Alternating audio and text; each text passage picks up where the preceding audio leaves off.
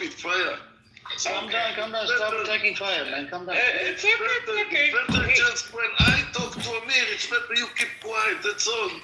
Okay. Do you think I come here just because Amir gives me a moderator? I'm not in the room. Most of the time, I'm not in the room. I've been coming to the room. He's Can I have a jealous. conversation with Amir? Do you want to be into Yes, okay. All the Tell you what, time, just interference. I tell you what, let him finish because I don't want him disrespecting any women. He has tendencies to disrespect women. Go and finish, Amos, and we have Edward here as well. What's up, Assalamu alaikum, Edward? Go on, Amos. I open a room, Edward. I invite you, Edward. Come to my room. It's better than listen to Amir rubbish and garbage all the time. Okay, ask Edward, do I get paid? Edward knows about it. Edward, do I get paid for this service? Edward, how does Yes. I know you? Tell me. Okay, Look at this. Tell me. Oh my God. Yes. Tell me tell me what is the other thing he do in his life? Instead sitting in clubhouse. Amir? What also he do in his life?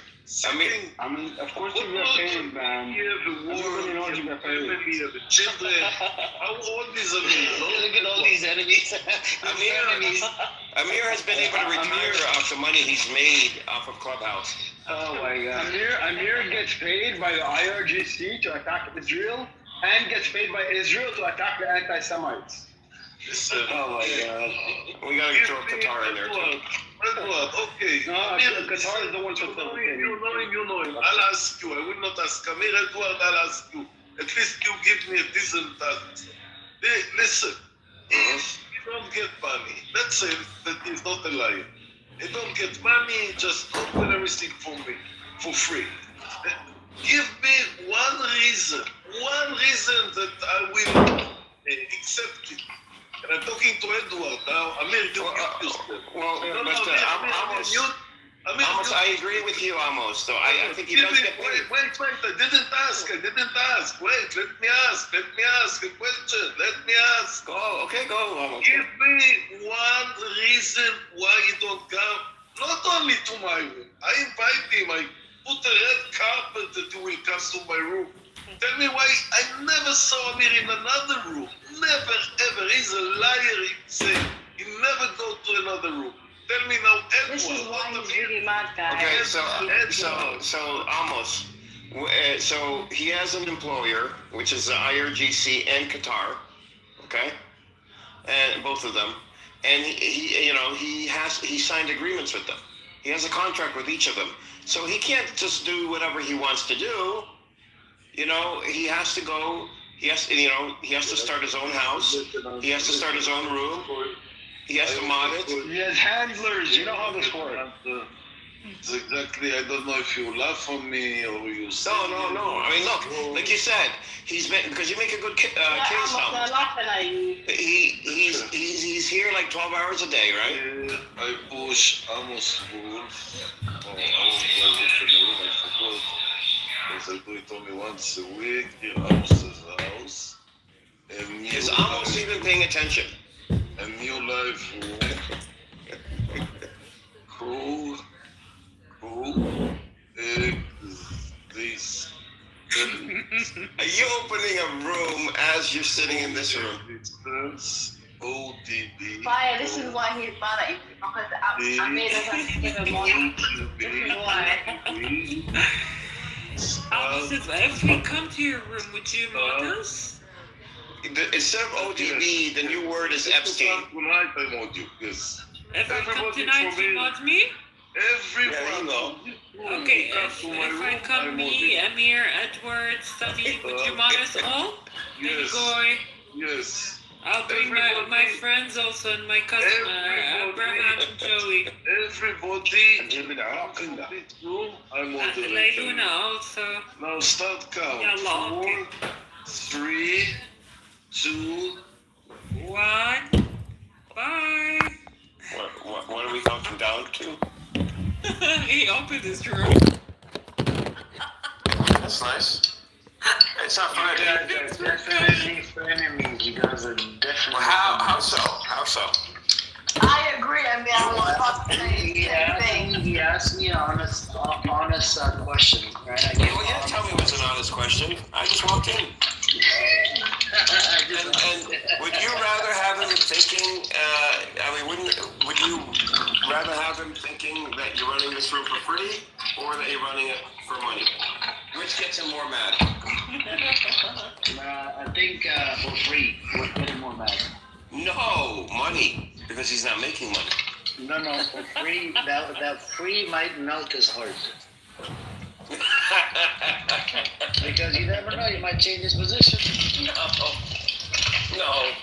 Because if a person like me can do it for free, then he's gonna think like twice. He's like, if he can do it for free and he has this position, why don't I look into it more?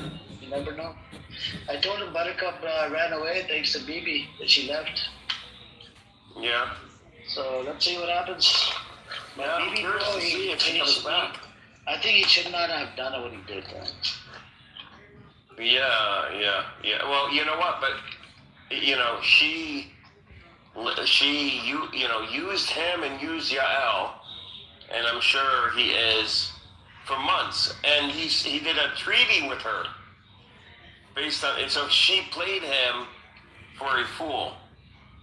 And I'm sure she enjoyed doing it, and he knows that that she outsmarted him for a long time. And BB's sensitive to that, so I can't say I'm not glad that she did what she did. I have some trust issues, but still, I can't say I'm, he got a taste of his own medicine, and then some. But I do want to tell you this. I think I told this to Jindip. So she did play clips from this room into a different room. Scotty told me about it. So I believe she was a journalist, and she did record rooms, right? She's definitely a journalist. Yeah, to keep a record and then go back on the notes that she made. You see what I'm saying? I could tell. I told you this months ago that the way she asks questions, they're very laser focused. She's very, you could tell she's working. She has objectives that she's working towards when she is in a room talking. When she's modding a room, you can tell that she has an agenda. She's here for a reason. Remember I said, you're writing a book. And I told her, make sure that I'm the star of the book and I look good. And she laughed about it. I know she's doing something like this. I know she is. Especially with her working with PBS also. It could be a documentary. Who knows? That's true. This is the this clubhouse right now with the Zionists and anti-Zionists, Palestinians, pro-Palestinians. This whole group, this gives you the most or the richest, most nuanced information of how all these groups interact with each other. I don't think you'll find anything else like it. It would be a gold mine for anyone that wants to write a book or put together a documentary.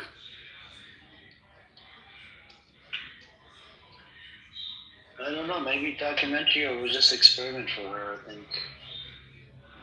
It could be that, it could be nothing. But she came from a different app. And Arash, that Samson guy, brought her on here. But he knows her real information.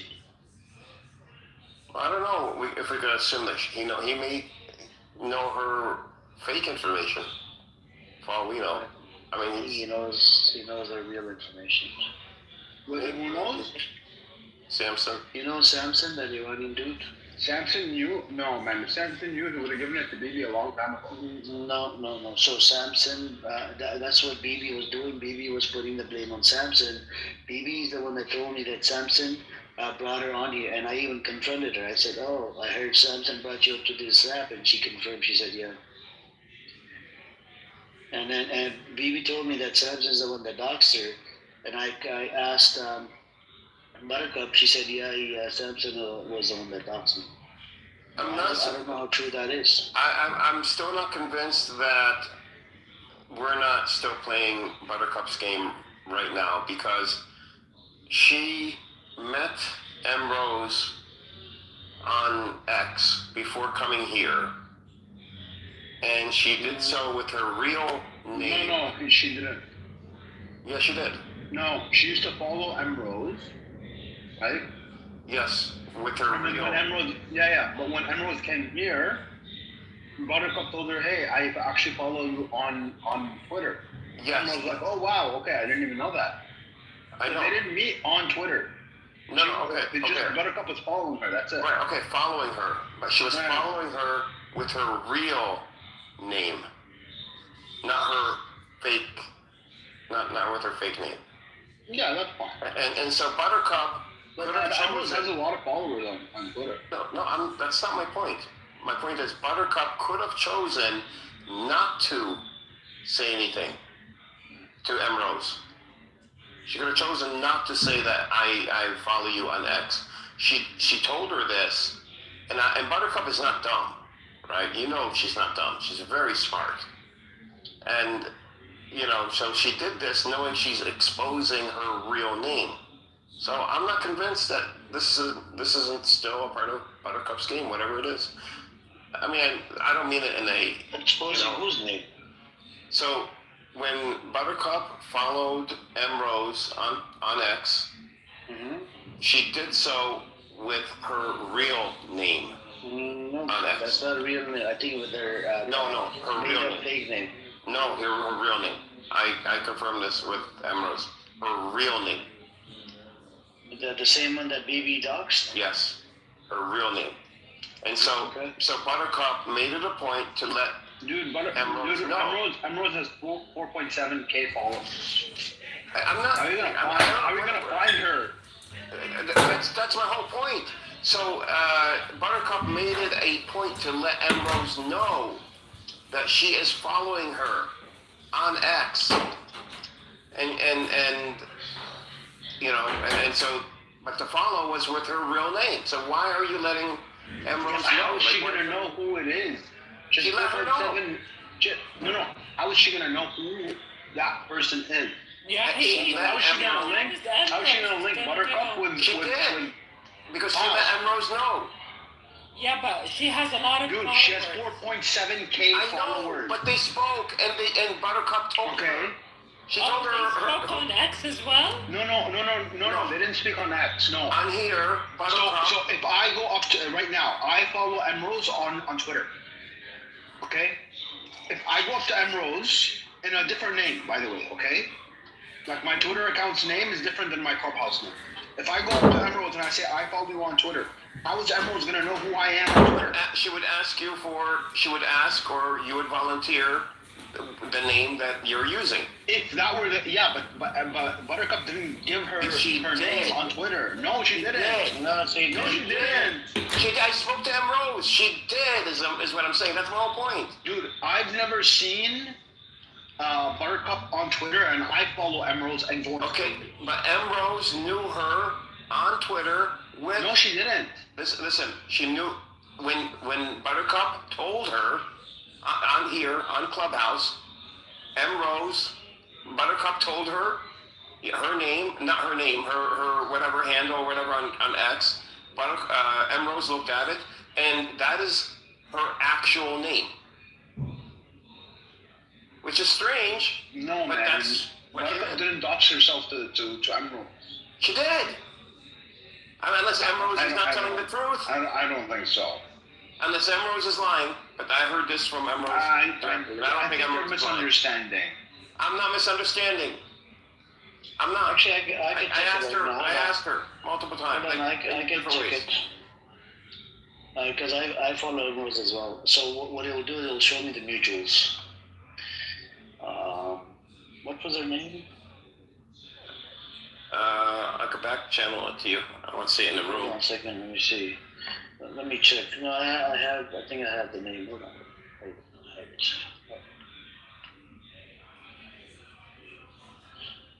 Yeah, I got the name right here. Let's see. Ask Em Rose when she comes in. There we go, I got it. She may have deleted it by now. Amber's in here anyways. Why don't you guys just ask her? Oh, perfect. Emeralds, come up.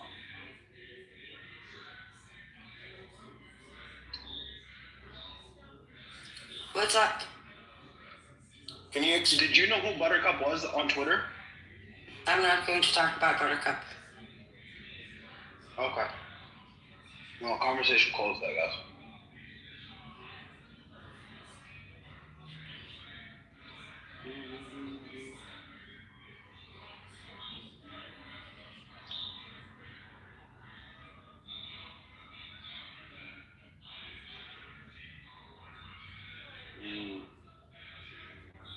I'm checking the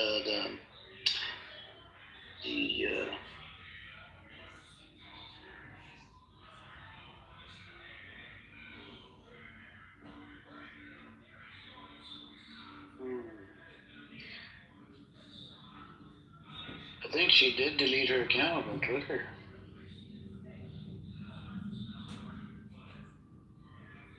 probably changed it, not deleted it? Edward, I don't think she followed them with the real account. I believe she did. I don't. Then why is it deleted? Yeah, we have Benny Olive here. Oh no, I don't want to get into it anymore, idiot. Yeah, I believe. Look, Edward, I kind of believe that maybe Ambrose did know because even Did I know? follow Ambrose on Twitter. No. She did not. She did not know Buttercup from Twitter. She knew Buttercup from here. She didn't know her from Twitter. Buttercup, though, made it a point that, oh, I know Em Rose, and, yeah, I follow Em Rose. She's Yeah, said this again, multiple- she has almost 5,000 followers. How is she gonna know who Buttercup is? Unless Buttercup told her, this is my name on Twitter, this is my profile on Twitter, well, that's different. But she wouldn't have done that in a public room. She would have done that privately between her and Emerald. So you wouldn't have heard that. Because Buttercup's not stupid enough to say what her name is. not her real name, but is. her handle. Oh, actually, Even her handle. I found it. She did follow her by the name Buttercup. I'll put the link in the chat. So Emerald didn't know her real name. Here, it's on Emerald's profile. There you go. So either case, You got it? either case, she wouldn't know who she is. Yep. So she didn't know Edward. I put the link in the chat. Literally, it's the same name on Clubhouse, Buttercup. And this is coming from Emerald's profile. I just went over her following the list on Emerald's. But I follow That's Emerald's a as new well. account, Amir. It was By the way, created last Emerald's, month. my account on the, I don't want her to block me. Sorry, Emerald's. Oh, dude, I don't want you to block me. that account was created last month. This account was created in January 2026. Yeah, listen, either case, That's Ambrose could not have reasonably deduced who she was. I'm more interested in the Samson stuff. Yeah, Samson, so I confronted Buttercup when she was here. That did Samson bring you to this app? She said yes. Did Samson dox you? She said yes. She confirmed it. Now, I don't know how to connect the pieces together. You see what I'm saying? BB, and we're accusing BB of doxing her. So I don't know. I don't know who doxed who. Listen, Bibi and Yael for sure, doc. There's no doubt. Yeah, but then Samson said, when I confronted Samson that you doxed Buttercup, he said no, I didn't do it. But Buttercup said to me he did. Maybe she was just playing along with the lie. Would you say? Probably, Because yeah. she hated Samson? Probably, yeah. Listen, honestly, I don't know. The only thing I didn't like Amir is you giving BB a platform yesterday to like dox her and play her No, video. but Benigo, I didn't. The thing is, it was already done. I didn't need to do anything. Yeah, I know, but you added to it. But he didn't really dox her. I did. I was questioning the whole narrative, Benigo. I was in a shock. Oh, come on. No, for real, I was in a shock. Even right now, I'm still thinking, how do I, connect the puzzles? These are puzzle pieces. How do I connect it together? You have Samson bringing her onto this app. You have this other piece called BB, and then this Yael comes in the picture, and then you have us, the pro-patty side, right? And how all this connects to each other. I can't. And then now Edward told me that he followed Emrose with her real name, real account. I'm going over Emrose's profile, and that Emrose followed back is that's the only account I found with the name Buttercup.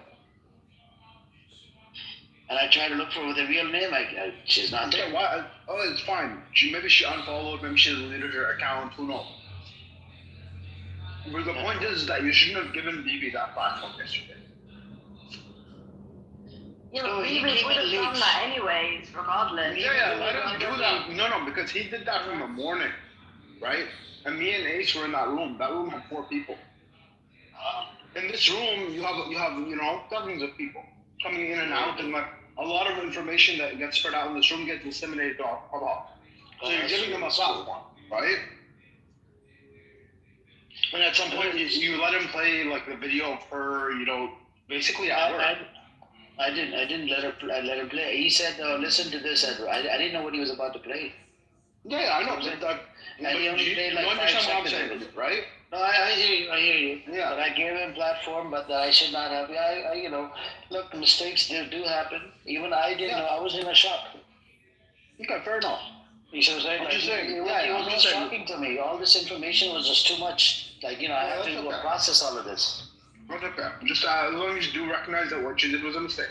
Yeah, and even today, I'm still processing all of this. Like this new information Edward just said. If you're in that much shock, imagine Buttercup, right? How much she must say. Yeah, I know. But she must have given you a number. Betty, go ahead. What number? That's what I was saying. She waved at you whenever you guys went to private. She didn't. I thought you guys were gonna meet up. I even tried to get you to connect with her. Remember?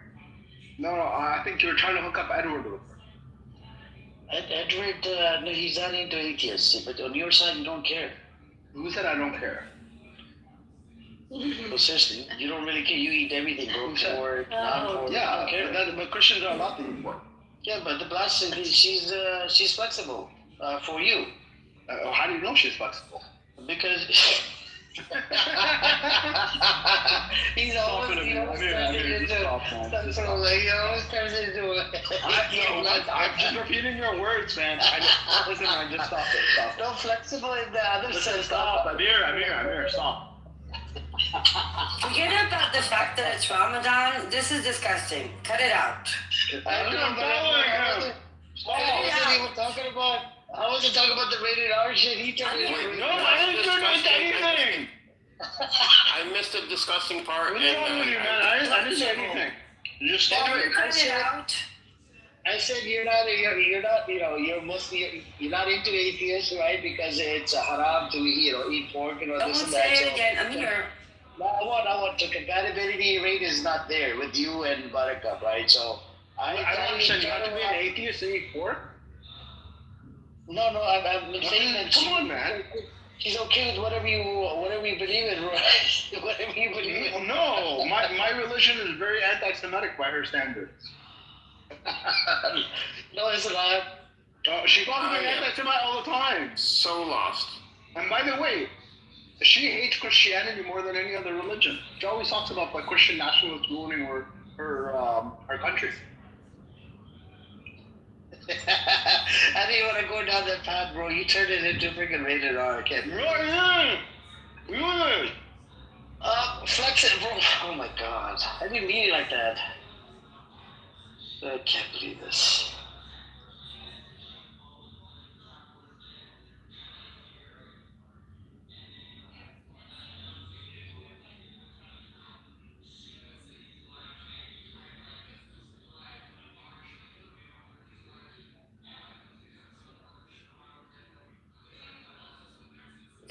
didn't hear it. I am offended at what Benny Adams said. And what did you hear? What did you hear? Huh? You heard it all, bro. I didn't hear it. I didn't hear anything. I wasn't on my phone. From the valley. I was. And then I came back. I just heard Emrose, stop it, it's disgusting. And that's what caught my attention. Once I break my fast, I'll tell you what I said, okay? Because I don't want to go into that, and then it's going to turn into rated R again. No, that's fine. I'm just joking. I know. Yeah, how you guys doing today? Oh my God, this guy's here. Oh my God, you're alive, lad. Oh my God, you're alive. So they're about to Amir, just stop talking about it, man. It's not like Ramadan ends when you break your fast. You can't just like watch porn after you finish fasting. Oh yeah, no, right? Like it's a whole month. Hold on, stop. You're doing it right now. Amir, stop it. Just stop. Like if I actually was dating her, if I actually was dating her, I find it extremely insulting for you to like talk about her like that. Right? So like think about how Edward must feel. The poor guy wants to date this woman. Oh my God. All right, everyone is gone. All I said, I used the term flexible, Edward, and this guy turned it into rated R. No, I didn't. I just asked, how do you know she's flexible? That's all I said. Oh my God, Edward, are you there? Bro, stop talking to ChatGPT. Come off the mic. He always goes off mic. Oh my God. There he is. Let him speak. So, Rabbi, are you okay today? Edward, are you here? He's talking to Sally from the Valley, ChatGPT. Huh? What? He's I with called his her Sally girlfriend. from the Valley. Talking to his girlfriend. Yeah, he's talking to his girlfriend, Sally from the Valley, the ChatGPT. Oh my God, men are children.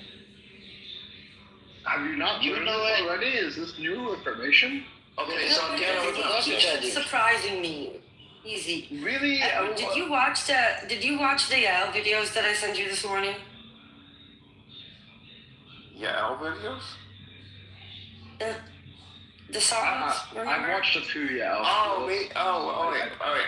I gotta watch those. I don't think there's a Yael That videos bitch on just the web. kicked me out of Amos's room, bitch. She did? Yeah. Is that full of content, Emrose? The Yael video? Is this the person on this app or on Twitter? Yeah, same person. Yeah. What does she do? Girl. We call Tell her us. the Actua girl. You call her to a girl? Yeah, she came to our space once, and I don't know why she decided to come to Mr. Bean's space. And then we kind of had her cornered, and she had 2 tweets on her profile. One said that she made up with a Palestinian in a bar. The other one said that, I apologize, I'm sorry, that Palestinians like to have sex with farm animals. So I asked her, since she made up with a Palestinian in a bar, does that mean she identifies as a donkey or a goat? And she went nuts and started spitting into the mic, and it was epic, and somebody turned that into an EDM song.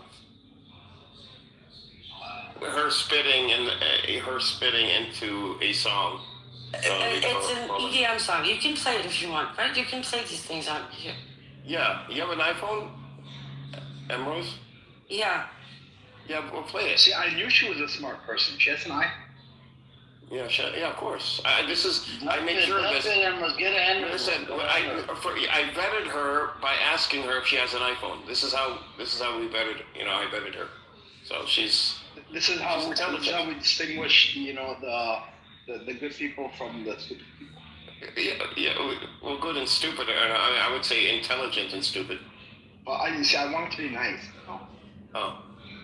But you said stupid. What do you mean? Yeah, I didn't want to be that nice.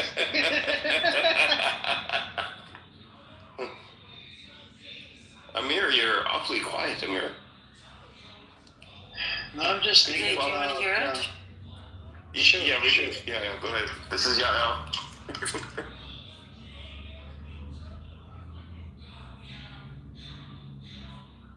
Wait, can I hear anyone?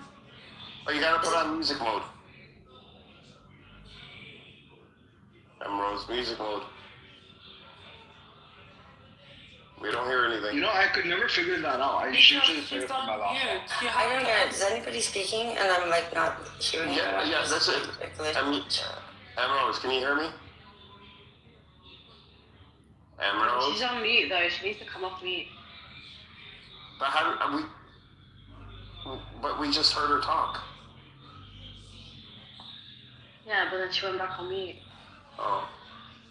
Emeralds, I mean, you have an iPhone. This is not acceptable behavior. Okay, there we go. Are you here? Okay, yes, but you can't mute for us to hear the song. I know. No, my earbuds died, so I didn't get. Oh, okay. That's acceptable. She's still intelligent. That's acceptable.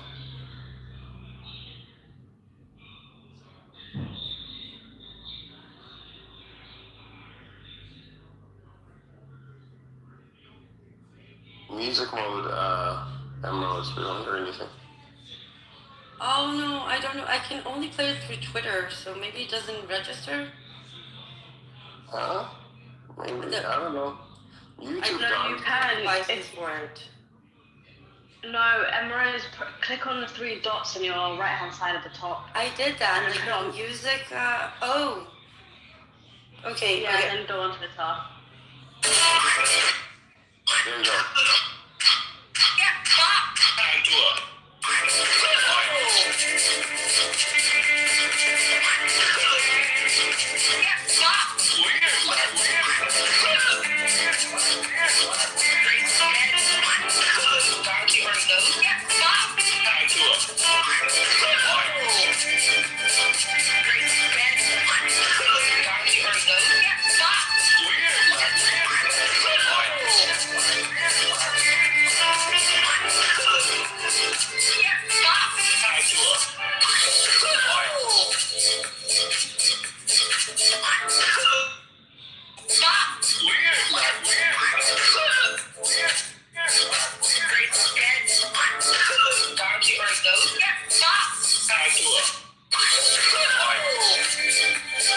I think that's good, Emeralds. That's good.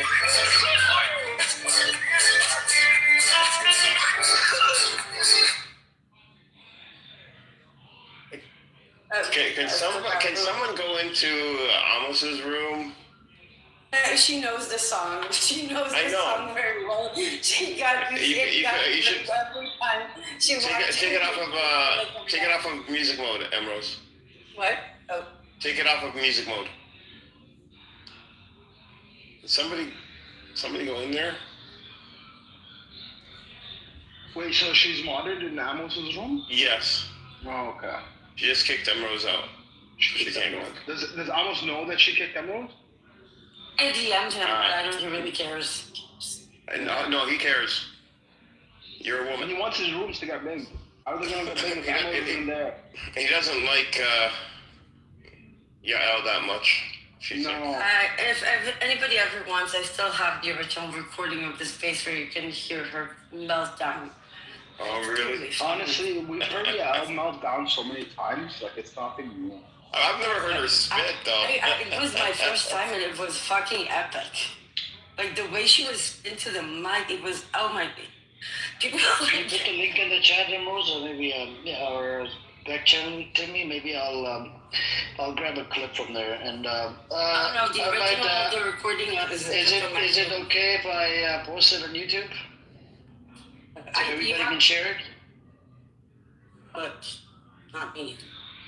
I'm pretty sure the Palestinians on this app have a video of her laughing at that joke.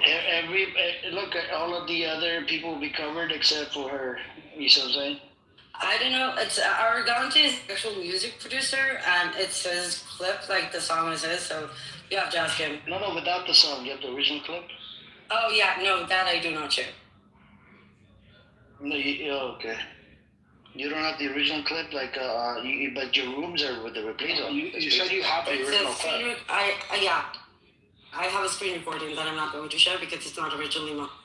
No, not screen recording. I'm talking about you don't have your. The space itself was not a recorded space. No. Oh, okay, alright. I got you.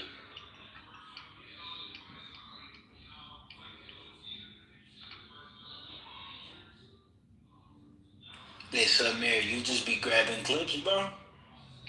No, if it has replays on, You know, right, like it then I was. can grab I it don't because remember at what point. I don't remember at what point Mr. Bean started recording his faces, but at some point, like it became like a thing that he made sure to do, like record. Maybe while he was already recording, it might still record it. I'm not sure.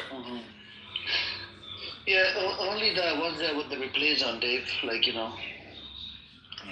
There's and some people there's they a website. text it to me on my Telegram. There's a website that you could look for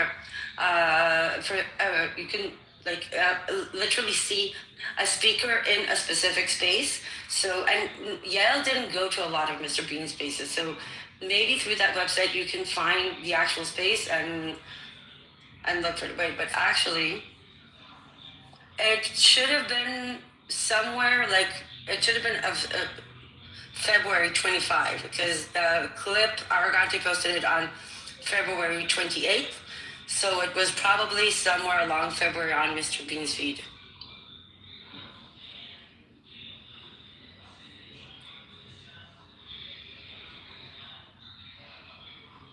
So, did you guys hear about Syria signing a gas deal with Jordan? Oh yeah, Yeah. that's interesting. You know what the interesting part is? Sure, tell us. Jordan doesn't produce gas. What But the hell? does Syria produce gas? They do a little bit, but no, it's Syria signed a deal to buy gas from Jordan. Oh, but Okay. Jordan, they could be selling Palestinian gas. It's not Palestinian. I mean, are you saying it's corruption, or are you saying they're taking the gas from someone else? Jordan has an agreement, has had for the last 10 years to buy gas from By the Israel. way, just a second. Did Pakistan and Afghanistan just declare war? What? Yeah. Sorry. Oh yeah, there's been tensions rising. Yes. Yeah. No, something's happening. I'm gonna go check it out. Yeah. But yeah, so Jordan buys gas from Israel, and now Syria is buying gas from Jordan. It's all rocket science.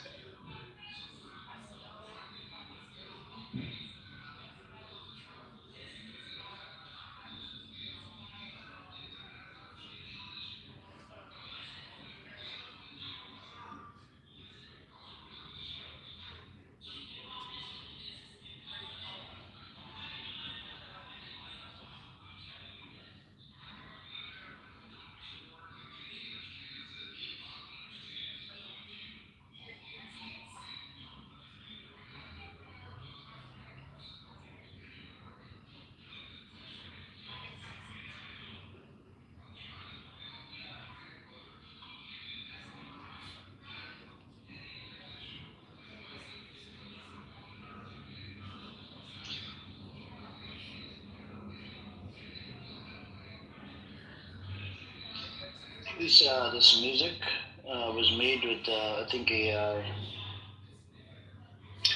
this song.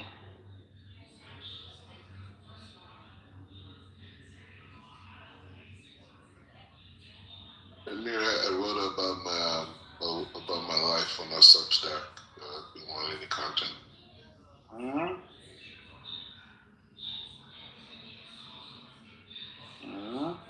That dude Black Rabbi pushing Western dominance, man. He wants to reshape the Middle East. I think we need to reshape these terrorist scumbags that are terrorizing the F out of the Palestinians in the West Bank. I think we need to reshape those, disgusting, mentally retarded terrorists. They look like they haven't even taken the shower in weeks or months. Like disgusting. Like the sweat is literally dripping from the side of their hair. Amir, can I ask you, what are your thoughts? Those are disgusting animals. Those are animals in the West Bank that are terrorizing the F out of the Palestinians. These are animals. Actually, they're worse than animals. They're not even human beings.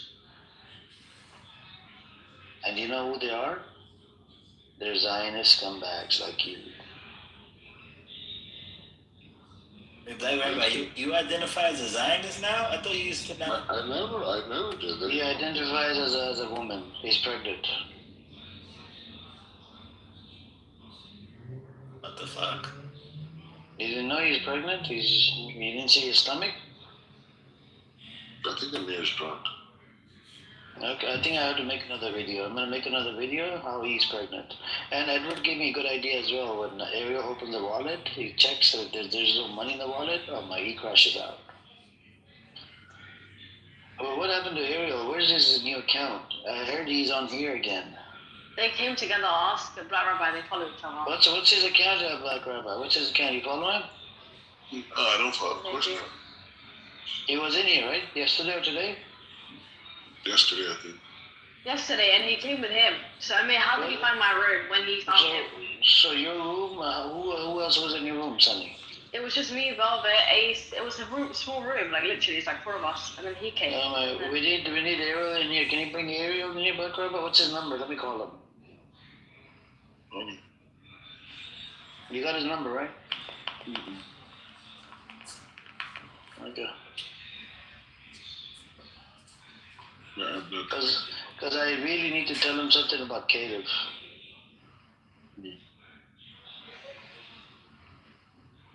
Can you call your boy Ariel, Black Rabbi? I don't have his number. You do have his number.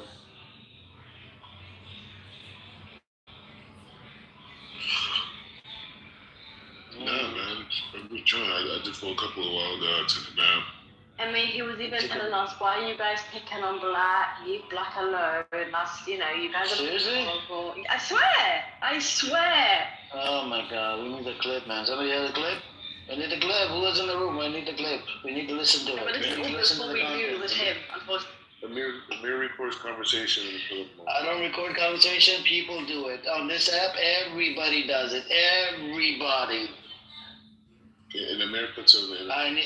I don't put it on the internet. There you go. But you gotta, people send it to me on Telegram. Somebody will send it to me tomorrow. Watch. And then we're gonna listen to it. Because I like to expose you. Every second, every chance I get, I would like to expose you. Somebody that says every single soul in Gaza is a terrorist, you need to be your scumbag. You need to be exposed every second. My existence on this app is for, this is what I'm here for. I'm here to expose the Zionist scumbags on this app. And I hate them from the bottom of my heart. I seriously hate them. It's like when I see Zionist scumbags, even I told you, prior to 7th of October, I almost got into a fist fight with a Zionist Jew at my park. This is how much I hate them. I really hate them. I feel like they're very disgusting human beings. They're not even human beings, they're animals. They're baby killers. These people, these Zionist scumbags, are baby killers. Yeah, that's what you need to tell yourself. To hey. No, they are. They're baby killers. What do you want me to do? What are you talking about? It's a war. Do you not think that every single soul in Gaza is a terrorist? Yeah, but what does that do? Okay, what does that entail? When you say all of this, right, that every single soul, including trees and animals, is terrorist, what does that entail? And that entails that you would be okay with the idea of going in, and just because they're terrorists, they should be killed. You'd be okay with that idea. I've never said that. No, it doesn't matter. You don't have to say it. As soon as you call them terrorists, as soon as you call them terrorists, that's already implied. You don't have to say much. Yeah. There's terrorists in the Okay, let's ask Dave. Dave is very logical. Dave, if somebody says that these are terrorists, right? And if there's a police officer or whatever, and they're going after these terrorists or whatever, you wouldn't mind it, right? That would be justified, correct? No, yeah. And that's what it entails. That's what it entails. Go get your fucking shit together, man. No, there's terrorists in I America. shouldn't be saying the F word. Oh my God.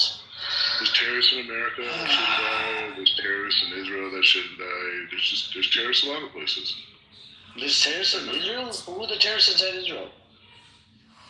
You know, they have people who break the laws. Who are the terrorists? I don't know who they are. Can you give me the name? Can you give me what type of people are these? What background are they from?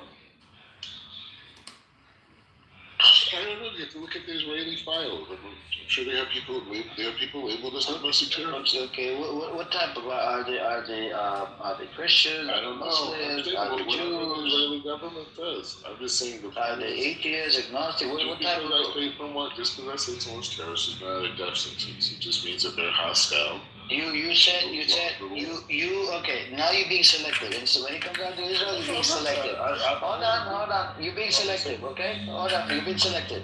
When it came down to Gaza, you said every single soul, including trees, animals, everything is a terrorist.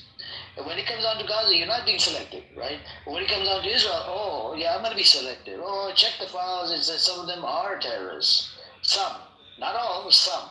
When it comes down to Gaza, every single soul is a terrorist. The difference between me and you, I'm living through war. I've had friends who've been killed. I've seen soldiers get Which war? Wait, the fake friends that you never made, they never liked you? They never liked your guts? What are you talking about? You're talking about the Israelis. They're actually your friends. Yeah, I've lived here for like 9 years. Of course. Okay, just because you lived over there, do you think they like your guts? Yeah.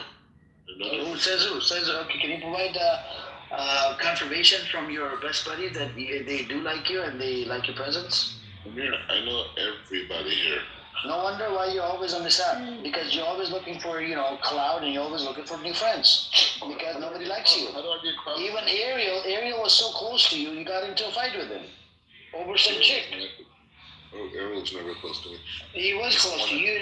Bro, you literally put a tie over. Didn't you put a tie around his neck at one point? We have a picture of that. Absolutely. We have a picture of that. He doesn't wear a tie. We have a picture of that. Either him or you were putting a tie. No, nobody. I don't know. Yeah. He helped you put a tie on. Amir, these are the crazy stories you tell yourself. Okay, all right. Just how you Let me see if I can find the picture. Yeah, find it. You tell yourself all these crazy stories about people and how everyone's evil, and you're the righteous one, and this is like totalitarian behavior, like you're the righteous one, everyone else is evil, they're not human, you have a right to destroy people and take conversations and put them online because that's your moral obligation to do this. This is a sickness, bro. This is like a Nazi sickness. This is what every people who justify inhumane actions, this is what they do. They say, I'm the righteous one, you're the evil one, you're not human, I create a label, I can do whatever I want, I got exposure, I'm the righteous one and I'm doing justice. Oh, you good? Yeah. What? Yeah, but I mean, this is why that's why he's going to really have a really difficult time in the next life.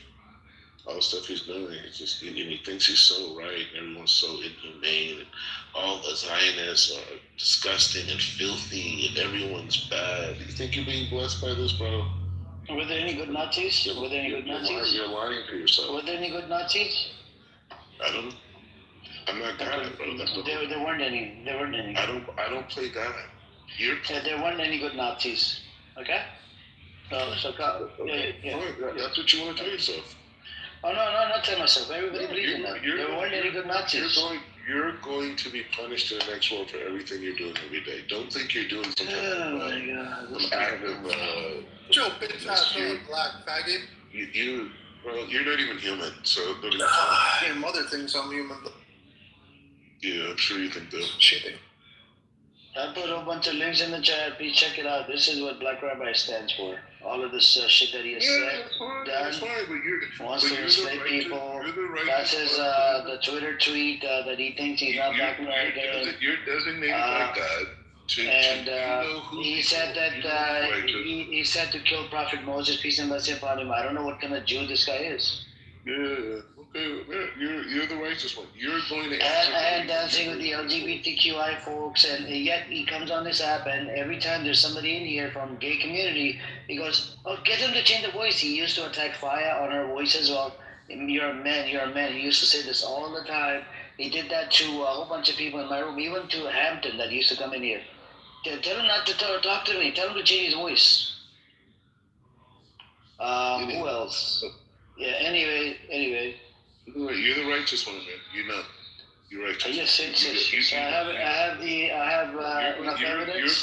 You're going to. And I put a link in the chat how he steals the Ariel's wallet in the chat. Check it out. Look at you're the root of you is a rotten liar. Yeah, I did have a question, Mordecai.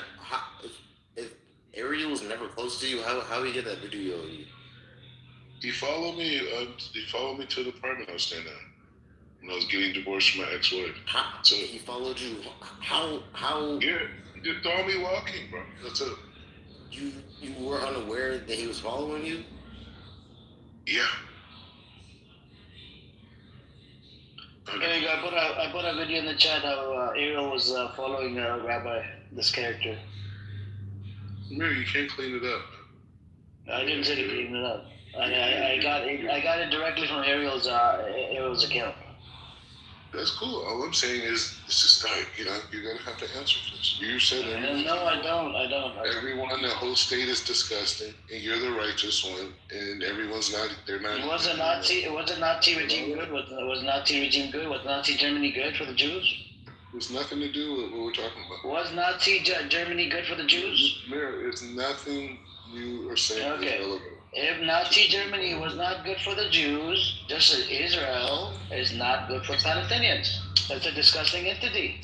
Nazi good for the Jews? What? I'm asking a question. Was Nazi Germany good for the Jews?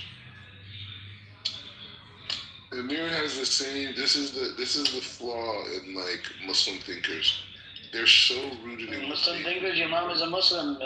B word. That's fine, but I'm just saying the point is just saying that. The point is just saying that you guys think that you have. Your pops is Muslim. You got siblings that are Muslim. So Grammy no. They're not like you for sure. They're not like me. Okay, they're Muslims. You have hatred in your heart. You said Muslim thinkers like me. You said you're literally attacking all Muslims. No, I said thinkers like you. People who think like you. Such an idiot, man.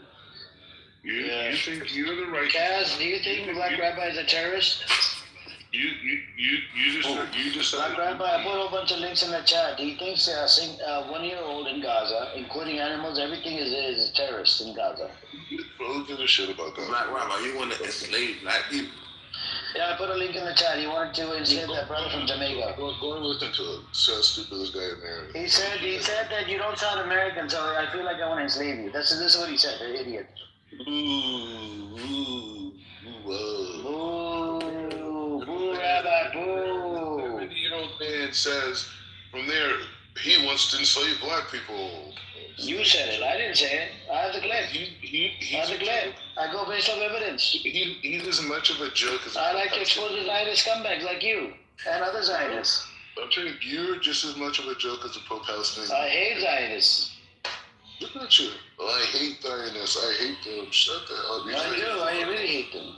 I mean, I don't think black people are Zionists. No, but okay, make it make sense. Why is he calling every single soul in Gaza, including trees and animals, terrorists? What's the problem? There you go. Terrorists. What's your problem? Nah, you can't call them terrorists. Nah. That's what he said.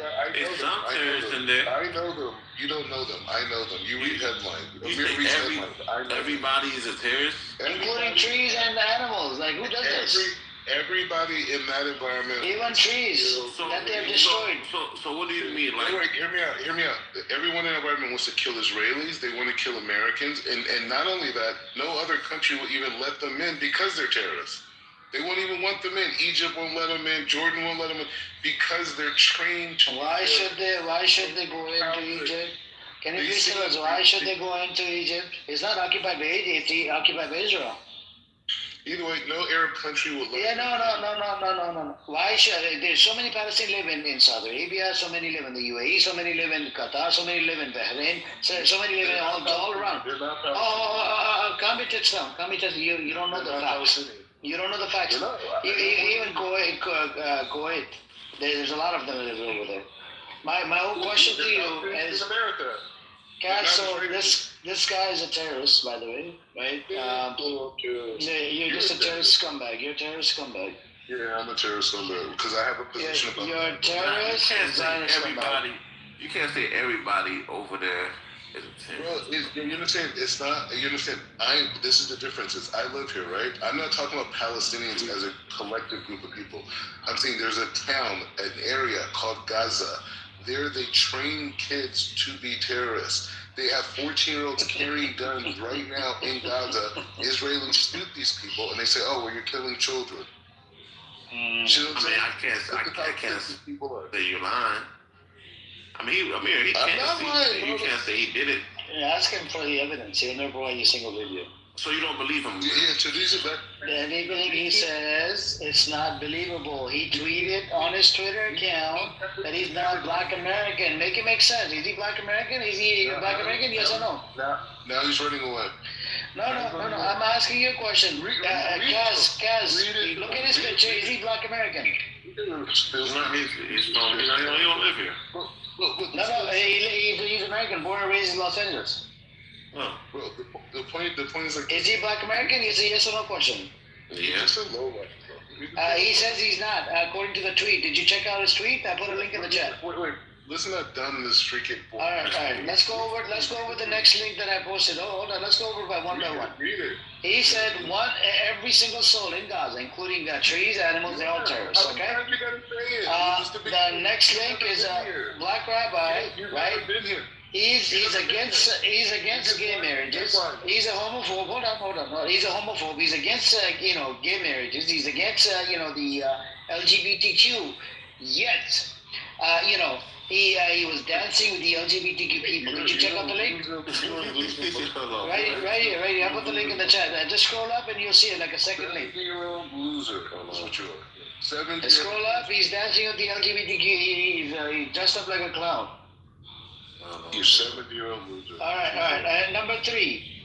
He went to Israel. How are you getting all these videos on him? No, we got it, man. We got access. I know this idiot for over a year now. This dumbass. I hate Zionists. I like to expose all of these Zionists. You're just gonna die rotten by yourself. That's all. So I'll go with the third link. The third link is about what is it? Right here.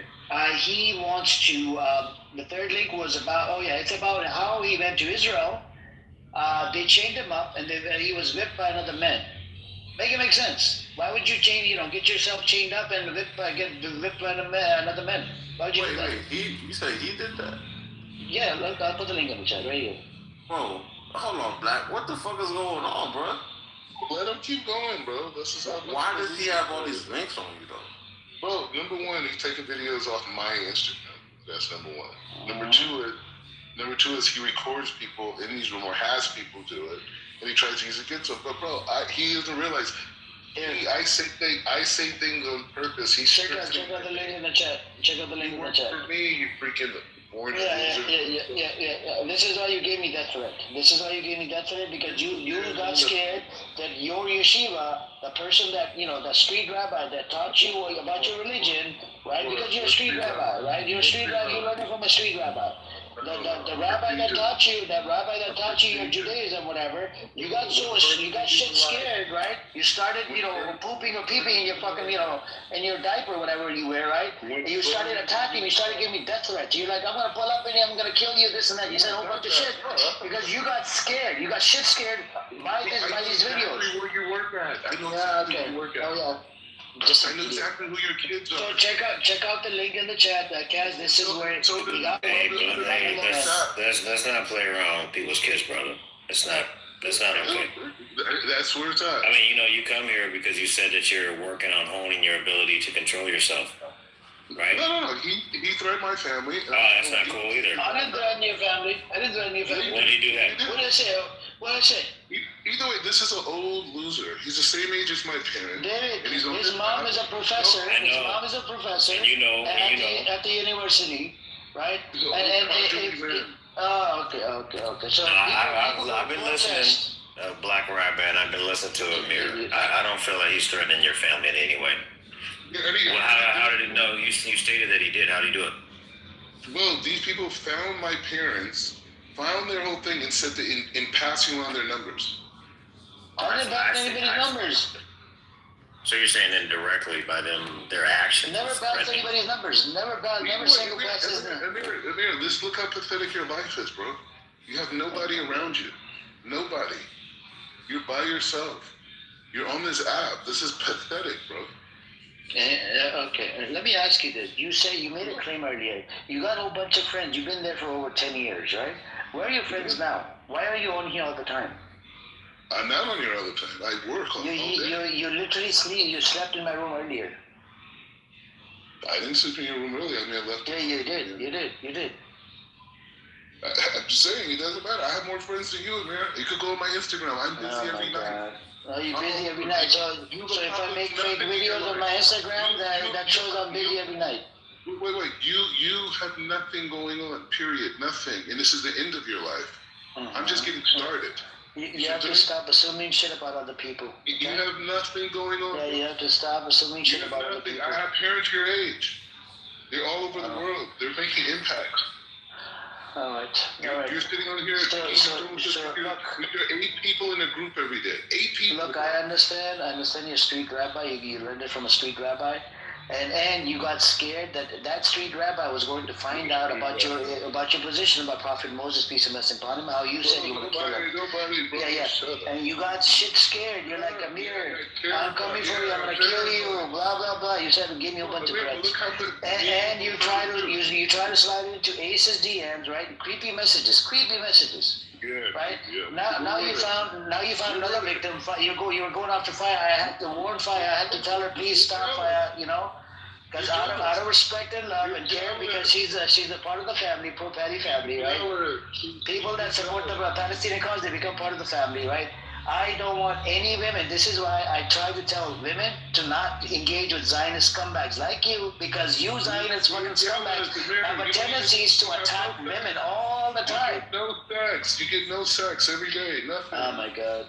Okay. So how do you know my sex life? How do you know my sex life? Nothing. You got nothing going on, bro. This is the problem with this. You have a shitty job. You have a shitty job that you do every day. You sell stuff out of a retail store, right? A little liquor store. Right? And I run an ice cream truck. No, not ice cream truck. But you do sell ice cream. I run an ice cream truck. Have you ever did that? Buy ice cream. You never say that? Yeah, I do. I sell ice cream. I'm out of ice cream truck. Yeah, but not everybody. Hey, what's up, Lonzo? This is what he's buying. I'm selling this fake narrative to all these Zionist scumbags, so they don't know what I actually do. Whatever. They already know what you do, bro. Like, that's what I'm saying. Like, they know on this app, people you think you talk to, you don't even know who they are. They already know who you are. Everything. You're a non-threat. That's it. That's the synopsis on you. You're a culturally old man that's on this app that thinks you're making a change in the world because this is what you've been reduced to. This is not making change. I do use you as a punching bag, by the way. You talk to the same 8 people every single day. No, I got somebody new came in yesterday. He got cooked. Great. We had that brother. The new people are coming together, and they're talking about Palestine and other stuff as well. We had Steppy, that's a new one that new brother that started coming in here. Nobody's gonna be thinking about Palestine in a second. Steppy. Hey, Amir. We had other people. Yes, you know what the coercive manipulator does? They accuse you of something that they're doing worse, then they threaten you, and then it's control.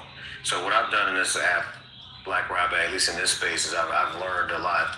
Now, is it all positive? Is it all factual? You can question that. But the whole purpose is to learn about things, right? Go into different rooms, learn what other people's opinions are, and then from that come up with a summation. What's real and true is that I'm not going to be in Palestine anytime soon. But what I can do is I can learn and I can educate other people that have misinformation, so that they can correct them. But at the end of the day, who's really inside? Besides yourself, and then Palestinians, who's really living this? Yeah, but the Palestinians of this app are not living this, bro. They're people in Gaza. Well, some of them actually are living in Palestine, though. Yes, they come into this room. They lie. They're not in. They do.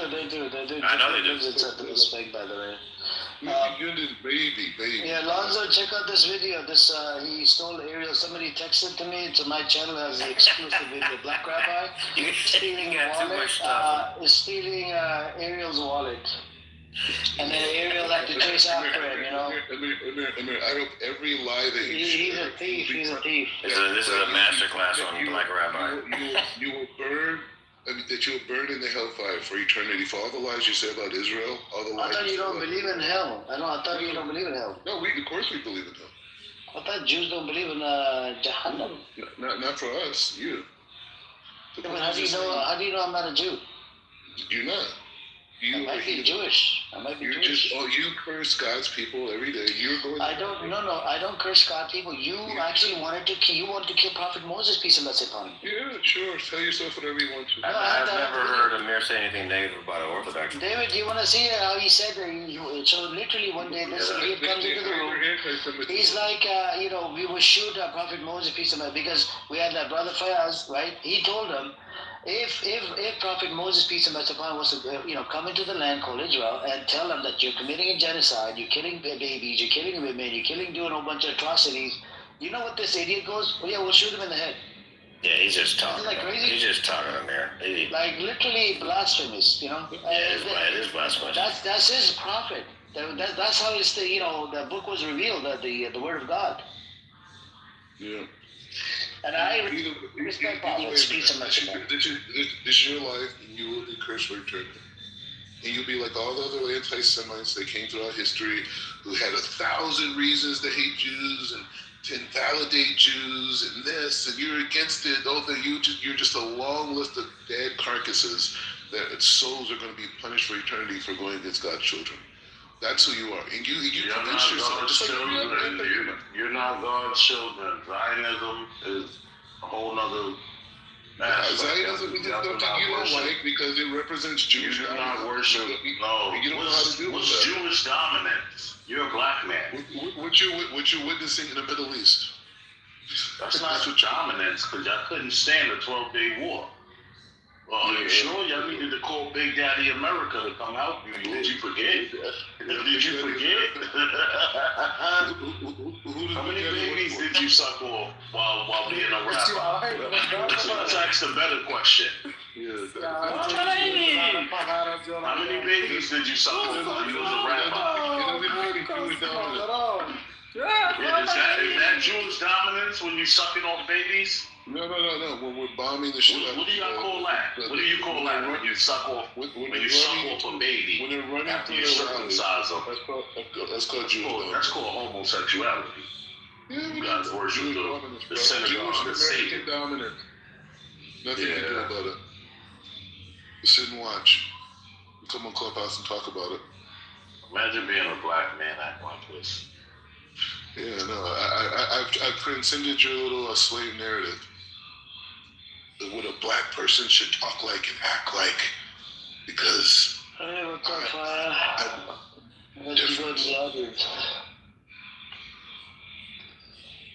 she's embarrassed to be associated with you.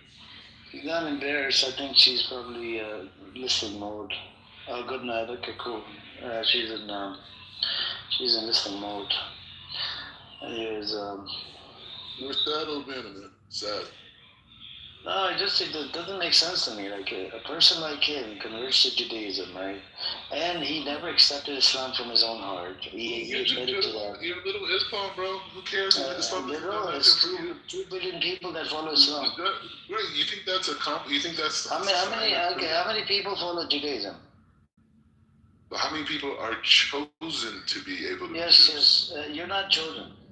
Anybody could be a Muslim. You're just a flaming homosexual, right? Yeah, and you converted to Judaism. It's easier. There's more benefit. He's a guy that looks for benefits. That's what he is. He knows if I become Jewish, I have more benefits in life. That's all. So I've seen many businessmen throw the yarmulke on for the sake of business. If I can get this deal done, I'm gonna throw that yarmulke on, and you did it, so you can have a better livelihood. Hey man, like I said, betrayed your people so you can have a better livelihood. Most black people. Wonder what your kids will say about you if you have any. Bro, I'm going down there. I'm in the history books, bro. You could read about me. I'm reading about everyone. For what? People are gonna be sucking the most babies off? No. For talking about history books, bro. For talking about international issues. becoming a rapper. What history books? Jew history, the Zionist history books? Yeah. Black history, American history, You're not in no black history, buddy. You're not in I'm walking history. They're gonna be talking about me for centuries. Like, what are you talking about? I'm here. I'm the guy. I'm right here. I don't know who you are, buddy. No American has even took it where I've took it. No American. Forget about black. What do you mean? You're not walking history, you're waddling history.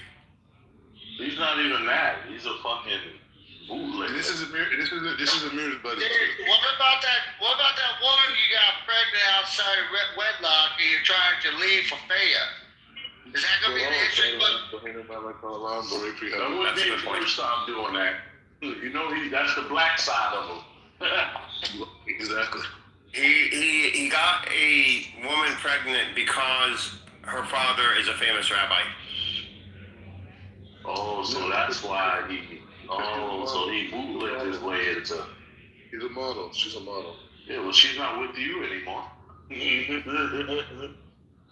Why not? Oh, he's leaving her. You didn't say she was. He's leaving her with a bun and with a hunt in the bun for Faya. We just had this like a few days ago. He wanted to make history with Faya. No, I'm making history, period. And not only that, when I come back to America, I'm running for president and I'm going to win. Landslide. I promise you'll get shot before you run for president. Of course, I will not get shot. We're talking about. What makes you think you won't? Because I'm creating a spiritual political movement. All right, and I bet you'll get shot before you. Nah, You're gonna be a black person. Listen, hey, Dipset, he's I'm gonna letting you come know back. that now. Dipset, he's gonna come back and he's gonna campaign. This is why Plan B was here. I'm living proof. Listen, motherfuckers will really show you something. Show you what the Panthers should have did to Zionists. Hey, you know what? Come back here and think you're gonna work for president. Of course I am. It's a guarantee. I'll be here waiting. I'm sure you and a lot of other people will. And we'll be ready for it. You ready? We'll be ready for it, trust me. But certain things you can't stop. Exactly. Exactly. Certain shit you can't stop. And that's me in the White House. You can't stop. Certain shit you can't stop. My reign is over, man. After this whole Epstein shit really gets unveiled, everybody's gonna know what you people do. You know and how evil y'all are. So like, man, the world is waking up, man. And once the world wakes up, just so you niggas in trouble. Just so you understand, everything that you think you now, see in worshiping motherfuckers are in trouble. Do you know what I'm saying or no?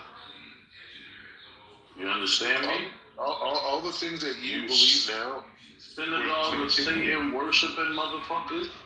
Alright, man.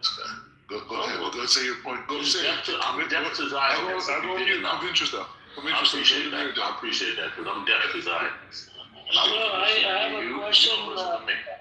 I have one question. So, Rabbi, character, in Los Angeles, right? You have a house in Crenshaw, whatever. So, if somebody was to pull up in front of your house and destroys your house, right? So that somebody would have to pay for the damages, correct?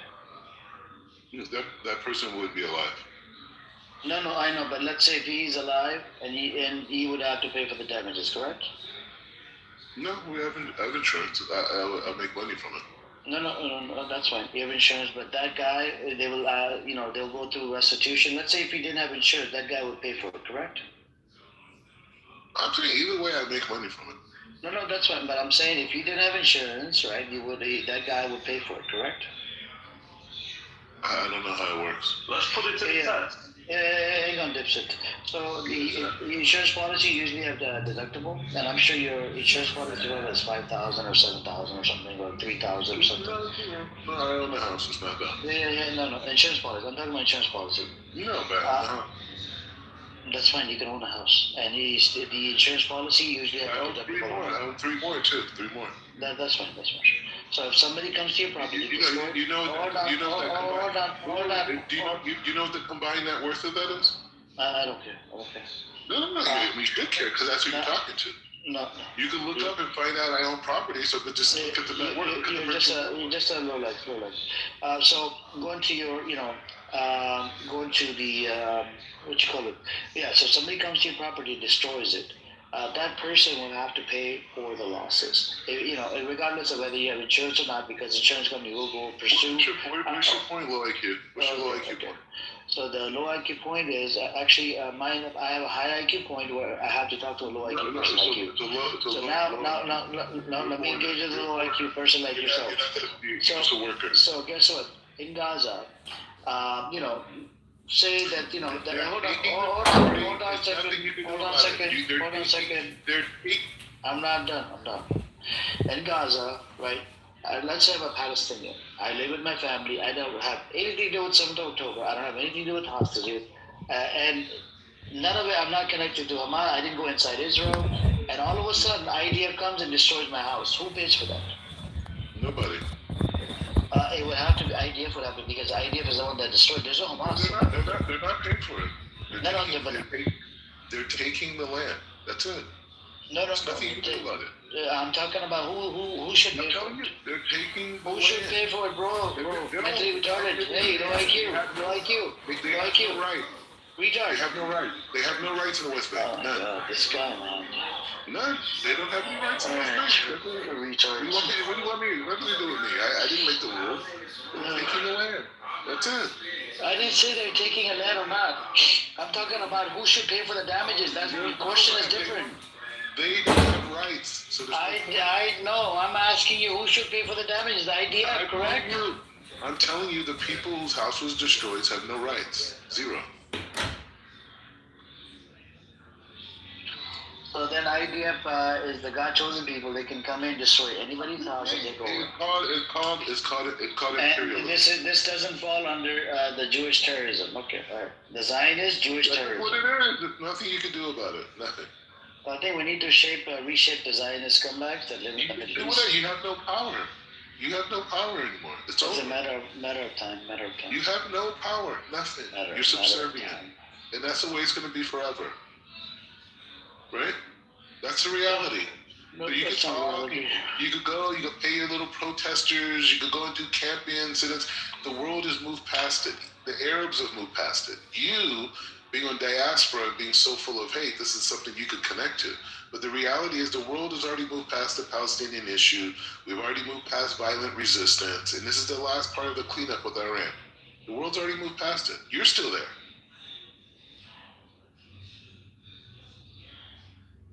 It's over.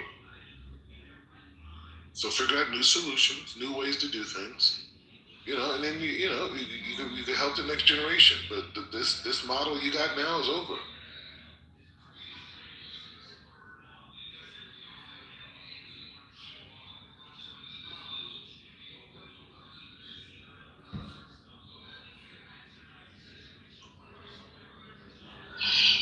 Anyways, I think this is where we're at with Black Rabbi, just an idiot. Idiot, I'm telling you the truth. The world's moved past it. You can sit there and talk about it and this and who's right in 1948 and white papers in 1967 and 1973 and Oslo Accords and all. The world's past it, bro. They've already moved past it. They're enacting West Bank, named by, and it's going to turn to Judea and Samaria. And that's it. And the Palestinians who are smart will figure out a way to work with the Israelis and Americans and the Europeans. That's it. That's all it is. It's not. I didn't create it. I don't have anything to do with it. I didn't make the policies in this region. But this is the way that it is. So good. You guys are upset. You read your headlines. You read the Times of Israel. You read these publications. You look at some documentaries. And you're informed. You're aware of how Israeli society works. Okay, fine. If you think that's how you understand Israeli society from your clips and your documentaries, okay, fine. You have no clue, bro, how advanced this society is. You have no clue.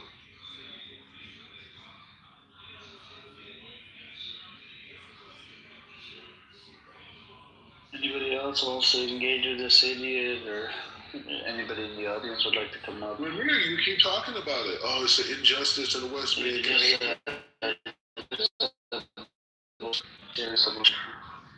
Yeah, I think I'm telling you the truth. There was one cat. It was a tiger that came from Egyptian border into Israel and attacked, I think, a couple IDF soldiers. I wonder if that cat was trained by Hamas. I know Hamas trains children to be soldiers. I do know that.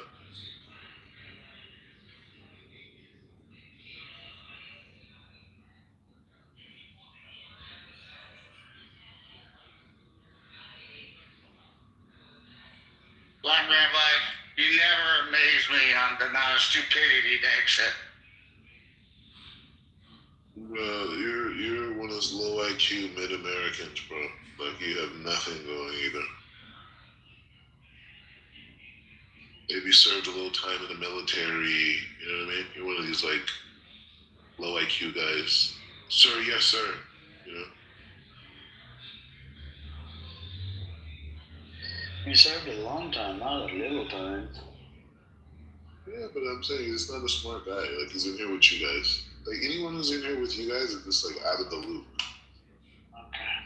Now, what makes you smart? You're here. Are you smart? I mean, I extract information because I'm actively fighting against your type of ideology. Steppy, this is the problem with these egoistic, narcissistic SOB, like rabbis. By the way, Rabbi, I did 23 years in the service. You know, I contributed to my country, and as a good American, I listen and don't just base one narrative. I listen and listen to all. Well, if you know anything, these people hate America. They see Western dominance as a problem, and then that's why they hate Israel. Not because they actually they're more American for calling out America's flaws. That's a good American. Okay. So that's again, you're a low IQ guy. That's what I'm saying. We appreciate your service. Hopefully, you know, you weren't an F up. You know, you're a decent soldier, and that's it. I mean, it's nothing else. But you think that these people have any other agenda than the destruction of America, and Israel is an expression of destruction of their ideology, and that's why we're kicking their ass, and that's why we're going to bomb the hell out of Iran. Questioning. We're going to bomb the hell out of Iran. Right? Questioning one political party is patriotic.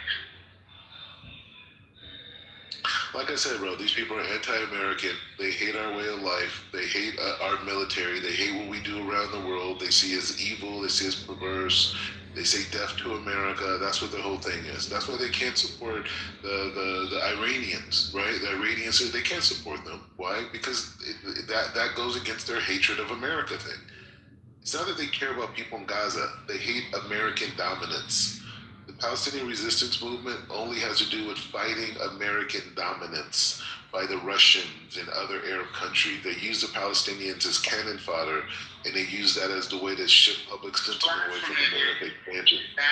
That is blasphemy, dude. They are proud Americans. I'm not low IQ. They are proud Americans. And they also have compassion. You're low IQ. They also acknowledge the flaws, and they congregate, and they educate, not one-sided narrative. All right, man. Like I said, it doesn't really matter to me. Like it doesn't. We have a mission, right?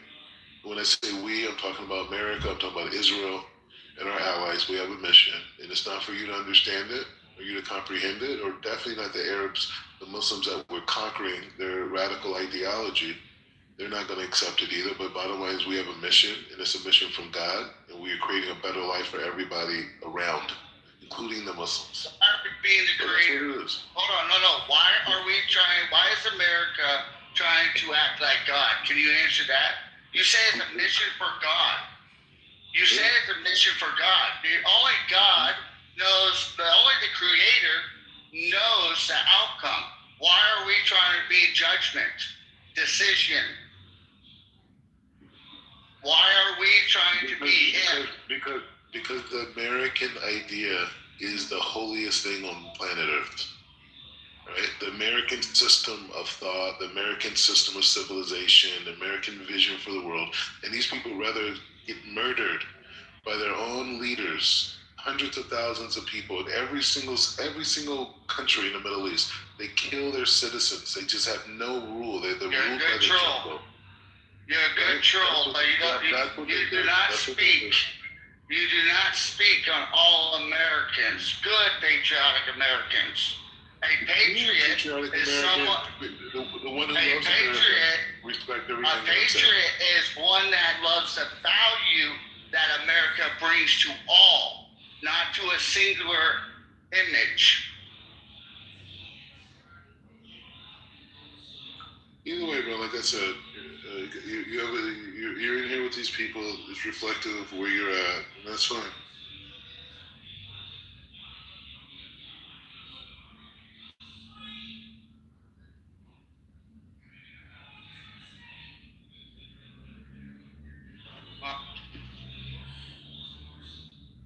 I hope for the best for you.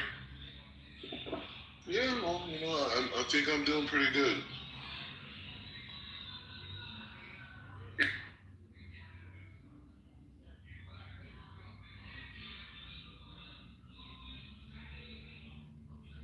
Yep.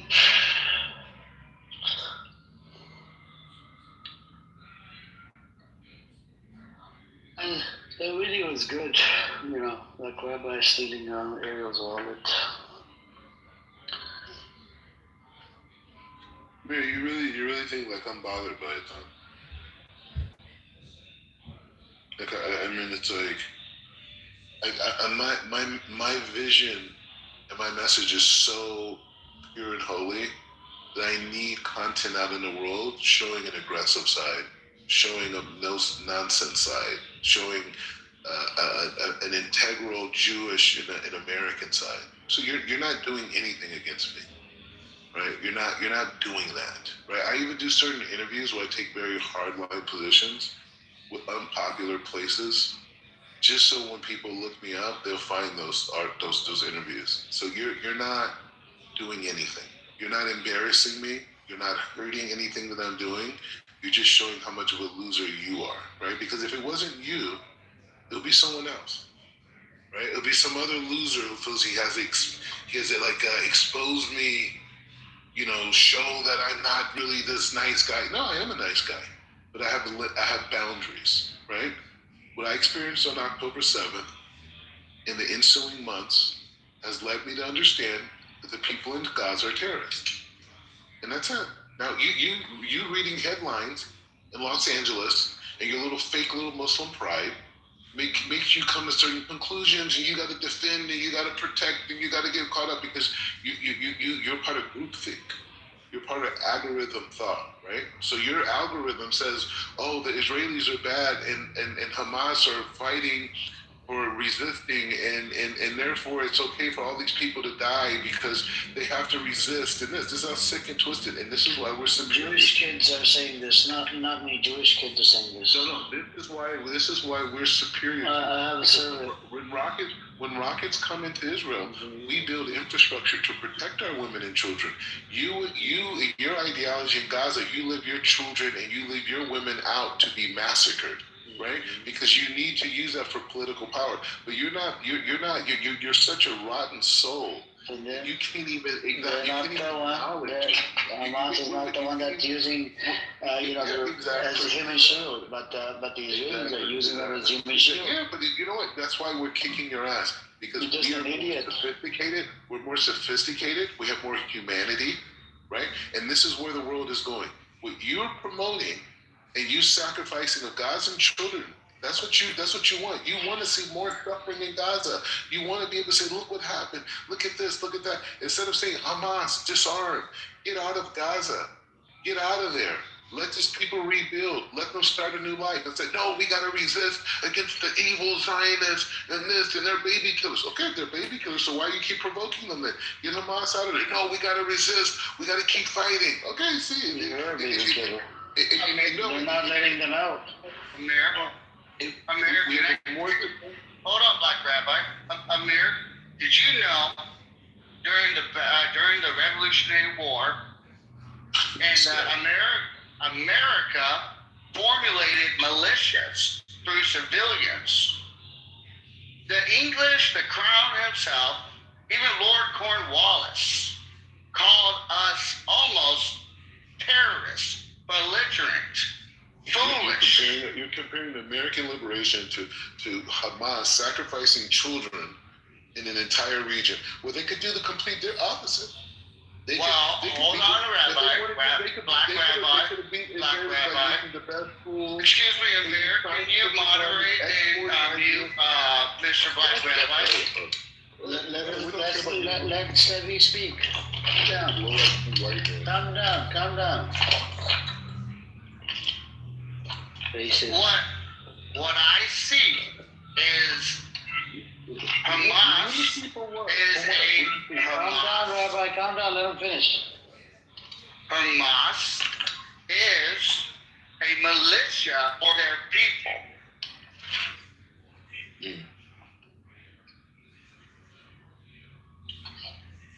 Either way, bro, it doesn't matter. Think the way that you do. Hamas is a good people. This is how twisted we are in this era in life. So was Taliban good people, Black Rabbi? Was Taliban good people? I don't know. We know Hamas is not. No. Was Taliban good people? Good people. Run around. Why do you have to run? Hold on. Who funded Mujahideen? Hello. Hey. Amir, I want to say something, please. Go on. Mr. Black, how are you? You said that Hamas isn't or aren't good people. So, in your opinion, what should they do to be good people? In your opinion, it should disarm and leave and let those people not be murdered and shot. Okay, let me surprise you with that. Many years ago, Palestinians did what did you say right now? And what did they do? They left their armies, their guns. Where did they do that? Where? In Palestine. There is no Palestine. What are you talking about? We're talking about Gaza. Hamas is a ruling governing body in Gaza. That's what we're talking about. There's no such thing as Palestine. That's part of your lie that you don't promote. Let me finish. I'm talking there's about Ramallah, there's Jerusalem, there's Sheikh Jahar, there's all types of cities. There's no Palestine. Pardon me, let me finish. There's no government in Palestine, there's no founding fathers in Palestine, it just doesn't exist. So you're making up a lie. Americans hear that and they think that there's an actual place called Palestine that the Israelis came and took over. UN recognizes Palestine. More than 150 countries recognize Palestine state. Where is it? Go look it up. West Bank, Jerusalem, and Gaza. Go question the 150 countries. Go. Amira, where is it? Go question 150 countries. Go.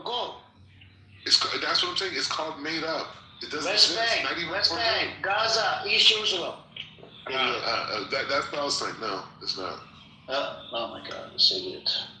Actually, when Jews came to Palestine, the government of Palestine? There was a country called Palestine, and they identified them, started to kill people without guns. Calm down, stop being racist. Doesn't make any difference if you have a gun or no, if you are a Palestinian, because you will be killed by an Israeli people.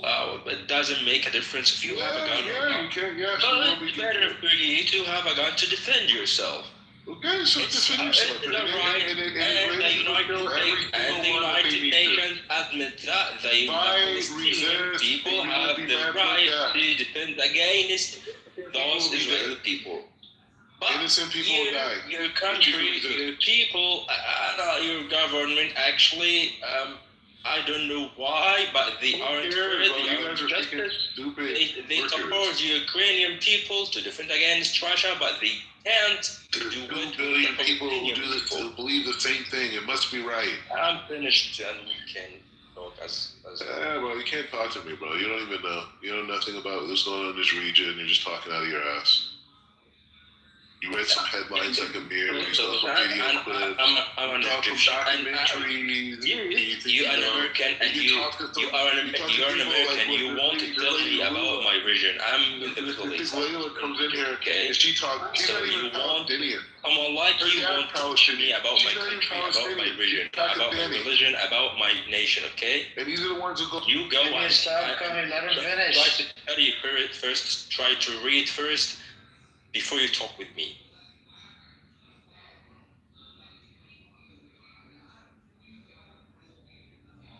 Terrorist group is identified that does not seek the agenda of one government. Feed into PR. What one country can determine what is a terrorist group, other countries cannot also determine that.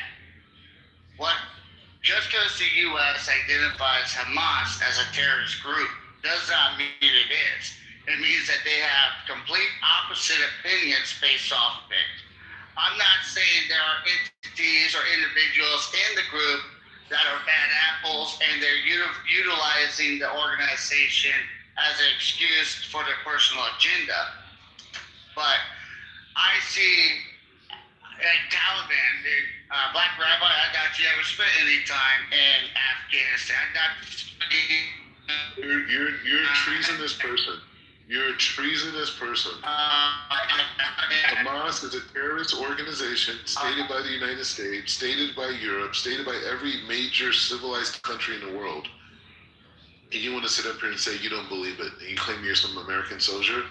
Freaking embarrassment, bro. You're a low IQ white person, period.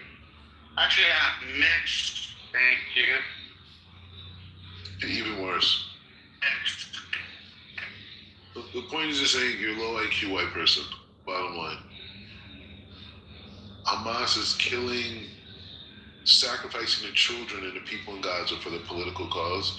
And you cowardly Muslims just sit around and just say, oh, they're resisting. So why don't they build tunnels for women and children then? You are Why not? mistaken. Why do they train 13 and 14-year-olds? Why do they train 13 and 14-year-olds to have guns? The IDF is in. Why do they train young kids? Why do they have child soldiers? The IDF actually and then the IDF is forced to kill them, and then they say the IDF killed children. Starvation in Gaza. They surround Gaza. They block the food. They block the Gaza water. will never exist again. Gaza will never exist again. It's over. It's over. It's no. You guys can talk about it all you want. It's over. It's never going to exist again.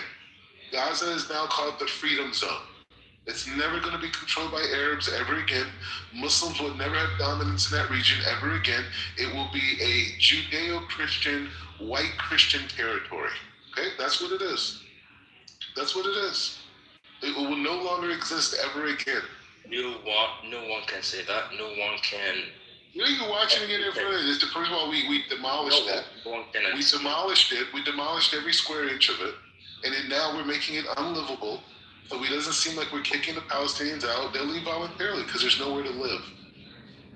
The tents, the floods, all the diseases. The IDF. And the IDF in return There's close to 100,000 people in Gaza right now. They have permanently lost hearing. They permanently lost hearing. Get the power to kill children and women? Yeah, and they will continue to kill. So they will continue to kill. They will continue to kill. They will continue to kill until Hamas disarms. When Hamas disarms, they will be able to live. Until then, everyone is going to die. Until Hamas disarms. We do not care. Okay? It's an ideological battle. Anyone who says they're Hamas is going to die. Oh, who is we? Who is we? United States and the state of Israel. No. Israel is on the outside. I'll be damned. I'll be damned for that shit happens. All of the bullets that are shot in the heads of Gazans are from United States. They were manufactured in the United States. No, that's not true. Yeah, that's that is true. true. That's not true. No. That is true. Yeah, it is true. Israel manufactures its own weapons. You didn't know that? No, it does not. No, yes. Go look into it. No. It's manufactured right in America. Right in America. Right. You know who touched on it? Mike Huckabee Biden touched on it in his interview with Tucker Carlson. He said that all the bullets that are made in Israel are manufactured in his home state. You haven't the right to in his home state. Because you aren't a human either. The missiles, the rockets, you don't care about hospitals, if the you don't care about all people, manufactured if you in don't care about America. children, if you don't care about No, we don't. No, we don't. The two Hamas disarmed. We don't care about nobody. We don't care about nobody. Hamas, they miscalculated. They miscalculated. They miscalculated. We don't care about nobody. And two Hamas Black disarmed. Rabbi, We don't care about I have nobody. a question for you, if you don't mind, right? I want to know what your affiliation is, because I'm not quite sure if you are It doesn't matter. on the It doesn't Israeli matter. It doesn't side matter or what my if you're on affiliation the is. American We're not side. talking about me. We're saying as long as Hamas is inside of Gaza, everybody who's around Hamas is also going to die. That's what we're saying. So until they disarm, people are going to die. Women, children, elderly people, handicapped people, everyone's going to die until Hamas disarms. It's that So simple. if I label you as Hamas, right? Like let's just say in a fantastic No, I didn't world, say you. I said if you're standing next to Hamas, I am the you don't have Jewish to be labeled. overlord, You and don't I have just to say, be hey, labeled. you're a fucking Hamas mate. So That's it. That's it. What's Until they gonna disarm, happen you'll die. I don't know, man. You're talking about a worldview that is just unilaterally That's unattractive what's to happening right anyone. now as we speak. I personally don't believe in no We fucking don't care chosen what you people. think. You do not. You're not in the military. You're not in government. You don't know that. You're not You an don't owner know of that. I a was in Fortune the US 500. military. Wait. You're not an owner of a Fortune 500 company. You are a worker. Okay, so you go to work, you pay your bills, you come to Clubhouse, you get your. Well, I'll say this, right? Because you were directing that towards me, right? Well, I'll say this. I'm not fighting for an ethno state that I know I won't be a part of, right? You're a black man. Great. You will always be who you It's are. not about me. Okay, you will It's not never about be me. invited into It's the about club. Hamas. It's about Right? Hamas I disarming. think it's just so ridiculous. You are That's fighting for fine. something That's fine. That's you will fine. never That's be fine. a part of. That's You're great. That's chasing great. after fool's That's gold. even better. I'm not a part of it. The point is, until Hamas disarms, everybody who's around Hamas soldiers is going to die. That's it. Facts are wrong. You may not like that. Hold on. You may not like that. You're You wrong. may not like what I'm saying. You're wrong. That's There the is reality no- of the situation. There is no air defense general. There is no naval commandant. There is no admiral that will never launch into a group of civilians. They will not. You don't even know what you're talking about with military advances. You don't know How many nothing. civilians died in Iraq? How many civilians died in Iraq? Israel wasn't there. How many civilians died in Iraq, idiot? Where we get our intel from, idiot? How many? Where we get our intel from? Where we get our intel from? Where we get our intel from? Where we get our intel from? Army. They are not an army. They are children martyrs. You describe them with an army, Mr. Stevie, and they are not an army. They are martyrs. They're going to die. They're going to die until they disarm. They are. Where do we get our intel? They're Where going do we to get our die intel? until Black they Rabbi, disarm. where do we get our intel? Black Rabbi, where do we get our intel? Where do we get our intel? Quiet. The point is that they're No, going to no, die no, until they you've been until Hamas talking disarms. They're bullshit. going to die. Blah, blah, blah. This is what I hear from you. Every time you talk, How we many want to do what you civilians do. died in Iraq? Blah, blah, How blah. many civilians died in Blah, Iraq? blah, blah. Blah, blah, blah. See how How many beneficial this civilians is? died? Blah, How blah, many blah. civilians Tell me. died in Japan? How many survived in Hiroshima? How many civilians? How many? You're the ultimate troll. You are How truly many? No, I the think ultimate it's troll. ridiculous. I think it's How many- ridiculous. how many Are we civilians big died? bad Wait, America, or are wait. we? No, I love or are we? What self-righteous are white we? people. Right? I love self-righteous white people. How You're many making civilians a died claim. in Japan? You're making a claim How that many the civilians U.S. died is in going America? to personally How many civilians identify died in threats. America to establish the 52 states? How many civilians died in America? How many American Indians died? How many Spanish Americans died? How many Black Americans died? What's the How point? many? So what are we talking about here? What are we talking about I here? think the point is he has no point, right? That he's just a complete fucking idiot, right? Because he's not making sense. He's not making any fucking. Until Hamas disarms, everybody who's close to Hamas is going to die. Hamas. You're You're just talking out of your fucking ass, right? No, that's reality. That's reality. That's U.S. state. That's United States policy. Anyone who's around Hamas is fair game. You have no concept of rural engagement. You have no concept on anything. I don't care what you think. You just talked about civilians. So Actually, how many civilians died in Iraq? Quick question. You said How many Hamas will die. civilians died in Iraq? Let me tell you something. You said Hamas will die, right? Whoever's next to Hamas. Let's say Hamas is finished. Some other outfit will come up because if you oppress people, And then they'll die too. Okay, that's fine. Till the tide turns. That's how centuries have gone throughout history. Yeah, exactly. Everyone has their If you time, want to right? if you want to keep resisting, you're gonna die. That's just your choice. Yeah, that doesn't sound like a religion of peace to me, guys. I don't know about you. It's not a religion of peace. This is a reality. If you want to resist, you're gonna die. If you don't want to resist, I'll say this, man. I'm gonna fucking resist, right? And I like me more than I like you. So I'll do that. And besides that, it's an inhumane order. No general, no soldier on the U.S. side. That's an inhumane order. None. How many civilians died in Iraq? How many? Oh my God! How many people has Israel killed? Right? A million How many people buildings died have in Mossad Iraq. blown up? Wait. We could do this all fucking day. People. How many children out of that were in that million? A million people. We're not talking about 70,000. A million people died in Iraq. A million. Okay. How many people died in Hiroshima? We dropped a nuke on them. Your point, please. God help me. What is your point?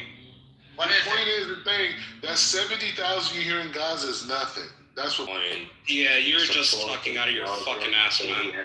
No, I just said it. That's what I just said. And the bottom line is, until Hamas disarmed, people will continue to die. That's it. You are supporting murderers, though. We don't care about your morality. We don't care about your morality. And that's him giving the game away, guys. Like, listen, there's rules for thee and rules for me, right? That's why I'm not with these fucking Israelis and shit, bro. We don't want you. It's fine. We don't want you either. Nowhere wants you. Nowhere wants you. You are a worker ant. You are a worker ant. You don't matter. Be a good boy and go jerk off in the fucking corner to BB men. You're a worker ant in your society. You have no input. We don't need you. We need the people who have the people who have small hats and dumb haircuts. I don't want to hear anything. Yeah, that's cool. But you're beating the society. We don't need you. You're an ass. You're a pissant. Yeah, stop speaking. We're gonna blow everything up until Hamas is gone. Until Hamas is gone, we're gonna continue to blow up everything. Hospitals, libraries, apartments, everything. All right, man. If that's the case, man, don't be too chicken shit to run away from the bullets when they come flying at you. Yeah, good. Yeah, we're good. We're not worried about the bullets. We're not worried about it. Yeah, because suddenly Jewish people are just immortal superhumans, right? You're on an elevated plane, right? Is that what it is? The Goy level. I understand. We're conquering evil, and there's nothing you can do about it but sit there and watch. But you guys aren't conquering shit. You guys aren't conquering shit. The soldiers have been killed in Gaza. They failed to attack Hamas. They failed to beat Hamas. So they started to kill the civilian people. They started to kill children and women. They started to attack the hospitals and schools because they are losers. You have guns and you have aircraft, but you are losers. Good, and we're gonna keep using them. Who's the we? Who's the we though? You're not in the club. We're going to continue to use them. We're going to continue to bomb. We're going to continue to remove our enemies from this world. And you can't do anything about it but sit there and watch and complain. That's it. The Jews are back in the Holy Land, and we're going to rebuild the Holy Land, and we're going to bring it back to its greatness. Anybody who resists our power will be removed. There's nothing we can do about it. Okay, Lex Luthor, just take a fucking chill pill. This dude legitimately said anyone who resists us will be destroyed. This is happening today. Dude, I'm like, listen, man, you've won the battle, but you've definitely lost the fucking war. You don't understand, right? There are more people in fucking New Jersey than in Israel. What are you talking about? Whatever makes you feel better, we're conquering. Conquering. You're a bunch of conquerors now, right? Yeah. You're a bunch of conquerors now. Yeah. Right? We're kicking the Muslims' ass. Oh, you're kicking the Muslims' ass. All right, we'll see. Yeah. Let's revisit this topic in 50 fucking weeks. How about that? You're sitting there and you're accepting it, and you guys are sitting in the diaspora, reading your little headlines, reading your documentaries, forming your opinions. We control all your publications. We control your thought. We control your interest rates on your currency. Everything that you do is already controlled. And you want to complain, you want to speak out, you're only speaking out because we want you to. If we didn't want you to know anything about what's happening. Make me shut up. Make me shut up. No, we need to remove me. We need do you something. to do what you're doing. You can't do something. You can't do something. You guys are a bunch of weak-willed cowards. It's an algorithm. Cowards, right? Yeah, great. We're conquering. To me, it just looks like you guys just love a religion. We're conquering. We're conquering. That's what you do. We're conquering, and the Arab leaders are following along with the leadership. All right, man. But as soon as they fall, don't worry, man. Someone's gonna come for your neck too. That's how it always goes. That's how it always goes. It'll be called Judea and Samaria very soon. It won't be called the West Bank.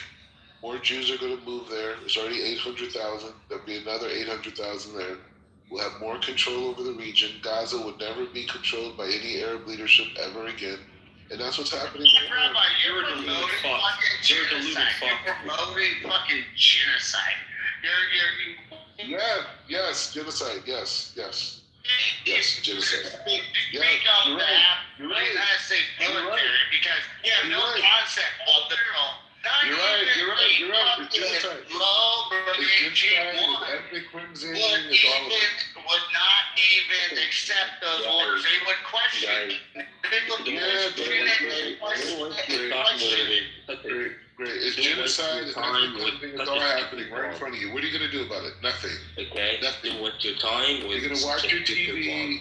You're going to go to sleep. You're going to wake up. You're going to drink your little coffee. You're going to go to work. And then when you have a little free time, you'll see a few headlines on your Google, a search. And you see, oh, wow, this is happening here. And, you make your little opinion. I really think you are a deluded fuck. Because if you think that's how the world works, right? If you think that's how the world works, you're an idiot. Right? I promise you get sick of stuff, right? Sometimes you don't like the same drink every day. You don't like the same meal every day. Why the fuck are people going to sit around, watch this horror and not actually do something about it? Just think about it on the social level. Think about it on the social level. You are now the enemy of everyone. No one cares about Palestinians. No one cares about I care. No, you don't. I care. Just because you're a heartless fuck, you're a heartless motherfucker. Listen, you love murder and death so much. How about you go join the IDF? Let's see if they'll take your black guy. Too much of a fat There's a lot of black No, because he's not serious. He's not serious because I've been in there. I've been in the military, bro. Black people in the You haven't done shit. This is IDF. bluster. You're a facade. We're shooting Palestinians. This is how you feel better about yourself because you're a pussy. Black people are shooting people in the IDF. It's happening. Right. This motherfucker has no concept of how the U.S. military would work. None. And he's over there making these allegations on that. No fucking. He just wants to use them, bro. He's a fucking fat fuck. Yeah, great. It doesn't matter. We're doing what we're doing. You have to sit your bitch ass up. No, you know what, bro? You know what, bro? I'll say this, right? Sit happy on your high horse because I'll be happy to fucking drag you down. Right? Because if I saw you on the street and you wouldn't say this shit in real life. You would never say this shit in real life. You're Amalek. Okay, you use your dumb convoluted language like that means something to me. Right? You're a hateful, spiteful person. But the thing is, you don't even want to stand on your hatred. You don't want to actually go do something about it. Amir, this is going on wild. Can we get a reset, please? Please. Speak some life into us, Reverend. God damn, I need a sermon right now. I'm allowing other people to cook the shit out of Black Rabbi because he needs to be cooked every day. Black Rabbi is gonna eat a hypersonic plane. Yeah, he gets off this. Amir, he's only saying all of these things because the United States is backing Israel, right? I wonder what people, things like Black Rabbi would say, how would they be, would they feel so tough if the United States was not? They wouldn't. Coulda, woulda, shoulda. What if this? What if that? What if this? What if it was like this? What if it was like this? Is the reality that God is creating this reality today, and we're getting ready to bomb. You can't stand on your own.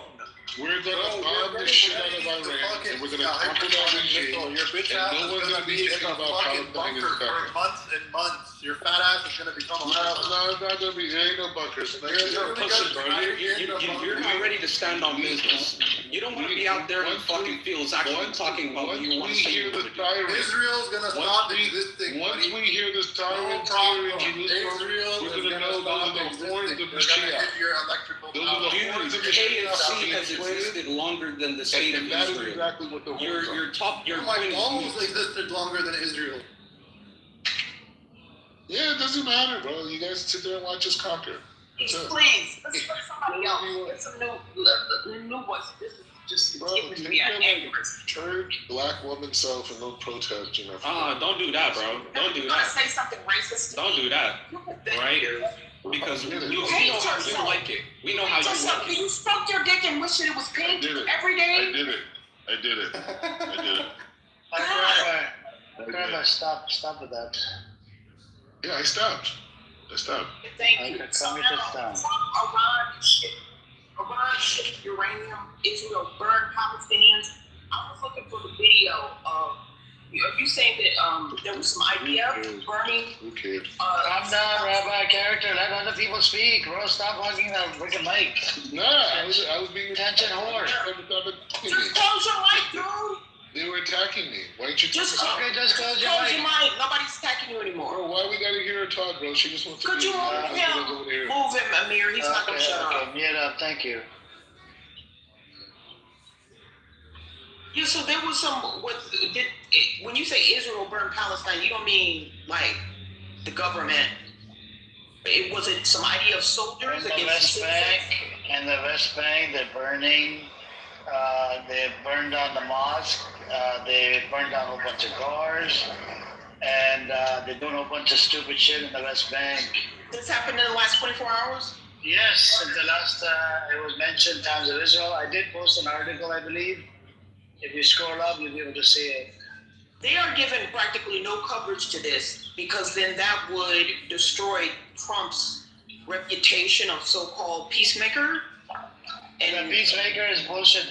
The Gaza border peace is some bullshit plan because they're supposed to allow ISF and technocratic government. They didn't even allow the technocratic government into Gaza. It's all being stopped because Netanyahu wants to disarm Hamas, and which is impossible. Won't be able to disarm Hamas. Why you say it's impossible? Because if they give up all the arms, which entails bending over and getting effed and raped in the ass, that's what's happening to the Palestinians in the past over 50 years. That's what the Zionist entity is known for. So that's why Israel is continuing with the bombing because they're saying Palestine has broken the agreement by not turning over all their arms. No, Trump did agree that they're not going to give up all the arms. They're going to give up like the big ones. They'll keep the small one. But at the same time, Israel violated ceasefire by taking over more property. They were at 51%, right, the yellow line. And what they did is they went past the yellow line. They attacked Hamas on the other side for no reason. Attacked them and went up to 59%. They moved the yellow line to 59. Now, Hamas controls only about 39 or 40% of the land. You see what I'm saying? So 60% is controlled by the disgusting Zionist criminal entity called Israel. And the ISF, the International Stabilization Forces, they're like, we can't, we're not going to send any soldiers out because if we do, we're going to be risking our soldiers' lives because there will be a fight, between Hamas and IDF, and we might get killed. Our people would get killed.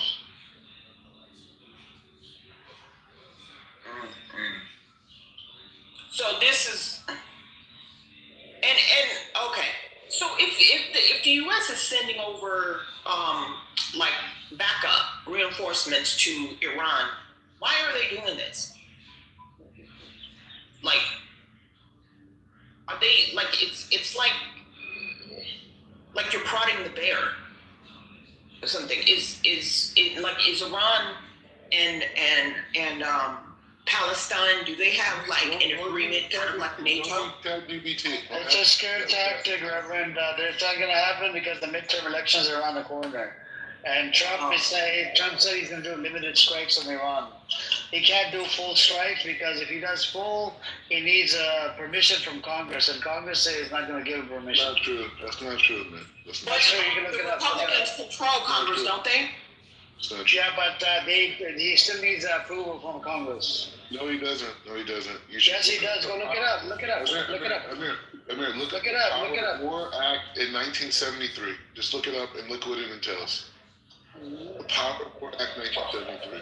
The president has the ability to make preemptive strikes without the permission of Congress as long as the military intervention is less than 60 days, 90 days total, giving an extra 30 days for the pullout. So that's the. Okay, preemptive attack, it's doable without any threats. There's no threats coming from Iran. Well, the president. You're talking about, hold on, you're talking about in case of emergency. No, it's not. That's what he's been using the whole time. How do you think he did the bombing on the 12-Day War? Why do you think they did that? They used the Power of War Act. How do you think they've been doing military strikes all over the place in different places? It's a Power of War Act. The president has the ability to do preemptive attacks. Look it up, bro. Learn about how the American mechanism works. Not just read headlines and stupid publication propaganda.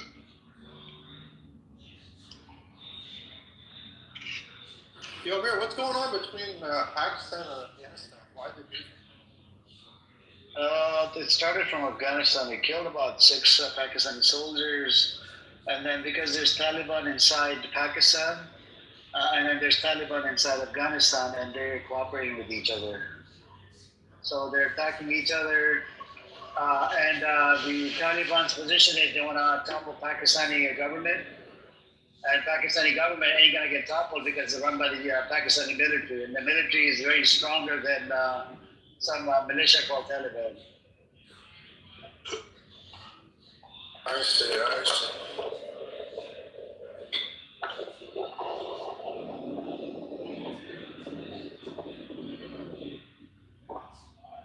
Amir, we're gonna bomb the crap out of Iraq. Amir, does Iran have reported nuclear? Amir's not a girl. Use ChatGPT. Please mute him. By the way, Black Rabbi, I looked it up. The War of Act. It says, but only within strict legal limits. The U.S. president can launch limited. That's what he did. Limited. I told you this. It's not. He does not. He can't. He literally. This is the act. Describe limited. Okay. Limited means limited military strikes against Iran. Hold on. I asked the perplexity that I use. It says yes, but only within strict legal limits. The U.S. president can. Hold on. Okay, let me just finish. The U.S. president can launch limited military strikes against Iran without prior congressional authorization, but a major or sustained war of aggression would almost certainly require Congress approval under the Constitution and the War Powers Resolution. You see? That's the 90 days. I just no. It doesn't say 90 days. Yeah. I told you limited strikes because he can do limited strikes. This is what he's doing right now. This is the act that. Bro. The act you gave me, is using that limited. Yeah. He can only do limited strikes with that act. Yeah, with the limit, the definition of limit in this context is time frame. That's all. It's not time frame. You can't do an extended war. He cannot do an extended war without congressional approval. That's what the whole point is. Yeah. Limited. He could drop an atomic bomb if he wants to. It just has to do it in a certain time frame. That's the no. It's gotta be limited under legal limits. Okay. Well, can you tell us what are the legal limits, Black Rabbi? Yeah, it's a 60-day military intervention. We can have boots on the ground or airstrikes, whatever, but it has to be completely done within 90 days. I mean, you have 60 days for military intervention. You have an additional 30 days after that 60 days to retreat all the troops and pull them out. There can't be anything. The only problem that Congress, the other side has with what Trump is doing, they said that Trump's utilizing this bill in the wrong way or this act in the wrong way because some of the military interventions that he's doing is going to last longer than 30 days because of the pullout and additional, we need to have a supporting sources, whether they're in the ocean or at a air base or whatever, because we have to watch it later on, which he's defining not as military intervention, but rather protection of alliances, and he's putting it in a different category. So there's a pushback on at this point the Democratic side on this issue that Trump is doing, but it's a 90-day legal legislation, 60 days for intervention, 30 days for pullout, and that maximum. But he could do whatever he wants in that time frame, whatever. No, he can't. He can't. It's limited. Okay, so what is Okay. Article 2 makes the president commander-in-chief, which courts and past practice have interpreted as allowing limited uses of force, self-defense, short-term strikes without a formal declaration of war. Exactly. All right. So that's a limited uses of force, not unlimited. So how's it defined, Amir? How's it defined? I just told you limited. Okay, I understand the word. It's on my wall. I just wrote it down. Limited meaning attacking nuclear facilities, military bases. That's about it. That's limited. Okay. Okay. And this is Article 2. You should go look into it. Thank you for bringing up. This whole bill actually went against what I said. I told you. Went against what you said. Not against what I said. Amir, I showed you the legal mechanism that the United States administration. I told you. I didn't even have to look at the legal mechanism. I told you that he can only do limited strikes, and we have midterm elections right around the corner. Yeah, we're not worried about it. No, we are worried about. What are you for real? Are you retarded? No, we're not worried about it. I made the claim that if he wants to go to war, he's going to need approval with the Congress, a full-blown war. But this is why he's doing limited to get it. Hold on. No. If Iran retaliates in a manner, then he will have to do that, and he still needs congressional approval. Go look into it, man. You're an idiot. You're right, but they're not. Yes. No. If they do. The Iran thing is going to be over in 2 hours. Do you understand what if they do? 2 hours. It won't. What if they do? What if they do? There's no what if. No. This time, okay. This time, Hezbollah, Hezbollah, Yemeni Houthis, Hamas, what else? Maybe other countries. Hold on. Hezbollah. Hezbollah has nothing. Okay. Do you understand? Anytime they take a shit, they get bombed. Okay. Retarded rabbi. R for retarded, R for rabbi. Retarded rabbi. Do you understand? If you were to kill Khomeini, the guy that's the leader of Iran, do you know what that would do? Literally, Hezbollah follows. I believe Hezbollah follows his school of Jewish prudence. Okay. Now, if they follow their leaders. So you're killing a leader of his own religion. Yeah. You see what I'm saying?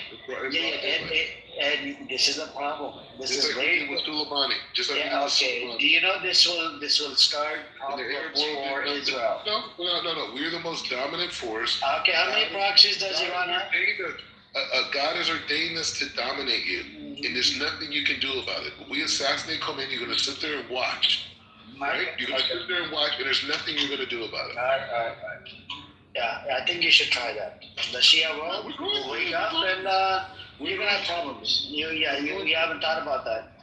Amir, once we hear in Israel, once we hear the sirens, we're going to know that the cry of Mashiach. Okay,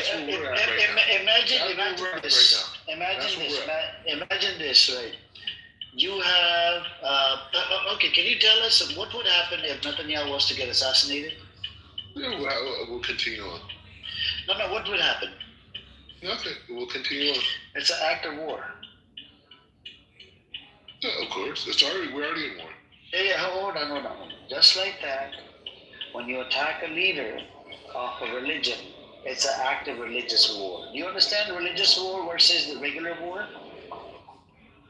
I think you're mentally retarded. It's above your pay grade. That's the problem. It's a fantasy. It's above your pay grade. It's above your pay grade. You won't be able to understand this. Gave up. The Muslims have surrendered. They surrendered to a higher ideology, a higher way of thinking, and they want our guidance to lead them into a new frontier. That's what What's it up with is. you, Tiger? How you doing there?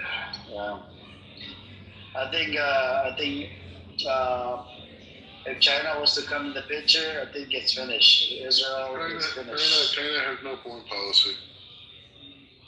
Yeah, They have no foreign policy. They're not sophisticated enough to deal with the United States. We're smarter than everyone by far.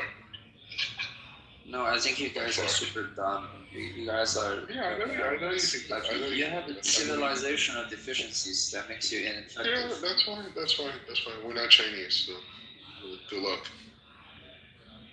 We don't need good luck. We're already winning. Yeah, you guys eat dogs. We're not worried about you. Like Rabbi, I heard you guys been eating pork. Is that true on that land? Remember, you see my PPR? It's non-kosher. You know what it is, right? Yeah, Christians eat it. No. It's non-kosher. You know this, right? I'm saying Christian. Secular Jews are eating it. No, maybe I don't know. Yeah. I never heard about it. Yeah, secular Jews are eating it. Yeah, but why are you worried about it? Worry about the bombs that are going to be coming down tonight.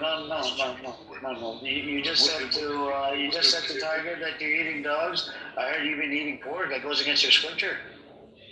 Yeah, it does. But dog for them is natural.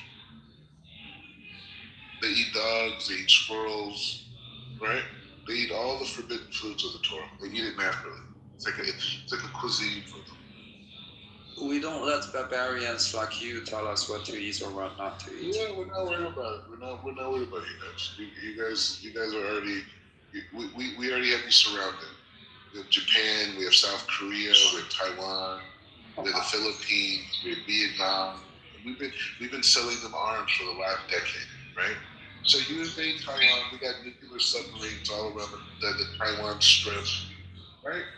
China, you guys aren't sophisticated. So Amir, if what's going to happen if the deadline comes and passes and Trump doesn't follow through on his strike?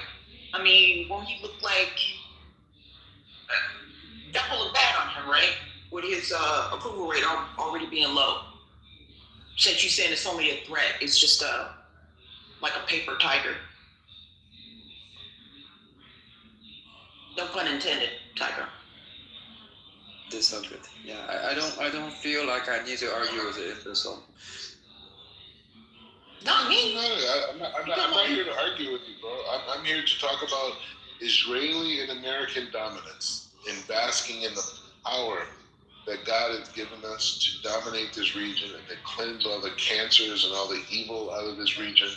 And I'm just here celebrating it, and it's just unfortunate. Rabbi, are you in a position? Are you in a leadership position over there in Israel? Are you like don't ask personal questions. Head of a military unit? I mean, because you're sounding like you talking like you really have some power over there. It doesn't matter. It doesn't. I'm a Jew. You're a Jew. That's all you need to know. That's it. Okay. And the point is, this is Western dominance. We control this region. We're the reason. But that's not the West, though. That part of the world is not the West. It is now. We're making it the West. Oh, really? So then all of the Muslims and Arabs there are Western now too? No. I mean, they're under our dominion, our riches. And when you say our, you mean Jews all over the world? Not just Jews and America. We're a symbiotic pair. You know, not all Jews believe in Zionism. We don't care about what all Jews believe. We're talking about what's happening now. You see my PTR? There's F-22 jets, all at Israeli airports, No, the U.S. it's just jail board a couple is of minutes. is in the port of Haifa. We have co-opted air defense programs with right now Israel operating as I speak to you. We're ready. We're going to conquer the evil, and it's God's will. And you're witnessing it. You may not accept it, but this is God's will, and it's happening. Yeah, so was the Holocaust. Yeah, but Amir said that it's just a veiled threat. It's not really going to happen. Well, listen to Amir then. Listen to him. You should too. No, I shouldn't. I'm the smartest one in the room. And I'm just saying the point is just saying we're dominating this region. We're reshaping it. The Arab countries are on board. The Gulf states are on board. They know who the master is. And if the Arab countries are on board, I don't think that's quite true. Yeah, well, we're not really so much worried what you think. Maybe you vote in your local election. Maybe you click on a box on social media. Arab countries are not on board. Of course. Yeah, I didn't think so. No, they're not. How much money is this limited airstrikes, because he can't do full-blown war. If he does it, it's gonna put him in. You can't do full-blown war without congressional approval. We have midterm elections around the corner, and he's scared that because Iran has given threats multiple times, that if you were to attack us in any shape or form, the first thing we're going to do is attack Israel. Let me ask you though, what about after? What if he's waiting for the midterm elections to be over with? And then after it depends. It depends. Again, he's going to need congressional approval for full-blown war. He can only do limited. He can only. Go read up on the. I gave you article 2. We don't need a full-blown war. Go read the article 2. Go read the article 2. But we don't need a full-blown war. What needs to happen? What needs to happen during the elections in order to prevent that? In order to prevent Trump taking it to a full-scale war? I think that everybody would have to be on board, or people that love him, or look at him as a prophet. In terms of the leadership that's in Congress now and going to needs to be voted out. That's what I'm saying. They all need to be from his same party, his disgusting party. Which one? They all need to. Whichever party he's from, they're both disgusting. Right. That's what I'm saying. So will it really make a difference? Will the election? That's what I'm saying. So, Reverend, Democrats, look, I kind of feel like if we had Kamala, right, as the leader, I don't think we would be having problems with the Constitution right now, because there's a lot of these problems we're having relate to ICE and having problems in America and having problems in Gaza. I think I don't know. It would have been a little bit different, or much different, because Democrats are, they work a little bit. They operate differently, but they're still racist. They're racist under the table. Republicans are racist over the table, right in your face. To Israel, right, and Netanyahu, right? Aren't they still, basically being they're puppets still of Israel and Netanyahu, the Democrats? Yeah, Democrats are puppet, but at the same time, there are certain things that they have to abide by. And Kamala, she worked as a judge, so I think she would be the lady to respect the laws. But when it comes down to the foreign affairs, they don't really care. I wish she cared, but she's a Zionist scumbag just like Trump is. But she's a little bit different, so I don't know, man.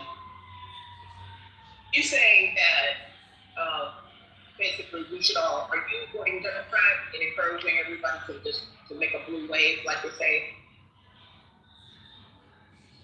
and get a Democratic majority in Congress?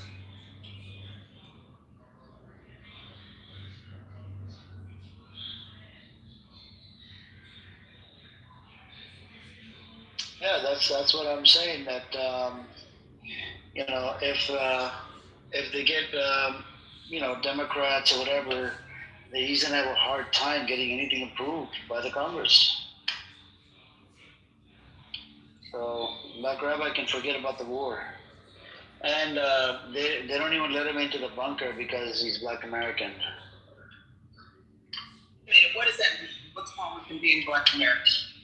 Because they don't allow, there was some videos that went viral. I don't know if you've seen it during the 12-day war.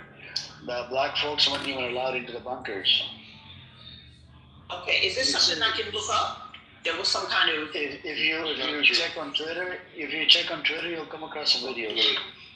A video that said, okay, so I have to put in, stop talking, dude! Can you hear him? Could you mute him? Yeah, calm down, Rabbi. Why do you need to be attention whore, man? Calm down. Black chick over here talking, like trying to. Don't worry about it. Calm down, calm down. Dude, you are older than me. You dummy. You are fat. You are old and ugly. Who in the fuck are you talking to? Whoa, that's bad. You put your picture up here. You can't put your picture up here and then try to dump on somebody. I have tons of pictures. Shut the fuck up. Go ahead, Amir. Get a husband. Go ahead. Maybe he'll No, listen. you got a husband. You're the one with the husband. No, I don't have a husband. Go ahead, Amir. I'm not going. I don't know why you got him up here. Truly, I don't. You're desperate for attention. Yeah, man. And you're desperate for some dick in your mouth. Yeah, I'm sure you can. Go ahead. I don't think we need to give this retard too much attention, honestly, because when he's here, there's no discourse, you know. But Amir, he allows it, so he must want That some reason. simple-minded conversation.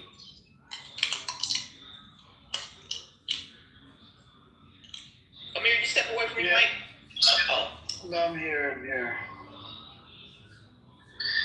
Yeah, so, it depends if the party, I think if it's going to be majority Democrats, he's still going to have a hard time getting any type of approval from the Congress. And if that happens, it means he's just going to be able to do limited airstrikes. And I don't even know, I think a lot of people are probably even against the airstrikes because everybody wants and it's only Israel that wants, can you imagine Netanyahu coming to the White House more than 5 times, right? Visiting the White House more than 5 times. Yet the American civilians, people in America, they're American citizens, they can't even meet up with Trump at least even once.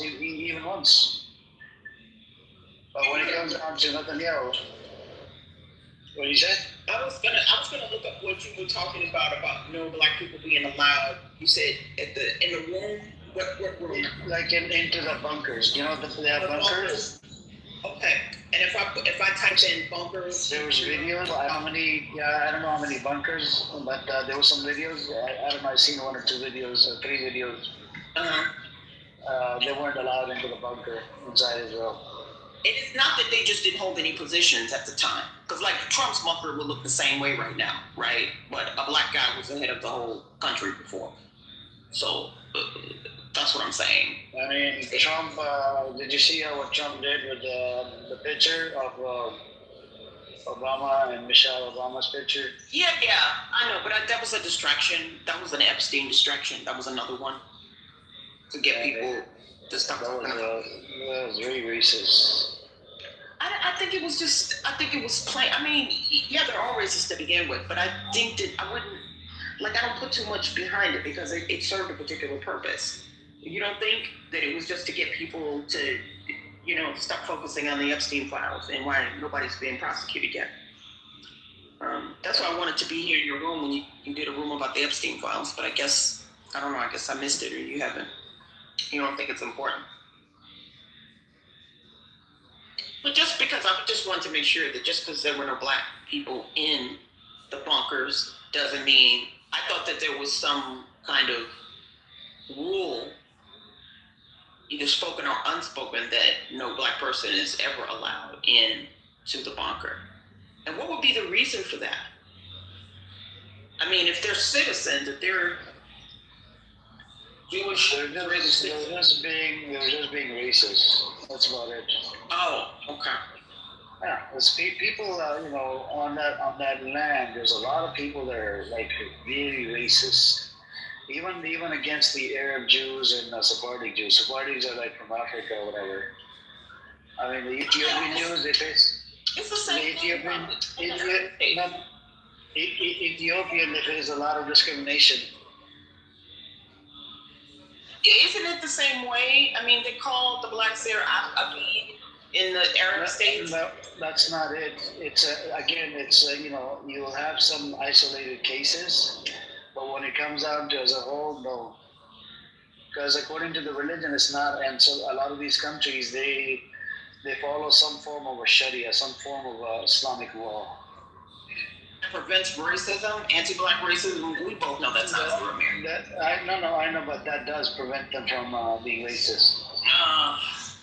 Well, how come they stop reading it when they come to the U.S.? They stop doing what? They stop reading it. It's like it don't seem to apply when they come to the U.S. About them not being able to be racist. Because, I think that's a little less credible. It makes you sound a little less credible if you try to exclude them from anti-black racism. I think it's unrealistic. I didn't get your point about why did they forget when they come to America. I didn't get that. Yeah, because it doesn't seem like they follow that edict when they're here in America. Like you can't practice. They do follow it. Then there wouldn't be any racism from Arabs here in America. And we know that's not true. Literally, I go to the mosque, we pray right next to you. It don't matter. It don't matter what color your skin color is. I don't know. There's still instances of racism. There's racism in other parts as well. It's not just the Arab community. Well, yeah, of course, yeah, but you can't just look at, point the finger. What about him? You know what I mean? What about?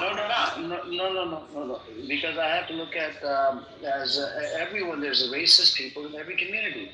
But if this particular religion is supposed to have a law.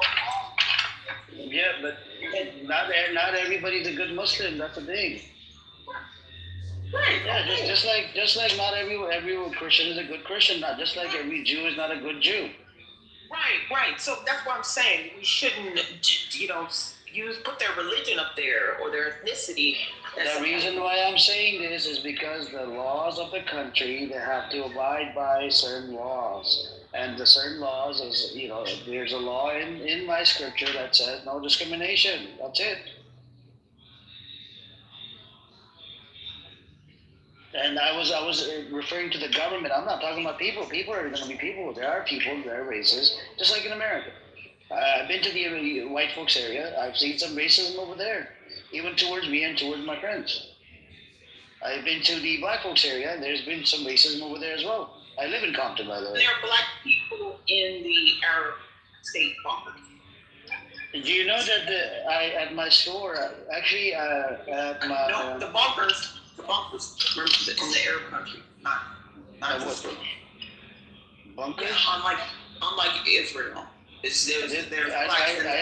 haven't seen a single bunker when I lived in Saudi Arabia. I don't know which bunker you're talking about. I'm just trying to find out the contrast. Yeah, but Israel is always under attack. That's why they passed a ruling. I think back in I don't know what year was it. They passed a ruling. I think in 1994 or something, or I don't know, 70s, that you have to have good-sized bunkers to protect you from any threats, because this state called Israel, since it was stolen from Palestinians, it's always been under attack. This is the problem, and since it's always under attack, what do you expect?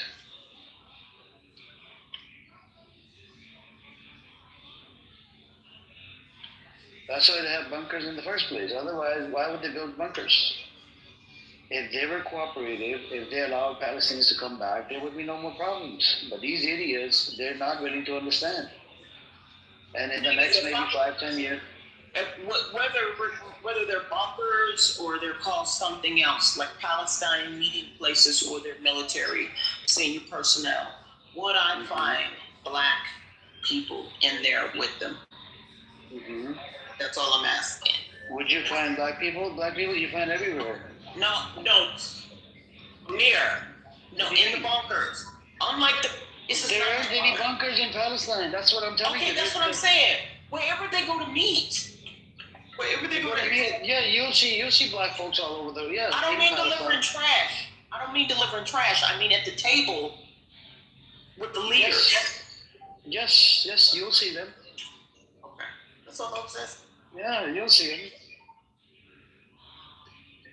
Then they're not pouring water. The waiters. Why would they be pouring water? Because that's what waiters do. No, they don't. Okay. I don't know which restaurant you've been going to.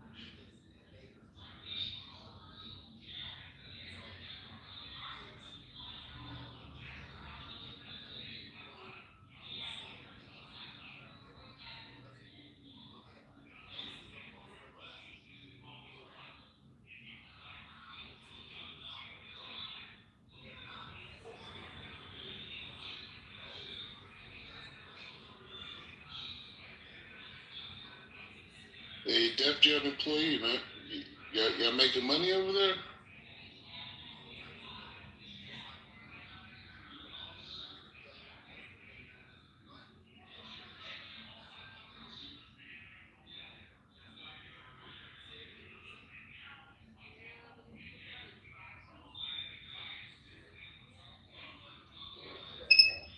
Anyways, I'm back. Hey, what's up? Anybody else want to come up? That's the deal with the whole thing. What's up with you, Bozzy? Assalamu alaikum.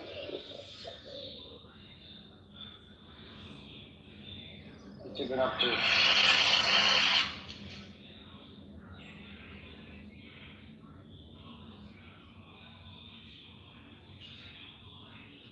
My bad, I mean, just, I'll be back. I have to dip off real quick.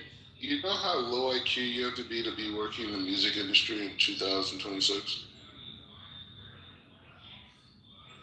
Like, you gotta be like... You know how corny you have to be to have an online Zoom school in Jerusalem where the government pays for your rent and you have a roommate? I don't have a roommate. He's a retard. I don't have a roommate, bro. And my school is more about being certified in America, not Israel. Sorry. Yep, says you, bro. Says you. The certified liar. You've been working in this industry, bro. That's stuff I did when I was a kid. Certified liar. Fat Albert is here. Hey, it's Fat Albert. When you're a kid, you work in the music industry, you hang out artists, you go to... You were passing out flyers. I'm not passing out flyers. Wait, I saw Mike Chester the other day. I thought you were in Israel. How did you see Mike Chester? You were in Israel. How did you see Mike Chester? You're in Israel. No, I saw him. He's on my Facebook. Facebook? You still use Facebook? Yeah, why not? Anyway, I saw him with pictures with Scooter Braun, and I was like, bro, that's so mediocre, bro. Ooh, I'm hanging out with Scooter Braun, Justin Bieber's ex-manager. Oh, wow, I'm 40 years old. Wow, cool. It's a joke, bro. Oh, that's great. Thanks. Nobody asked for your opinion. Yeah, it's cool. You guys are, do you? Okay. Here's the. But then Amir, he brags every time about how he's done stuff for the music industry and how he has connections. But once it, and then he tried to doubt what I do, and then once it got confirmed, he downplays it. Yo, you're such a typical imbecile. Bro, it doesn't matter, bro. You're a cornball, bro. Why are you so corny? Why are you so corny? I don't care. Even if I'm a janitor, it doesn't matter. Why are you so corny? It doesn't matter. Who cares? Why are you so corny? Why are you so corny? Why? I'm not. I'm relevant. You're very corny and fat. Fat and corny. That's the bad combination. I'm No, relevant. you're fat. You're not relevant. You have no views online. What relevancy do you have? You have an online Zoom school. What relevancy do you have? I don't have a Online Zoom school. That's so corny. I don't have a school. You don't have a school. It's something that you put on Zoom. I do. It's been written about it. I do. Yeah, really proud. Yeah, that's how you know about it. And I'm bringing it to America, and I'll expand it. So I have family connections. Anyways, I think, Rabbi, you should not, demean other people or their, workplace or whatever. I don't think. You are running an unlicensed yeshiva. Unlicensed yeshiva meaning unlicensed. Who cares? And why do you give a fuck? What I eat don't make you shit, bro. Why do you care? No, I'm just dissing at his work. It's corny. You're corny, bro. You're corny. Yeah, well, I never even heard of you, bro. Come on. Yo, you're fat. And you're not even an employee. You're just an employee. Okay. Not an employer. Okay. Not hearing me shows how out of touch you are. The real thing is, we know about it. You're out of touch, bro. You're out of touch. You're fat. You're old. And you look like Fat Albert. You look like Fat Albert, bro. You're irrelevant. The high IQ people. Okay, high IQ people. All right, whatever, bro. Doesn't matter. Who cares? So what? So what? Who cares? Who cares? Who cares?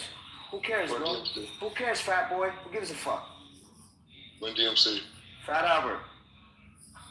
Yeah, I'm so fat. Fat Albert. No. I'll be saying, hey, and they be saying like, hey, back. So, I mean, you see my PTR? No, it's okay. I don't want to care.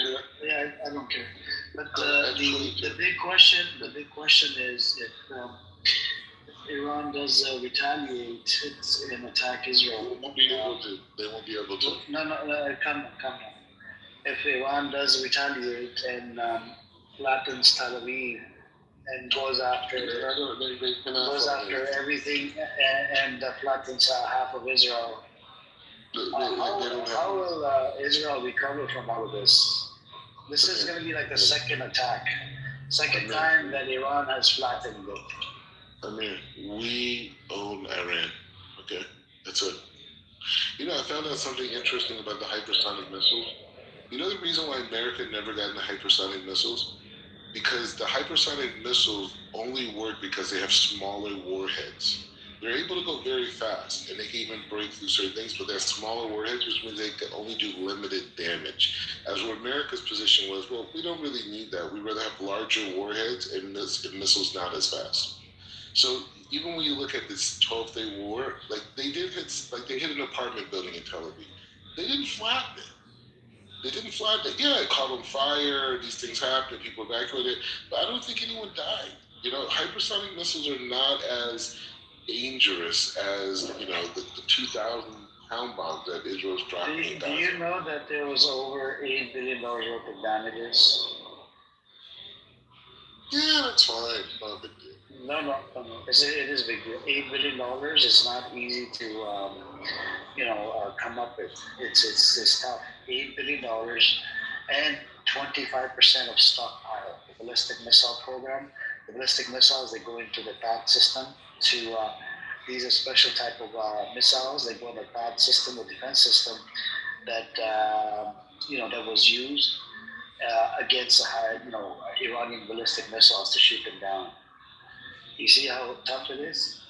It costed a lot of money. It costed the U.S. government about $4 billion. The American taxpayer, tax dollars that went to replace these missiles. That's a lot of money, $4 billion. And this time, if the attack happens, America and Israel are going to lose another $5 to $10 million, or maybe this time it might be more because you have Yemeni Houthis. They might do the attack on the ship, and the ships, it cost America a lot of money. You know that carrier ship? Yeah, you know the carrier ship? No, hold on. The carrier ship that holds all these planes on there, right? Yeah. One hypersonic missile will do the trick. It will sink the ship. No, it won't. One hypersonic, that's it. It needs one. It won't get close. It won't get close. It won't get close. That's the thing. The defense system don't work against it. And these people, hold on, Iran and Yemen, and even what's his name, Hezbollah. Do you know that there was a drone that came all the way over to Netanyahu's house? Do you remember that drone? That one particular drone? Do you remember? That's not hang on. So they found out a way to send out a whole bunch of drones, those cheapy drones, right? They made like $50 or $40, right? They found out a way to send out like hundreds of drones, and at the same time they'll shoot out the ballistic missile to flatten, Israel. They've realized this a long time ago, and that this is a very smart move on Hezbollah side and the Iranian side and the Yemeni Houthi side. This is why the rockets, they end up landing inside Israel, because the defense system gets overwhelmed by all these drones and whatnot, and they can't defend it. They're like, sorry, we can't do anything. So you should look into this, equipment that you have, right? This equipment, I would say it's like 50% effective or 70%, but there is 30 to 40% chance it's ineffective. I'm making it easy for you. Iran is not going to be able to get off any. The only thought is that they'll be able to get one round of shoot off. That's the only thing that they're going to. There's not going to be a back and forth, anything like that. We're going to remove their entire military capabilities within 2 hours. So they may be able to get in certain installations, they'll be able to take their launchers out and get a shot off. But that's it. Okay? So there's no back and forth. So all the stuff you're talking about, the 12-day war, that was all the United States watching how they respond for exactly what's about to happen right now. They just set them up. Okay? They didn't do anything.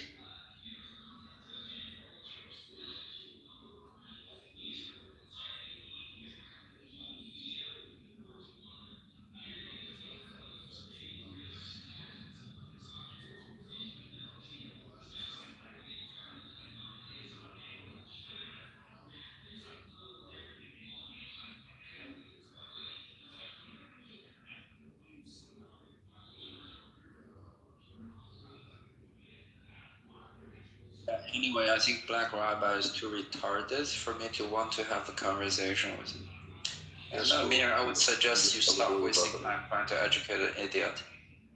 Yeah, sure, bro. So Tiger, I used him as a punching bag, right? We don't know who's listening in the audience. Maybe somebody will maybe learn about this new fact. When I go back and forth with this idiot, even though this idiot is a retard, and we all know, I told him in his face that he's a punching bag, but this shameless fool still comes into the space. I think you're a punching bag too. You're a shameless fool. Have no shame.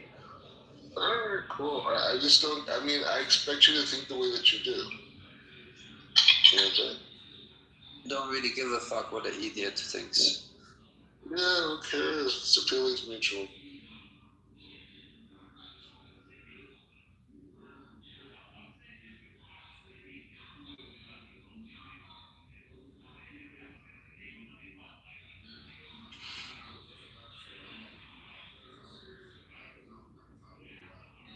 Things that Mary I've written like a lot of books.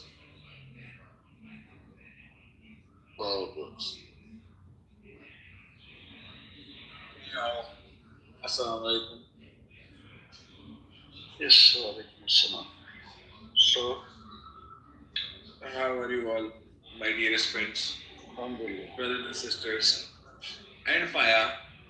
I'm Black. Yeah, don't put me in a category with you guys. Why, you're so muted than that? I'm your enemy. You're not our enemy. If you're an enemy, I would be humiliated if I would consider you my enemy. No, I'm your enemy. You're just a deluded friend, my friend. Yeah, that's cool, but I mean, there is no such thing as an enemy. That's what you want us to believe. That is a match between enemies. People like you, guy, friend of yours. That is your perspective, my friend. That everybody views everybody as enemies. Fix your accent. Fix your accent. I'm not. Why would I fix my accent, my friend? What has my conversation or my points got to do with my accent? Horrible. Fix it. It's horrible. I'm sorry, brother. It's the best I can do. I know, but it's annoying.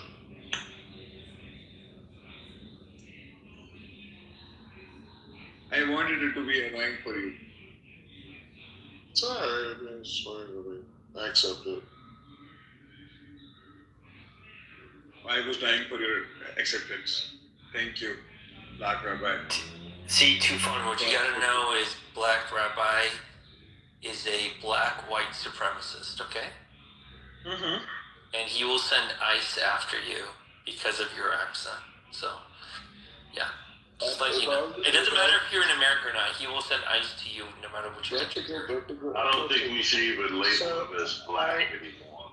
I do want to, I do want to focus.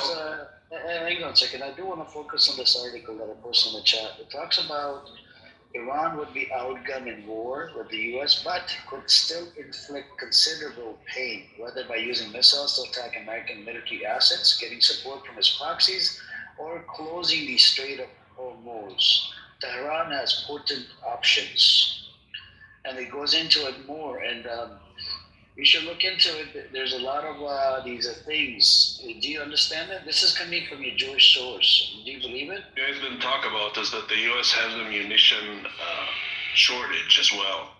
Even Tucker Carlson talked about it. Like Rabbi, do you believe this thing? I posted a link in the chat. It's from Times of Israel. You need to take it at face value, okay? Do you believe it? That yes, it can inflict a lot of pain, considerable pain. That makes you happy, huh? It doesn't make me happy because American tax dollars are going to be used, American lives will be lost, right? And you don't care. You're a traitor. You're a traitor to Americans, okay? Yeah. We're going to bomb the shit out of Iran. That's what matters. Yeah, you're just a traitor. You say that, it makes you probably feel good, but it's not true.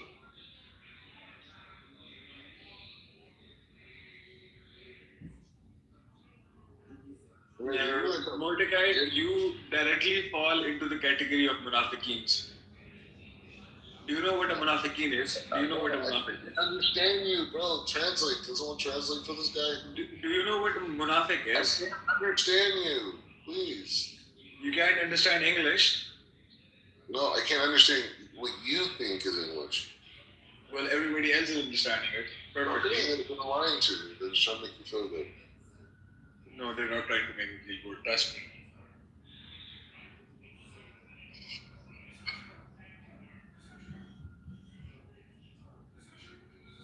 Funny thing is, you try to attack my accent rather than listening to what I have to say. Yeah, I'm not so interested. Like a child, you're not so interested, but you are a munafiq. Just so you know. He's not a traitor. Well, traitor does fall in the category of munafiq. Munafiq is a person that has seen knowledge, has seen the word of God, that has understood the word of God, and then betrayed the book of God, or betrayed the word of God. So, by design or by actions, anything you're about to say or will say or about to write or whatever you believe to say is just a figment of your own damn imagination of how the world should work. And I'm okay with that. You're okay, but the world is not. Everybody is around you is not. Yeah, but sadly, unfortunately, and they try to educate you. It doesn't matter what they think. Well, it does matter. No, it does matter what they think. No, dude, that's your mistake. You know that some people just looking for attention, and once you ignore them, they'll just leave. So we can just discuss topics and stuff, and just completely ignore him. And they'll feel like, okay, he's not getting the attention that he needs. They'll just leave. But that means you should stop talking though. It's the only way it works. I just want him to feel superior. So, hang on a second. Tamia and Tiger and Wayfan's here. Do you think that Iran can win this war against America? Well, what's winning? I mean, it's not. You're not going to outgun the U.S. That's for sure. But staying alive, and the regime doesn't not changing. That's. I mean, you can define that as winning. From what I heard is that the U.S. doesn't have enough munition. A lot of munition is very low because of Ukraine. Tucker Carlson said if we get into even a limited engagement, we're going to be set back another 10 years, that if we have to defend Taiwan, we won't be able to. So that's the deal they have to do.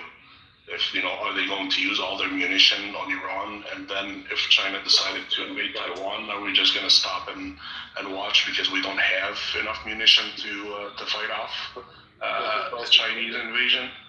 Also, there's other colonels and generals that were given the same assessment. That were very low munition. Do you think that it could it could shoot down all the defense system inside Israel? Do you think it could shoot down all the defense system inside Israel? Oh, try. I mean, I don't think so, and I don't think that would be the goal. You just want to just have them feel some pain. That's all. No, but if they were to shoot down the defense system, it will make it easier for other proxies, right, to attack inside Israel, because that was the whole mission behind Iran. Iran said if we were to get attacked in any shape or form, we are attacking Israel. Sure, their missiles can bypass their air defenses in some cases. Yeah, but did they change their strategy? Do you think that they're going after not the they're going to go after the American military bases? Do you think they changed their strategy? See, that would be the last thing they do. They're going to hit Israel as much as they can, and the last thing they would do is hit American bases, because, once you hit American bases, then Trump can turn around and tell the American people, hey, you were against the war, but now we're being attacked. We have to hit back hard. So I don't think that they would want to make that unless they have, no other option, but that would be the last thing. That's just my opinion. You hit Israel, and you don't get the U.S. So they hit American bases before. Hit American bases? No, I mean when they also said they had missiles loaded on American bases. So that's the first time. Iran said multiple times they will attack Israel. I mean, Iran saying that they will attack Israel if America was to attack Iran? Iran said it will be a regional war. They will attack Dubai, they will attack Doha. Attack all the American infrastructure.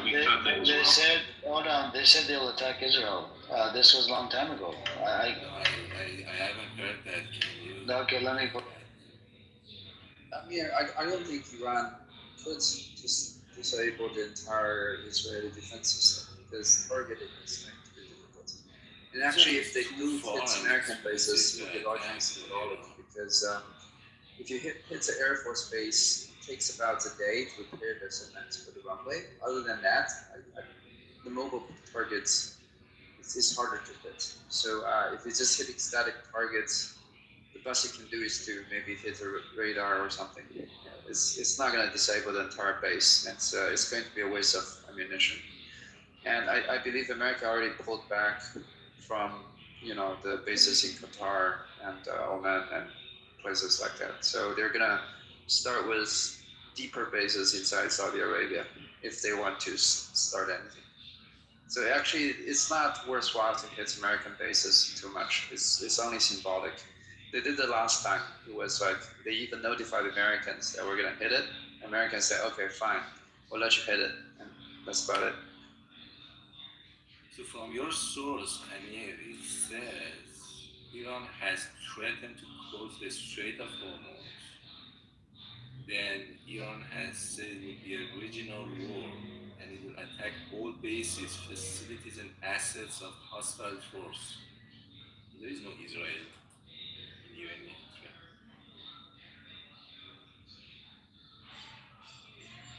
Complete Israeli interceptions. Let me find a different article. Not this article. Now, Iran International is reporting it, and then there's a New York Times that said most likely it will attack Israel. By definition, I mean, regional war includes Israel, right? No. Iran, for a long time, for 5 years, has been very actively want to get out of this Israel shithole. Iran doesn't want to engage with Israel. You can see clearly Iran is laying low on all these proxies which is comes to Israel. Iran actually, as a matter of fact, formally wants to normalize with Israel. Iran knows there will be no deal if there is no peace with Israel. And it wants it, it's just that Israel is fucking it up. Iran is no way is gonna attack Israel. For 5 years they are trying to, say it's done. Like Iranian leader Khamenei has formally said, we are not Husseini anymore, we are Hassani. Hussein was the prophet, like the imam which fight to death. Hassan was the one who negotiated. Iran doesn't want to get involved in Israel. You can see that the Iranian literally, like the Hamas leader was like... Israel is targeting Iran, same with America. And actually, the retaliation that makes most sense is to hit Israel, because if Iran hits Israel, it actually creates economic That's damage, what Israel wants. other than just military static assets. Iran is not gonna do that. That's what Hit somebody, right? Iran specifically has said, we just don't want to be part of this. This is from now on between Palestinian and Jews. We're out. Remember that line So we found, you're out before you ride in? Yeah, I pulled up the perplexity, Rayfan. It's giving me Iran international sources, and the other one it gave me Times of Israel. It says the top advisor to Supreme Leader Khamenei threatened to hit the heart of Tel Aviv in an unprecedented response to any U.S. action. Is that true? I don't think so. And Foreign Minister Agrachi warned of immediate and powerful retaliation with the Iranian UN mission, adding that they would respond like never before it pushed. I do have Times of Israel article. I don't know if you want to take those. They will respond like never before, but they never said we will hit Israel. Israel is like, I've been following them closely for a long time. They formally, they are like not saying that at all. But they are saying if you attack, we attack everywhere in the region, like the other countries.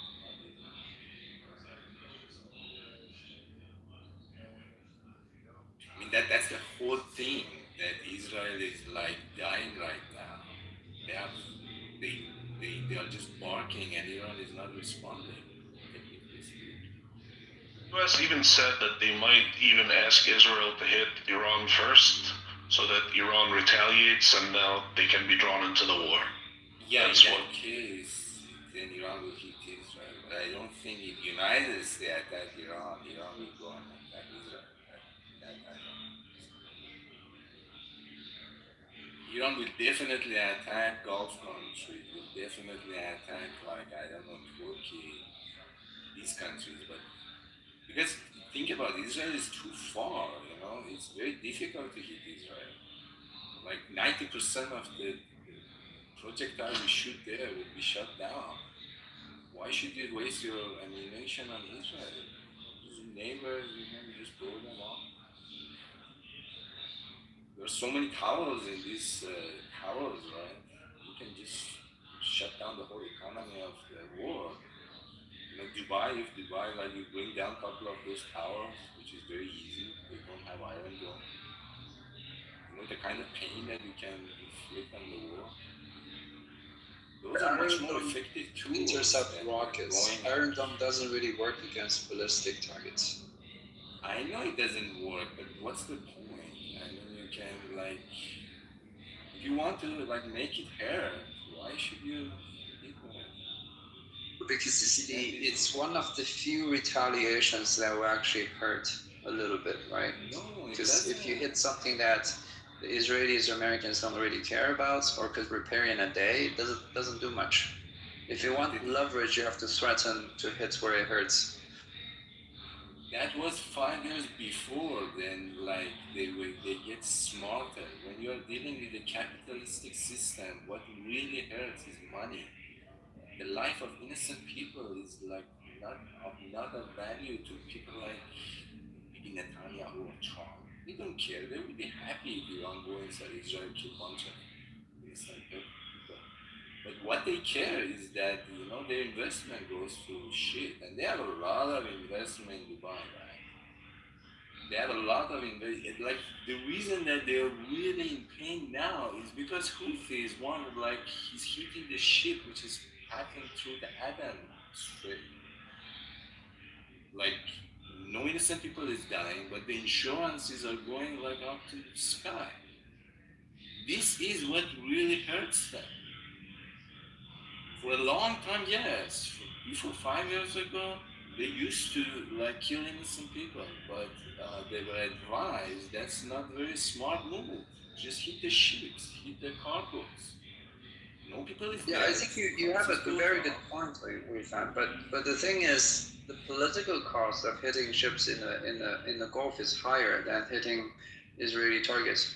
And to hit Israeli targets is not also to kill the Jewish people. It's actually creating a budget deficit in Israel and forcing Israel to have to spend on reconstruction.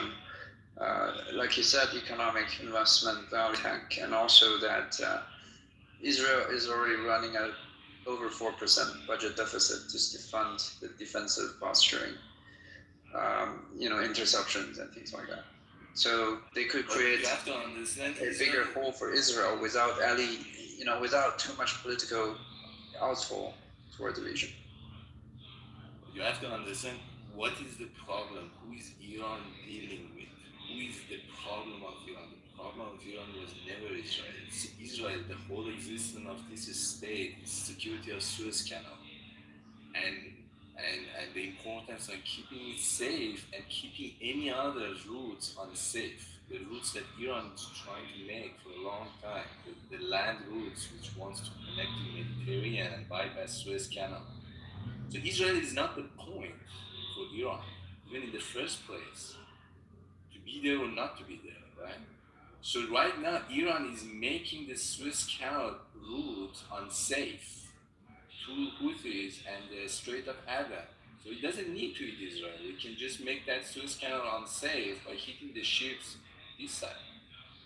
They are hitting the Iranian cargoes in Syria and Iraq. Iran is hitting their cargoes in this side. So Iran's problem is really deep down is not Israel. The Iranian problem is this capitalist system which heavily relies on this network of Suez Canal. So why should Iran care about Israel in the first place? I mean, based on these new strategies that they have, I would tend to think that Iran is not ready to wage economic war against the entire world, in a sense, right? I would wager that Iran is probably, especially when it's vulnerable, doesn't want to enlarge the enemy of the adversarial camp, right? By pitching itself against all of the Gulf states, even though they have, in the history, they have done that in previous times. But right now, if they're really vulnerable, they'd like to probably create more division among, between the Gulf states and Western interests, rather than just to lump sum them all together and target everyone. No, I disagree. Iran is actually waging war against the whole world. I mean, If you look at it, Iran is the last central bank which is not reporting to the international central bank in the world, because Venezuela is out. It's only Iran left. So Iran is actually literally waging war against establishment like the World Bank, and this is the last standoff. Sure, they're willingly fighting that against the World Bank, or are they being, excluded by other powers? No, they're willingly fighting.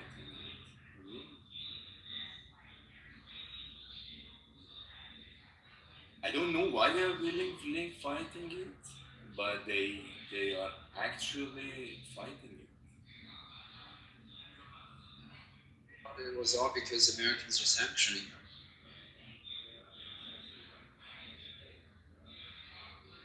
No, I mean the Iran is a resistance to the international capitalistic system, which is basically designed to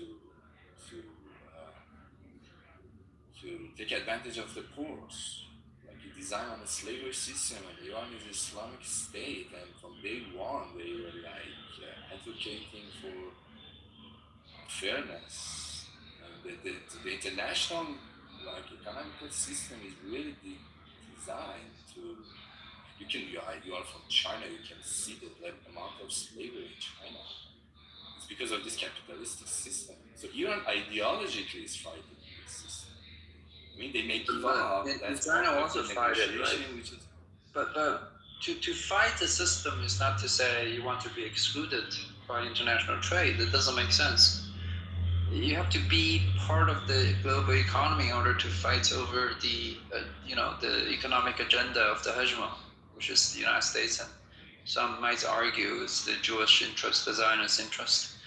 I mean, what's the point of isolating your own economy and making it difficult for yourself to trade with other people? Because that's how Iran has been suffering. That if you really want to work with them, you have to accept their terms. You have to accept the dominance of dollar. Once you accept that, then you don't have any independent voice.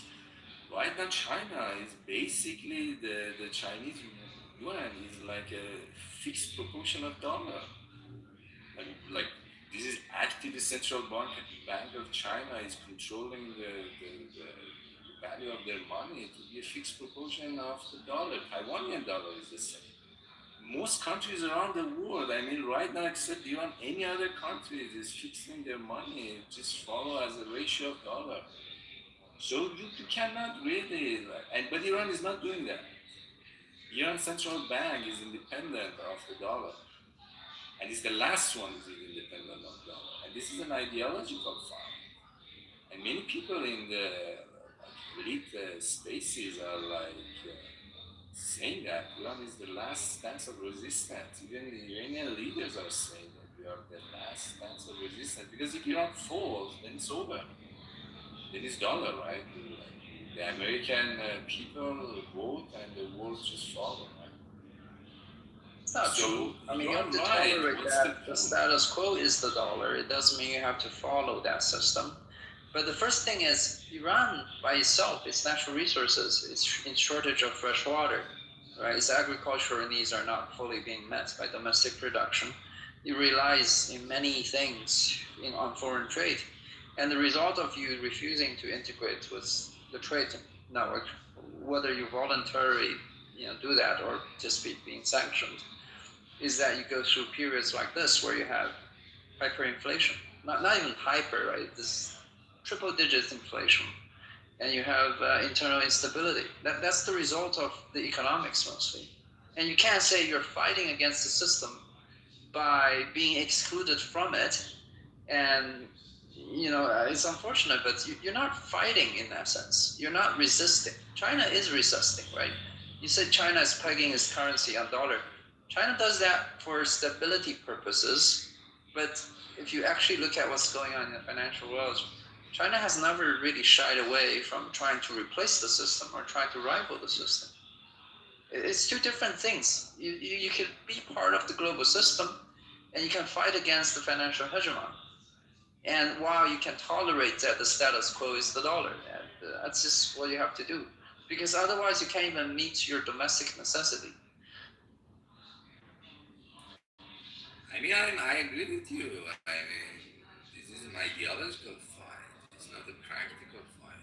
Actually, pro-Pezeshkian, the government of Pezeshkian is the current president is like this. That's the will of most Iranian people right now. You're right. Why do you want to fight it? But there is an ideological component of this regime which is still fighting it. But I think they will give up. I hope. But I'm not sure. We will see if they really go to war. But that is the war. The point is that the war is not with Israel. That is the real war that is going on. And that is what the world wants from Iran. That's what majority of Iranian people, including me, want as well. And just tag along. It's not to be proud that that's the, but I agree. Comes back to when you said earlier that Iran has an ideological fight against the entire world. I don't think so, because even Iran wants to fight against a global financial hegemon, which I think China also wants to, right? It doesn't pay for Iran to isolate itself, especially against everyone else's interest. I don't know how much impact the sealing off of the Gulf would be globally. And I suppose everybody who is in the global network of trade isn't going to like it too much. Though I could say that countries like China, because we have a huge reserve of natural gases and oil, and we have diversified our trade, especially with Russia. We could take some beating in that, with the understanding that this beating will help us, move on faster against the global hegemon of the U.S. financial interests, right? But Iran runs the risk of pissing everybody off. Like, we don't know if Iran would piss off the Russians or the Chinese, or just any country, any Gulf country as well, by sealing off the Gulf of Persia, like the Persian Gulf.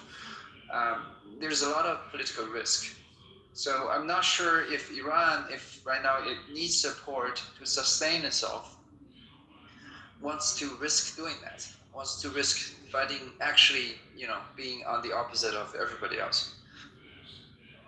I mean, that's what they're saying they're gonna do, and I'm taking them very serious. That they will do this. If United States attack, they will do this, and then that will be World War III, because China cannot last more than 40 days without the oil of especially with this situation in Venezuela, and then that will force China to attack, and then the shit will hit the fan all around the world. But that's basically what Iran said will do, and I think they will do it.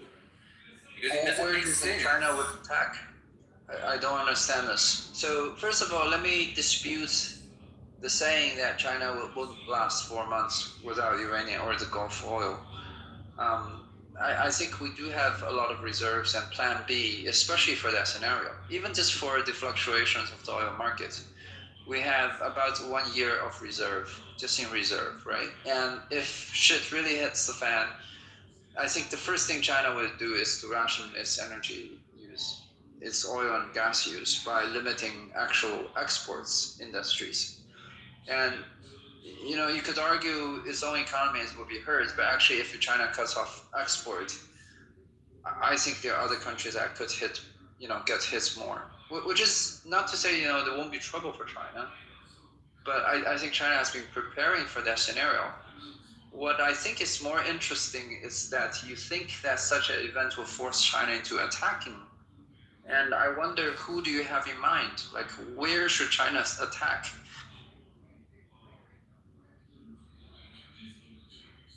They will attack the Strait of Malay. So they really will need to take the control of that strait. Let me stop you right here, because even if we seize the strait, right, if the Persian Gulf is cut off, that would still be useless to China. because as you know, the traffic that actually passes through that strait comes from Persian Gulf mostly. So why would us suddenly be forced to attack a U.S. base in Singapore for no strategic gain? That's the whole point of the World War III, because if you close that strait, basically you blockade the whole Asia. So if you go to that scenario, that's why Japan came and blockade that thing in World War II. So what you want like, if you go to World War III, so each country just wants to kick everybody else from its neighborhood. So the only way to kick everybody out is just shutting down that strait, right? So Do you think China will have to seal off the Strait of Malacca? Because that also doesn't make sense. Because I think China today already have the capability to seal off traffic through South China Sea. If we really want to, we could say no traffic, no Western traffic to pass through South China Sea. And Americans might want to comment attack because of that, but I think we have a home turf advantage over the Americans. So it actually doesn't make sense for us to be that, take that offensive posture, especially on, Singapore, because ASEAN is a very important partner of China anyway. Because in the long run, once the U.S. influence wanes away from, globally speaking, the ASEAN is going to be a very important partner, and it's not worse. It's for China to sour the relationship with ASEAN countries right now. With Japan, it's a different story because we're already targeting Japan in some softer ways. As you know, just yesterday we placed 40 of their heavy industry companies on our watch list, on our sanctions list. So we're moving against Japan, but even there we're moving in peaceful ways, right? It's not like that you have a choice here. So if United States attacks Iran, so it's the game theory. Iran is gonna stop the oil from the Middle East for infinite time. If that happens, United States not gonna care anymore. It's China which is stuck leading that. So China at that point does not have any choice but keep United States out of the Asia. It would be World War III. It's not like they want. They have to, otherwise they just die slowly. Like United States, one of the reasons they we think we already have what it takes to target the United States directly. We don't have to attack Asian countries for it. We could target American industries directly right now. We just cut them off from any supplies from China. The U.S. economy will collapse. No, U.S. economy might collapse. Like what can you do with it? Like right now, if you stop everything in China, what happens to U.S. economy? 90% of U.S. pharmaceutical precursors come from China. If we cut off that, the Americans will run out of penicillin within a matter of months. We can cause a lot of damage to America without having to fire a shot. It's not a strategy. Nothing happens like your prices go up. They will just ramp up the manufacturing. With China, right? If you cut off our imports of energy, nothing happens other than prices go up. So China has energy issue. United States doesn't have energy issue. There is no strategic value for Middle East for United States. So United States can just shut down Middle East without any strategic opinion. But China, if Middle East is shut down, especially now that Venezuela is under US, where does China want to get oil? It was only less than 4% of our oil imports. It really doesn't factor in that much. And again, it's just about pricing, right? Even Iran, we're paying a slightly lower fee for Iranian oil, but they only adds to about 12% of our oil imports. And, in the case of extreme events, like what you said, right? Our shortfall of oil is only 20%, accounting for our own reserves, our own untapped oil resources domestically, like shale gas, and our trade relations with Russia. We're only 20% short. Here, according to ChatGPT, 60% of China's oil is coming from said it's in extreme events, right? If we have to release our oil reserves and start rationing and things like that.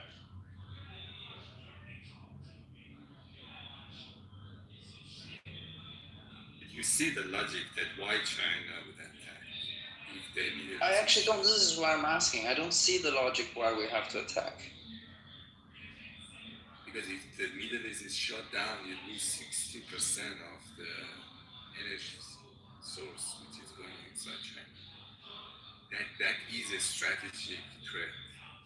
It is like that is very dangerous thing. It's 60% of the energy which is coming into your system is blockade.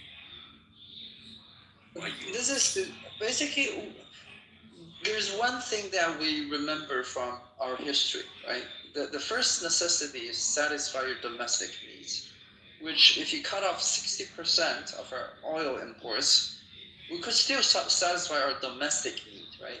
The part of the needs that won't be satisfied is our export industries. And this is, if you cut off Chinese exports to the world, who's gonna hurt more? I mean, you could do that calculation. I'm not sure who will hurt more, but I don't think the goal of China in this case is not to maximize, our economy or anything. It's to endure the situation and come out in a better position than the Westerners. And if you start shutting off Chinese oil imports, I'm rather confident that China will come out ahead of the Westerners from the results of that. I mean, this is not how historically it works. Like, for example, during World War II, the United States shut down the import of Japan and then Japan attacked. Once you are on the path of becoming a global dominant player, like Japan was at that time and China is right now, and if another dominant power comes and blockade your path, you will attack. I mean, it's not that you have another option. You will be all logical. Oh, we are gonna pay low now. I mean, there are how many years Chinese people have worked so hard to get here, and then suddenly the United States comes and the energy away. They will attack. So it's all economy, right? If we attack, we make the same mistake that the Japanese did, right? Because if you start attacking, you actually need to spend more on your energy. Instead, we could just target U.S. industries. We could just target U.S. economy and the global financial system. And the fallout from that chaos, like I said, as long as you meet your domestic needs, you'll probably be okay. Because China doesn't depend on global trade in terms of its own necessity as much as the West. Can you imagine America where they don't have anything from China? The society, I don't know, I think this American society would just collapse. I mean, I agree with you that China really doesn't need, it's not like Japan case. Japan needed the war, but China doesn't. So yeah, in that case, maybe Japan is telling everybody, go fuck yourself. I would be happy with that situation. But yeah, China does have that advantage. It doesn't really need anybody else to survive. I mean, they were the first people who made a wall around them, so fuck out of here. We're happy as we are. Yeah, in that situation, probably they won't.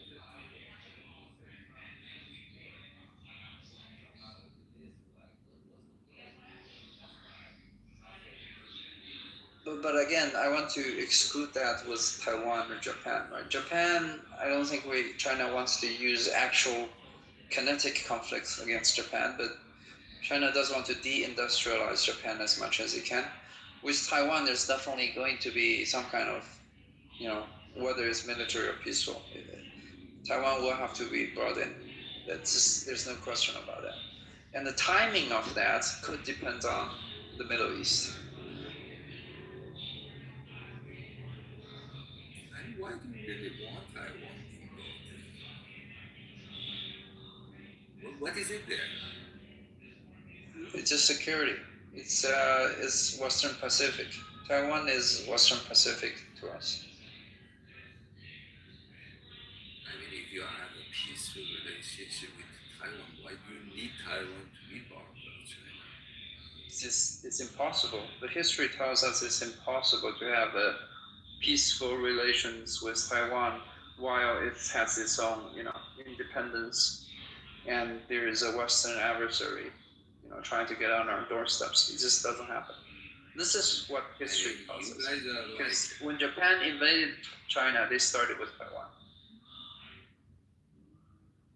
I mean, I understand the strategic position of the island and stuff like that, but both of these countries are talking Chinese. But you can see England and United States, they're both English-speaking countries, and they have a very good relationship. Why not Taiwan and China? They are the only Chinese-speaking culture, and they can have a really good relationship and dominate the world the way that these English-speaking countries are. Why do you need them to be part of it? Doesn't make sense. Already part of China, right? Internationally speaking, by international law, they're already part of China. We have no reason to give that up and create more risk for ourselves. Just like, we have issues with South Korea as well, because they have American bases on it. Part of Taiwan, and Taiwan doesn't want China.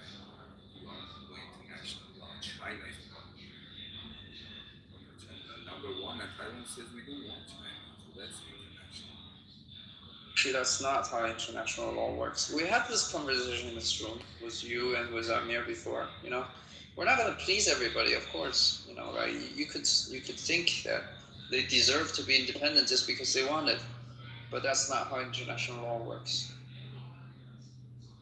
Again, they deserve to be independent. They are independent. They are the one who won the Second World War. They are the one who has the veto power. It's just that those China, as a Chinese government, yes, they were the previous dynasty, if you will. Don't change history. Change of history. Like, if you look in history, you could not find a time where Taiwan actually declared independence, right? Then how could you come back and tell me today that they're independent? They're not.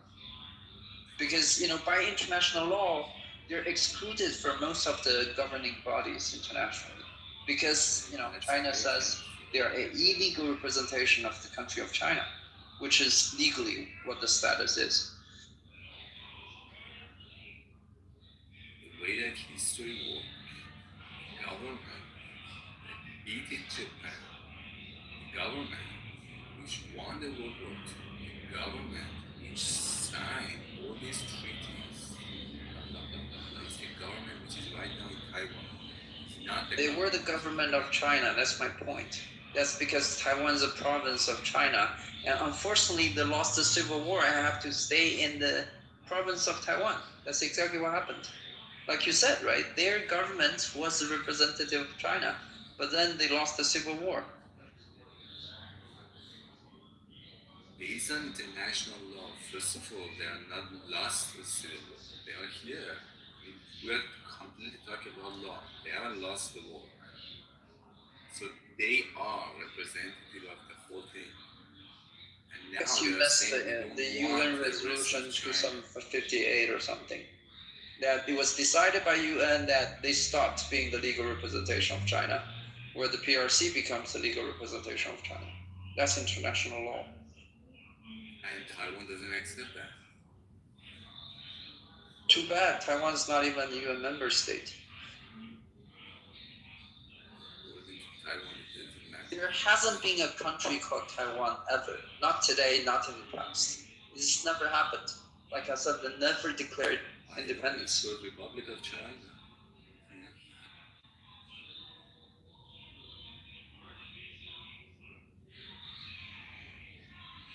But again, going back to the point, why do you want to do this?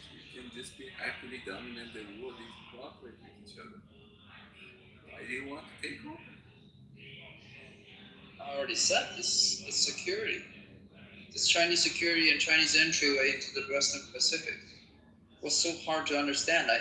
This is like Cuba, right? Why wouldn't the Americans just let the Soviet install missiles in Cuba? Happy with it, right?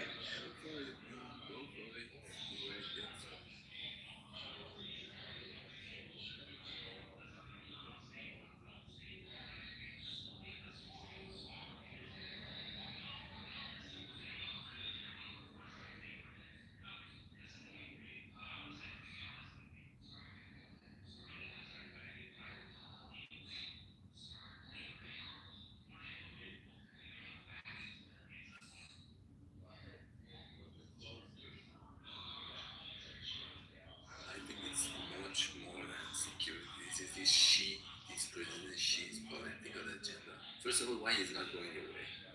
He's like, how many times he wants to Can you guys hear me? Yeah. Can you guys hear me? Okay. Hey, what's up, Edward? Assalamu alaikum. Are you begging Tiger to? Why do you want it? Are you begging him, Rayfan? Is that what I'm hearing? No, we are talking about like. It sounds like you're begging him right now. Are you begging him? Yeah, you said, why do you want it? You know, let it go. Just leave it. No, we talk about the logical discussion.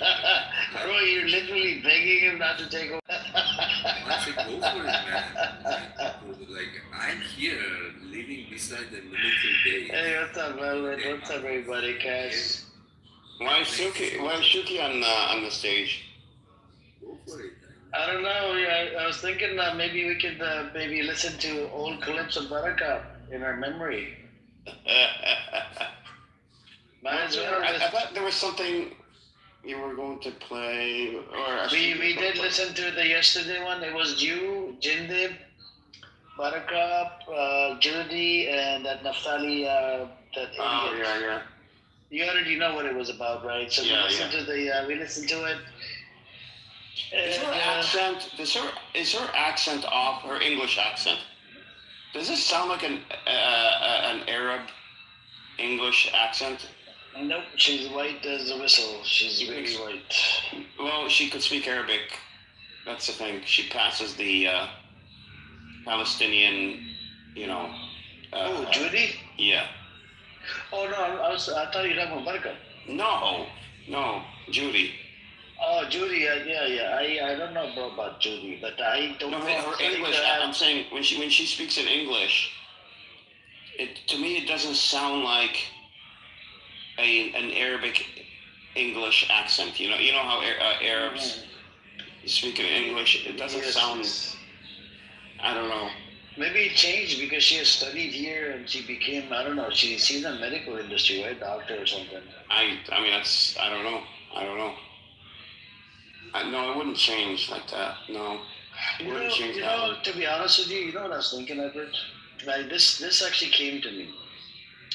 So I have the Instagram, right? Or Instagram. I was just gonna send hello, man. I can send just one-time message. To who? To Buttercup. Yeah, you can. I'm just thinking, should I message her and bring her back on this app? Just message her that you don't have to be scared of anything. Just come back on here. Yeah, I would message her. I mean, I don't. Based on what happened, I don't have a problem with her. It's just I have to question what her motives are. What happened? What did they miss? What happened to that? No, we have John Kitover in the audience. The red flower, the son of a B-word. Yeah, we could talk about it later.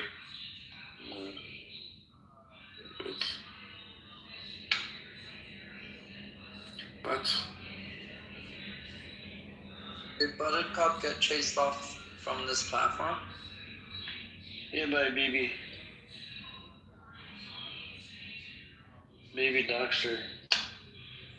You're not BB, right, Tiger? Yeah, my impression of him was a despicable piece of shit. Everybody, in the beginning, he used to curse the shit out of me. And then he realized, look, this guy is not really a Jew hater. I can make, come to some kind of common ground. And then we became sort of like okay with each other. And then he showed his true colors again. And then I stopped following him. He comes in here, but I don't follow him anymore. Because it's very problematic.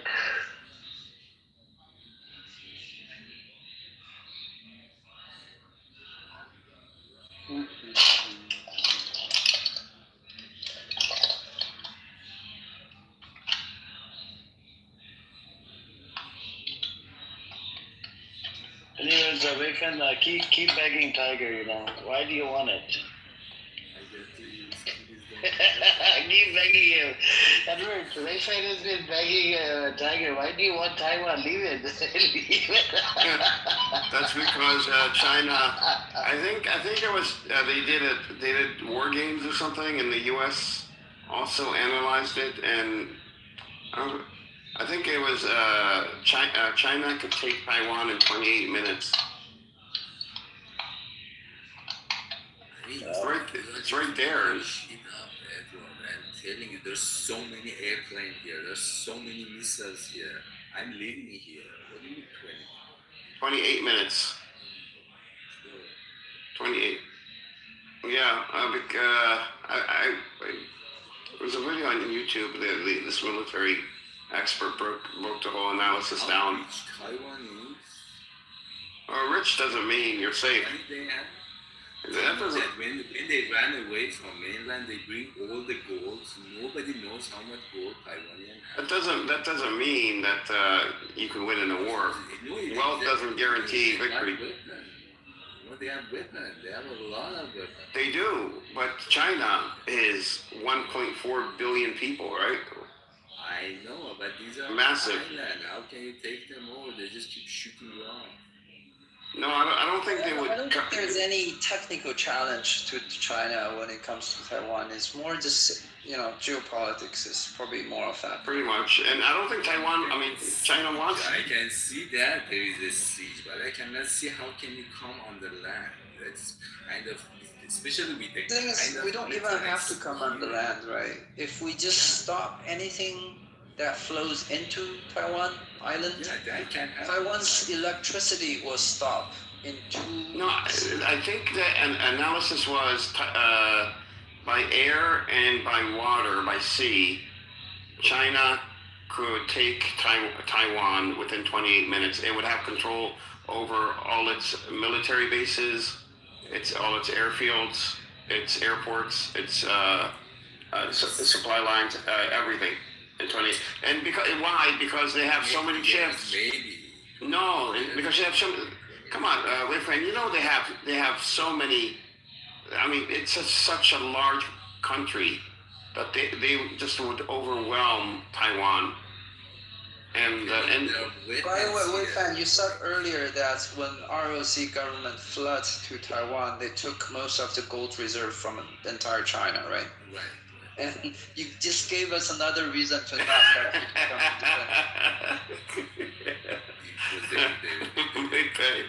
They want that back. They go. Listen, I don't think China likes Taiwan the way it is because you could do business with, that you can't do in China. They like having the communist system in China, then having, access to the pure capitalist markets in Taiwan, in Hong Kong, in Singapore. They like how things are set up right now in China. Last time I was saying the same thing. They are like right now people on both sides of Australia collaborating with each other very nicely. I mean, like 95% of Taiwan economy is dealing with China.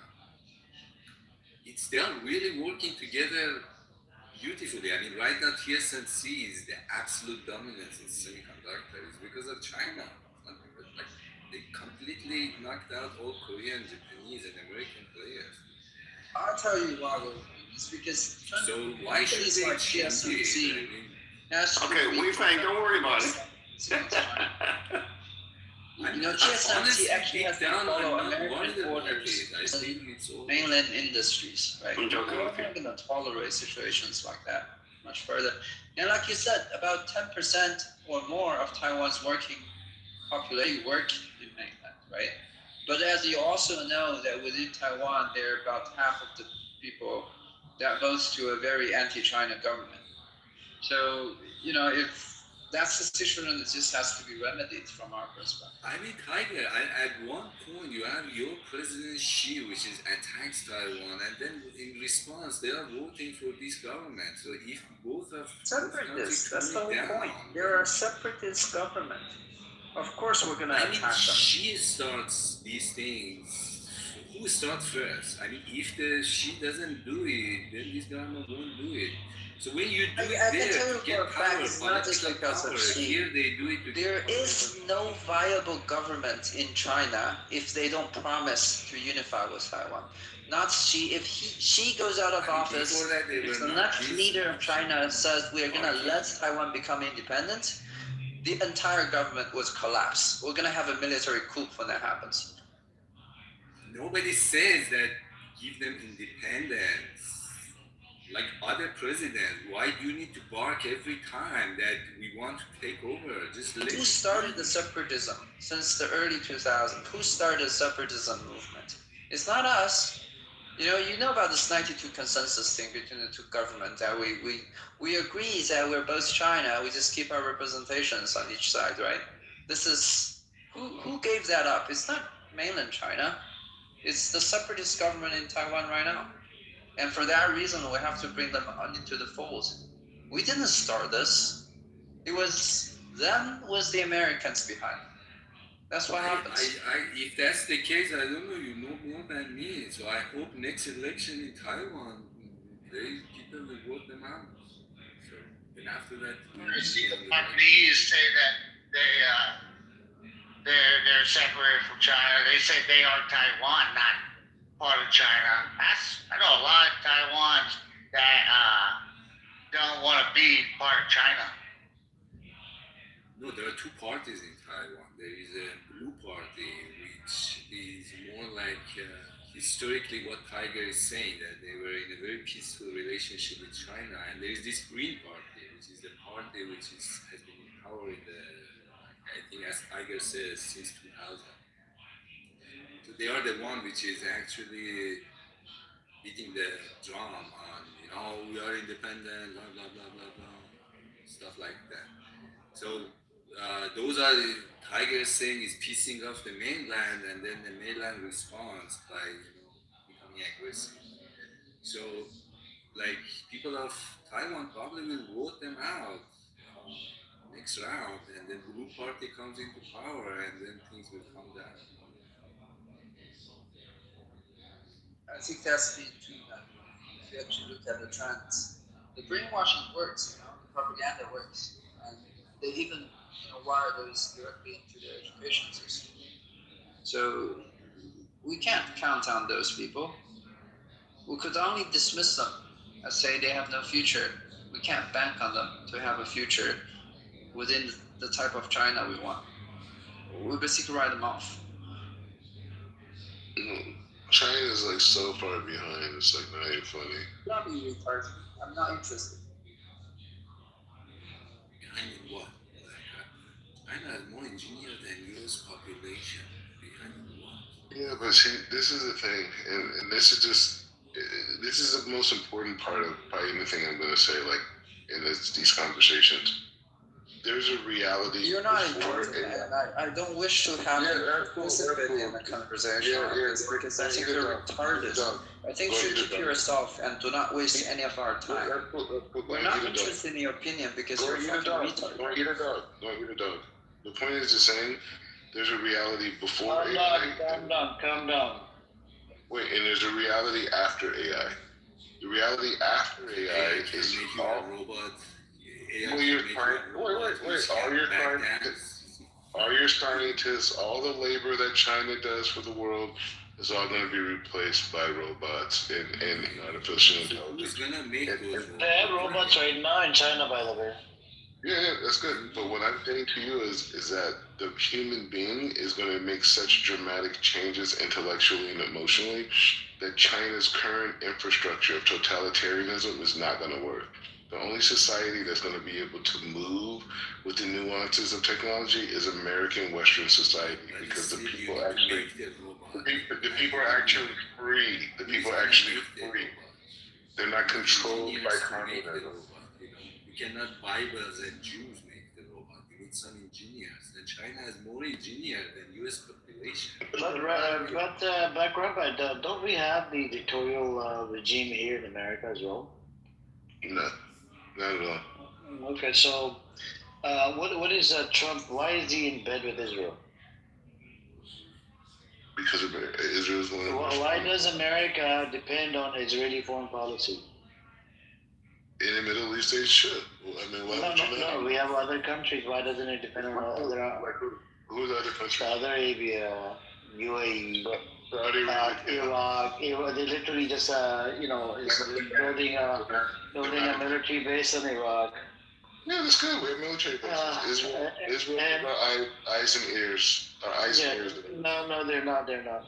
They're not. They have been for. They have military base in Qatar as well, and that's So why does it depend on Israeli foreign policy? Because Israel's the smartest, and they have the best technology. No, they don't, because Israel lied to America when we went to war with Iraq. No, they didn't. And this is all factual. This is not bullshit. Iraq had weapons of mass destruction. It did not. Yeah, they did. No, they lied. Literally. Do you want the evidence? They had weapons of mass destruction. Do you want the evidence? The WMD. They didn't have it. No, they didn't have it. They had Scud missiles. There was no WMD, bro. Go look into it. There were weapons of mass destruction. No, they did not. That's what I'm telling you. I think if nobody's talking, you could give some time to this retard. Because if people are already talking with something that's interesting, It's okay, Rabbi. We're done. Thank you. I just moved him down. He gave me a headache early on, and even right now, he just bullshit dug out of your ass. Carry on, man. Boyfriend, I think Taiwan might be taken over by China. Look, I as much as I support the people, I don't know if it's gonna go anywhere. You know what I'm saying? I don't really think that's possible, in my personal opinion. But I don't think. I don't think the capabilities of it, because that would be China would be dealing with obviously the U.S., Japan, South Korea, and coexistence against China. Currently, I don't think China had the capability of that deterrence. That's just my opinion.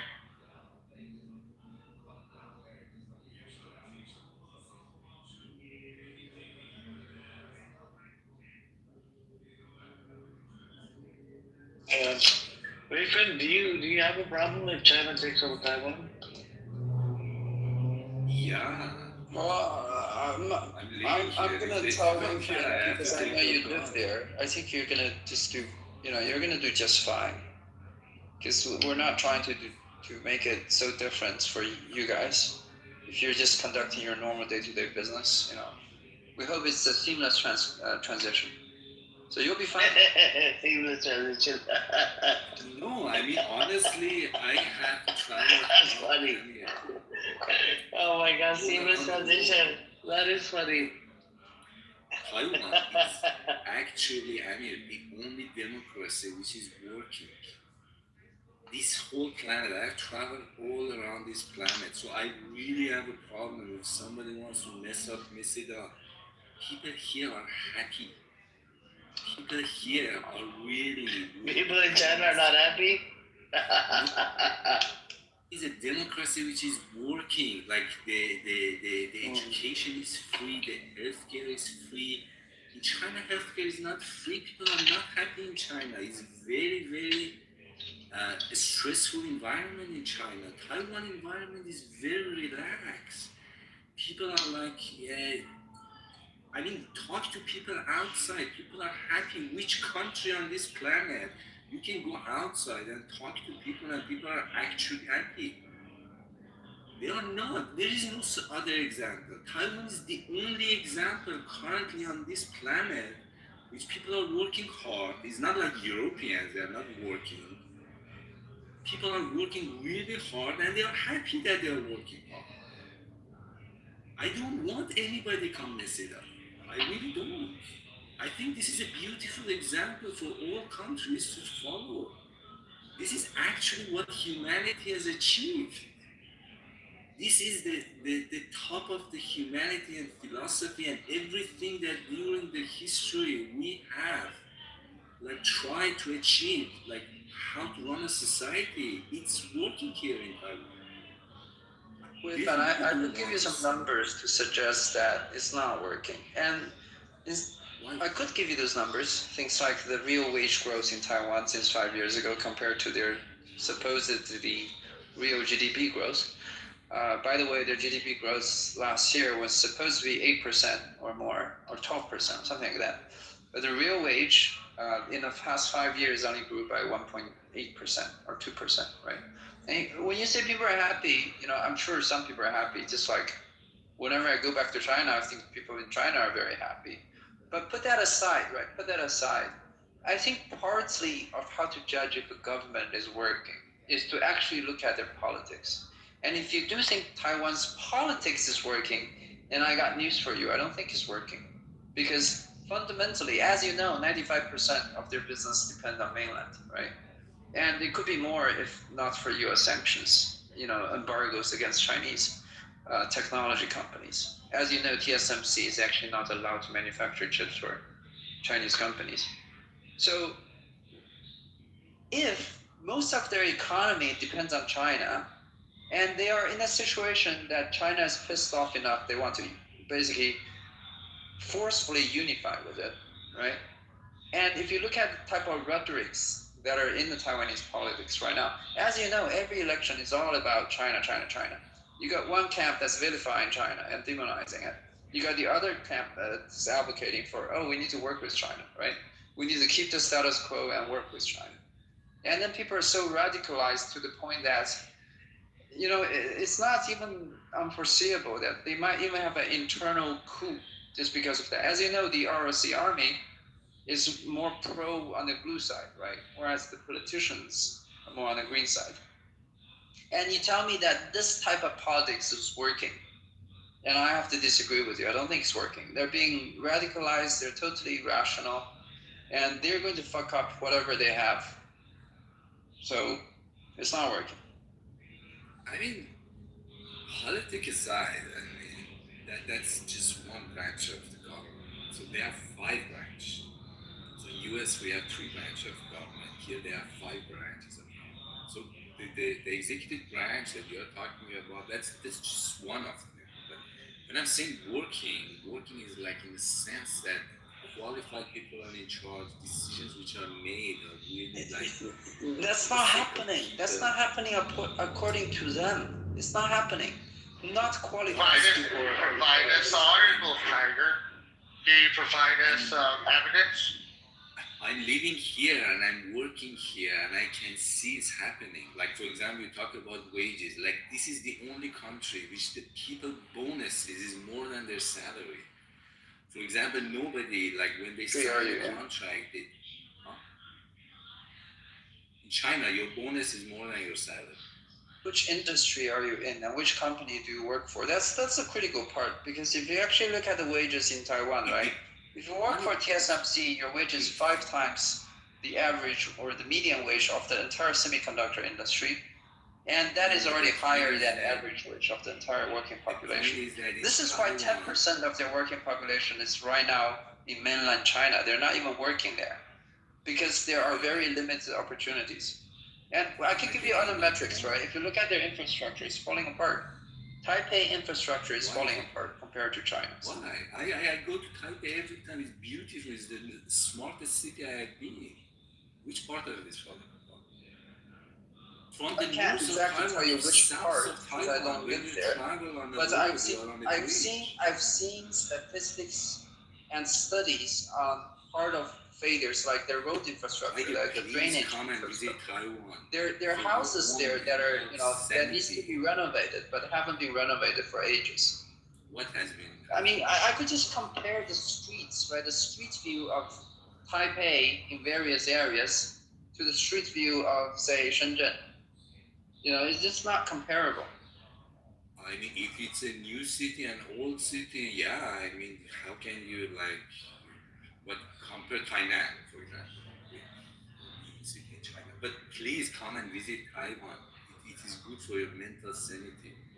It is working. It is beautiful. Everything here is working. people have a skin in the game. There is nowhere in this planet that you actually work for a company and the cash the company makes, just at the end of the year, they give it to you. Apple put it in the bank. TSMC just literally, whatever money they make at the end of the year, part of it they invest in capital, the rest they just give to their employees. All other companies here in Taiwan, this is the way it works. If the company makes money, they just literally give that cash to the workers as a bonus. So here, many people, their bonus is more than their salary. I would believe you if I didn't read Chinese, right? If I didn't read Chinese from actual Taiwanese people, I would have believed you. Which part are you, like, this claim I make the bonus is higher than salary, you don't believe that? Yeah, is that commonplace in Taiwan? Is that, across the board in different industries? This is why I ask you which industry you work in, right, Raven? Right. And I personally met people who work in China who are from Taiwan. Like, as you know, there are loads of Taiwanese people, especially young people, working in places like Shanghai and Shenzhen, right? There's a reason why they work there instead of in Taipei. Sure, I don't have any problem with that. What do you mean they're very happy? Their starting wages, there's a running joke, like you said. It could be that their bonuses is higher than their salary. But if you actually look at their salary, it's 25K, right? New Taiwan dollars, 25K for the base salary, entry level. You compare that with any tier 1 or tier 2 city in China. You can see that it's about the same. Because but if you're factoring the purchasing power of the new Taiwan dollar, you can see that many of the ordinary items in Taiwan cost twice as much as in China, mainland. So you can tell me they're all happy, here, but the numbers don't lie. Healthcare is free. Taiwan healthcare is better than majority of the countries in the world, and it's free. It's not like, for example, Canada. The majority of the world. Majority of the world is, the average economics of the world. It's not that good for the people. If you look at the poor undeveloped countries, it's horrible for the people. Statement. They have managed to create one of the best. Are you saying communism is good? Yeah, I think this is the level beyond your comprehension. Because if you just start brandishing terms like communism, I have no interest of talking with you. They have managed to create one of the best healthcare systems in the planet for free. This is what they have managed to do. This is how much deficit they're running in their health system every year. There was some talks in Taiwan that their health system is going to go bankrupt. You probably know this. Do you read Chinese, by the way? You must read Chinese. You must read Taiwanese media inside of the island. I go to the hospitals wherever they have a terrific system, but people there are complaining because, it's very good, right? We know the Taiwanese health system is very good. You could go to hospital for very minor reasons and pay very little money to get a full checkup and everything, right? But you don't see the cost of it. The cost of it is they're running a widening deficit every year, and this is not sustainable.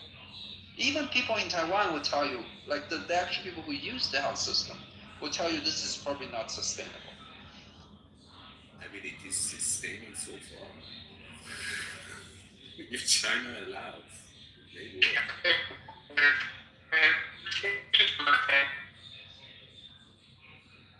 I mean, think about it.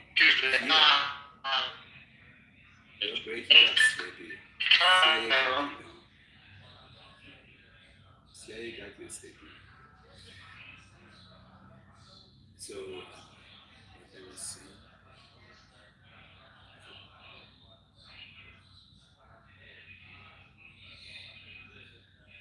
Oh, yeah.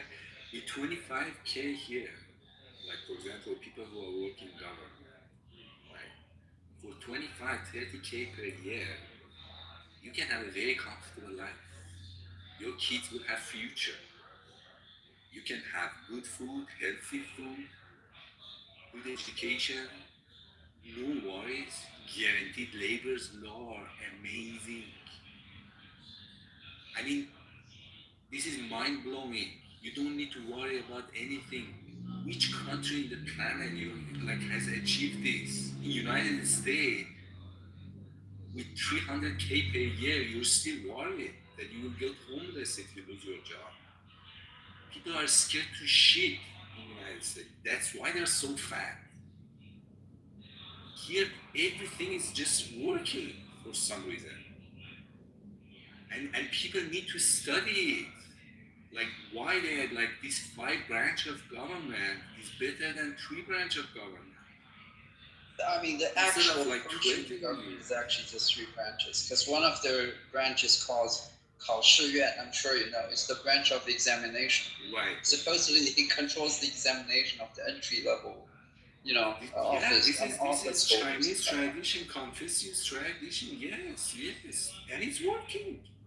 It's not working because people are not taking it seriously. Like, if you ask an actual Taiwanese person about their 5 branches of government, they're gonna tell you 2 of those branches are just symbolic, just because Jiang Kai-shek suddenly thought it was a good idea to respect Chinese tradition. You need to take exam. Not Jiang Kai-shek, Jiang Jingguo, which is his son or grandson. Son, yeah. They need to take exam. What do you mean it's symbolic? You cannot get a governmental office if you don't pass an exam. But the 5 branches is not a checks and balance system. The actual checks and balance only happens. There is a control branch. There is an exam branch. These 2 branches. They do not exist in Western ideology. These are actually what it doesn't really make sense to have 5 branches because the whole rationale of having 3 branches is for checks and balances in the U.S. Constitution. And when they moved it into, the Republic of China government, they thought it's a good idea to add some Chinese element to it that is largely symbolic and doesn't even need to exist as a branch of government. Whereas in mainland China, we do have those exams and we don't need a branch for that government. This examination system existed way before even like the first Western who came to China. They said, hey, dude, look at these people. We need to go read history. Like Europeans, the first Europeans which came to China, they were like, hey, we should do this. We should take examination. Why we are not doing it? This examination control, this is historical. This is from Confucius time. This is very, very Chinese. I don't think you're understanding what I'm trying to tell you. I'm trying to tell you that in China, we also have those examinations.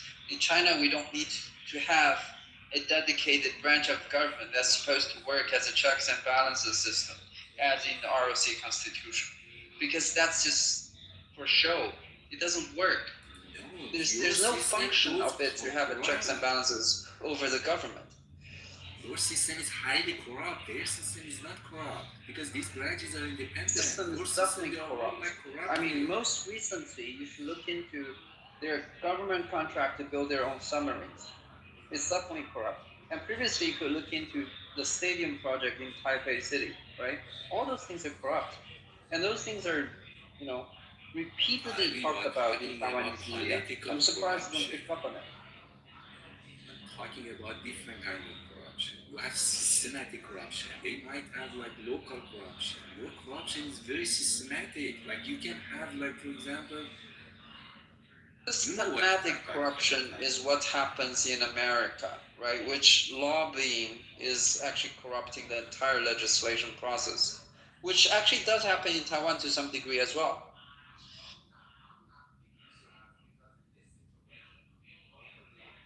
Can someone explain to me, since Tiger says that I'm not truly educated, Tiger, can you learn me why the Chinese government should not be considered communism? Okay, teach me something. Learn me something, Tiger. Teach me something educated on why should not be considered a communist regime. I want to learn me something. Let me tell you that kind of rhetoric sounds like from the Cold War 40 or 50 years ago, and there's no relevance today because we don't even think in those terms anymore.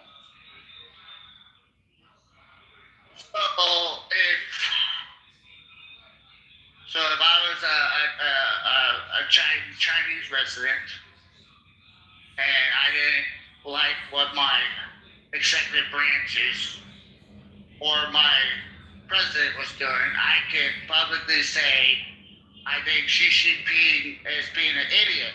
Like in America, I could say Donald Trump is being a fucking idiot. Would there be any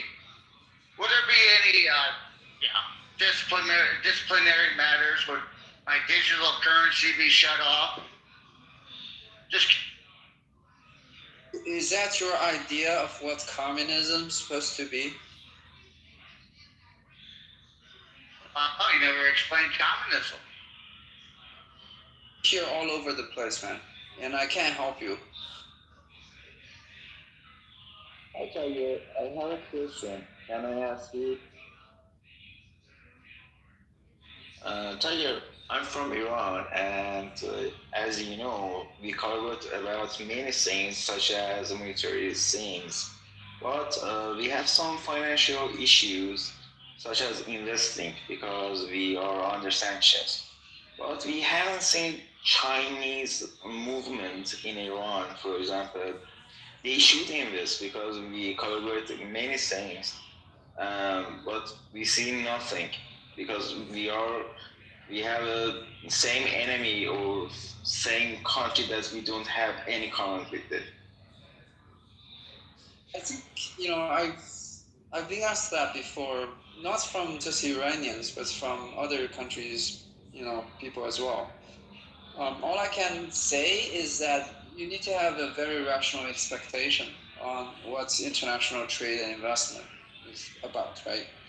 In order for a country to invest in you, and you could also consider there are different types of investment. Most of the investment, even from China, is not state-driven, right? They're driven by private capital. And when that happens, you have to ask yourself, what are you offering to China or to your Chinese partners in such arrangement, right? And usually it needs to come from things like safety. You need to say, there's enough safety in this project that the likelihood of you losing all that money is slim, right? You have to offer some kind of trust in terms of nation to nation, right? And I just have to say, even though, we have some common goals in terms of how we would like the international politics to be, right? Between the country of Iran and China, unfortunately, there just hasn't been a very long or deep history of trust building. And considering, like you said, the sanction placed onto Iran, mostly by Americans, especially for Chinese private capital, the risk of investing in Iran is too great. This is why, when money matters talk, you shouldn't just expect that just because we have common goals, political goals, I should say, that you should expect this money just flow into the economy, because that's not sufficient. I think what needs to happen is, first of all, Iran has to demonstrate it has good business environment, it has a stable society, which right now is quite doubtful from our perspective, right? But secondly, there needs to be trust building, which is joint projects that are profitable for both countries, and going forward, more and more trust could happen between the countries. And in the history of collaboration with Iran, I have to say, from our perspective, we have been burned before, because before the port of Kandahar was offered to India, China actually had a private company and tried to invest there to have a port project. But from our understanding, that fund was siphoned away, I believe, by some corruption in the IRGC government, as well as basically they lost, I think, $3 billion into the project without any return, right? When things like that happen, you can't just expect that people are just going to pour money into Iran. I got it. And do you have any news about the IRC corruption that affects Chinese investment? Because I haven't seen, and I think IRGC really loves China because IRGC is the most powerful military in Iran. So they need Chinese service such as information abilities that you have and we don't have. So I don't think so. It's really true. But I just want to ask something else. For example, we sell RO to your country with a discount. $5 discount. And this is a good collaboration. And we are in a really bad situation in international politics.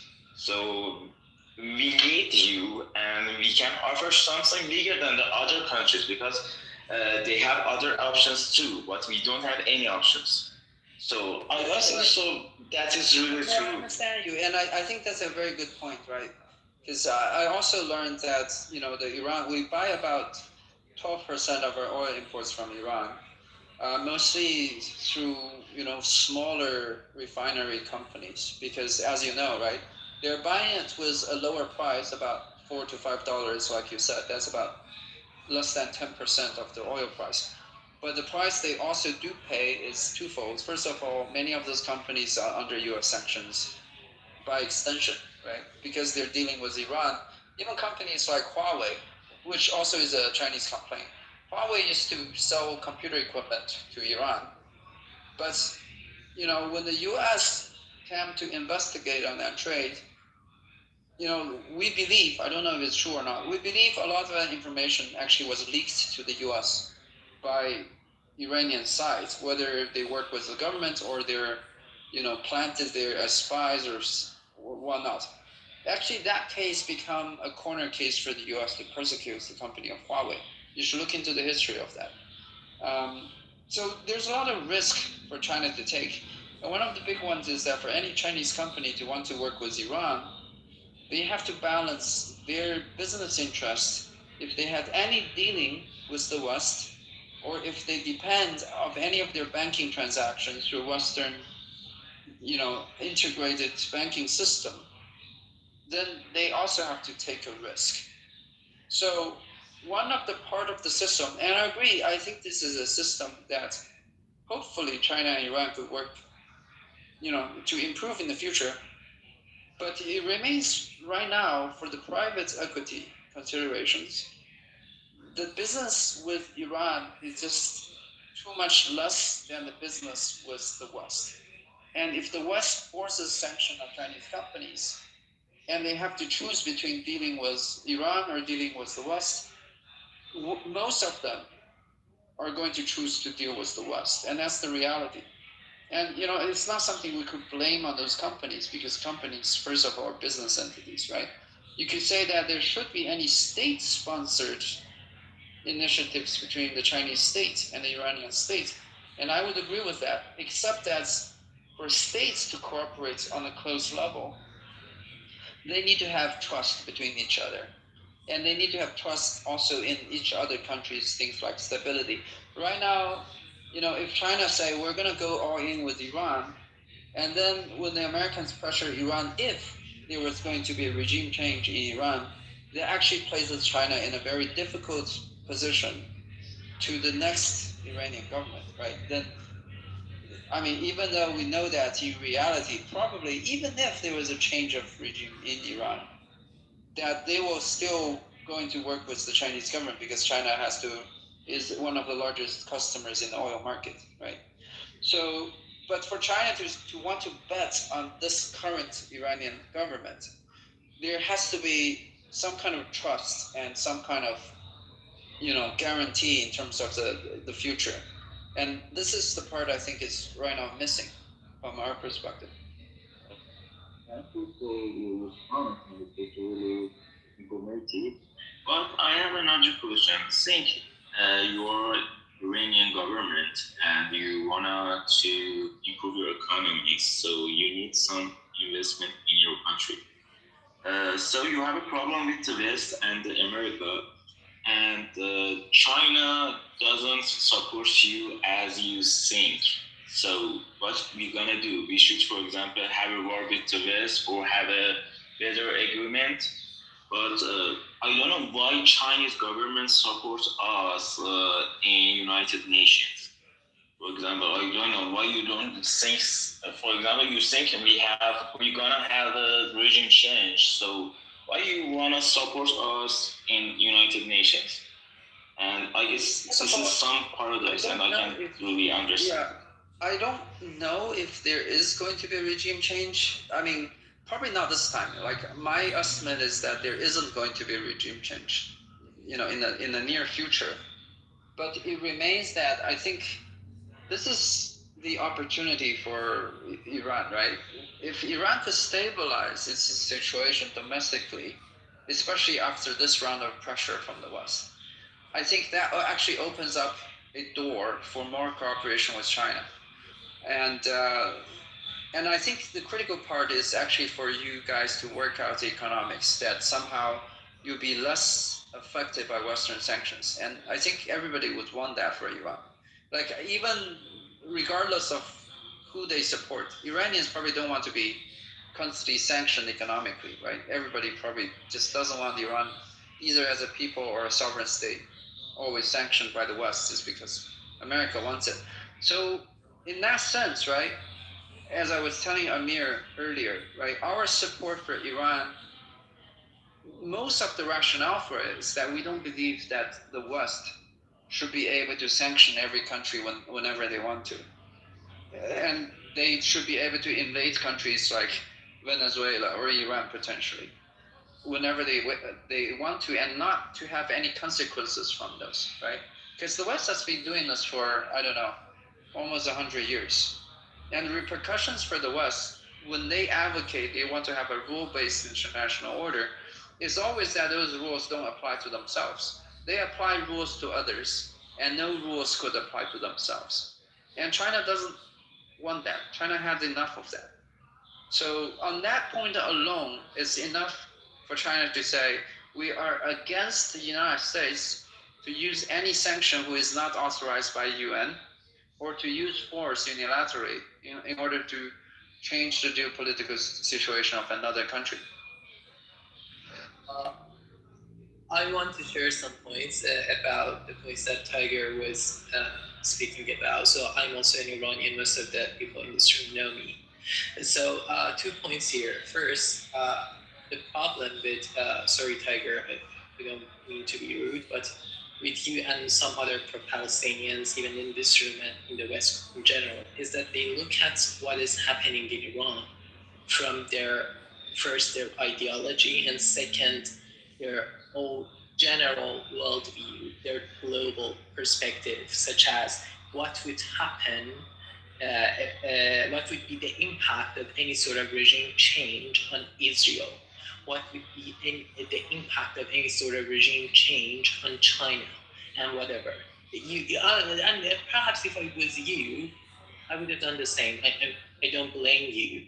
So your first problem is that, but where I blame you is that you missed the point about Iranian people's will to overthrow the system, the regime, and the fact that this regime is one of the biggest state sponsor of terror, but also it has a long track record of oppressing its own people and either executing them, shooting them in the eye, in the head, and killing them simply for demanding their rights. So that's where I would blame you, because you were saying, like, the reason that we in China do not support any sort of sanction upon them, or we support them, is that because we don't like West, etc. But what about the Iranian people? What about us? You support them at the expense of our will to overthrow them. And ironically, you guys also always say any sort of regime change, any sort of change should come from within Iran. But you actually empower them by lifting up the sanctions and making deals with them. How on earth are we supposed to change this regime when in the West and in the global community, in the international community, the countries are cooperating with them. So that's my first point. And second point, you said that you don't see any sort of regime change as an imminent outcome currently. So again, I would say you are ignoring what is happening in Iran. Let me give you some insight. In Iran, currently, the people who have the privilege of gaining the minimum wage. So you might not know that, but many Iranians do not have the luxury of gaining the quote unquote minimum wage. But those who have this privilege gain $100 per month. The Iranians in this room can correct me if I'm wrong, because I already know Wei Fan, who opposes whatever I say. He's a so-called reformist, so he can tell me if I'm wrong. The ones that have the luxury of earning the minimum wage gain $100 per month. There is always water outages in the summer.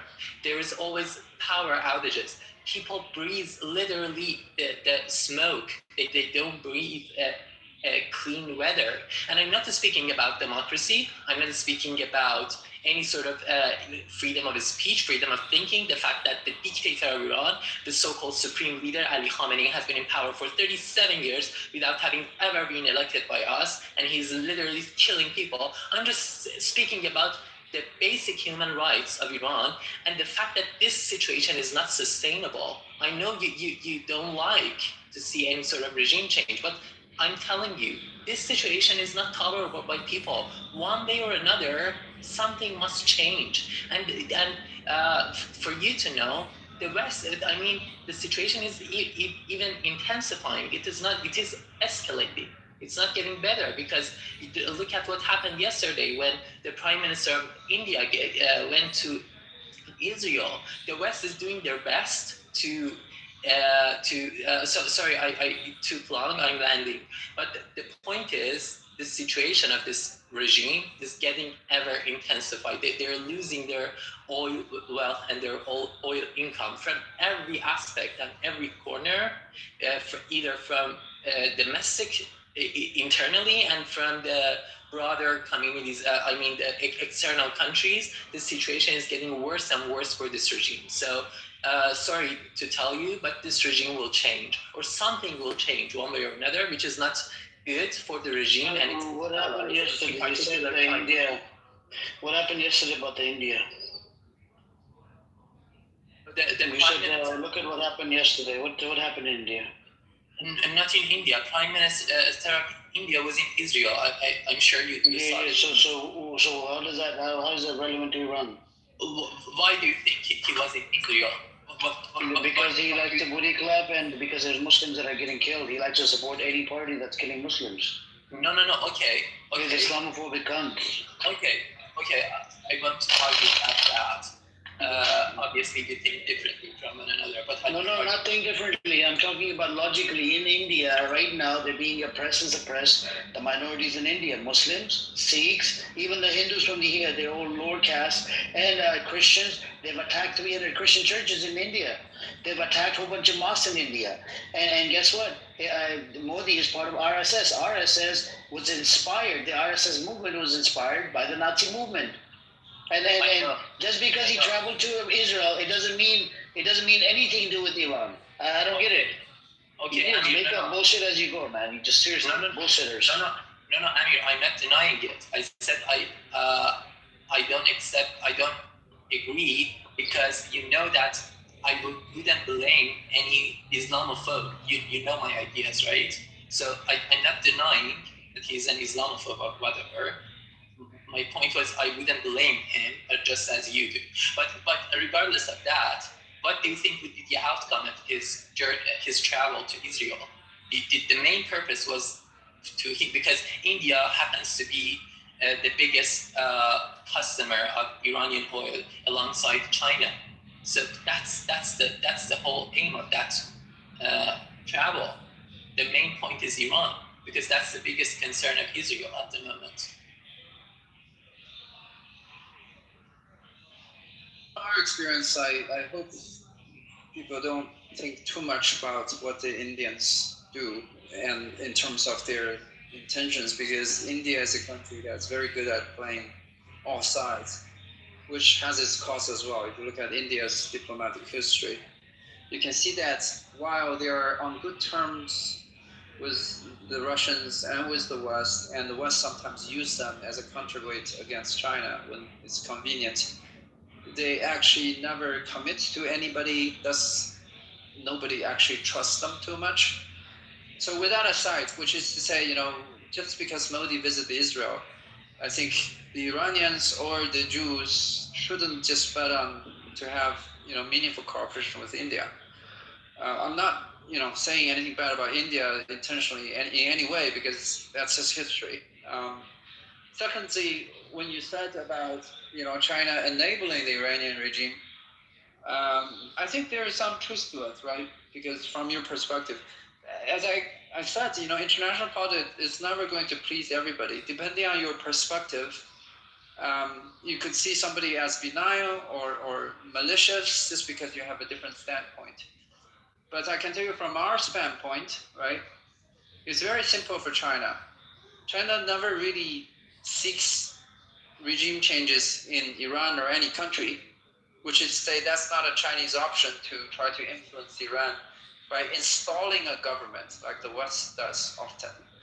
So our choice is to only respect, the Western imposed sanctions, and to add into the, some might describe, and I'm not saying you are describing it, of course, some might describe it as economic terrorism against the people of Iran.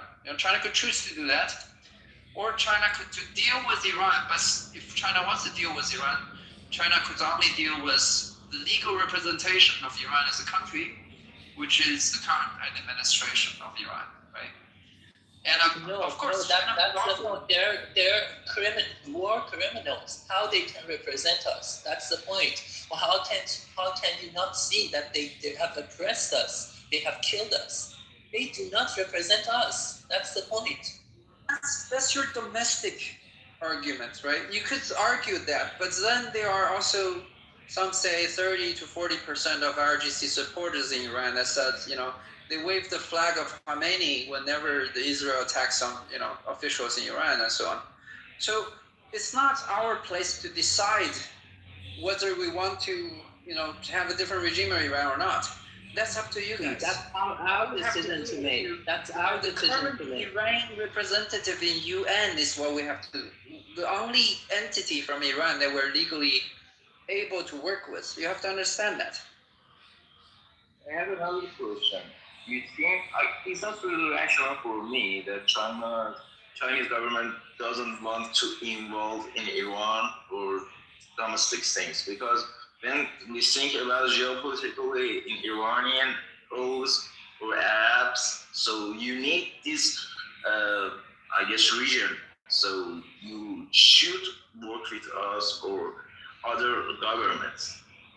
For example, next government, for example, Reza Pahlavi, if he came, so you don't have any chance, for example, work like this that you used to have.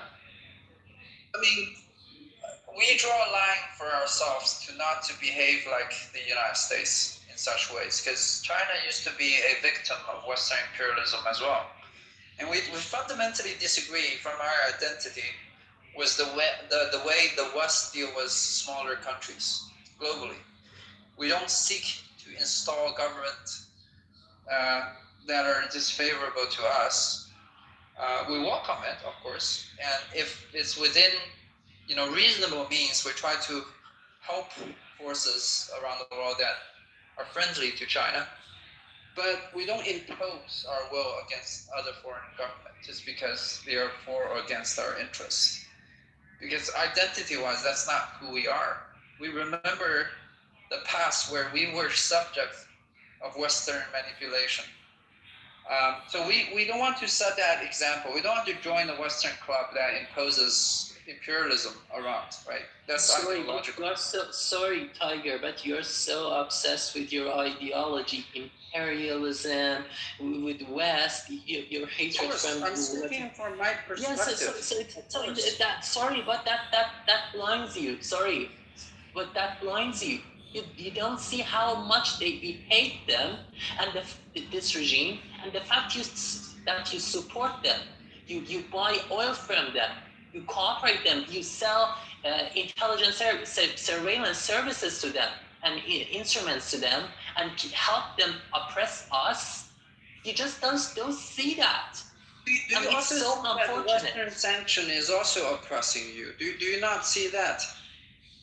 No, I see that, and I would support even further sanctioning, intense sanctioning, because that's the least that the international community should do to punish this regime, because the sanctions are irrelevant. This regime, no matter how much income it has, it will use it to fund 3 projects they have: the nuclear program project, the ballistic missile project, and the proxy funding project. The sanctions are irrelevant, and so just during the past year, just during the past year, they funded $1 billion, and I'm not making the number. I'm quoting the Treasury Secretary of the United States. They funded $1 billion, and by the way, the Hezbollah and the Hamas, they already acknowledge it. So no one can deny this. Hezbollah.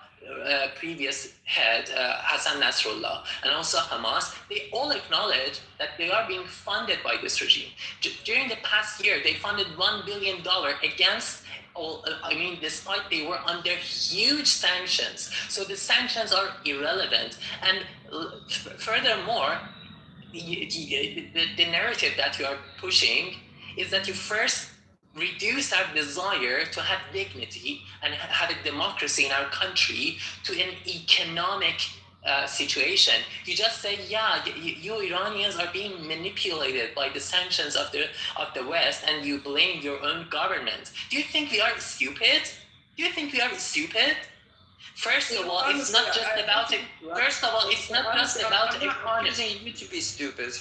But I do see a lot of monarchists from the overseas diaspora of Iran, and for us, it's incomprehensible. Like, we don't understand. Like, you want to drive away this, imperfect government, but you want a monarchy? You really? Like, we don't understand it. Well, the opposition of Iran is I could sympathize with your situation, and from my rational point of view, yes. I do blame most of your suffering on the international sanctioning. I do think IRGC is corrupt in many ways, but as you know, right, you say that because they're corrupt and because they have a monopoly on foreign trade under US sanction, that you people are suffering in Iran. And then you ask me, do I blame the Westerners that are sanctioning you, or do I blame IRGC who is corrupt? Of course you could blame both. But from my point of view, I tend to want to blame the Western imperialists. Like you said, this is my perspective. And because you are prioritizing your own agenda and your ideology.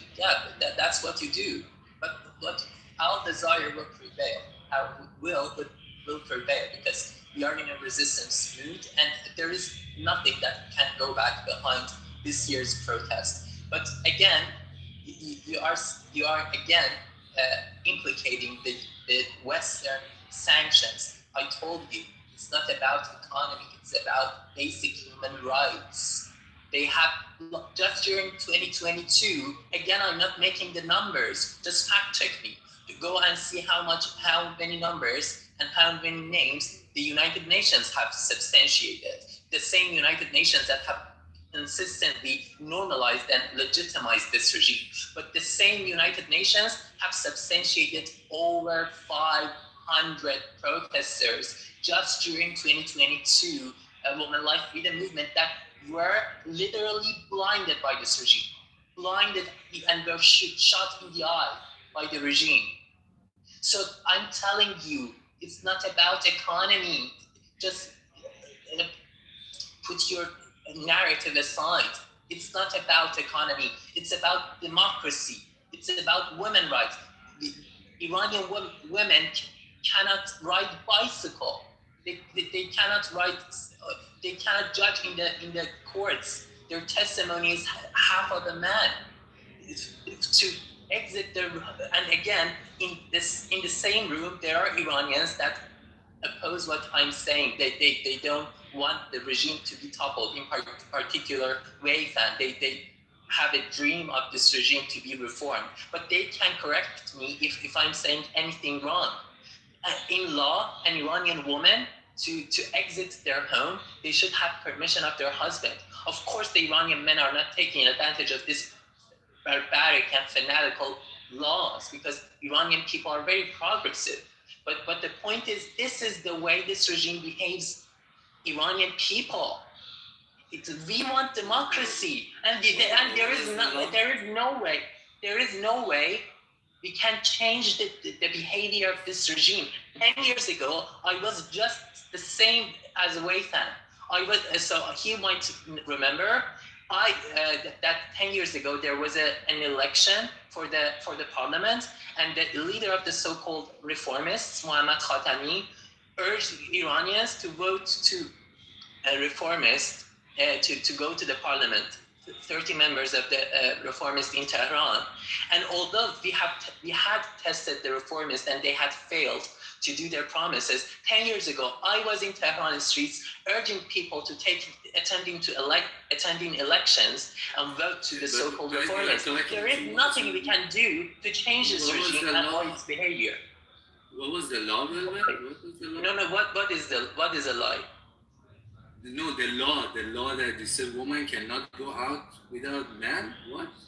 No. They should have permission. They should have permission. In قانون مجازات اسلامی, should permission of their husband to quit their home unless they would want to see their parents. That's the only exception. If they want to see their father or mother. What do you mean? Yes, go out, yes. buy the bread, they need permission? Yes, and also the other exception is yes. You can search it yourself and educate yourself. The second exception is when in cases where they would want to attending elections. Those are the two only exceptions. There's a law that if you want to leave the country. No. Yeah, that's of course not just the country, but also as an Iranian woman, if you want to take a surgery on your body, any part of your body, you have to have written permission from your husband. That's the way they belittle and humiliated Iranian women. An Iranian woman, to get divorced from their husband, they should prove that they are either addicted to alcohol or drug or whatever, but their husband can divorce them immediately by just giving some money as mehriye. But the moment they desire, they can divorce their wife. But the wife cannot divorce their husband easily. And the husband can have 4 wives simultaneously. But a woman, I totally agree with you. As you know, I'm Iranian, but I don't know why you're blaming Chinese government. The Chinese government, I don't think they really care about our domestic problems or domestic situation, as even, I guess, Europe doesn't want to think about our domestic problems. Even they want to make domestic problems such as economic situation. But I have another question from Velvet and Tiger. And what do you think about the future war with America and Iran? Why you don't think we're gonna have a regime change in the near future? Tiger, that's my question from you. First of all, let me comment on what you said earlier. Yeah, I think, Velvet, the difference between the Chinese thinking and the Western thinking is that the West believe that they have a sort of universal standard for human rights and they want everybody to follow it. But China, we don't make comments on people's cultural practices, right? That's not us. That's not our philosophy. I think if you want to change the Iranian custom, somebody from Iran has to change it. It's not for us to comment whether Iran should respect any sort of law, Sharia law, democracy, any system. That's your own You have to figure that out for yourself, because we could be right and we could be wrong when we tell you, no, Iranians has to be like this, Iranians has to be like that. We just don't believe it's our place to tell you to do this or not.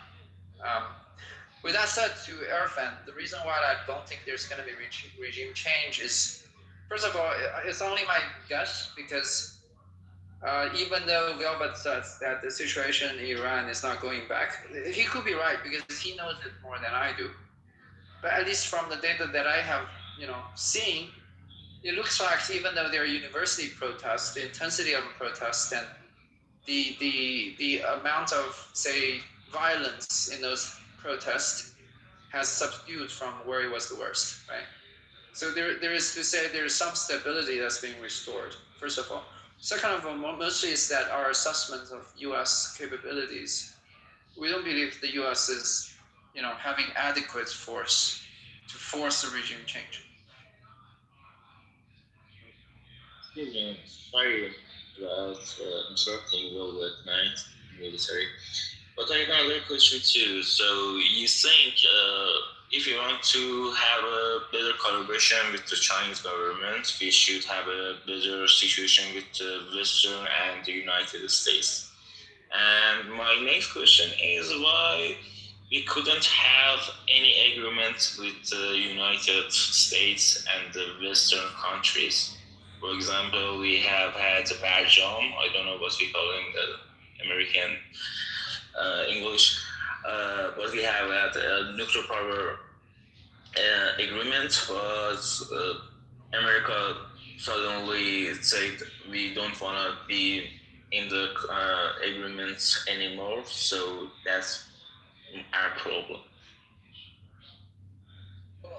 If I understand your question right, our perception of Iran is that Iran only cooperates with China because that it cannot cooperate with the West. That's our perception, because our understanding is a lot of the Iranian elite, even within this current government, were Western educated. And I'm not blaming them, because they did grow up in a time where the West was dominant globally. So, like you said, right, Iran could work with the West, and that's a possibility that we are accounting for.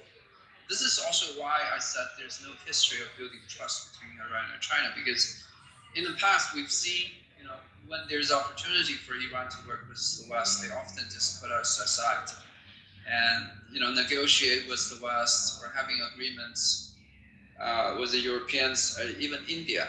So this is why, if Iran ends up with a government that is good with the West and dips the Western sanction, there's nothing for China to be bitter about, because first of all, if there's stability in the region, I think China already benefits from the stability.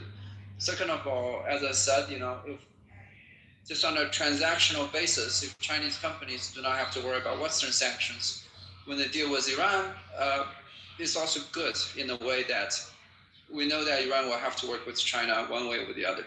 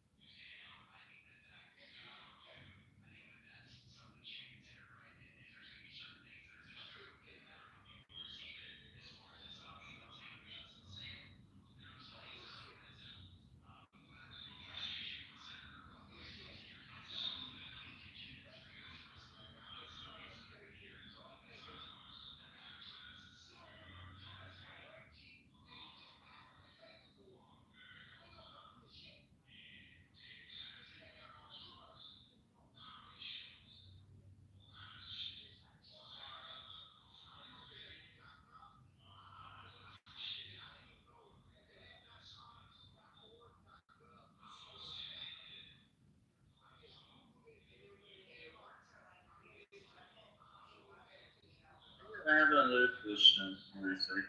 Are you a student or you work in Chinese government?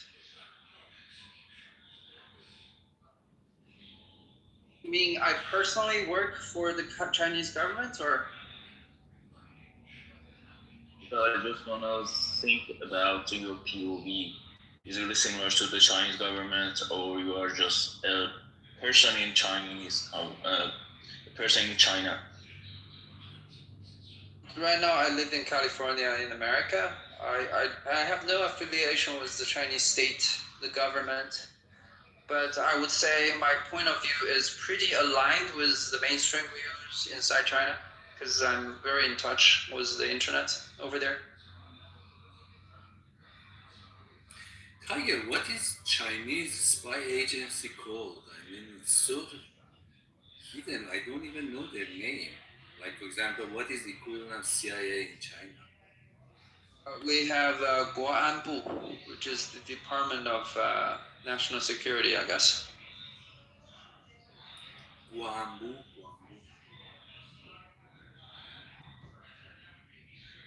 Guoan. Do you speak a little bit of Chinese? I assume you do. Not really. So is there any abbreviation, like the English abbreviation for this agency? There could be, but I'm just not aware because, this is what I don't use call this a word in spy the English agency. context that much. This is what I call a spy agency. There is even no name for it. Yeah, I just want to, because no one else is speaking, anyone, please feel free to interrupt me because I think I make my points. But where you say we in China don't think that we can impose any sort of preset human rights structures or principles to other nations, and we think if this is your custom, we would be fine. So that's where you expose yourself. So sorry, I think when you speak, you are a nice person, but you are harming other people. Your way of thinking, not you personally.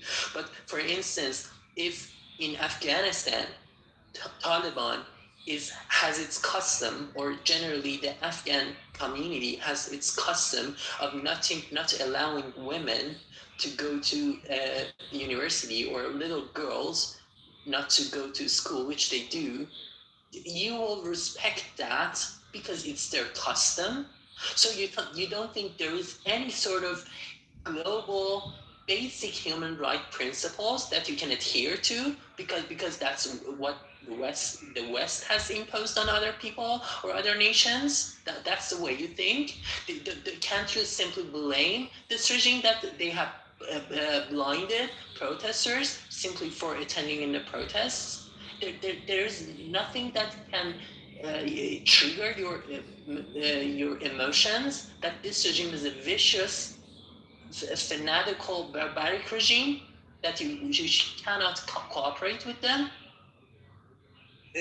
We may like or dislike something, right? Our cultural practices, we're responsible for our own cultural practices, right? We could say, some country have this practice that we don't like. In that sense, we don't like any fundamentalist government, right? The Taliban, we have reservations about.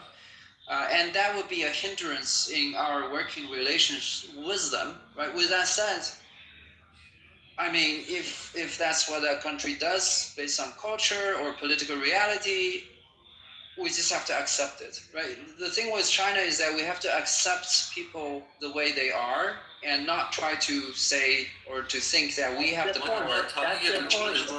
What about if they're pedophile or genocide? Like, do you accept them? Are you guys pro-Israel or pro-Palestine? Like, for example, if it's the government of the United States is led by a pedophile, which is proven, or the government of Israel, which is a genocide. Just shut up and answer the question. Are you guys Roman, pro-Palestine or pro-Israel? Palestine. Are you pro-Israel? I'm pro-Israel, guys. Okay. Are you Iranian? Israel is right, and Palestine not. Are you Iranian? What? Are you Iranian?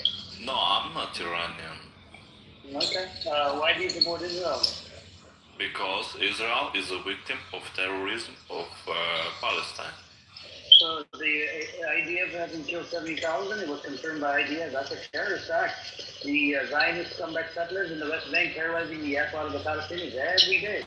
About 4 to 10 cases a day. Making terrorist acts is not the way. Right. You didn't know that? Stop. So making the terrorist acts is not the way. Oh, you're from Ukraine, huh? Ukraine or was it Russia? I'm Ukrainian, yeah, that's right. Are you Jew? No, I'm not Jew. No? Then why do you support Israel? Yes, you're not a Jew. Because Palestine is terrorist country. Oh my God.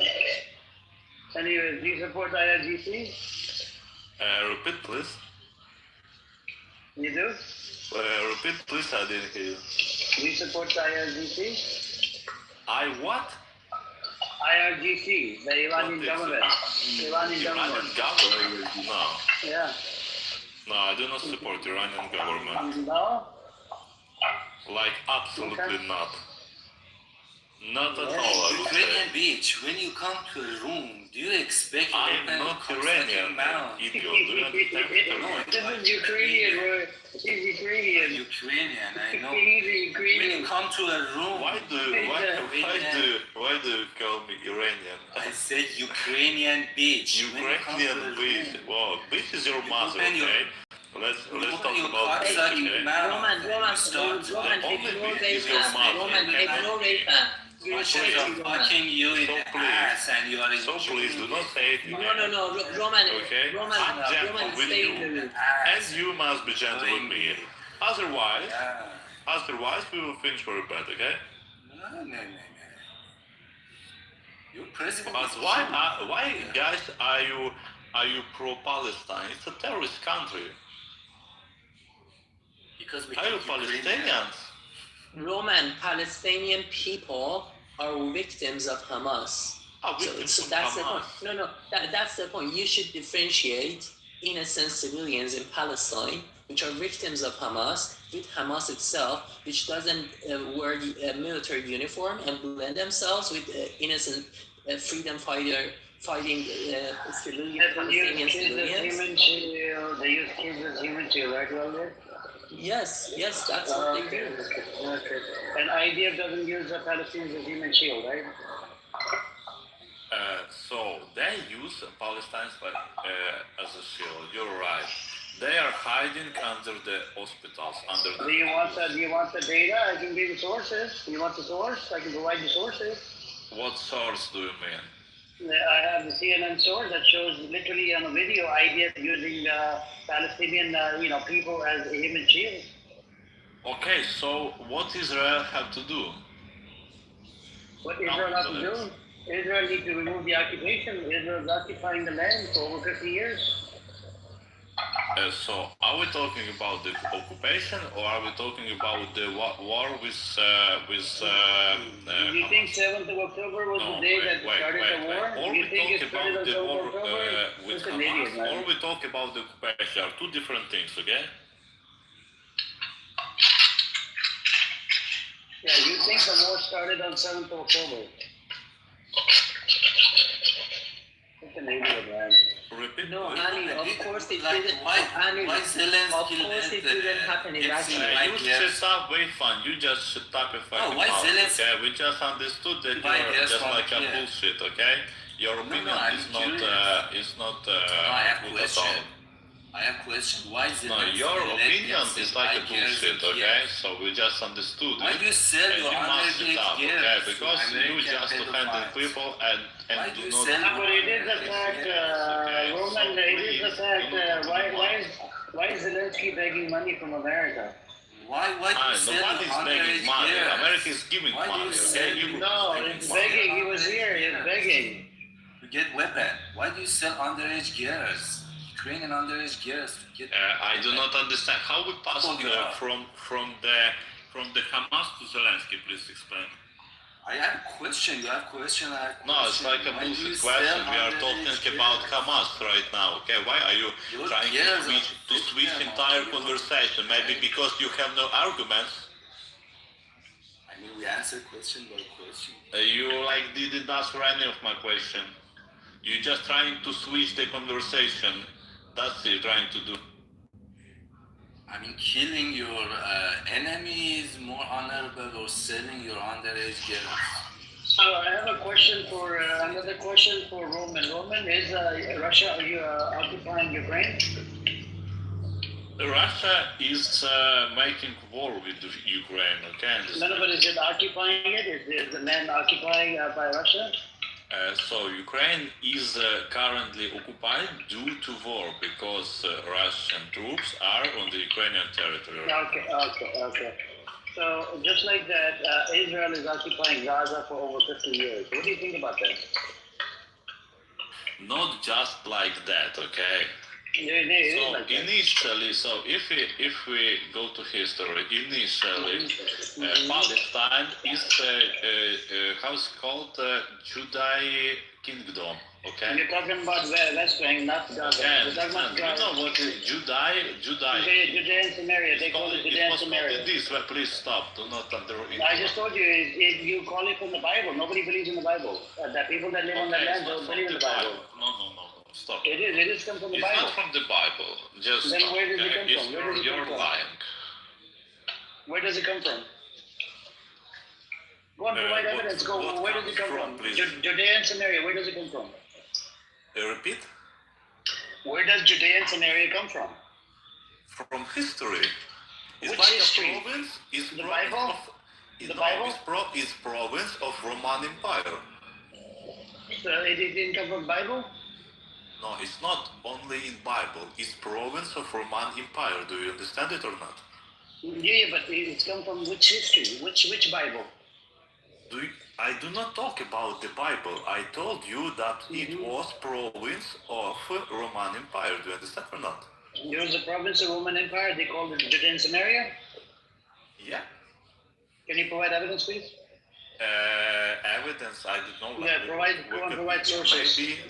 Provide sources. Yeah, if you can put it in the chat, please. Wikipedia is okay. Yeah, put it in the chat. Okay. Thank you. Because I'm looking this information in Russian, so I need to find the translation. Sure. And let me teach you the history. So there was this prophet called Prophet Abraham. He had two sons. One of them was Isaac, one of them was Ishmael. So Isaac kicked Ishmael out. So Jews, Isaac is the father of Jews and Ishmael is the father of Arabs, are the first to kick Arabs out. So if you want to go back to history.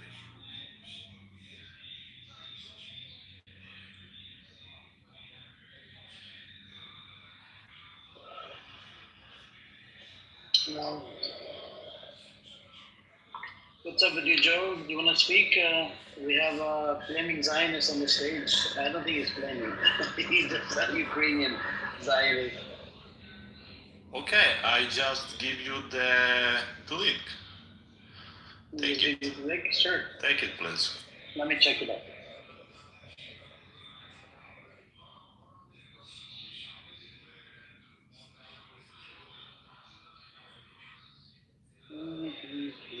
That's okay for you?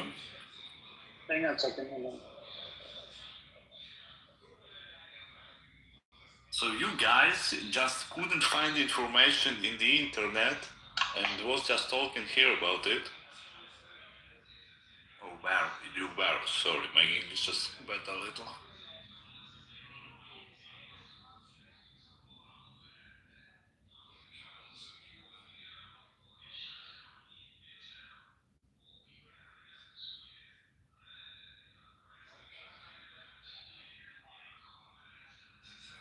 Is silence, is the silence your answer?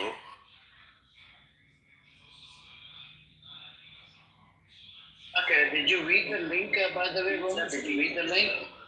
Did you read the link? What? Did you read the link? Did I read what? Did you read the link? The link that you put in? Yes. Okay. So, Judea and Samaria is a biblical and historical name for the region. Internationally called the West Do you Bank. understand word historical? Yes, but it's biblical. Biblical. And historical. Biblical. What's the problem?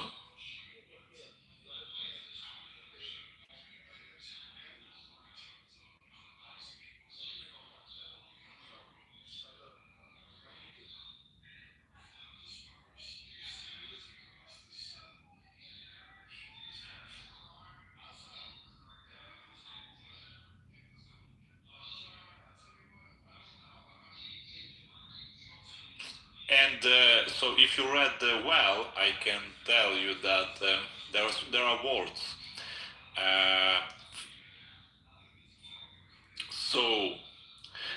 Temporarily reclaimed the throne with the Parthian support, but was overthrown in 37 BCE by Herod, whom the Roman Senate had appointed King of Jews. King of Jews, it was called by the Roman Senate. Okay? That's okay for you?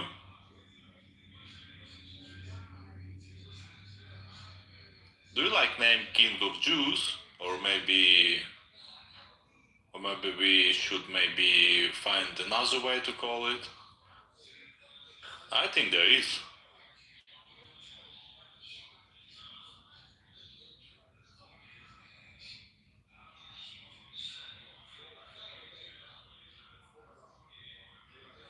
Again, why your history starts from there? Go back.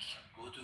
No, my history doesn't start from it, but Judea existed and the name Judea existed, and also existed the name King of Jews. Okay, and 5 minutes ago you told me that is not true, and now we see that it's true, so I do not believe your words anymore, Wayfam. Said the known history starts from Abraham. From when? From the big boom, maybe we should talk? First prophet. Okay, let's talk from the big boom, okay? Do you like this history? No, big boom, no. There was Noah, and then there was Abraham. Abraham had 2 sons, right? One was You are Isaac. talking about the Bible now. I'm talking about the history. Are 2 different things. The same. No, it's not the same. So from that... No, wait a minute. In the Roman documents, okay, Roman Senate called Judea like King of Jews, okay? And this is documented, okay? No, okay, you don't like this. You don't like this kind of information. I understand you. You don't like it, but it's true. It's true. Not like your words. It's not lie because your words are lie. But this kind of information is true, and I proved it. But you cannot prove your point of view. Okay? Cannot prove that Abraham had 2 sons. One was Isaac, one was Ishmael. Okay, anyway, so do you want to talk about the Bible? Okay, let's talk about the Bible. So Isaac kicked Ishmael out. The land belongs to Ishmael and Isaac. Why the land only belongs to Isaac? Answer me that question. I'm not expert of the Bible, so I cannot answer the questions about the Bible. If you want to talk about the history, documented history, we can talk about it. This is documented history. Bible is documented history for you? This is a history of that religion. This Bible is... Oh man, you're just so cooked.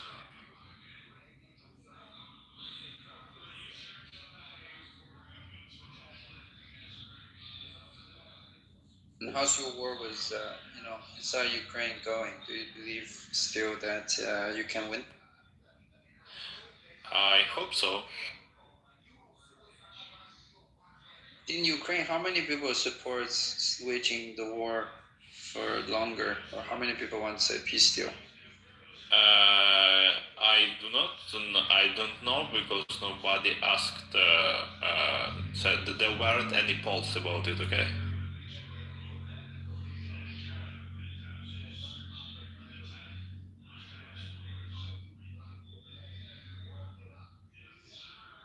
So are you trying to switch the conversation again?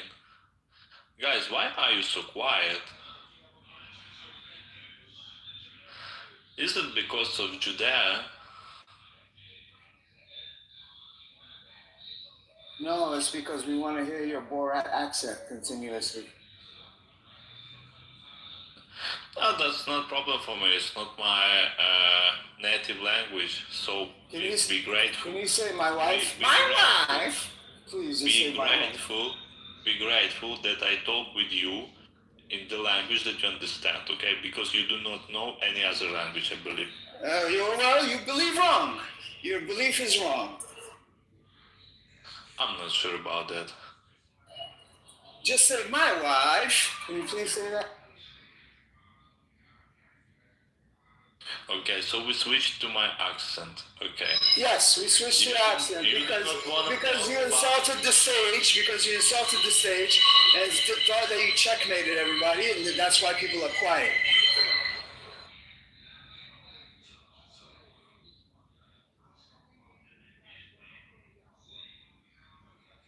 You're still in Ukraine, Roman. What? It's living inside Ukraine. So I'm not living in Ukraine for last 12 years, okay? So no. I happen to have a friend who is from Ukraine, from Kiev, and he used to come on this app a lot. But he told me a story where he has to basically hide from the people that are drafting him into a war. So he hasn't been on this app for a while now, which is really, really unfortunate. But he told me that about 80% of Ukrainians no longer support the war. They just want to... Okay, where did he take this number, 80%? Please tell me. What he told me, I don't know where his number comes from. Ah, okay, so it's not proof number, it's like just an opinion, I can understand.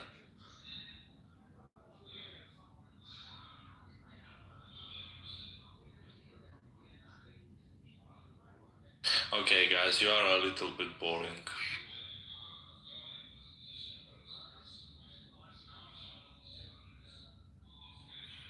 Thank God.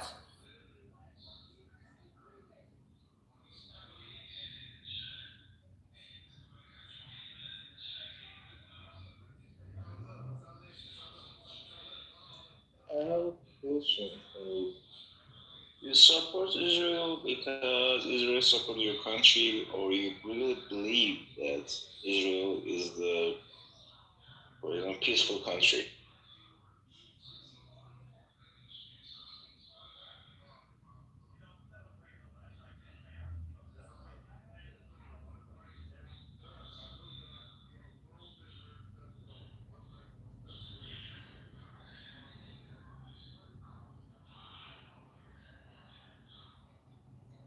Nobody supports Israel anymore. Only losers are like this Moody. It's over. They're so lonely. Then we are talking about international relationships, for example, politics. We can't really think about the rights. For example, Palestinians people have rights. For example, in defending themselves. But for example, Iran pay a lot because Palestinian people, and we have a really bigger problem in our country because Israel lobby are against us, and we are under sanctions. And I don't know why other countries don't want to pay, and we are just the only country wants to pay for Palestinians.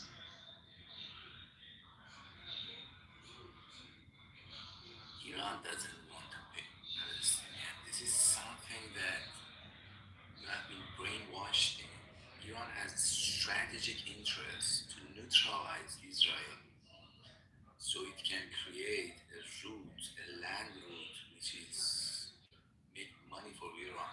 So right now, Iran was a very rich country historically, and since the Suez Canal started, Iran became pretty poor because they completely bypassed Iran. So Iran doesn't like it and wants back the Silk Road and its old, powerful position as the country which controls the trade between East and West. That's the problem Iran have with Suez Canal, and Israel happens to be the dog which is protecting the canal. That is the problem. Iran doesn't have anything for Palestinians per se. They're just one of the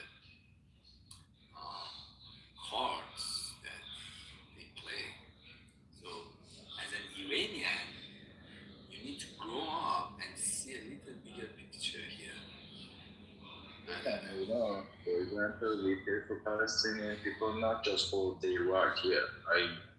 As you know, and as I know, we choose to defend Palestinian people because for our next problem it is Israel. But we could choose Israel rather than the Palestine, and that's another ideology that we could choose, but we didn't choose.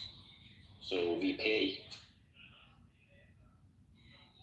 Again, Palestine is not the issue of Iran.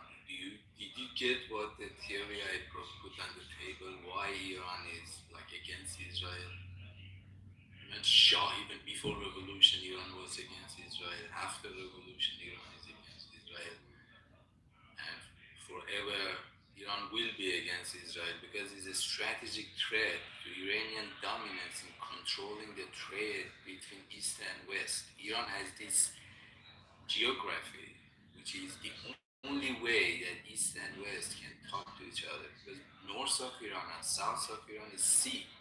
The only land between East and West, viable land, is Iran.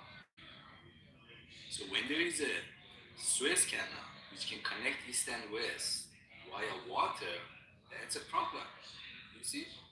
You see that problem or you don't see that problem? And Israel is protecting that canal or Palestine.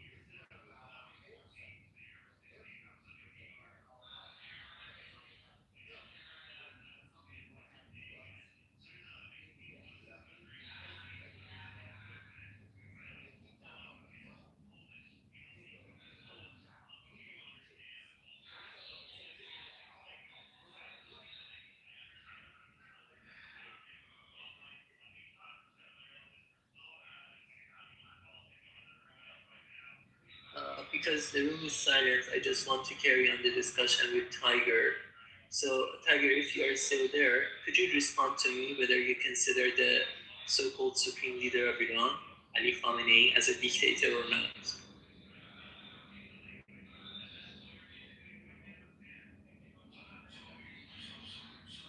I'm still with you, but could you repeat the question?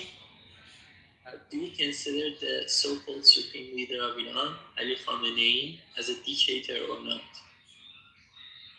Again, a difference between us and the West, right? We don't categorize leaders as dictators or not, because this is usually a nomenclature for them to justify whatever policy they want to do with Iran, because you have a dictator. We've been victims of that. Our government was called dictator, was called human rights violator.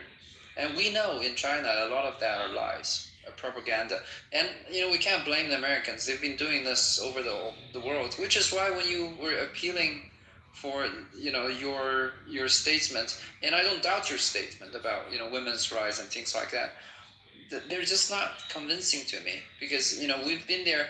First of all, we doubt how much, what's the real situation is. And I don't doubt you as your perspective, right? I'm just saying, when there are a lot of propaganda against the country on their, situations for their civilians, in our experience, a lot of that is propaganda. That's the Chinese experience, and we resent the West for it. Secondly, we don't even believe in the Western system, not just because, we don't even believe it's working for them, their version of the so-called democracy. We don't believe in it. So when people come up with an ideological argument, we Iranians want democracy. I'm sure you just want yourself to be free from oppression. I could support that. I could see that, right? And some people are definitely oppressed in one way or the other. And frankly, even in America, I see a lot of repression, and I'm with those people. But when you drive up a ideological argument about they're communists or they're dictatorship, I just don't relate to that. So 2 points. First, Hani, if there is an Iranian and another Iranian person in the room, his name is Arya. I saw his message in the chat. He wants to come up and speak. So if you are there, I would appreciate if you can invite him if you want. But getting back to what you said, are you suggesting that it is propaganda that the supreme leader in Iran is dictator, or you just don't care? Because I hear 2 points. First, you said you just don't care whether he's a dictator or not, because this is the terminology or narrative of the West, etc. So 2 points. First, you said you don't care, and second, you said it is a propaganda of the West. So which one? Is he a dictator? Propaganda? Do you agree that he is a dictator, or you are suggesting that it is irrelevant? Any leader, whether he's a dictator or not, it is irrelevant. Yeah, I don't believe the Western system of so-called checks and balances. I don't think it's working in today's America. No. Okay. So are you suggesting that? Starting from the topic of it, I'm trying to answer. But you are. If you allow me. But you are. So you can. Right? So you can say two things. Do you want me to answer or not? Because I know what you're getting to, and I'm trying to answer you. And if you want to stop me from answering, I mean, you could just go on a monologue. But I can tell you from my perspective, the dictatorship as a word is only a label, right? I dismiss it because I know it's used as a convenient propaganda tool to label people dictatorship. And the real intention of doing that is for intervention. So this is what I understand America, okay? With what I care about as a person on another leader point, I look at what they do, right? If they do evil things, I tend to dislike them and condemn them. But again, there's a boundary, right? You are not condemning this thing. That's the point. Not only they are dictators, but they are also evil. But you refuse to condemn them. That's the point. You don't care that they stone women to death for act of adultery. You just don't care. That's the point. Cultures that would do that, and it's a matter of development, but right? It's not our culture. Even if it is our culture, which is not, if you first of all, it is not our culture. Seeking a dialogue about it. If you want a dialogue, I suggest you let me finish answering you, because it's your question. You could condemn me of being senseless and not sympathetic enough. What I can tell you is that cultures are different. The level of development is different. In all of the world's religion, in their history, there were periods of very strict laws against things like infidelity, right? And every religion, whether it's Eastern or Western, had a history of secularizing over time. All of the religious rules and norms today are probably more relaxed than they are 100 years ago. And it takes a lot of development for any country to reach some kind of consensus on how they should govern themselves. And it takes even more for the international community to have a consensus. But, we do have a consensus, which is the UN Charters. There is a treaty of human rights that everybody signed on to, by the way, and China is a signatory of that. Based on international law, if there's a legal process internationally that suggests UN authorizes intervention, then China will be happy to intervene. But other than that, China doesn't believe that China could either unilaterally just intervene in another country or to lecture another country on how they should behave, because China understands different countries are developing at their own different stages. And China understands that no political system... So, Tiger, I have a question for you. So, Tiger, have you ever visited a Western country? Country right now. You're in Western country right now? Otherwise, I wouldn't be speaking English so much.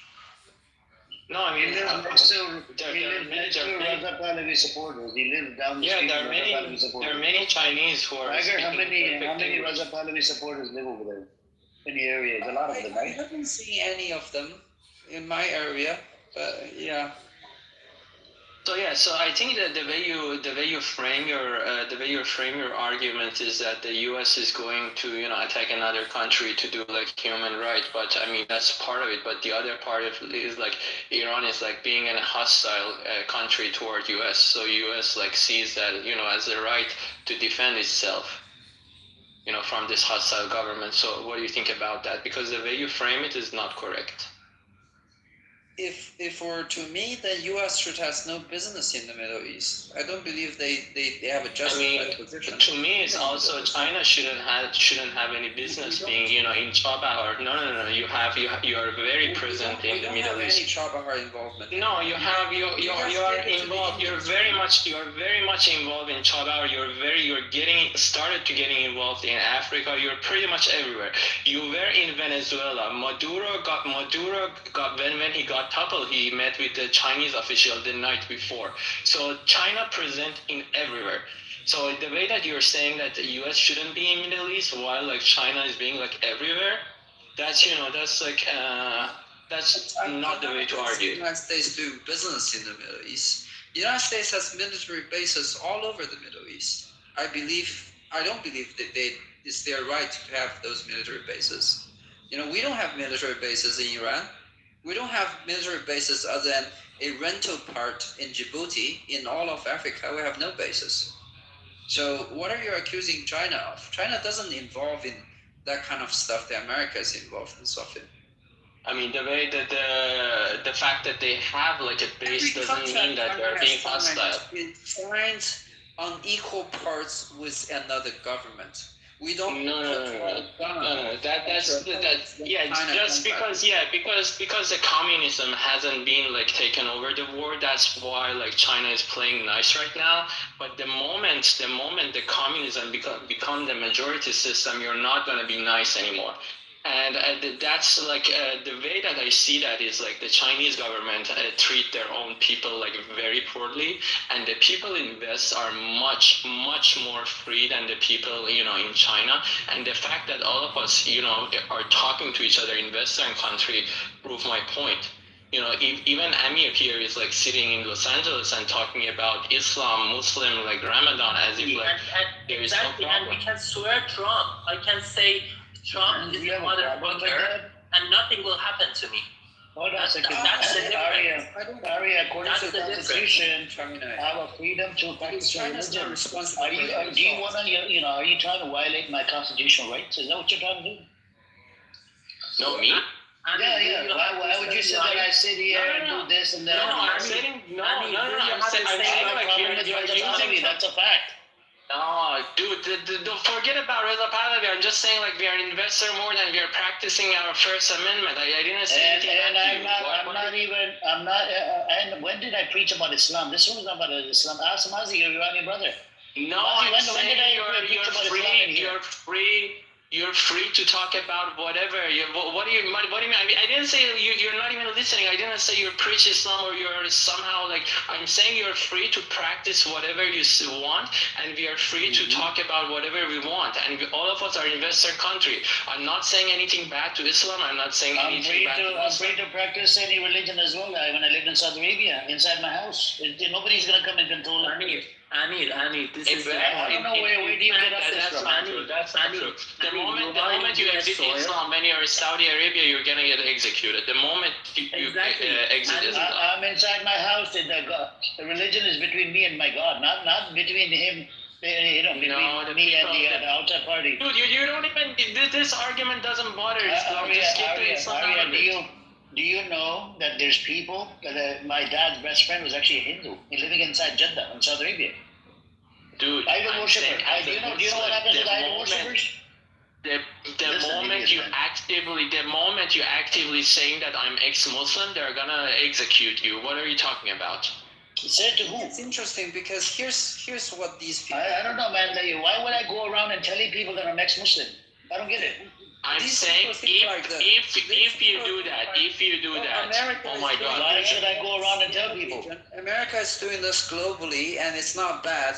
But the moment China does it, which China hasn't been doing, they must be wanting to do this. And the moment they do it, or the moment the Americans stop, being what they are, China must do the same bad stuff America does. And because of that, I think China is bad, which hasn't even happened. It's bad Whereas the because Americans China already is a dictatorship, but the United States is a democracy. And I know you will start laughing and saying I'm naive or whatever. Here's the bottom line. You could prefer a political system all you want.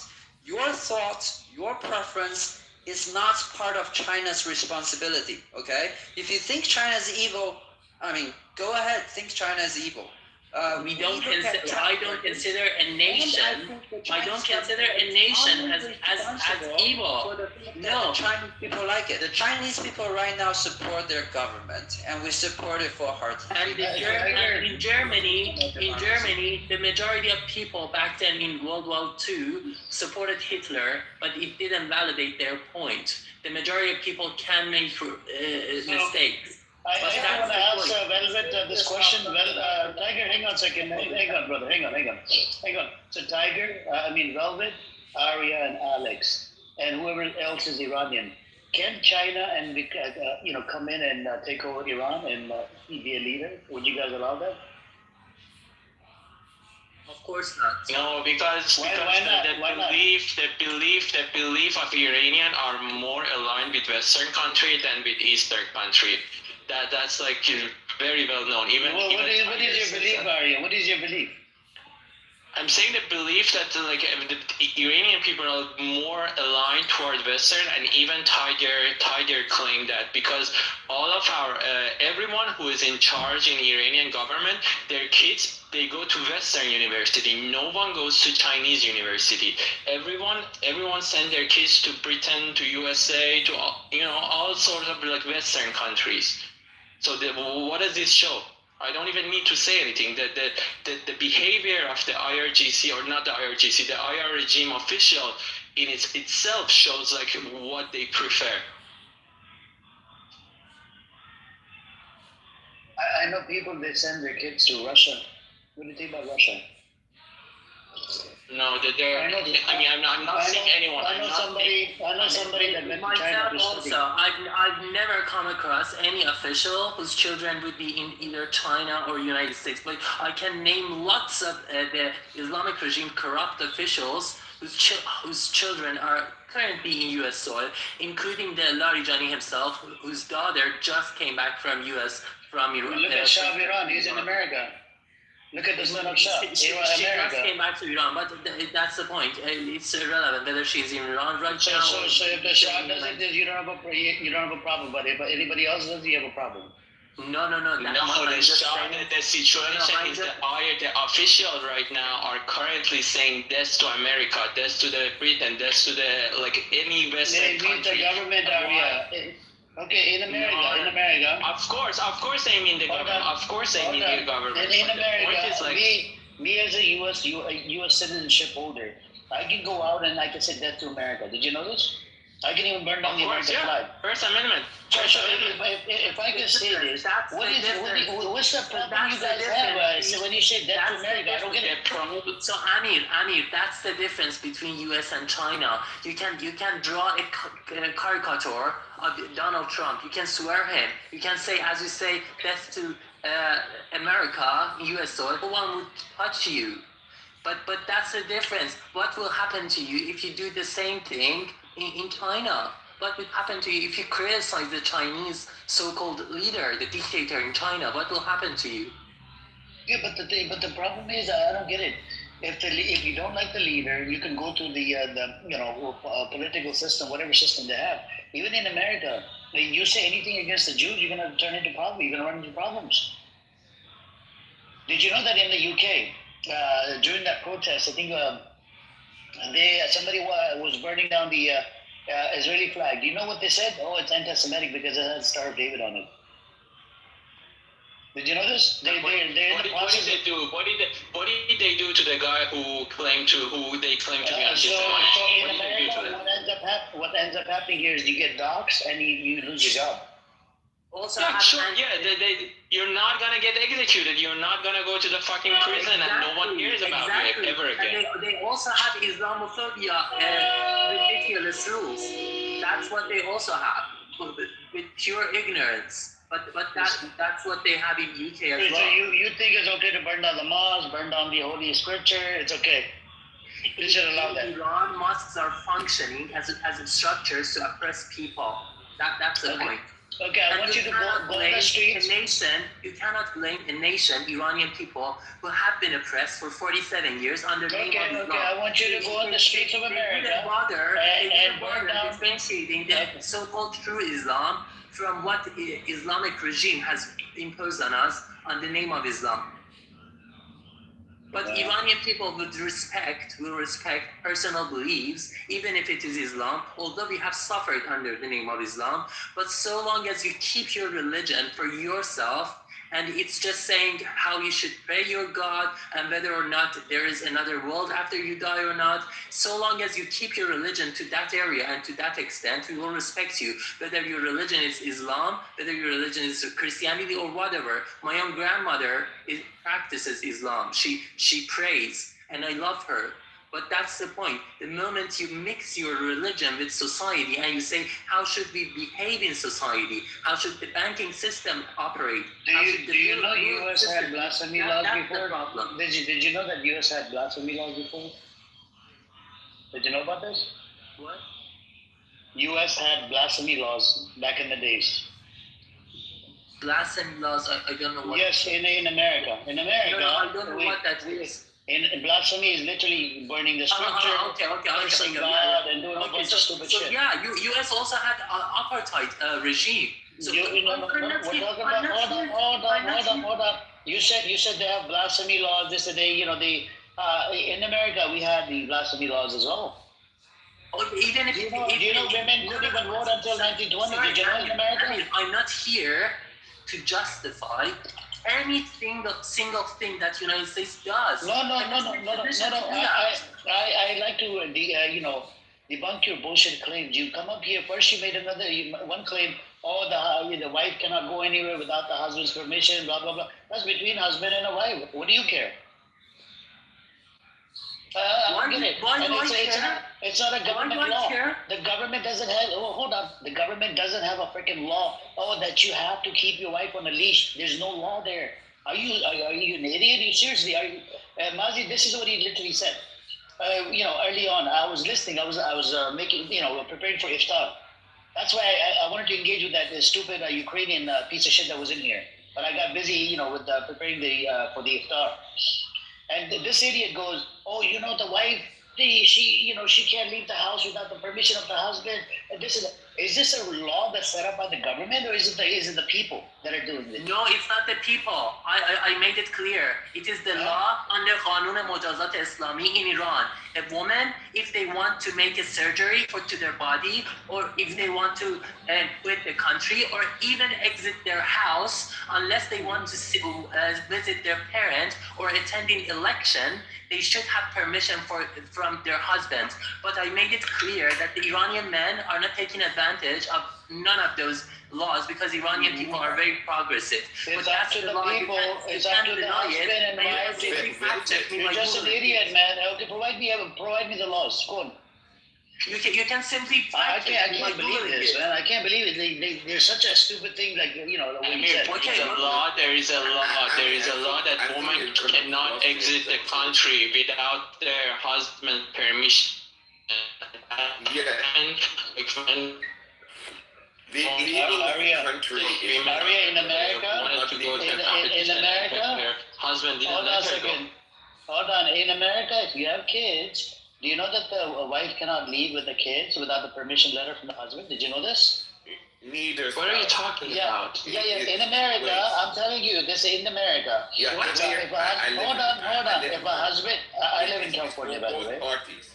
Alex, hold on a second. Hold on. None of the parties, whether it's a husband or a wife, can leave the country alone with the children without permission from the other spouse. There's no permission. You don't need permission. Is that what you're saying right now, Alex? No, I said no. I mean, listen to what I say. So neither spouse can leave the country without permission from the other spouse with their children. That's because of all the divorce issues that have come up. Yeah, and forget about that. Even when you owe the child support or spousal support, you run into a lot of problems. It's not about like this. Did you hear what Alex said? Alex means that it doesn't matter if it's a woman or man. They're both treated equally. That's what Alex means. Why are you missing the whole point? Treated equally? Seriously, bro? Yes. Oh my God. Yes. Yeah, of course. What Alex says is like they treated equally. You're not getting the main point. Women couldn't even vote in America till 1920s. Go look into it. But that is not some idiot. I'm here. And your grandfather of this Raza Pahlavi. Many Saudi Arabia have 4 wives today. Uh-huh. 4 wives with the, should he consult with his first wife? Yes or no? Yeah, but that is not the issue. I mean, polygamy should be banned. Alex, there's a lot of women out there that are single mothers, okay? Would you want to have them? Hold on a second. Hold on. Would you want to see them as public or be a wife of somebody? No, they're definitely public property. Okay. So you it's okay to be a whore. Okay. Cool. Yeah, they definitely keep promoting prostitution. That being a slave to a man. That's crazy. And then if the first wife agrees, then you can get married to a second wife. That's disgusting, man. Agreement. Did you just consider a man who has 4 wives as a whore or not? I mean, no. Do you consider a man who has 4 wives as a whore or not? She has a wife status, not a prostitute status. Oh my God. In Iran, men can have 4 legal wives and unlimited number of wives as Siga. Unlimited. You can't have unlimited. It's maximum is 4. They don't. Well, I mean, they don't. The Sunnis don't have that. So I mean, doesn't understand. Maximum 4. Yeah. Maximum 4. The maximum 4 is for legal wives. They can have unlimited wives as Siga. I mean, doesn't know that. Hold on. That's not the Arab thing. They don't know about this law. First of all, Amir, they're talking about mut'ah. Second of all, the Sunnis also do have it. It's called something else, and it's a different form. It's called Misyar, but it's a long. Yeah, but it's actually. And Urfi. It's also called Urfi. There's another thing called Urfi. But anyway. Yeah. Whatever it is, from the Sunni side is we have Misyar, but Misyar is not a temporary marriage though. No, Iranians basically took prostitution and they basically legalized it, and that's historically. This is not. It doesn't really. Alex, I think we need to go to what Velvet said. Velvet said something very key. He said that it's not Islam that the Iranian people are mad at. It's the way that Islam is being portrayed by the Islamic government in Iran. And I think that's an important thing to realize. Let's not attack things like 4 wives and those things. That if you want to attack the way they're displaying it and portraying it and pushing it on the people in the way that they are seeing fit, that's a whole different thing. That's their warped version of it. Does that make sense? Honestly, I don't see why monogamy is, morally superior to polygamy. I just don't see it. I mean, Tiger, they have it in the U.S. too. In the U.S. they have it. Mormons have it. The Mormons are actually doing illegal things now. Islam polygamy is even bad. Tiger, the difference is when you give permission for a man to have legally 4 wives and as in form of sila, unlimited number of wives. But if a woman does the same, you would stone them to death. That's where the problem will arise. But that's why I'm going to your point where you said that it's the version of Islam that they're pushing onto the people. You can't go and blanket all of Islam. That's not fair. It's not Sorry, ethically correct. so 2 points. I didn't say anything about Islam. So 2 points. Religion I has no didn't say place in anything government. about I'm Islam not disagreeing itself. with you, Alex. I'm not disagreeing with you. No. So 2 points. I know you are not disagreeing. So 2 points. I didn't say anything about the Islam. All I hate, and the majority of Iranians hate, is the Islamic regime and the fact that they mix religion, whether it is Islam, Christianity, or whatever else, with the state. So that's one of our key demands, that the religions should be your personal matter. You cannot impose it on other people. That's the point. But the second point, I wouldn't blame Iranians if they don't want to bother to differentiate what other people mean by quote unquote true Islam, by the ideology that the Islamic regime is imposing on us. Why would they do that if they are being massacred? They are angry. They have every right to question, okay, please show us this true Islam. So why on earth, wherever Islam has gained power, in Afghanistan it has turned into Taliban. In Pakistan it has turned into Al-Qaeda. In Africa it has turned into Boko Haram. In Lebanon it has turned into Hezbollah, Hashd-al-Shaabi, Zainab, why on earth we can't see this true Islam? You're naming a small percentage of 2 billion people, a very small. I know. I already said that my grandmother practices Islam, but that's a mistake to make. No. Sorry, let me tell you that the majority of moderate Muslims don't matter. That's the problem. Even if they are 90% of Muslim community, even if they are 99%, unfortunately they don't matter. That 1% will make the difference. Will change everything. Because they will. Are you seeing how much imperialism was imposed upon this world with the rationale of being a Christian, moral standards, divine providence, or things like that? We can even go deeper than that, Tiger. Is Christianity bad because of what Hitler did? Is Christianity bad because of the KKK? Is Christianity bad because of the transatlantic slave trade? All of that was done under those guys. Sorry, I'm out of breath. And I would say you should look at all religions in the flow of history, right? There were a long time in the medieval ages where Islam was the more open-minded religion compared to whatever Europe had at the time. It's just all of these things. Problem with Islam. My point is Islam or whatever religion should be separate from power. But that's what you are demanding.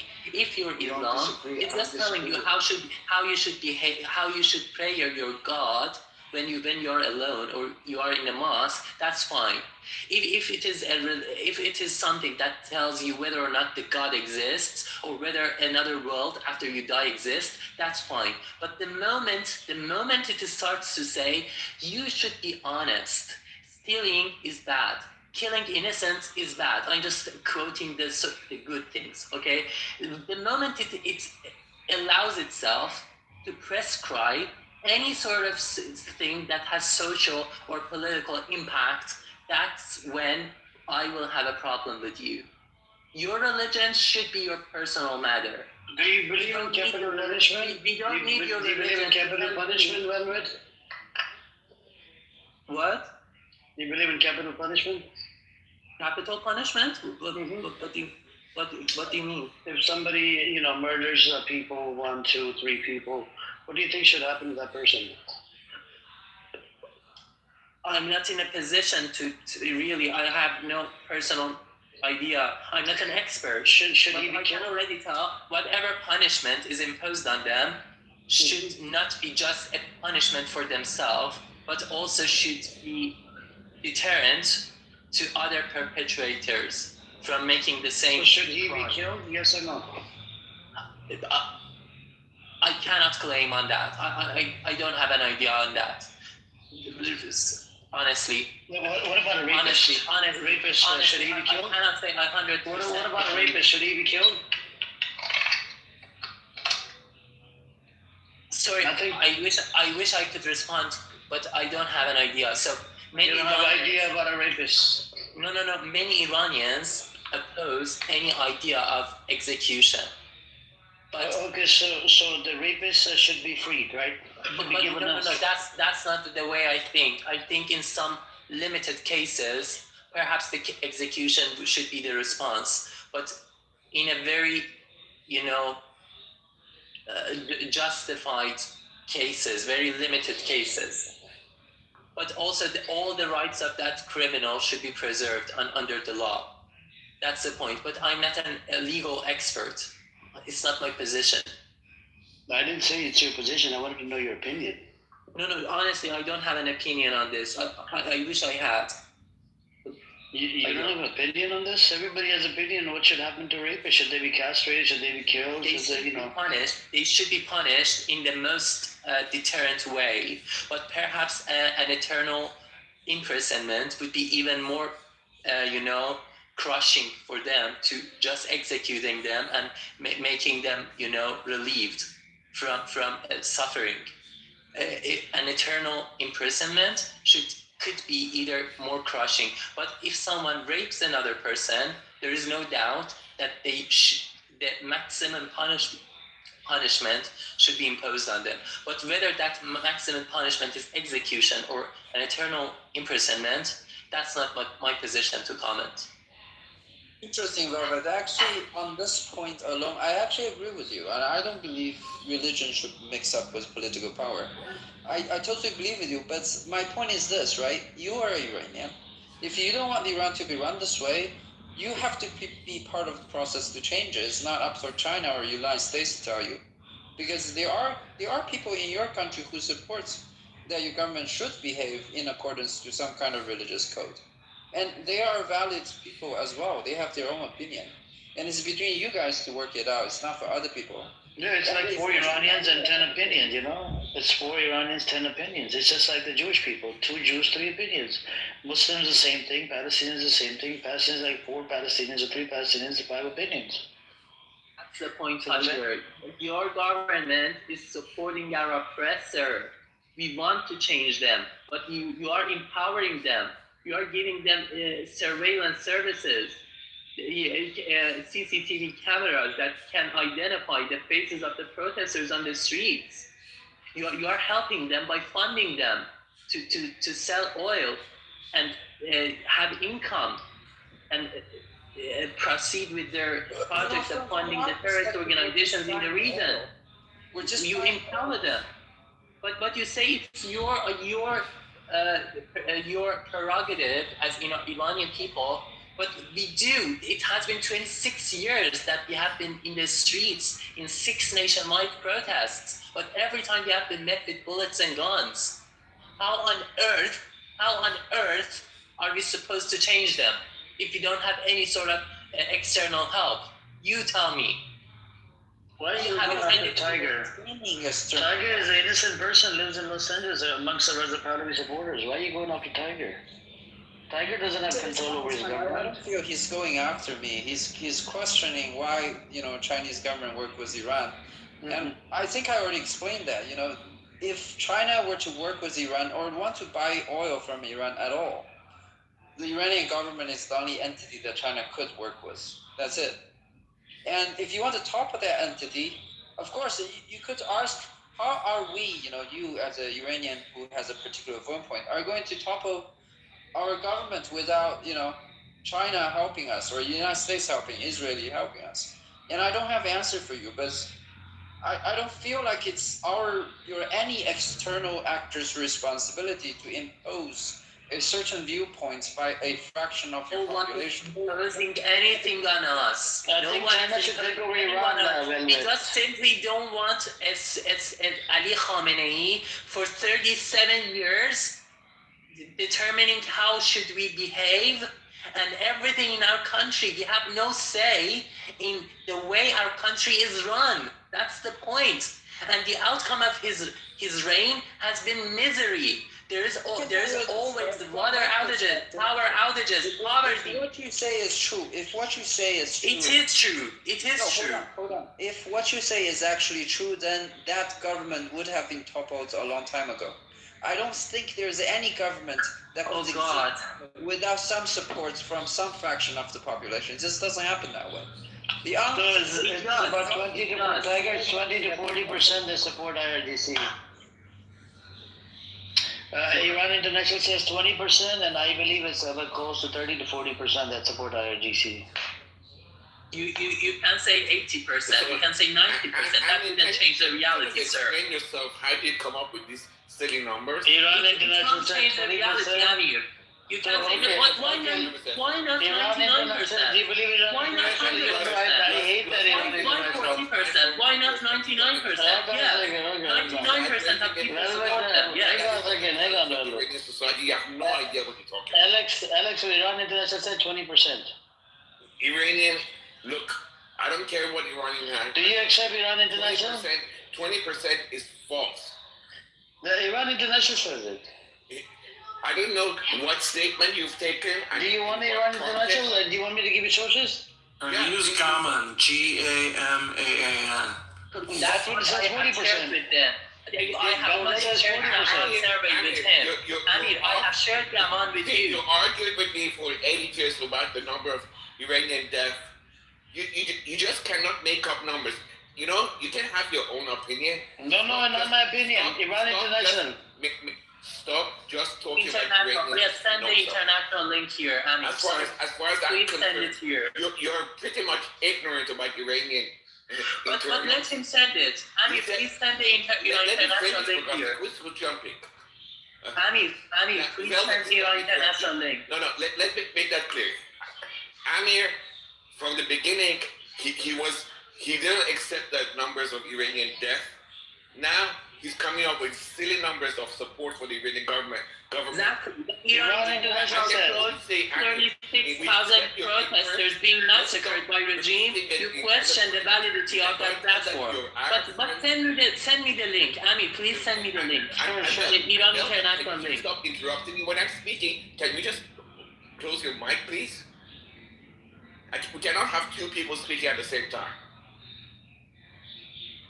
So, you're entitled to your opinion, but don't keep on repeating it to Iranians. You just keep on frustrating us. It's infuriating just to hear you. I accept the fact that you're ignorant about Iran. You're not Iranian. No, I'm not ignorant. You're absolutely ignorant. I'm giving you facts. That during the massacre, you're now showing it with these silly numbers you're coming up with. It says it. Iran International said, Baba. Nation, you have no idea, but you insist on it, which is fine. You're entitled to your opinion. Just go and tell it to the farmers. I'll give you the Iran International. Doesn't matter what you give me. The reality is the sitting government of Iran still exists and hasn't been toppled. If it's really true, everybody in Iran wants to topple it. Keep in mind, to keep a bureaucracy running, you need people, right? You need people. If everybody is so angry with the government would have been overthrown a long time ago, just like they were in the 70s. You are empty-handed. That's the point. They kill us. The Chinese guy who has no idea what's happening about the dynamics inside Iran. That is not the way it works in Iran. People don't want them. Okay, here's the link. If they protest, they either die or go to prison. Albert, I put the link. Alex, my link says 20%. Are you okay with 20%? Yeah, 20% is a maximum. You can see. No, what you look at 20% is the maximum you can give credit to. Is the number that has already voted. I would accept. You can give them 21%? 21%? No, you cannot give them 21%. What about 20.5%? It also, just let me finish, please. Sure. So it also has to take into context, when was that those numbers expressed? Things have changed a lot in Iran. At this point of time, as we speak, at this moment, they're lucky if they have 10%. Okay. Mazi, do you agree 20% is good? Capish? Mazi? I posted a very robust survey. It's slightly dated June of 2024, but the methodology is The date between June 2024 and February 2026. Jacob, what does your survey say? 50%, 40%, or 30%? It says at that time 19.5% yes to Islamic Republic, no to Islamic Republic 68.3, I don't know 12.2. Oh, okay. So there's still I don't know, Alex. Right. Do you know I don't know? Maybe they're picking China. I think they think China is the best way to go. No, I don't. No, that's not I don't enough. have anything to do with this. I think all these That's not enough. Just all these data points is only one data point, and I'll give you another one. Right, the congressional approval rating of the United States is about 11% right now. So what I mean is, for the people in any country, whether they want to uprise and overthrow the country is a delicate consideration of expected outcomes, right? It is true in many countries, if you protest in a violent manner, there's legal consequences, as is in Iran, right? But you have to, for an everyday citizen to consider to uprise, it's a balance of the risk to be taken and the outcome to be expected, which is to say, to ask a survey of how many people would like to change of government is a different thing than how many people are actually so unbearably bad, in such an unbearable situation, they want to come out and violently overthrow the government. Those are two different things. The current congressional approval rating is 32%, not 11. A few months old or something. No, that's this is January of 2026. Harvard Harris poll, 57 disapproval, 32 approval.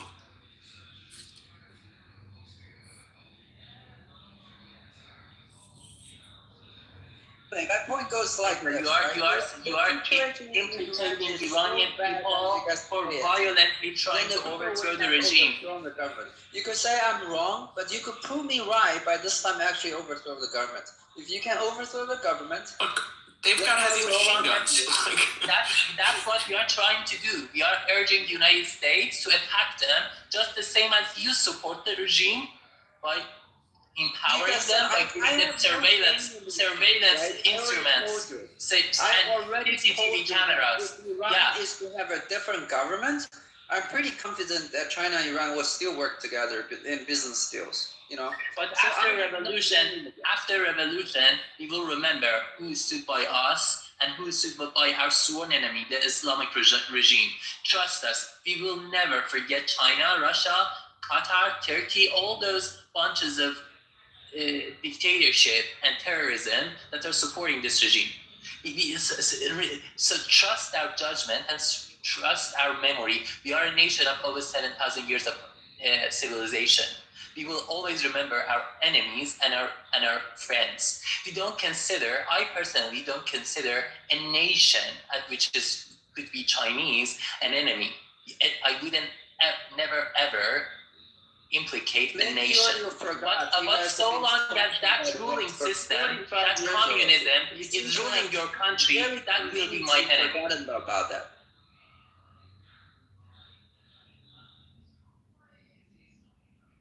Guys, it's politics. It's not, kindergarten.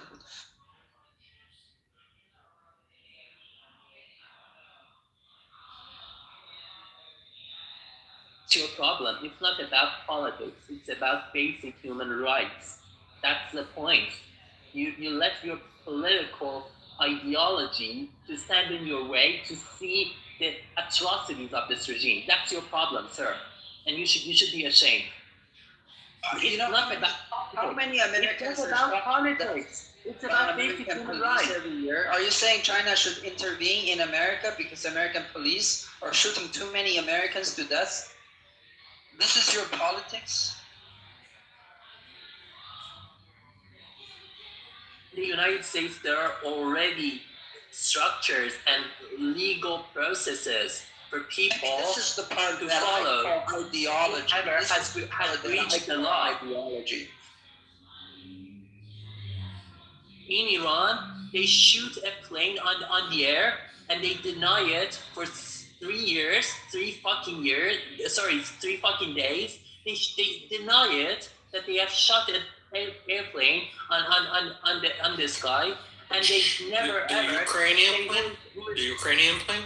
Yes, the Ukrainian planes, PS-752, and they never say who was the main guy, and they never impress anyone for it. So how dare you compare such a corrupt regime with the United States or whatever state in any part of the world? I'm very happy to compare the Chinese government against the United States government. Honestly, I'm very happy to make that comparison.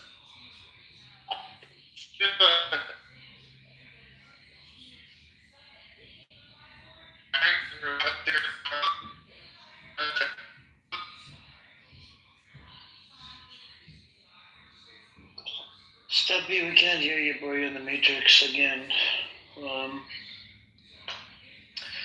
I don't know. I think the Pahlavi person, if he comes in, and well, let's do hypothetical, right? Let's say he comes in, and America tells him that you have to stay in power. You're gonna be our puppet or whatever. And let's say, he starts arresting a whole bunch of people. Let's say he starts arresting IRGC supporters. Let's say he goes after those people that were staunch supporter IRGC and kicks them out or whatever. How would that make you feel, Velvet? Would you, would you condemn your Reza Pahlavi at that moment? Anyone who has their hand on Iranian people's blood should be brought to justice. I would support that. But anyone who opposes Reza Pahlavi but doesn't have Iranian blood on their hand, they should be free to express their ideas, to criticize Reza Pahlavi in the most extreme way. They should be able to swear Reza Pahlavi. I should be able to swear Reza Pahlavi, even if he is the king. I will fight for that. I will fight for that. But sorry, any supporter of IRGC is so they should be behaved as the Hitler supporters in Germany are behaved. So anyone in Germany who is supporting Hitler. That's not a fair comparison. That's not a fair comparison. It's not fair because this regime shouldn't be compared to any other. IRGC hasn't put you in the ovens, okay? And there's a lot of atrocities that happened to the Jewish people and gypsies, LGBTQ people. You can fact check me. But in relation to the LGBTQ, I heard that if it's two guys doing it, they turn one guy into a woman, right? By chopping up their private parts. So they are for LGBTQ. Amir, search this name. Parvaneh Eskandari. She was butchered. Let me give you the exact date. About 28 years ago. 28 years ago, Parvaneh Eskandari, alongside with her husband, he was butchered, and this regime cut her breasts and every part of her body. They butchered him and stabbed him with knives. Don't tell me about the atrocities. Do you have a link? You have a link? What? But that's look. There are cases. It's not just her. I just gave you an example. No, there are cases. It's about many people. Okay, hang on. No, but the reason why it's not a fair comparison, yes, there's a lot of casualties that were done by IRGC. Okay, IRGC is bad. I don't support IRGC. My whole point is you should never compare what Hitler did, right, to the people versus IRGC. I don't think any regime comes even close to Hitler, till now. That's my point. I just tried to. Yeah. So you should not do that. You said the people that support the IRGC.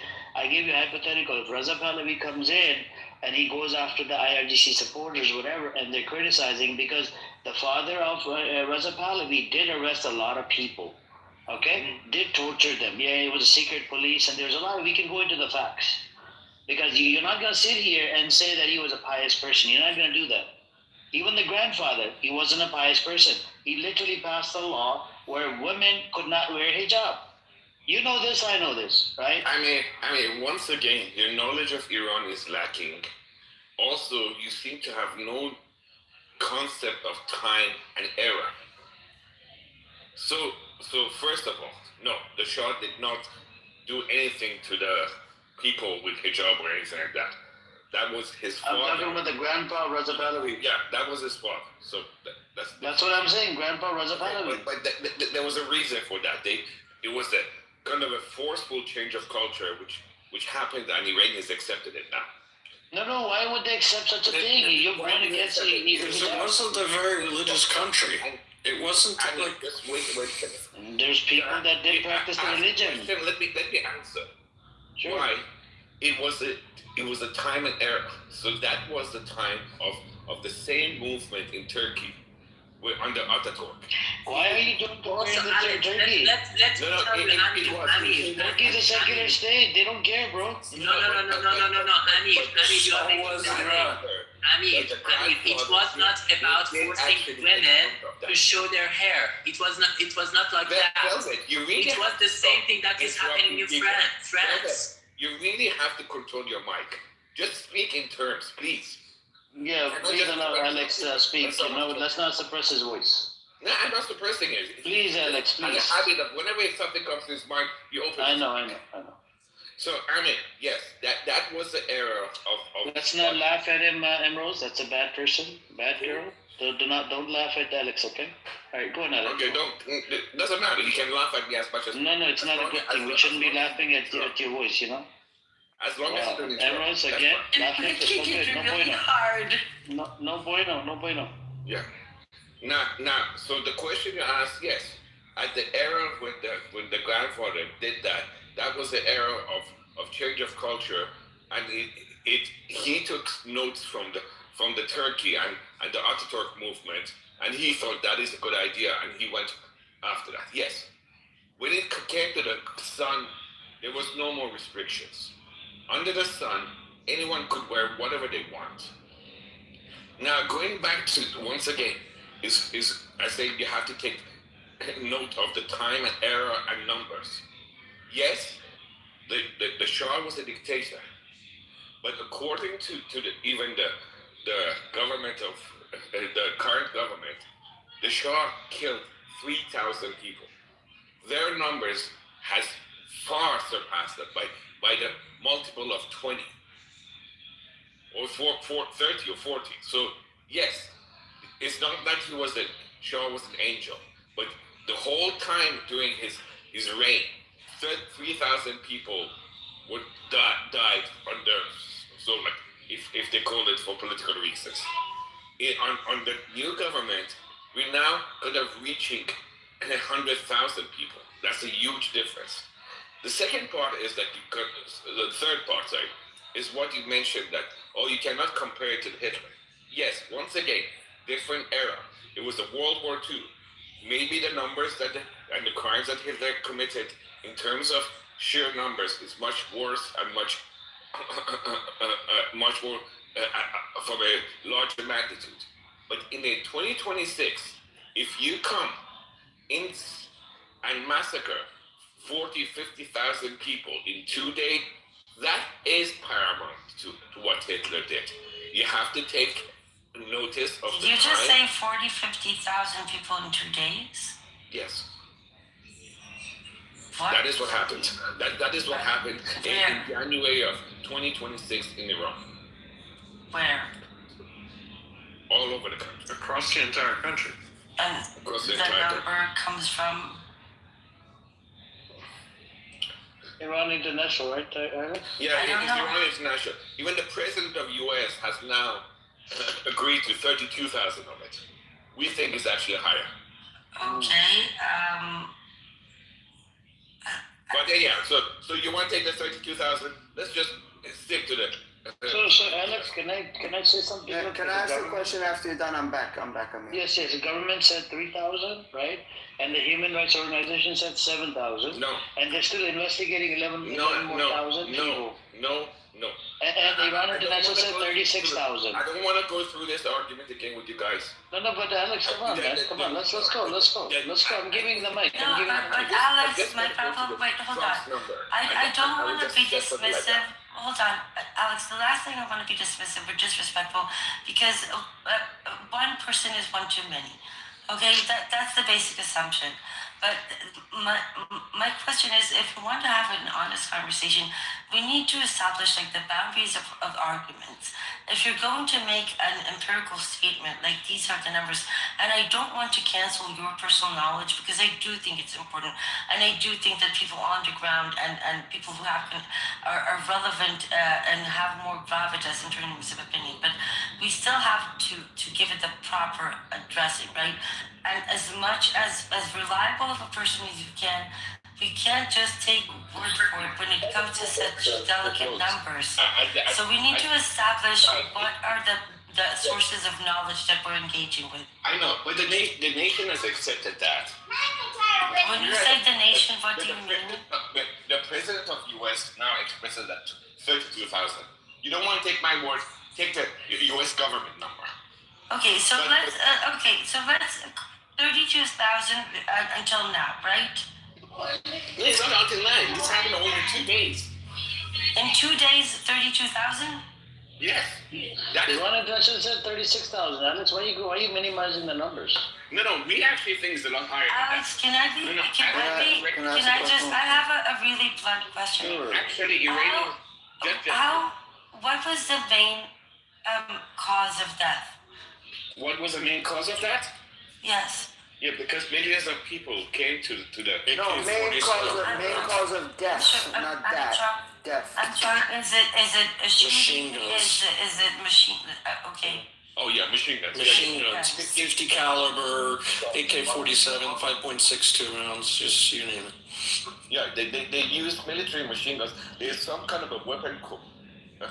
We lost our Ukrainian friend. It's called a dushka. Apparently, it's a. I wouldn't call it a dushka. That's a 15 millimeter. You're talking about a special kind of weaponry. You're talking They're invisible. You can't see them. We saw on the back. Dushka's a 15 millimeter cannon. Hold on, Jakob, just a second. Alex, are you referring to the ones that we saw images of, like the machine guns on the back of trucks? No, I'm not referring to machine guns. That's the weapon that was used. I'm not referring to any. Yeah, that's what I'm asking. I'm asking if that was the main way that people were killed. People by all different means, by the way. So I'm asking what kind of, because killing 30, I don't want to, I'm trying to understand this is the mobile number. No, it's okay. Just explain to me how was it aerial bombings? Was it automatic weapons? I keep on telling you, it was on the ground. Yes, but through weapons, automatic weapons? So automatic weapons. But you have to also realize, Rose. Alex, it's a very simple question. Was it mostly automatic weapons? Was it a tear gas? It was all of them.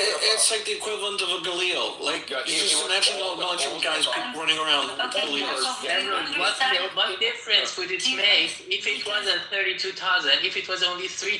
What difference would it make? No, it doesn't matter. So don't argue about it. Hold on. I'm not arguing. I'm trying to come to the truth. I'm trying to understand. Hold on, Alex. I'm playing devil's advocate, okay? So if we're saying 36,000, I'm trying, Alex, hold on. Alex, you haven't, hold on. I need you to answer a really basic question. Let me describe it. Okay, describe it, okay. So the massacre happened across Iran. First, you have to realize Iran is a country of 90 million. It was a nationwide issue. So it was over 1,000 different places that these acts happened. We have records of over 1,000 locations. So can you give me an access to that list? Is there a mapping of it? There's no official list for it. Then they have an official list of 7,000. Hold on. No, that's 3,000. Okay, Alex, hold on. Let me be clear on my question. Rose, just let me finish my sentence. It takes 20 seconds. And the means of killing the people was through machine guns, handguns, even knives, any kind of machetes, everything. It was all kinds of weapons used. The machine gun is the one that Iranians emphasize because that's the most deadliest one. But the killing was across the board with all kinds of weapons. Okay, okay, Alex, you said 1,000 different locations of altercations, or is it just like a metaphor? You have to realize it. in a city. No, There are hundreds of locations, for example, in Tehran. Alex, I need you to understand something. If you're going to say 36,000 people were killed in 2 days, I don't want to dispute that because you're right. In a country of 93 million people, in certain situations, that might be a feasible option. However, to claim to say that 36,000 people were machine guns in 2 days in major urban areas, I'm not sure you understand what that looks like. Now, I'm not trying to undermine. I'm trying. Okay, so I'm asking. What 1,000 locations? The Iranian community. Let me finish, Alex. Alex, let me finish. No, because you don't let me finish my question. Can I help you with some understanding of this? Alex, I want to finish my question. Alex, please allow to finish. I want Mazi to come in as well. Mazi's been waiting. Alex, you say there's 36,000. I don't want to be disrespectful. However, knowing the Iranian community, they're very proficient, they're very intelligent. Are you seriously telling me there is no mapping of at least the major locations of where this has happened? Here you have 2,000. Yes. Where is they that? shut down the internet. How do you expect us to give you exact? Then how do you know it's 36,000 in 2 days? Because I face a government that shoots a plane on the sky and denies it for 3 days. I would question them even if they say 2 times 2 equals 4. Whatever they say, I would question them. They shoot a plane on the sky and deny it. You have to calm down. Velvet, listen, I'm not denying what you're saying, but you can't simultaneously say, I know the number, and at the same time claim that you can't hold on, that you can't give any substantial kind of mapping or information because there's no access to information. That doesn't make sense. You need to be consistent. Okay, let's say if it is 7,000 people, what difference does it make? To me, it doesn't. Intelligence is 4,000. To me, it does.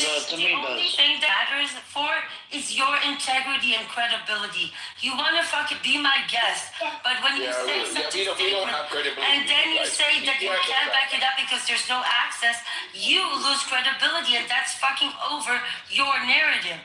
You're only shooting yourselves in the foot. No, I think Mazi wants to jump in now. There's 4,000 different locations. You guys, put a map downstairs. I did. We tried to explain our morning. Yes, Alex, brother, just hang on a second. Alex, my friend, please allow Mazi. He might have a question, and then we can go back and forth. Go on, Mazi. Yeah, the question was originally for Alex. So my thing is, one thing as an Iranian, one thing I really see important about this whole thing is that it isn't, and it hasn't been. It's Iranians killing Iranians, which really, really bothers me. Because one thing Iranians are, no matter what religion you are, most of the time you'll find the Iranian being patriotic. So Iranians killing Iranians really, really bothers me. It's one of the main things that sticks out. Yaakov, that's not a source. It says they sourced it from the IRGC internal. I'm just gonna shut up, man. Please allow Mazi to finish. I'm good, man. I'm good. No, finish, brother. Finish. Listen, man. Come on. So one thing that's one thing that really sticks out and bothers me, right, Alex? So whether the Shah killed 3,000, he killed his own people. Whether the IRGC killed 30, 40, 50, 60,000, they killed their own people. This is not the first massacre, man. Wait. Please let me finish. Please, I'm getting to my point. So I know it's not the first massacre, but either way, both leaderships, both people in power, whether it was the Shah's time or this time right now, they killed their own people. And that's what really, really sticks out to me and really fucks with me. So could we agree that neither system works? That neither a monarchy works and theocracy doesn't work? This argument is neither here nor there, because most countries, when they have dictatorships, it's the own people who are killing the other people. That's I don't care. I'm talking about Iran. I don't care about other countries. That is pretty normal. Killing your own people is never normal. But I'm not talking about other countries. I'm talking about what happened to Iran under both reigns. Obviously, it doesn't work. Any dictatorship has the same. So what? So what I'm saying. Yes, that's what I'm saying. Hold on, you're not. See, Velvet, you're not listening you're not listening to me. You're just hearing me. Listen to me. What I'm saying. I'm saying, isn't it? Can we agree that neither system works, nor a theocracy, not a theocracy, nor a monarchy? Neither work. We need a democracy. What you're trying to say is we should not have a dictatorship. That's the obvious. Yes, and I'm also saying we should have a monarchy. Talk about the obvious. No, I'm not talking about that. I'm saying you guys want to go a lot. Not you guys, because I don't know what you said. I'm saying that a lot of. No, I'm not done. A lot of you spoke for like 55 minutes. A lot of Iranians want to go. A lot of oh my fucking. Well, I can talk over you if I want, but I'm not going to. A lot of Iranians want to go backwards and want a monarchy again. I'm saying neither work. This doesn't work and that didn't work. So if we're going to get a democracy, let's get a true democracy. Bringing a monarch in is not going to help our situation because we're repeating history. We don't want more Iranians to die, period. Can we agree to that? No, what you're saying is a false premise. Because no Iranian is coming out and saying, oh, please give me another dictatorship. No, but this is like the most stupid. Yeah, but they're repeating history by wanting a monarch. What do you mean? Obviously, nobody. Now you're stating the obvious. No, I know, but no one is asking for that. First, by repeating history, in essence, just to make it clear, I'm actually not a great fan of monarchy. I think it's an outdated institution. But even the Iranians who are asking for monarchy, which I personally believe they're going to be in the minority when it comes to the vote, even those people who are just wait, mostly for the cash phrase. So even the monarchists are not asking for a dictatorship monarchy. They're talking about this fantasy of constitutional monarchy, like for example Norway or UK, which on its own I think is outdated. I mean, if it was up to me, Charles would even be a king anyway. It's bullshit. The whole system is something from the past. Okay, that's what I wanted. That's what I wanted to. But you have to be very clear about that. Even the Iranian staunch monarchists, they're not asking for a dictatorship. They're asking for a constitutional monarchy based on what they see in Europe. That's what they're asking for. I mean, Javed Shah is pretty clear, saying Javed Shah is pretty clear. Yeah, but they're not calling that. But that you cannot call the monarchies in Europe as a dictatorship. That's what they're kind of aiming for. I think they're in the minority, and it would never be a monarchy in Iran again. But what I'm saying is, even the ones who are asking for it, they're not asking for a dictatorship. They're asking for some kind of a European fantasy monarchy, which is. It is what it is. But aren't they complaining, or weren't they complaining about money being wasted? If we get a monarchy, and just as a symbolic thing, you know how much money is going to be wasted on royalty?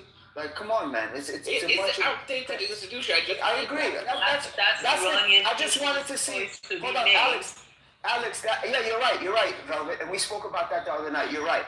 But Alex, that's the take I wanted to hear. Where you were with that. That's all I want to know. Yeah, I know it's a waste of money. Monarchy is a waste of money. Everyone. But not everyone, but obviously they have their own fan base. But what I'm saying is, the maximum damage is money. Money being paid for some useless institution. But that's only money. I mean, that's one of the reasons. That's one of the reasons the demonstrations even started was money. The store owners, it's one of the reasons. What I see many people are asking for is for a foreign government to come and bomb their own country so that they could have a change of government. But reality is, if it was a foreign government that bombs and does a regime change in Iran, they're going to install whatever government they want. So they're not asking... You're not all China. They're not asking for a monarchy or anything. They're asking, please come and bomb us and install any government you want. No one installs any government anywhere. Those days are long gone. come back to the 21st century. I know you're Chinese and you have a central dictatorship government, but doesn't mean that you should deny the whole world. Even the so-called monarchies in the, for example, the anarchies, that whatever you think, they're not even, because they have their own policies. So like MBS has his own policy. Qatar has been fighting Trump over Iran for so much that they have a very strong lobby. These people have their own minds. The difference This is whole leverage. idea of The puppet government difference is is from a leverage. different century. All those countries have leverage against America. Whereas you are advocating, we're going to give up all the missiles, we're going to do whatever the West wants us to do and bomb our government so we can have a different government, you lose all that leverage. No, so it's one thing to ask for help. Iran, just by existence, is its own leverage. It's And another not thing to capitulate. Show me one of these puppet governments that you keep on talking about. You know, there's an English saying, you're in America, you probably know this, there's an English saying, beggars in the cannot modern be world. choosers. If you beg, you're not going to choose who's your master. That's what you think. Please understand. But I mean, I ask you a straight question. Show me one of these puppet governments that you keep on talking about. It doesn't exist in 21st century. It's a thing of the past. It's the same thing as a monarchy. Yes, in the old days we had dictatorship monarchs, except the means of government. We had puppet governments. Well, what do you think Bahrain is? But today, none of this is acceptable. Wait, you don't think Bahrain is a puppet government? I'm sorry? Which one? Who? He said Bahrain. He said Bahrain. Bahrain is not a puppet government either. Absolutely. Even they are coming up with their own policy. That's a very interesting example. We had a Ukrainian in the room. I mean, how big is Ukraine government is a puppet government. Let's face it. Zelensky is a Western puppet. He actually gives up his own decision to the ones that is Qatar is the best government out there. I mean, many people disagree that Zelensky is a puppet of Trump. Yeah, well, many Snooze fast, Edward. He's a puppet of a coalition of Western government who actually Trump. That must be Chinese political version of it. We don't see it. You don't think Bahrain is a puppet of Saudi Arabia? No, Bahrain is not even puppet. I thought you would say puppet of U.S. No, it's not puppet of U.S., neither puppet of Saudi Arabia. But these small countries, see, when you're a small country, you make deals. So, for example, Saudi Arabia is its own country, but for its defense, they made a deal with U.S. That doesn't make them a puppet. And you can see that when it comes to this even Qatar. I agree. The smallest of them. I mean, Saudi is actually pretty large compared to Qatar. Like, you take Qatar, which is a tiny country which relies entirely on U.S. It's not the size, it's the motion of the ocean. Huh? Sorry? Yeah, listen, I do agree in that, Edward, you're crazy. Agency, right? But that agency depends on how strong they are, militarily, economically, diplomatically. They all have. I mean, the whole idea of puppet government hold on. is gone. Yeah. What Tiger is trying to no, the idea of puppet government still exists. Right? Well, I disagree, respectfully. Well, you're wrong. Respectfully, right? Okay. The idea of puppet government has always existed, will always exist. I agree with the past tense, not the present tense. Will always exist. Have always existed. And definitely not the future. This will always be the case, and the idea that even puppets have to a certain extent agency, which will change over time, also has always existed, will always exist. There have always been examples throughout all of history of puppets rising up against their overlords, right? But what I'm saying is the notion of puppet governments in 21st century is long gone. No, my man, what are you talking about? Pakistan is the living example. Last year, like a year and a half ago, that happened in Pakistan. They overthrew the Imran Khan, who was the elected person, but he wasn't going against because he was still talking too much in the United Nations. He was talking about they have an Islamic din and all that, and look what's happening with him, and now they have a puppet government, and all of a sudden, America is so goody good with Pakistan. Whose puppet is Pakistan? U.S. Okay, you guys think that you... Okay, see, these are the difference of... But Alex, hold on. I think we have an issue, Alex. We have an issue with definitions, Alex. We have an issue. We have an issue with definitions. Alex, we have an issue with definitions. How are you defining the word puppet government? Puppet governments are the governments who basically work at the behest of another government. Pakistan. Okay, yes. Pakistan does not work on the behest of U.S. because yes, they do. Pakistan does a lot of bad. I am a Pakistani. Pakistan is a nuclear state which does a lot of bad things against the wishes. Okay, let me ask you something. No, hold on. Wait. In the post Imran Khan Pakistan, what have they done that is contrary to the wishes of the American empire? What have they? Okay, first, America doesn't have an empire. Second, come on. The closeness of Pakistan and Taliban and Afghanistan. Yeah, he asked a question and he's answered. And how they support this bunch of real medieval people called Taliban is definitely not a U.S. wish. Because U.S. created Taliban in the 70s and 80s to fight the USSR. What's against the American interest? That is being misconstrued. So what U.S. did in the 70s and 80s when the Russians were there, they went and armed a bunch of bloody ragtags and with these stupid religious schools in order to get the Russians out, which then they became a monster on their own. So you believe those stupid raggags with a bunch of AK-47s were able to defeat the USSR and the ISI had nothing to do with being undercover, acting as Taliban, defeating them? ISI has been supporting Taliban from day one. Yeah, and this is a problem. Yes, that's the thing. See, the U.S. wanted ISI. Misfits. Habibi, the U.S. wanted... Dude, I'm not talking about the 70s and 80s. I'm telling you right now. I'm still supporting this, idiots. So right now... No, they're not. They're going to war with Afghanistan. They are already at war.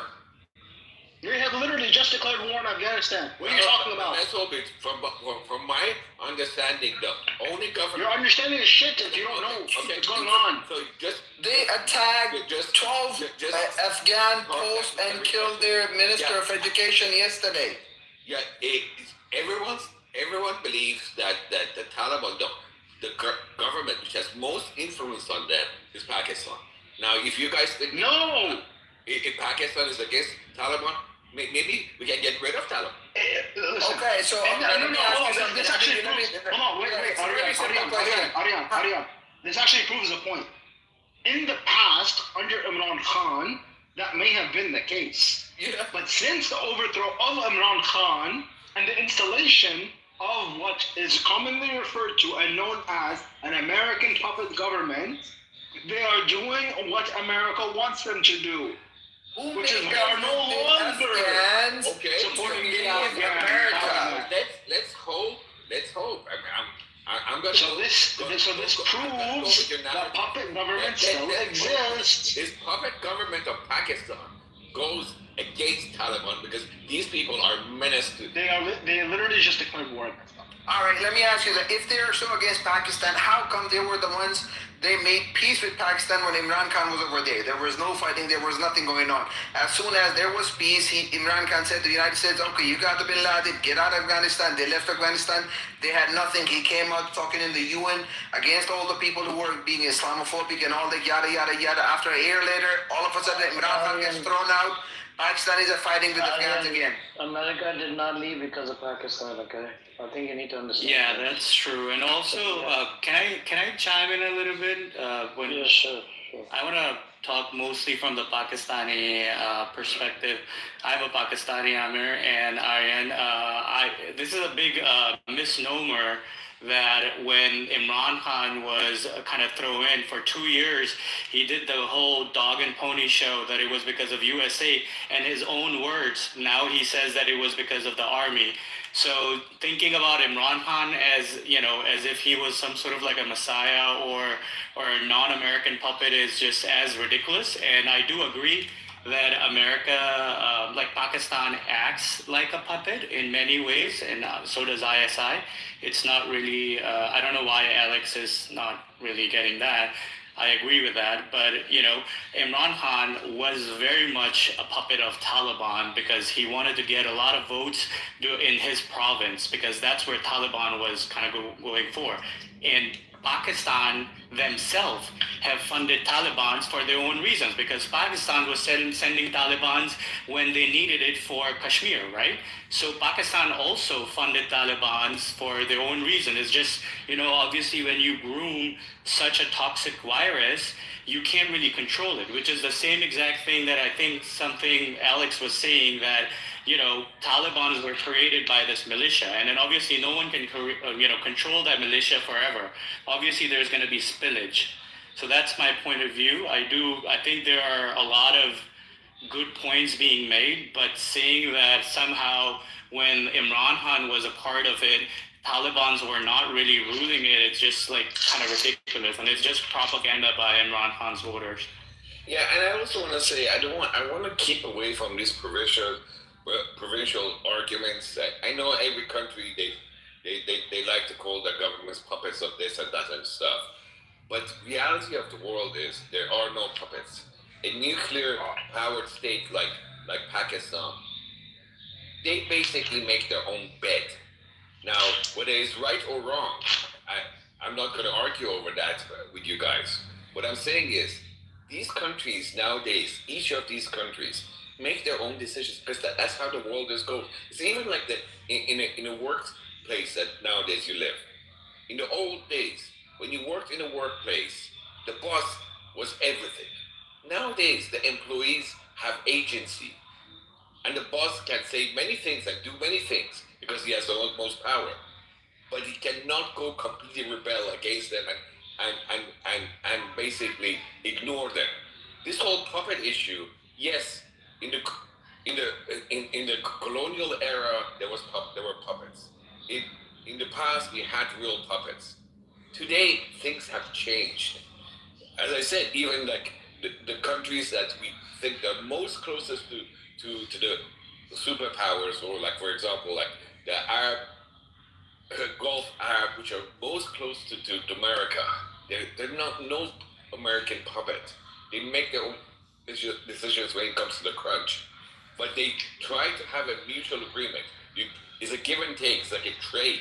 You give something, you take something. But Alex, what do you think of the Solomon Islands? I'm sorry? What do you think of the Solomon Islands?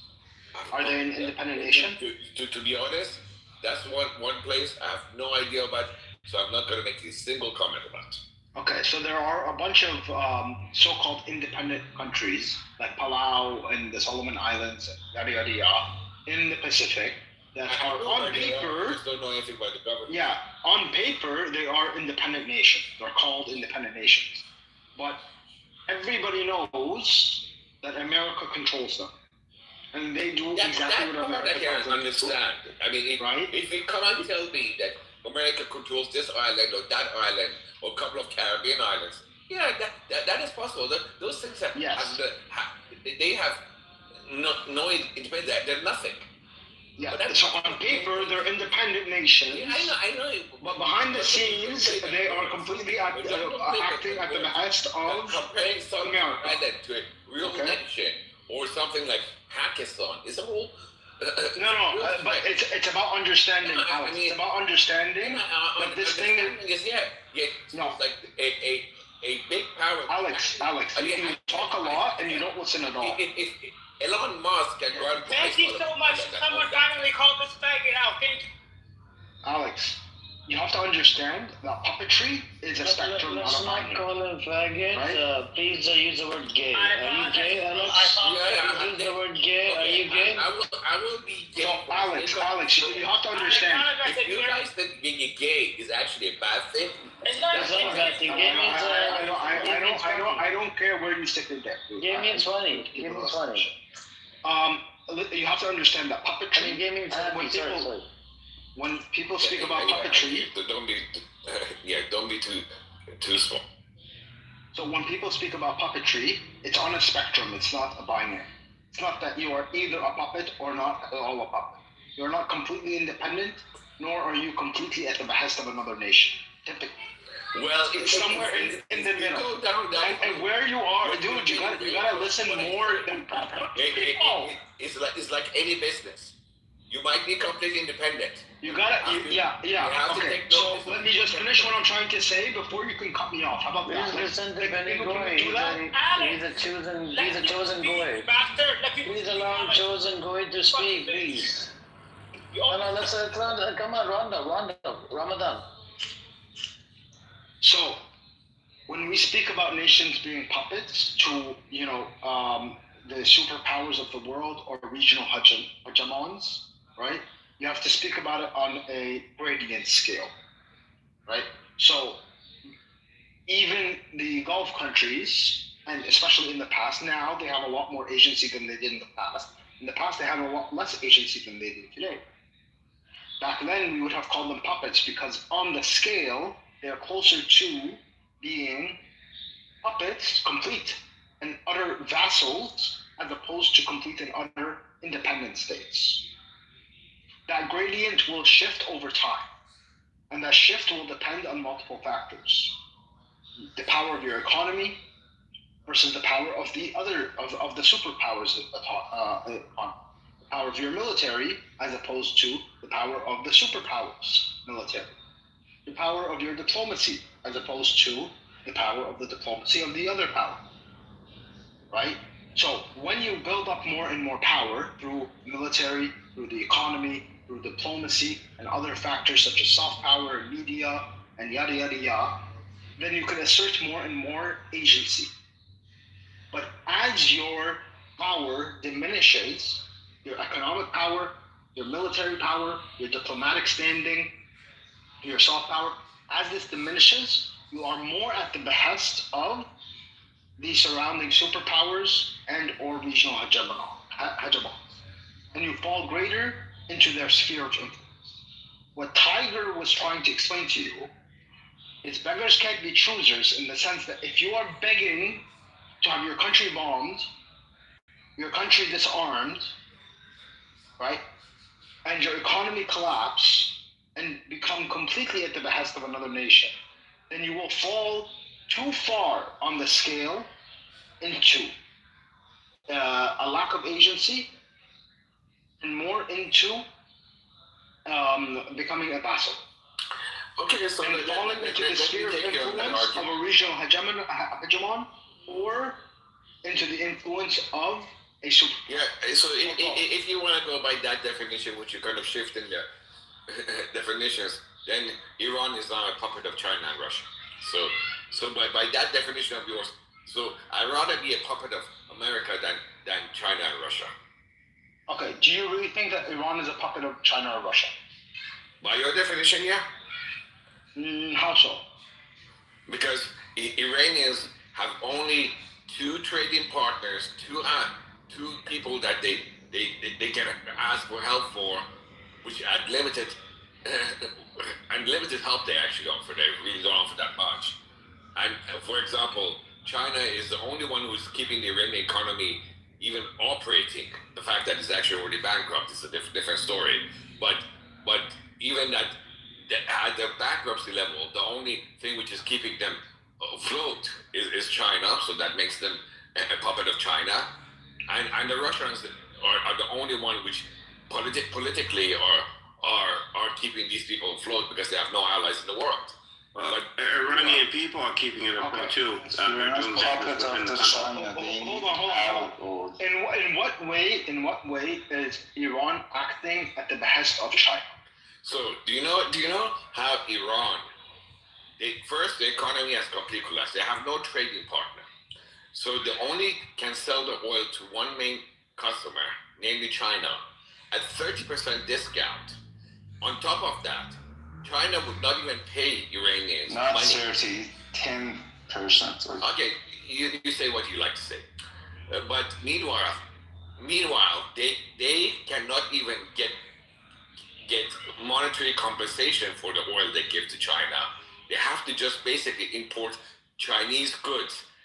The Iranians cannot even open a bank account in China, so it's literally like a barter. So Iran is allowed to sell its oil at major discounts. Not to argue with this guy Weifan, which is a Iranian government supporter. We have to sell it at a discount and barter it with Chinese goods.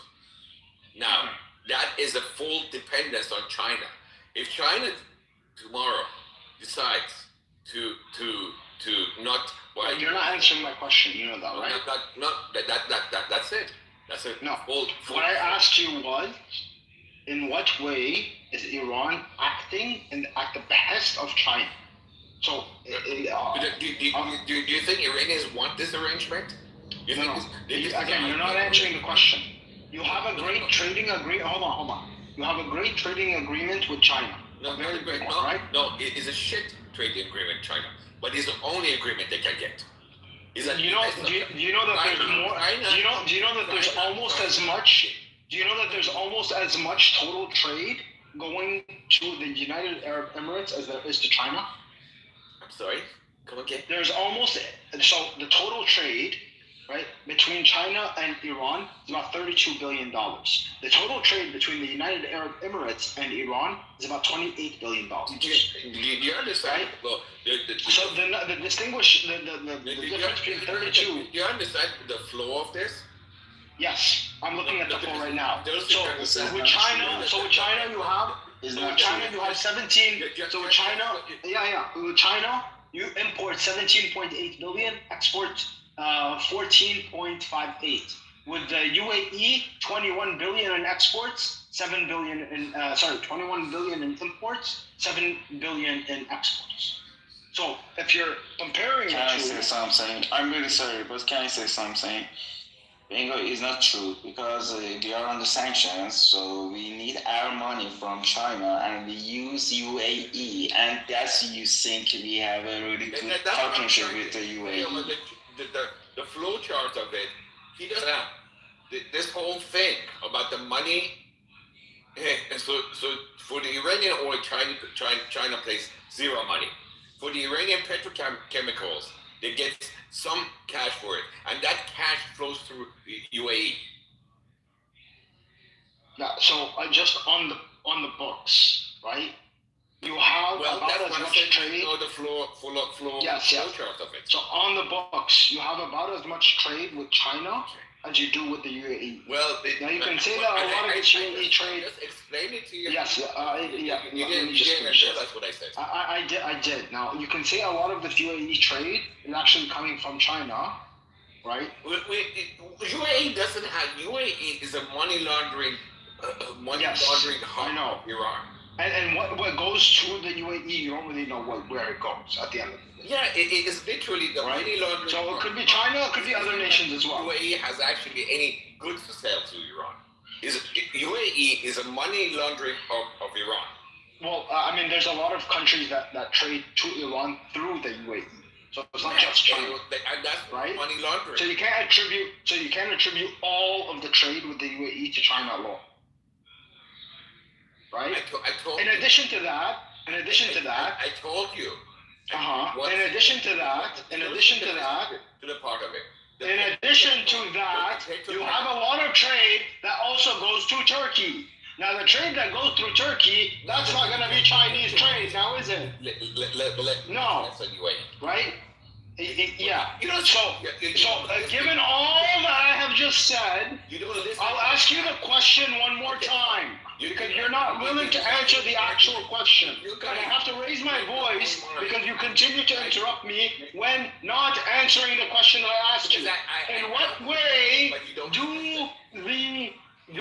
what way do you act at the behest of China? What did I say? What did Iran do that was against its actual interest for the interest of China? Oh my God. Benny, are you going to crash out? This guy keeps interrupting me and doesn't actually answer questions. He just talks nonsense. Whatever people tell you. I understand. I just want to know if you want to crash out. You can. I really don't want to. I don't want to. I'm trying not to. You're right. It's Ramadan. We shouldn't do this. We can be stupid. But yeah. See. So Alex, in what way does Iran do, right? That is against its interest, but does it for the interest of China? I think it's interesting that Did you even hear what I said? By the West, and only have China to trade with us. And this is turned by Alex as a suggestion that Iran is a Chinese puppet. Without actually I just find that funny. Compensated for that. Yeah, a country that can't trade with anybody else will do that. So do you think this is not something that they're being forced to do? This is something they are doing and is actually supporting them. China is taking advantage of Iran. Yes, I agree with you. However, Alex, this is for the interest of Iran is doing it for their own interest. By the interest of Iranians. It's for the interest of Chinese, and by that definition, makes Iran a puppet of China. No, Alex, because they are doing this for their own interests. No, they're doing that. China could have given Iranians cash. China can't give the Iranians cash because of the sanctions. And by the way, they do through the UAE and other and black means, right? See this is the mutually beneficial. No, Alex, this is mutually beneficial. Iran finds a buyer. They're not mutually beneficial. No, this is mutually beneficial because Iran cannot sell to the global market. It's so funny. Iran finds a buyer. China gets cheap oil. This is a mutually beneficial relationship. Just stop it. Right? So, I'll ask you for the nth time. What does Iran do that goes against its interest, but does it at the behest of China, despite a negative impact on Iran? Never wanted to sell its oil at a discount to China. Iran never wanted to not get any money for it. Yeah. Again, a lot of countries sell oil at a discount. Just stop it. Just let me finish one sentence. If America does that to any other country, that would be the imperialism to the infinite. But because China does it, China is so benevolent, unbelievable. I didn't say that China was benevolent. And by the way, America buys Canadian crude at a 15% discount. Right? Are you serious about that? Yes, they do.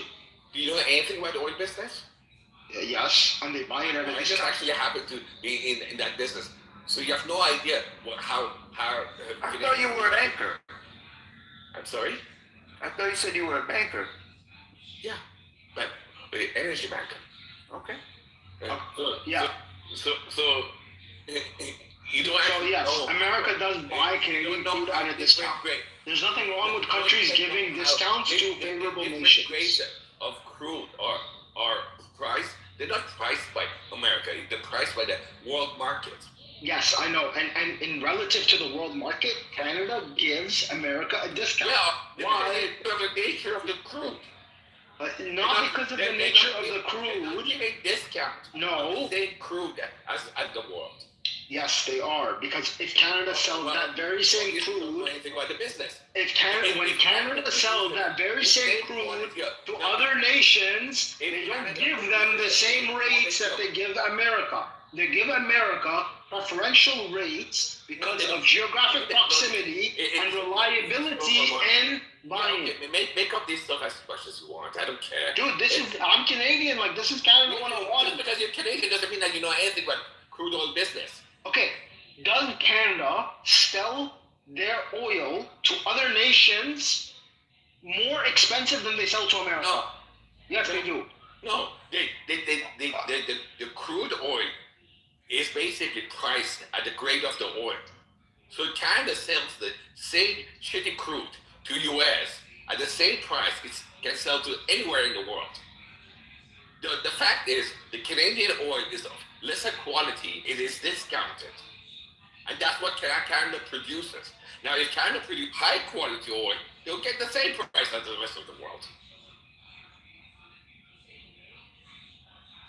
That shows how much ignorant you are. No, like I'm gonna because I've talked to you about oil before and debunked you on other stuff that you said about oil, right? Because I have, because half of what you say is bullshit, honestly. Like I don't know.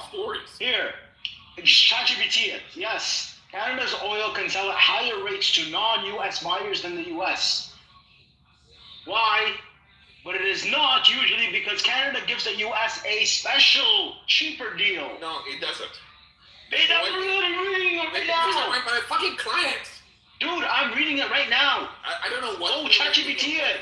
What the hell did you put into ChatGPT? And I'm does Canada sell their oil to other nations? I'm not going to really argue with people. Does Canada sell their oil to other nations more expensive than they do to America? It says yes. Canada can sell its oil at a higher price to non-US buyers than the US. But it does not, usually because Canada gives the US a special, cheaper deal.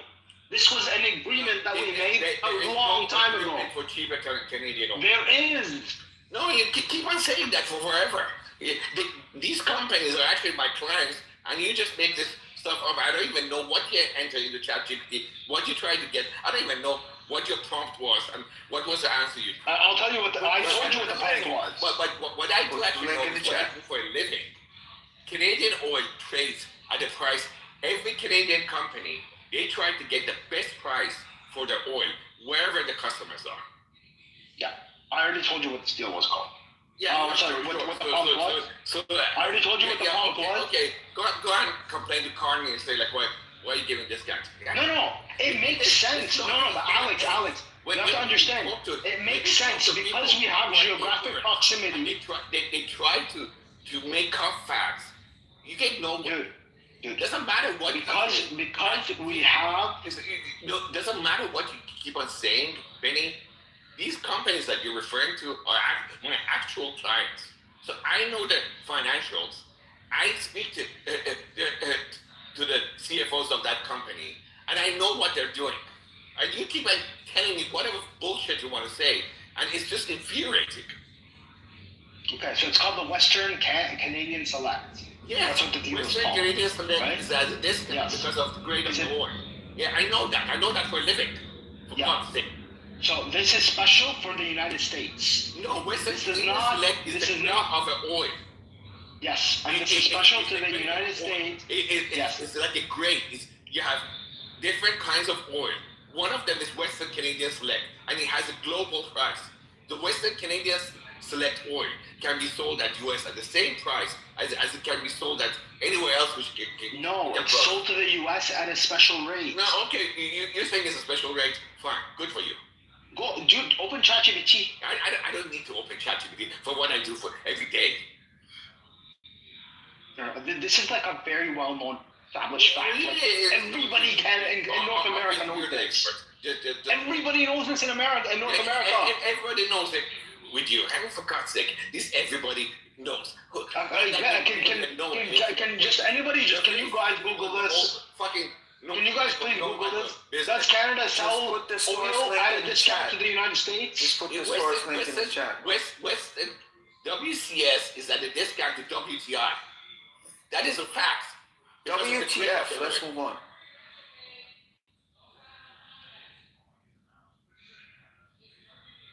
My goodness, man, it's really frustrating speaking to people who are ignorant of the matter and they think they know everything. Dude, like, you know better than ChatGPT. I don't know what to say to you. And by the way, everybody knows this in North America. He does it for a living, Ben. No, I don't even know what. So what? I don't care, dude. He's also said things that were wrong about oil in the past before, and I've debunked him on that stuff too. My whole family works in the oil sector. Dude, I was born in Saudi Arabia. I was born in the fucking oil, bro. Yeah, okay. You know everything. Good for you. No, I don't know everything, but what I do know, I know. And it's very well established. And it's very well established. It's very well established that Canada sells to the U.S. at a discount. Yes, they do. Based on nonsense. What do you mean nonsense? Everybody knows that Canada sells at a discount to the United States.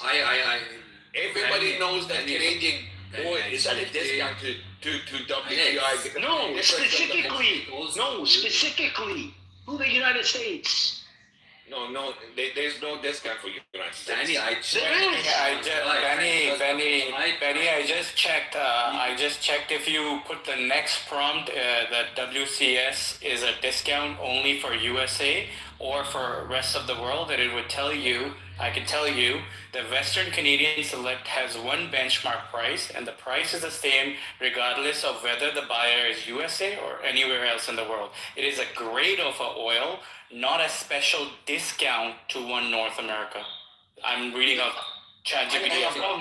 And above that, special what does it discount say? because of the pipeline, because of the infrastructure which is in place. There is a discount. Exactly. I checked also. I mean, I don't know, but which is in place. Alex, I agree with you, but yeah, you can't really US argue. has built this.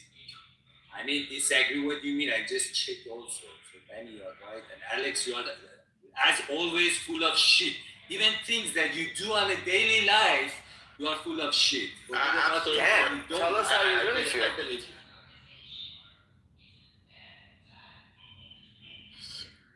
Why, my goodness, these people. Let's went on a tangent about the oil grades, but I can tell you that China is not forcing Iran to sell oil to China, because if Iran wants to sell oil at the market price to China, China would rather just buy it at the market without having to worry about the sanction. China is taking advantage of Iran. Everyone knows that. And pretty much one of the things that will happen, should this government change, that China would not get that discount anymore. Because China then wouldn't want to have to worry about the sanction against Iran. There would be no change. There would be no need for China to transport the oil to Malaysia and have that change oil tax so we can label it as a different origin. Yeah, that is a definition of taking advantage of people. Benny, just to kind of close the... However you try to whitewash that, Iranian opinion towards China and what they try to take advantage of Iran will never change. You can say that as much as you want. China is not seeking to change any of your opinion. You can have whatever opinion you want. As a matter of fact, any opinion you want. Just because you think China is the only partner that's willing to trade with Iran, is somehow China's fault. And then Iran is under 45-year Western sanction, and you think the West is helping you. That's okay. That's your opinion. It's not our problem. Yeah, you can have whatever opinion you want. I can tell you, one of the biggest incentives of Trump helping Iranians is the cut off China, and I hope that happens. Doesn't matter. We have calculated everything the Americans could pull up. Yeah. You guys are the biggest bad in the world. Guys, hi, so hello everybody. Maybe who speak? I don't know. We have to ask who to have a chance to speak. Go ahead, bro. Go ahead. Speak. Thank you, sir. Thank you, guys. Guys, my personal opinion about all these fights and all these arguments around the world, I think it's looks like a movie. Like it's everything all planned out. I hope my opinion was not completely right, but I think everything is happening is all planned out. Like all the fights, all this wars happening, I believe so. It's all planned out. Like Israel fight, the happened in Israel at that concert when they came in and then I don't know, there was like fight, they killed a bunch of people. And this all looks like a movie. They are fooling us. They're using the humans as a slave. Slave is going to be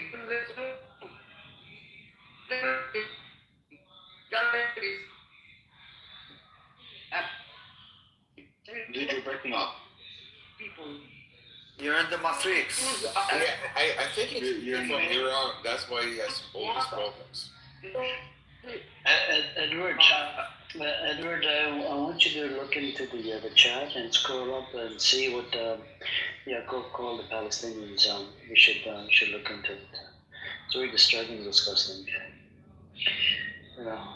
People like these could not be respected. I know he's old men, but shouldn't be such. I respect everybody. I'm taking a look at this right now. No, your mic was cut off for me. We couldn't I'm not hear you. talking to you, Ahmed. I'm talking to Edward. How far up is it? If you scroll up, because somebody texted me, said they were literally mocking Palestinians or whatever in their own space. That is very disrespect. And we should respect every nation, every people, everybody. We are all human. We should always respect each other. And then your opinion is your opinion. We should respect that. My opinion is my opinion. I wish the people respect it. Maybe I'm wrong. Maybe I don't have the knowledge. But if I don't have it, if I'm wrong, I hope somebody just tell me the nice way. I say, hey, you're wrong, and your opinion is this is have it like wrong in it. So I could learn. That's why we all here. I hope we instead of being fighting, we should be on peace and talk with each other. Get each other's more knowledge and learn from each other. That's what I like. I hope peace all over the world. I hate war. I wish everything just go peaceful, but the money is all is important now, and everybody is all nations all about the money. So this is really really bad for human nation. Thanks, homie.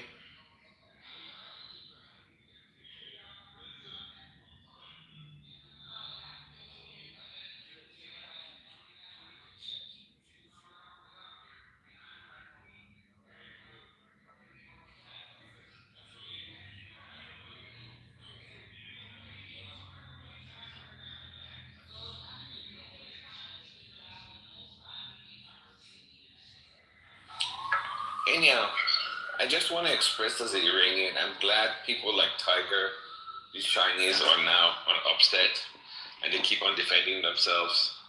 I'm not upset at all. Frankly, whatever happens to Iran is okay. We're prepared for any scenario, my friends. We're not too worried because we know we have leverage over them. I said, you think you guys don't have any leverage. You're the biggest and the baddest in the world. We agree with that. And you guys... If you want us as an enemy, we can crush you as well. It doesn't really matter. Yeah, keep on crushing everyone. Look, China is a formidable power. Everyone agrees with that. Their behavior has been parasitical in the world, and people disagree with that. People also disagree with how this government is run, because it's a dictatorship in one of the largest and most prosperous countries in the world. So yes, people don't like Chinese government. Doesn't really kind of doesn't reflect matter on what you like or not. I know. That's enough. As long as we like it, your opinions do not matter to us. Your opinions do not matter. That's it. But it's like you said, right? We have a government that made us one of the most prosperous. Okay, fine. And we love that. And whatever you can think about it, you love it's not our problem. I accept that. We couldn't care less. Honestly, we could not care less. Yeah, okay, don't care less. But this is the world opinion towards China. And at the same time... It's your opinion. It's your opinion. We have more and more partners every day. You don't find that... It doesn't matter. You can have whatever opinion you want. You don't find that much sympathy towards Chinese dictatorship. But at the same time... You think we need your sympathy? Okay, stop it. I accept it. You're funny. You don't know your place, You really don't. We don't know our place. You're the best and baddest. But meanwhile, that doesn't take away. That doesn't take away. You belong in the circus. Yeah. That doesn't take away from the Chinese position in the world. I think Chinese are a force for good, and we buy our goods from them. They are the only competitor to U.S. in terms of technology. So in the progress of the world, Chinese are playing a big role. The fact that they have a bad government and the governing system, as this guy Tiger keeps on saying to us, it is really the Chinese problem. So we don't like their government, but we like their goods. We like their technology and all the goodies which comes with it. So I just wanted to clarify that. It's okay, it's your opinion. I don't particularly mind if you like it or not. It's a non sequitur for us. But I will say this: although in some countries like Iran, there is some distaste for what the Chinese are doing. I've been to 10 countries in Africa, and what I've seen massive construction and massive amount of Chinese there building highways and infrastructure.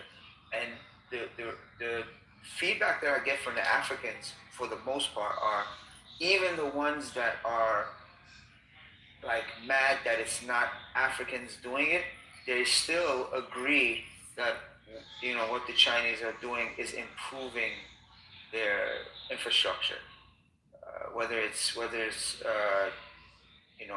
buildings or whether it's highways, and they admit that it's a more convenient way. And some look at it as, the Chinese are just businessmen or business people, and if once you see that that's the way they roll, they have it's not an allegiance thing, it's a business thing. If it works business-wise, if it's something, and even some of the Africans were saying, look, we know our government is getting kicked back.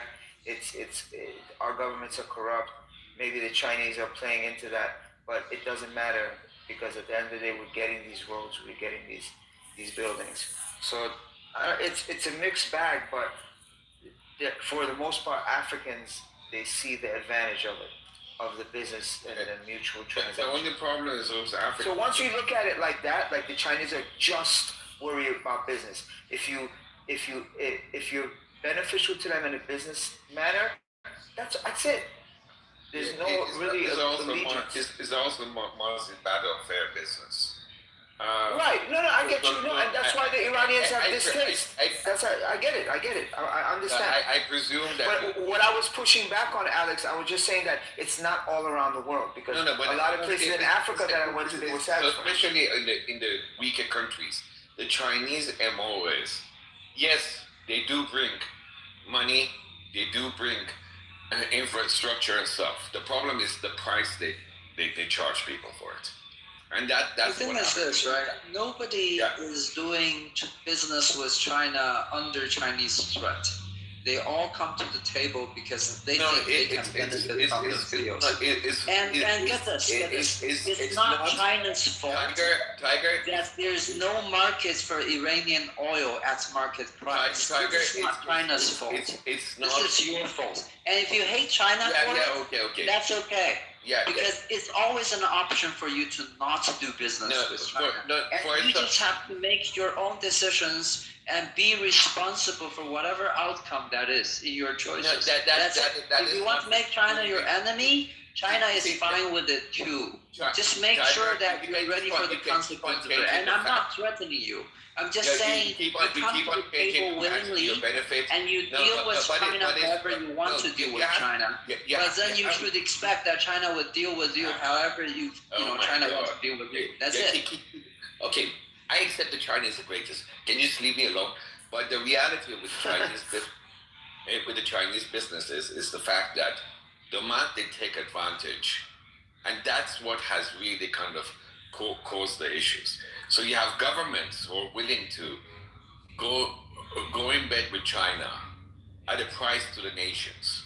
And that's been, the Sri Lankans experience that, the Africans are experiencing that. Iranians, this guy keeps on saying that, because you're in sanctions, we decide to take advantage of it. But what he keeps on ignoring the fact that China is already breaking the sanctions. So they break the sanctions to get that oil, but they're not willing to pay Iranians fair for it. So the whole point of You don't think there's a cost to breaking sanctions? no, there is no cost to China. I mean, the fact that China has managed to break Moving anything in the black market. It is. So China could pay full price. Just listen to me, Benny. Since this guy keeps on distorting the facts, China is already breaking the sanctions by buying that war. Now, once you break that sanctions, they're not getting penalized for it because they're China. U.S. doesn't have the muscle to go against China. Meanwhile, the Chinese, they're already committing the crime, but then they're putting the cost. Just let me finish it. 20 seconds, I'll finish the sentence. Hold on. Let me just stop this real quick. I really doubt China could hold a torch to the capability of the U.S. military. Yeah, but no one's going to war over this stuff. But what I'm saying is, Chinese are already breaking sanctions. They're breaking the law, but then they decide to shortchange Iranians. There's no difference if China would buying Iranian oil at full price and giving Iranian money for it, and the fact that they're actually buying it at 30% discount and giving no money for it and just loading up Iran with Chinese inferior goods. That's business.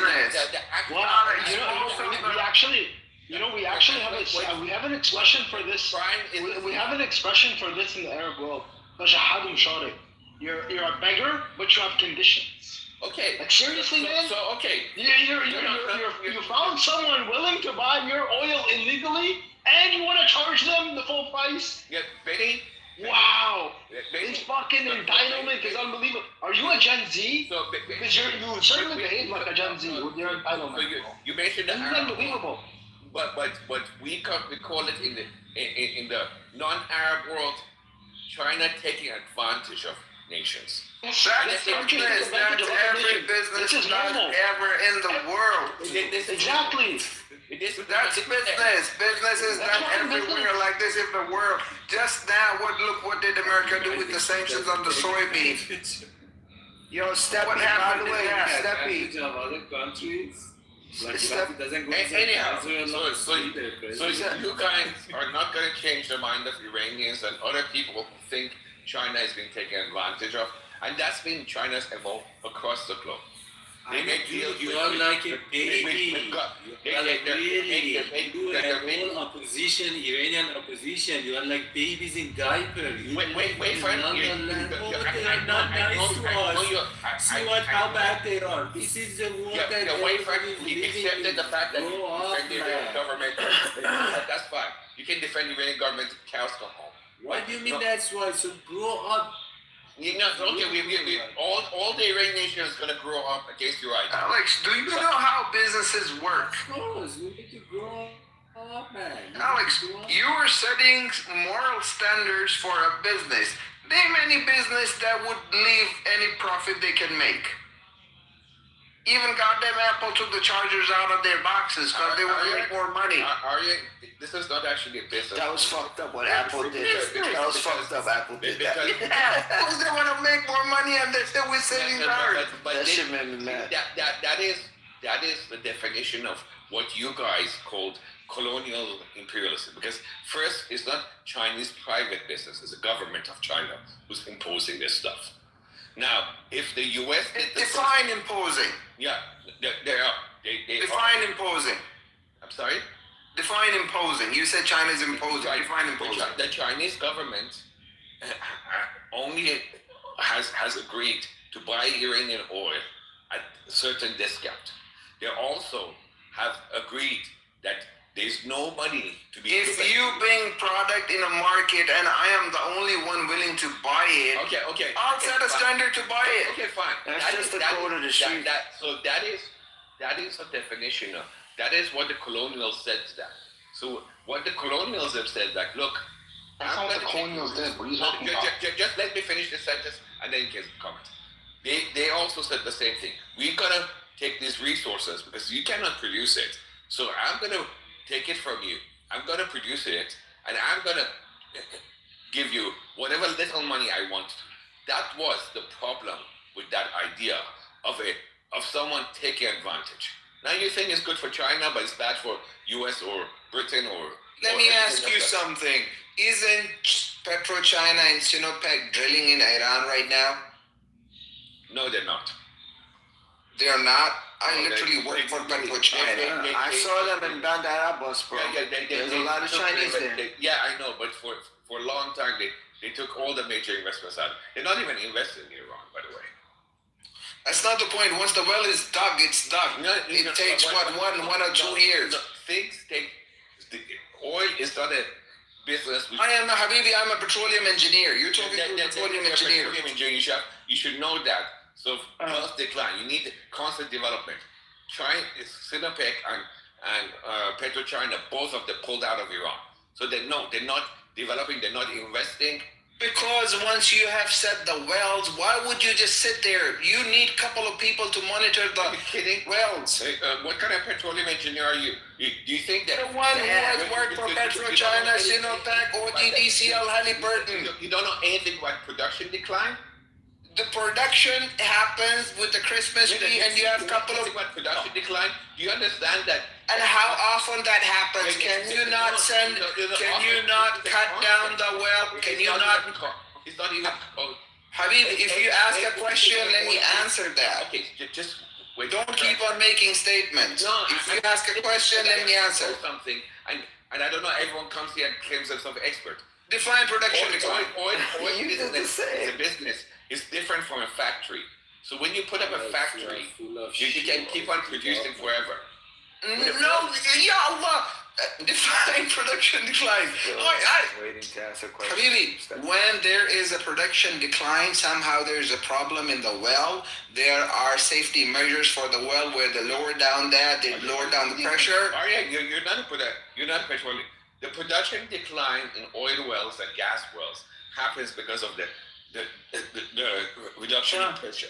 As you deplete the reservoir, production goes. And that's why. And you put jack pumps on that. That's it. Okay, just wait a second. I'm talking to the room. If you start in the oil business, you have to constantly invest in it. It's one business that you cannot let it go on its own. You have to constantly put new money in order to keep your production at the same level. Otherwise, the production just keeps on going down, down, and down. How many people run once a well is complete? Looks at the balance sheet. How many people run the well once the well is complete? It's not about one well. If you look at the... If you have 100 wells, how many people you need to run those wells? I'm not talking about the plants. I'm talking about production levels. Yes. If you look at any oil and gas company... What happens? How does the production happen in an oil well? If you look at the balance sheet of any oil and gas company... Okay, Habibi, forget about the balance sheet. You said what kind of oil engineer I am. You can teach me better. You tell me, once the oil is out, what happens to it then?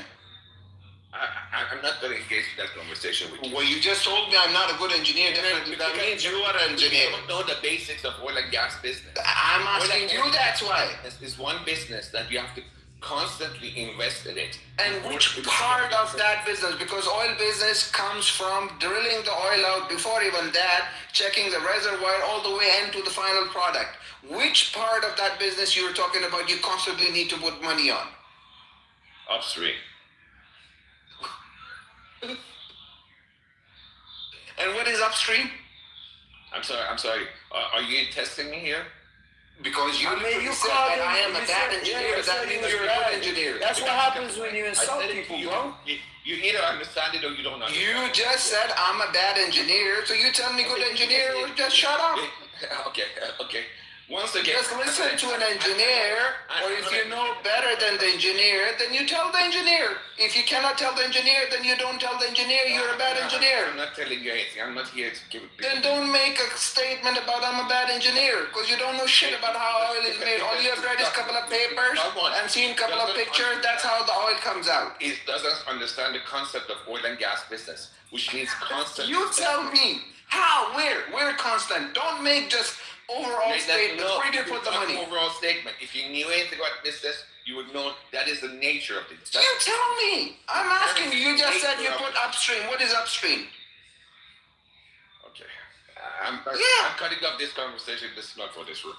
Right, because you know you don't know shit about oil production. That's funny, yeah. No, because this is not a... I mean, you don't go on talking on stuff you don't know nothing about. You're literally talking about an engineer.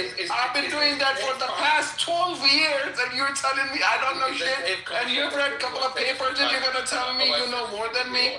You guys seem to all be internet experts. I am literal petroleum engineer. I work for Halliburton. I work for OGDCL. I work for PetroChina. You telling me I'm an engineer? Now you got cornered, bro. If you're a real engineer, you should know about the constant need for... Tell me upstream. You said money goes upstream. What is upstream? You don't even know what upstream is. I'm asking you. You tell me. You tell me what is upstream. I said the word. You go Google it. Why do I Google it when you said you were so eager to tell the whole group? You tell us now. We're listening. Alex, if you knew what upstream meant, trust me, you would tell him and you would yell at him about it. Habibi, Alex, let me tell you what your problem is. You have read a couple of papers and seen a couple of pictures, and by that you thought, I'm going to throw it out. By your bad luck happens to be a petroleum engineer in the middle of it. I accept your expertise. Just let it go. Okay, I'll let it go.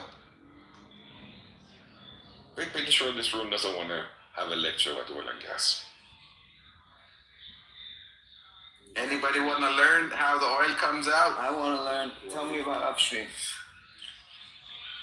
Which upstream? Tell me about I don't know, bro. You think I know what upstream means? What kind of well?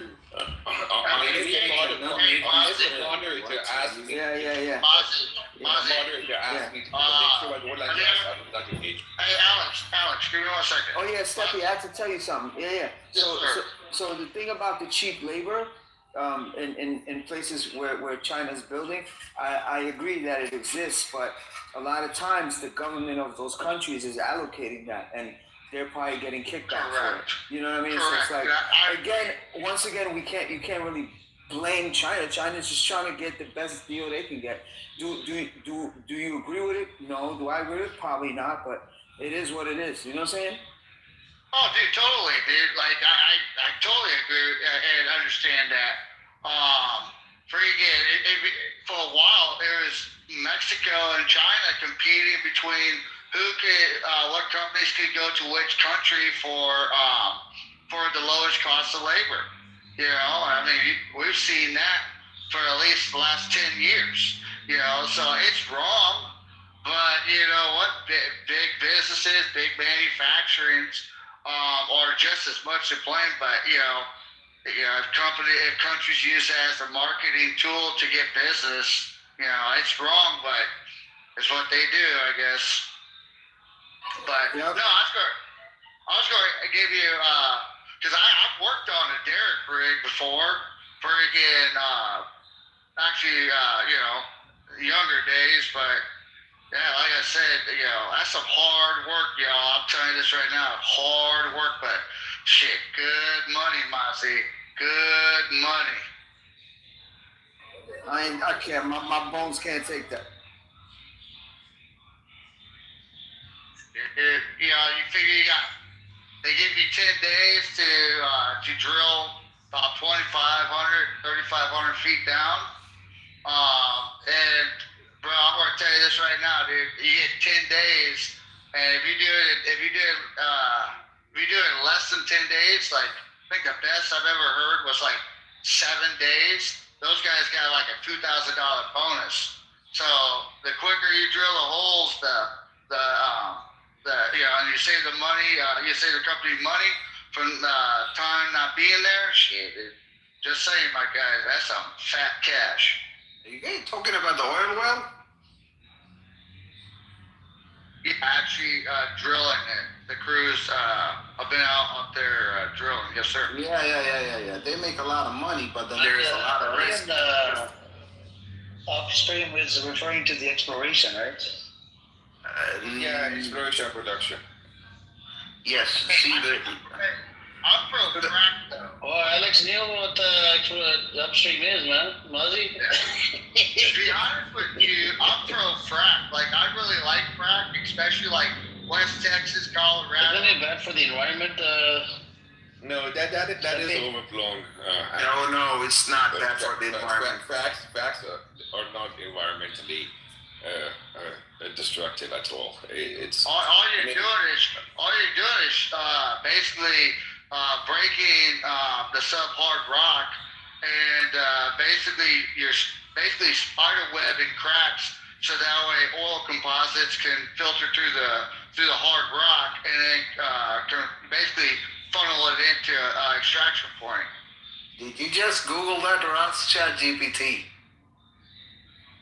Steppy, he's very, I don't know. Oh, is that Steppy? Steppy talking? Oh, yeah.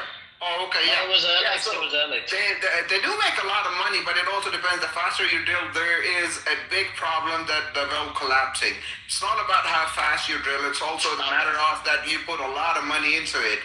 And if you don't do the cementing properly, if you don't have the backlash, if you get gas pockets in that thing, then you are, my brother, fucked so bad.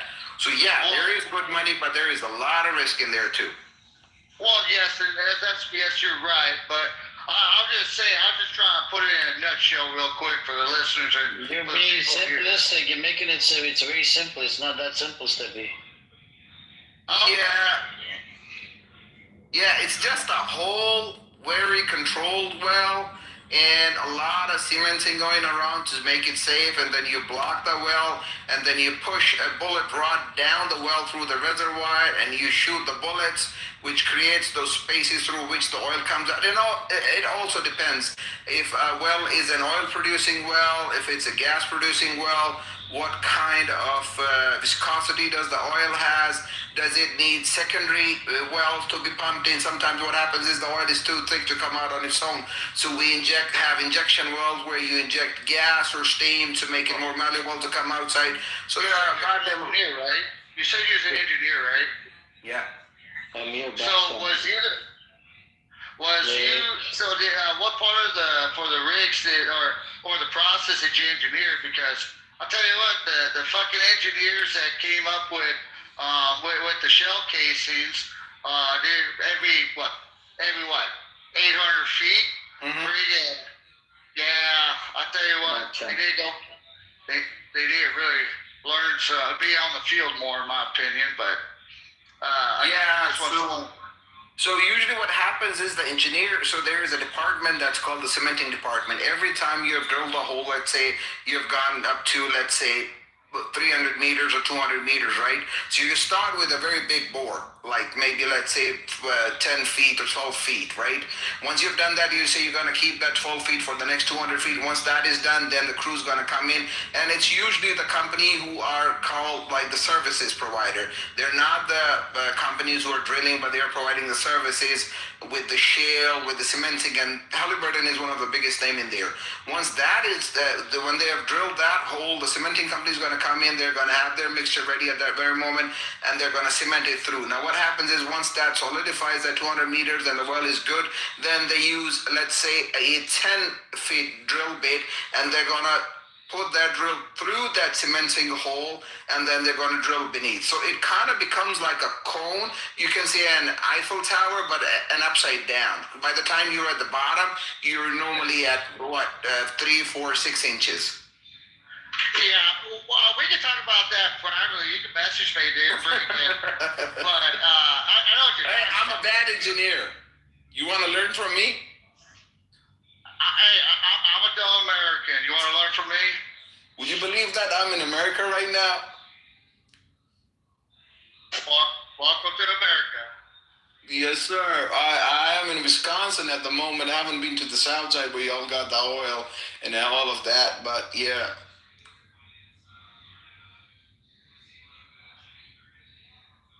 Well, congratulations and welcome to America. Thank you, sir. Thank you. Cheese, man. Some cheese. The cheese are good. I'm gonna be honest with you. Wisconsin is famous for the cheese curds. I'm not a big fan of cheese curds.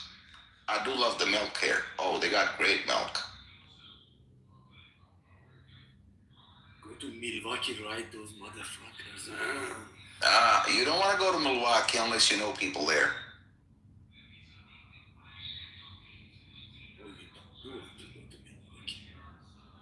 Yeah, but that's good. We go sometimes to Milwaukee when we want to shop and stuff. But yeah, I'm in the Packer land.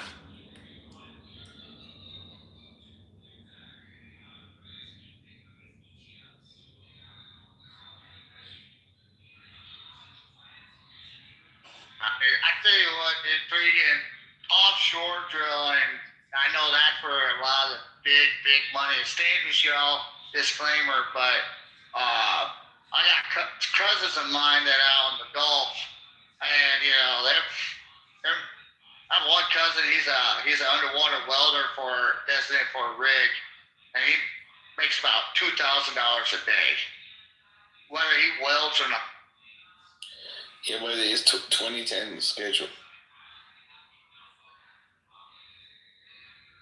Yeah, those guys make big money. The offshore drilling is the hardest drilling that there ever is, and especially then there are different kinds of offshore drillings. One there is that when you have oil in shallow water, where you have fixed rig on a boat where you drill that, and then there are some big rigs, and the Norwegians are the experts in that, where they have floating rigs in the middle of the goddamn ocean, and they'll drill through that. So yeah, that's hardcore work, and that's why they get paid big money. Yeah, Norwegians are not the expert. Americans are. No, Norwegians are in the offshore drilling. Americans are not. Even the company that is Schlumberger, that's a German company, that is the top-notch company. What? Most of the drill bits and even the pipe, you know. Shows how much the business. Most of them all stacked off of the Norwegian. You're the engineer and you think you know about the business. I literally told you the name of the biggest company that there is that provides services. Schlumberger is headquartered in New York. It doesn't matter where it originates from. That's what matters. No, it doesn't. What it matters is what is. Americans are the biggest offshore drillers. The Norwegians would probably come second. And plus, anyhow, offshore drilling is on decline big time. The whole oil and gas business is on decline. Okay. I'm not gonna say nothing to that. I'm a bad engineer. You're the worst engineer I've ever heard of. Thank you. Benny, if you need someone to do some gardening for you, since you're come from a really wealthy oil family, I can grow some mean jalapenos if you need a gardener. I don't come from my siblings are in oil and gas, but my dad was in construction. Oh, okay, never mind then. Well, they do construction on the oil rigs too. Yeah, that's true. No, we didn't do that. But yeah, my sister worked for Schlumberger, GE, Total. My brother-in-law also worked for GE and Total. Big business. But all in the Gulf, not in North America, to be fair.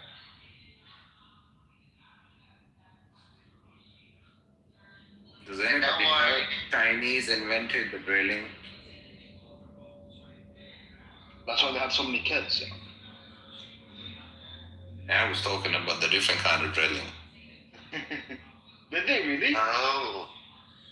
Yeah, the first drills that were made, they used the bamboo sticks to do that. The Chinese invented that. Interesting. Hey, if that matters, I lived 5 years in China. invented everything. When you go read, actually, like every gunpowder, like compass, paper, printing, whatever you name it, they invented it. Well, they have a 5,000-year-old history. I mean, they invented fireworks. Yeah. It's just Europeans like to think that they are the one who invented it. Don't forget the abacus. Accountability is important. Yeah, Chinese are still the most credible competitor to US anyhow. I mean, that's the reality today. And the manufacturing hub of the world. And that's... I mean, if you really want to think about it, the Western civilization seems like has been like a fart in the history. In the last 500 years, probably in 50 years, it will be completely forgotten. A short, like a shit. And did the Iranian government tell you the role of Western the Western decline and the power of Iran? What do you mean decline? Are you even looking at the level of technology that China is producing? Like US is not. This is not even a competition anymore. The number of engineers that they have produced is more than the US population combined, man. Very fun. So it's over. This is not the Iranian TV, you know that. The reality. I guess we'll just have to find out in 20 years, because from where I stand. I can only give you one thing. China is the one and only real competitor. Hey, we're gonna find out in 20 years, and then China's gonna be like, we'll be ready in another 20 years because they're gonna be behind. And then, another 60 years from now. Behind in what? Steppy, behind in what? What US has right now? What is it that you are proud of as an American? What am I proud? A moving non-stop bullet train. That's what we're most proud of. I'm an American. What are we proud of? What do we produce that, for example, Chinese are not making stuff? We produce movement. Constantly. There's a lot of interest. How about that? Financial services. Financial service. We're basically just printing money. That's what we do. US is still 25% of world GDP, and the US is still the front. It is still the front runner. It is still mental masturbation of the Western civilization. It's over. I'm not talking about distant civilizations. I'm talking US currently is 25% of the world economy and is a front runner in the new economy. But Chinese. What does it make? What does it make? Name me one thing that you look around and you say, oh, this is American. I'm proud of this. They got Ford, they got Chevy. They got manufacturing. They got Lockheed. Yeah, so the China is the quality of manufacturing products that the Americans are making compared to the quality of products that Chinese are making is not even comparable anymore. You're looking at old economies. Okay, you cannot generalize just simply saying this country is making that good. You'll give it to China for that. They make mass production. They do a lot of that. But if you look into the technologies-wise things, Germany is way far advanced in making, the advanced technological things and stuff. China makes a lot of stuff. The United States does makes a lot of stuff in the manner that they have this very golden program which is called H-1B, where they kind of Arya, can you give me one example? Lockheed Martin, they made the F-22. The F-22.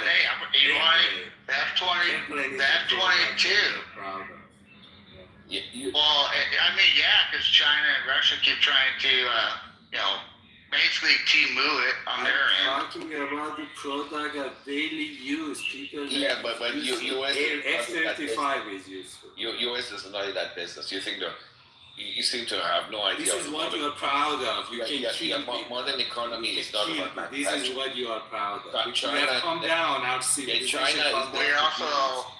also have really good growth service. Inventors. It falls in the category that when you get advanced in the world, become a power, then just mass producing the very basic stuff does not becomes your priority. Then your priorities change to the fact that what matters the most and what gives you more profit. So just generalizing thing, if a country... Or once you become strong, you become arrogant, you stop teaching your population, you create a large population of illiterate, ignorant, fat, dumb, happy people, and then here we are, we have a president. So U.S. is a population of ignorant, fat, dumb people. Yeah, it's MAGA base. Where do they come from? Yeah. Dude, I tell you what, that's the thing. That's what you're Alex, hey, as an American, I just want to say, hey, thank you for your compliment. You know, these people, like each of them. I'm more American than all of you combined. I pay more taxes than all of you. Economic expertise. The other guy talks about oil and gas. He's a field engineer who has no idea about how the business is run.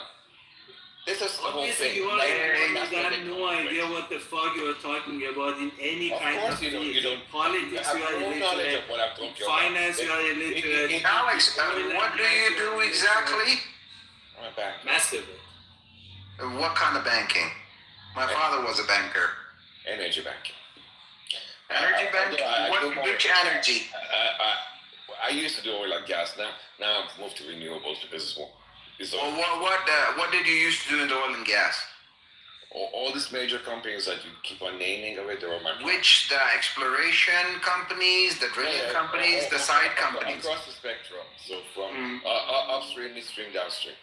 No, let's not have him self-doct himself, okay? I just want to know if a guy keeps on calling another person, oh, he's bad, he's because bad, I he's actually bad. know what I'm talking about. When I hear ignorant comments, I mean, some person is talking about the U.S. decline without ignoring the fact that 25% of the world economy is U.S. The fact that China, it is incredible. I mean, China is officially the biggest threat to U.S. because of the Chinese are the only competitor in the modern world. Alex, Europe is not a competitor anymore. Russia is a competitor. Alex, do I need to go back study again? Excuse me, Alex. Hey, China is big. China has a lot of great things. I will give them that. They got patience. They're really tolerant. They really think things out. They got a great education system. Dude, I cannot argue with that. Dude, a lot of countries have on education, they excel above the U.S. You know what? I'm not even going to argue with that. Okay? You know what? Yes, we mass produce a lot of food, and we have GMOs in our food in the United States.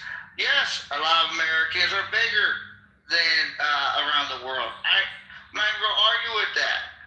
But I'm going to tell you one thing, the only thing I see the problem with China is, they're growing so big, but they forget how to take care of the people. There's a lot of things wrong with... What you're saying is very true. That is probably the Achilles heel of China. I mean, obviously Tiger disagrees, but... Well, hold on, Alex. Give me 1 second, all right? I promise I'll land it. And then take my criticism from everybody, I promise. But if you look at, we can see with China, even its own population, you can go to Google, you go to ChatGPT, and just put in, coffin homes. The populations have grown so much that when it comes to agriculture, when it comes to living conditions, when it comes to the population, we're all educated people here. Even if you're slightly on the low end, you can go to ChatGPT and see that finding a way to take care of people, at least housing them, has been an issue. Being able to take care of the infrastructure once when it's built, and feeding it logistically will be a problem with China. China does a lot of great things. Even if I could be biased on when it comes to the military, I'm biased. And I'm biased because I've served in the military. And I'm also American as well. So my bias is a little hard.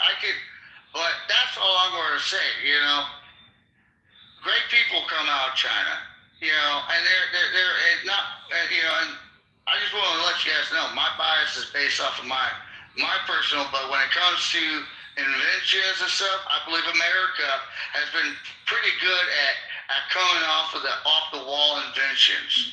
You know, and we can see it from the airplane. We can see it with phones. We can see it with internet. We can see it with all kinds of things. China, they specialize really good in herbal healing, herbal medicines. You know, if you look at Taiwan really utilized into the data chip. I mean, you can pull a lot of countries and you can find a lot of negatives, but you can also find a lot of positives. So I'm ready for my answer and my criticism, y'all, but I'll mute up. No, China is a real force. I mean, China is the only main competitor to the US. That is The point is reality. that And as a matter of fact, the US security doctrine names China officially as the one and only main threat to US. And that is the reality of the world we live in. Europe is lost its way. Russia is in the last century. I mean, Russian economy is just pitiful. I mean, it's like smaller than Italy, and they're just going on natural resources, commodity based, and trying to do the military power thing. But that's old world. China is the real thing. Yeah, one has to admit. I mean, at the moment, US has the edge over China, but they have to keep it up. They cannot let China run away.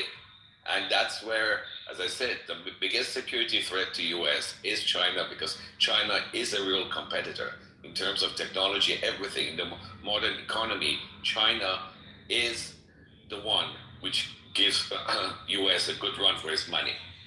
Europe is not in the picture anymore.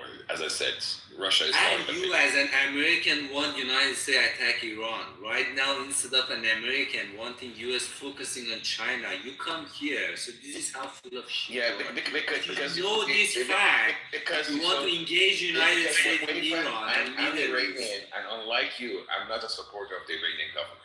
You are Iranian or American? Tell me here, like, I'm both. as an American, I'm both we have Iranian and American, we have to and go in China. I'm not supporting Iranian government like you do. So what? So why should the It United makes- States attack Iran? When you have a government which massacres 40,000 of its own people, Who gives you a have no- fuck? You just you said have that no China right is the to problem of talk United about anything. States. You are. Are you condemning American the or whole Iranian? world. Tell me Every this. single America human being first in or the Iran world first? would condemn your action. So America you first want or Iran Americans to jump in to solve the problem of Iran? Yes, first? And China is United States' problem. Yeah, Why that- America? Right. is So a if problem you of have Iran? a problem in your home, rather than fixing it, do you call your neighbor? Yeah, that's what we're asking. We That's what definitely you do? Answer this question, Alex. Are you American first or Iranian first? There's no first. If China is the problem of United States, why do you Why? United Wait, States? Alex, let me ask you this.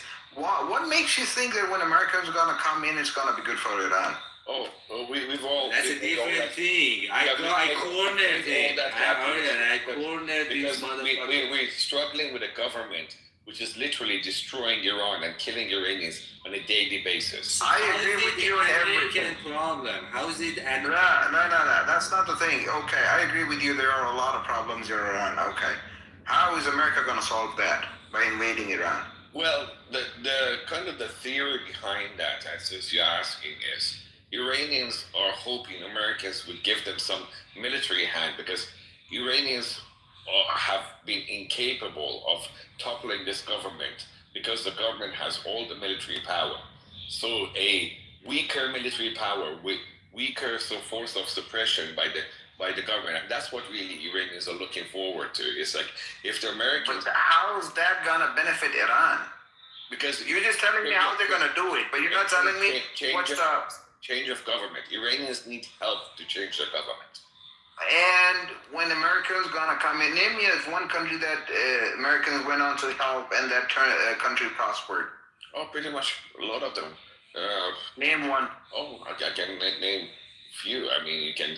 Well, name me one that they invaded and that country prospered. We can start with the World War II. Germany. We can start with. We can go to Korea. We can go to. That was a world war. Germany didn't invite U.S. to come bomb us. Yeah. Name me one country that asked to change the regime. What's the pivot there? So do you want? Nothing to pivot. I want to know. You said America's going to help us, Bill. I want to know. So you want to risk all that on a theory while you were sitting in the United States hoping? Korea, we have Serbia, we have the. None of those countries are Muslims. None of those countries have any interest with Israel. What does it make? It doesn't make no difference? No. No. So you were telling me they don't have. Yeah, it seems that that's the confusion between Iranians and Arabs. You somehow kind of stuck on this Muslim thing that you're not. But anyhow. So what you're trying to say that the Zionist agenda is not against the Muslims? No. As a matter of fact, one of the first things that the Iranians have to do is make peace with Israel. That's another problem which this government has created for us. Yeah, definitely. As a matter of fact, if you to make it even more, so you want to be Israeli and American bitches? Make it even more. Lose all integrity. To even make it more clear to you, the American invasion cannot happen without the help of Israelis. So Iranians are not only inviting Americans, they're inviting Israelis. So the American invasion cannot happen because of the Israeli, or the Israeli invasion cannot happen without the Americans? Without the help of Israelis, because Israelis have the best knowledge on the ground in Iran. So yeah, Iranians are asking both American help and Israeli help. So there's a lot of integrity in that, getting your own things done while you're sitting in the United States. We are actually we've made that decision and we're sticking by it, and we think that's... Okay, I agree with you on everything, and let's say this, the word you said, the word you used was that our theory is they're going to do this, and it turns upside down, and it becomes a British subcontinent where those guys, the natives, became British, like what the Americans did to the Native Americans. British? What are you going to do then? What is British subcontinent? We're not Indians.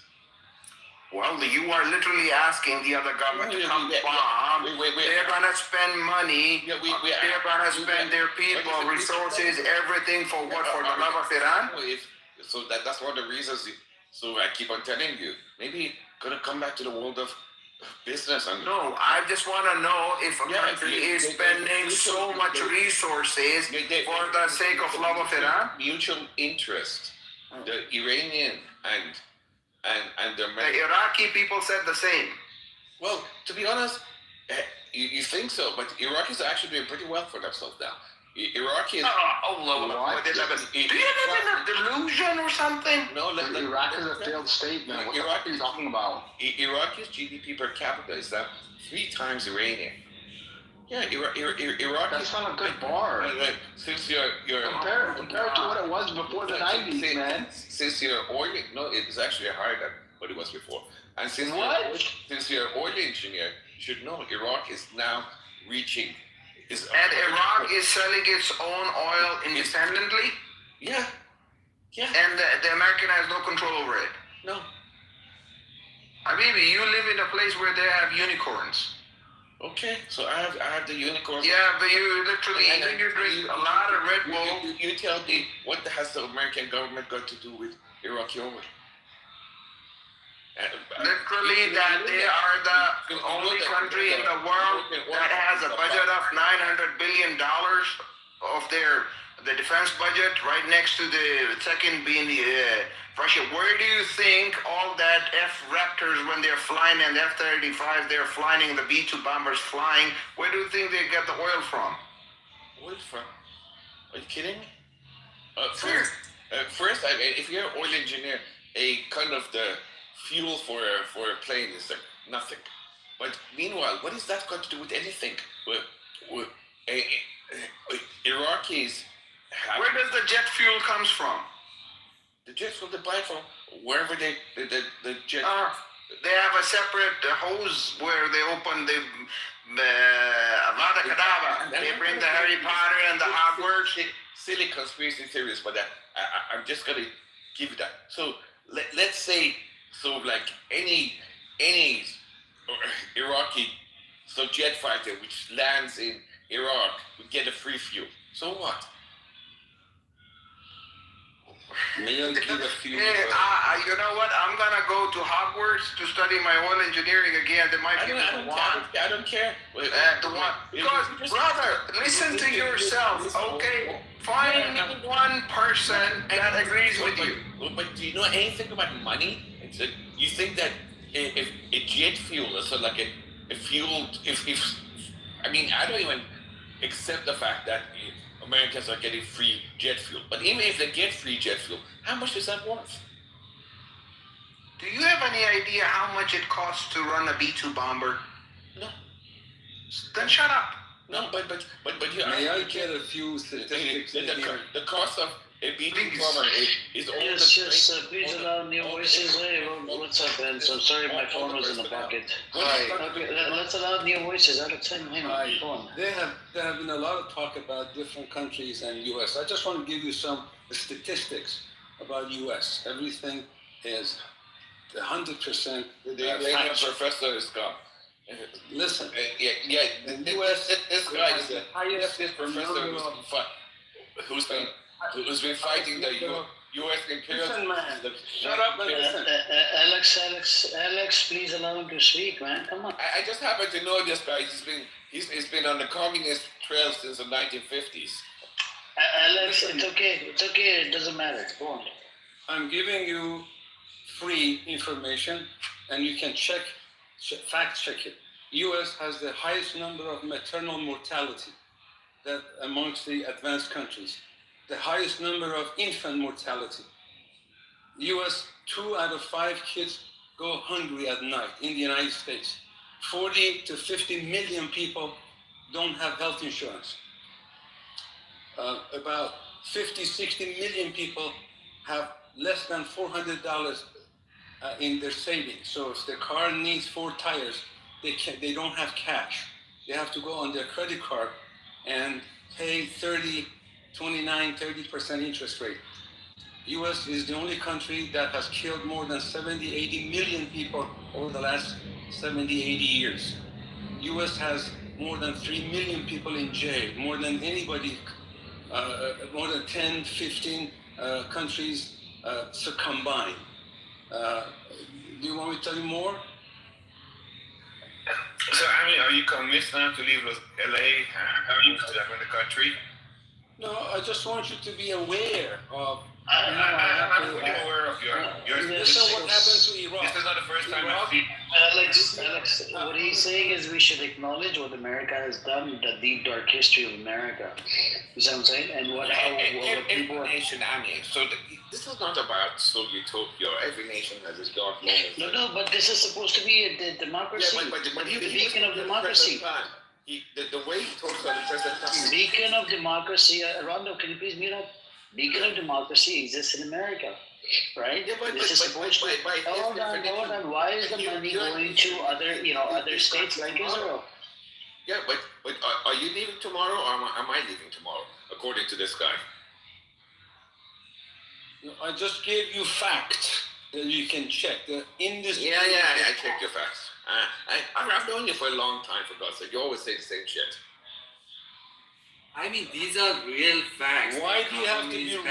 There are people are unhappy. And you yourself are claiming China is the biggest threat to anything that US stands for. And at the same time, you say we have to attack Iran.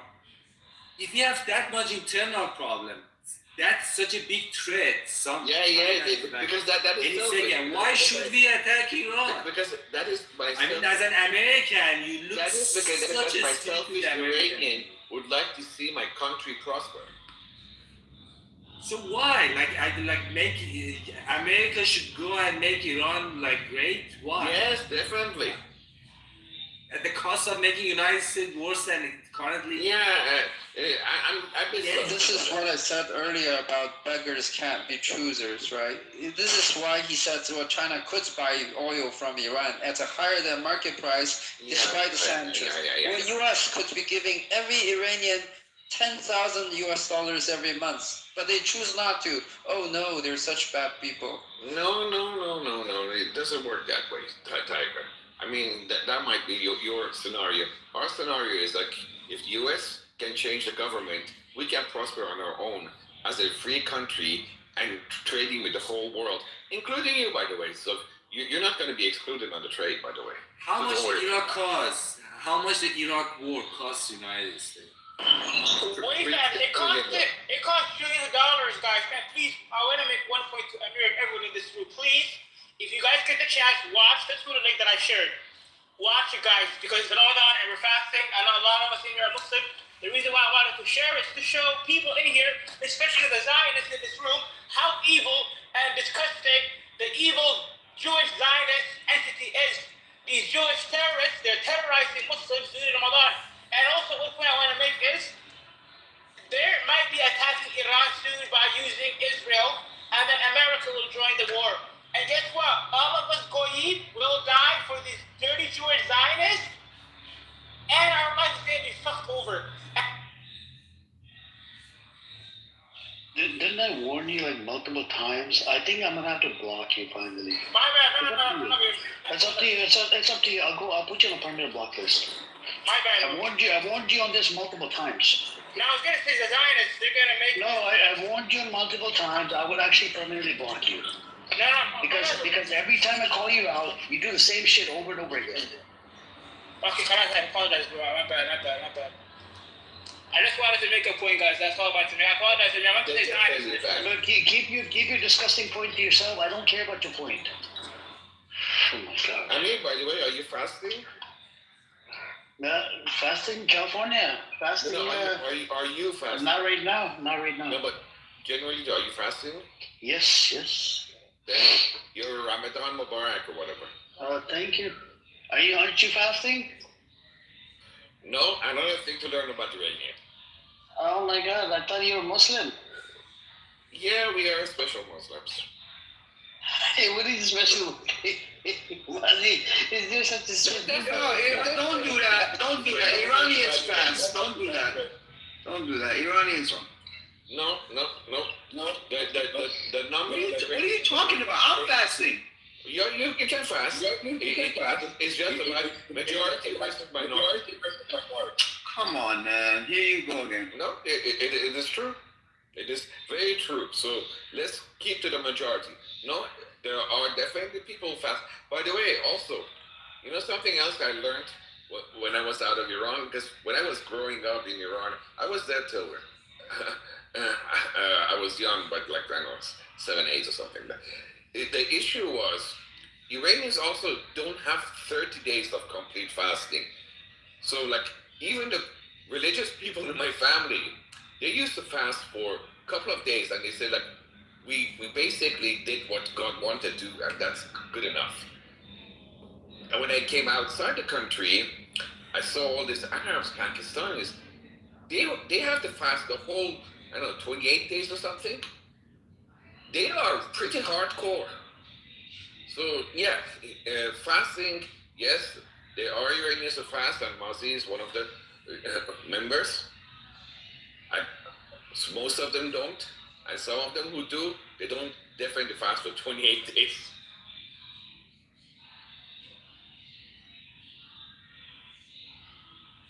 Welcome to the Iranian culture, Amir. So that's what I keep on telling you. You don't know a lot about Iranian.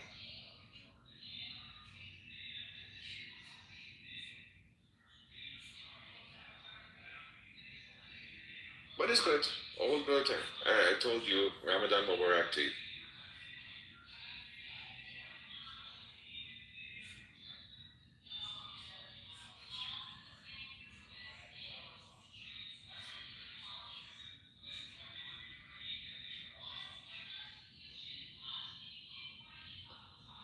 Anyone here? I'm here, bro. I apologize. My bad, bro. I'm so sorry, bro. You're right, bro. I just apologize, bro. I just still keeping. Amir, Rondo's heart is in the right place. He's a nice guy. Listen, bro. Listen, bro. Rondo, you wild out sometimes, but you're a good youth. Brother, look, Mazi, I'm very passionate about this cause. The reason why I share that is, bro, because during Ramadan, you know what they do, Mazi? Go look up. Oh my God, Raza Pahlavi supporters here. Listen, brother.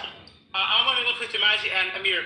What they did was go read, they dropped it today, Middle East Eye, the prisoners in occupied Palestine. They found out a few days, 2 days ago, before the article was published, that it's actually Ramadan. the Zionists, they did not even tell the Zionist people that have the Palestinians in prison, they didn't even tell the Palestinians that it was Ramadan. Can you imagine how evil that is? That's one of the things I was pretty pissed off about. And this article that I shared, bro, they didn't do it in Ramadan, but imagine how evil these people are, bro. I haven't taken this for like. Well, you know what, Rondo? Fortunately, we believe in a merciful God and a merciful Lord. So it doesn't matter what the kuffar do. You know, it doesn't matter. Allah was merciful, 100%. You know, these people, even only once in Ramadan, bro, they're blocking people from going to Masjid al-Aqsa, bro. And you got people in Nima and the other pro-Iranian Shah that are defending Israel, bro. They're defending Israel. Who's defending Israel? A lot of these pro-Shah people on this space, but not in here, right now. So far, we haven't heard anybody defending Israel. Who's Alex? You're defending Israel? I haven't heard Alex defend Israel. Nima might defend Israel. He just came up. I met Nima. I meant him. Yes, him. He just came up. I know, bro. I know that thing. He defends Israel. Mazi doesn't defend Israel. No, David doesn't defend it. I love Matthew, bro. He's a real one. Benny Goy, he's just a Goy. He's a special Goy. He's a chosen Goy. I'm not Benny Goy, but all Goy. And all Goy, the Goy in the night. He's a God-chosen Goy. Man, alhamdulillah for being a Goy. Allah, I'm thankful to him, Allah, for making a Goy. But yeah, I mean, Samud, salam alaikum. Cool. Same here. Assalamu alaikum. I haven't seen Samud in a while. Assalamu alaikum. All Ramadan Mubarak to all of you. Ramadan Kareem. Ramadan Mubarak to you. See, Amir, so what part you guys don't understand, the Iranian position on Israel is nuanced. Just because Iranians ask for Israel's help and would like to sort of like restore relations doesn't necessarily mean that they ignore what happens to the plight of Palestinians. But you see that as a conflict, and that's the part that you guys cannot come in terms with.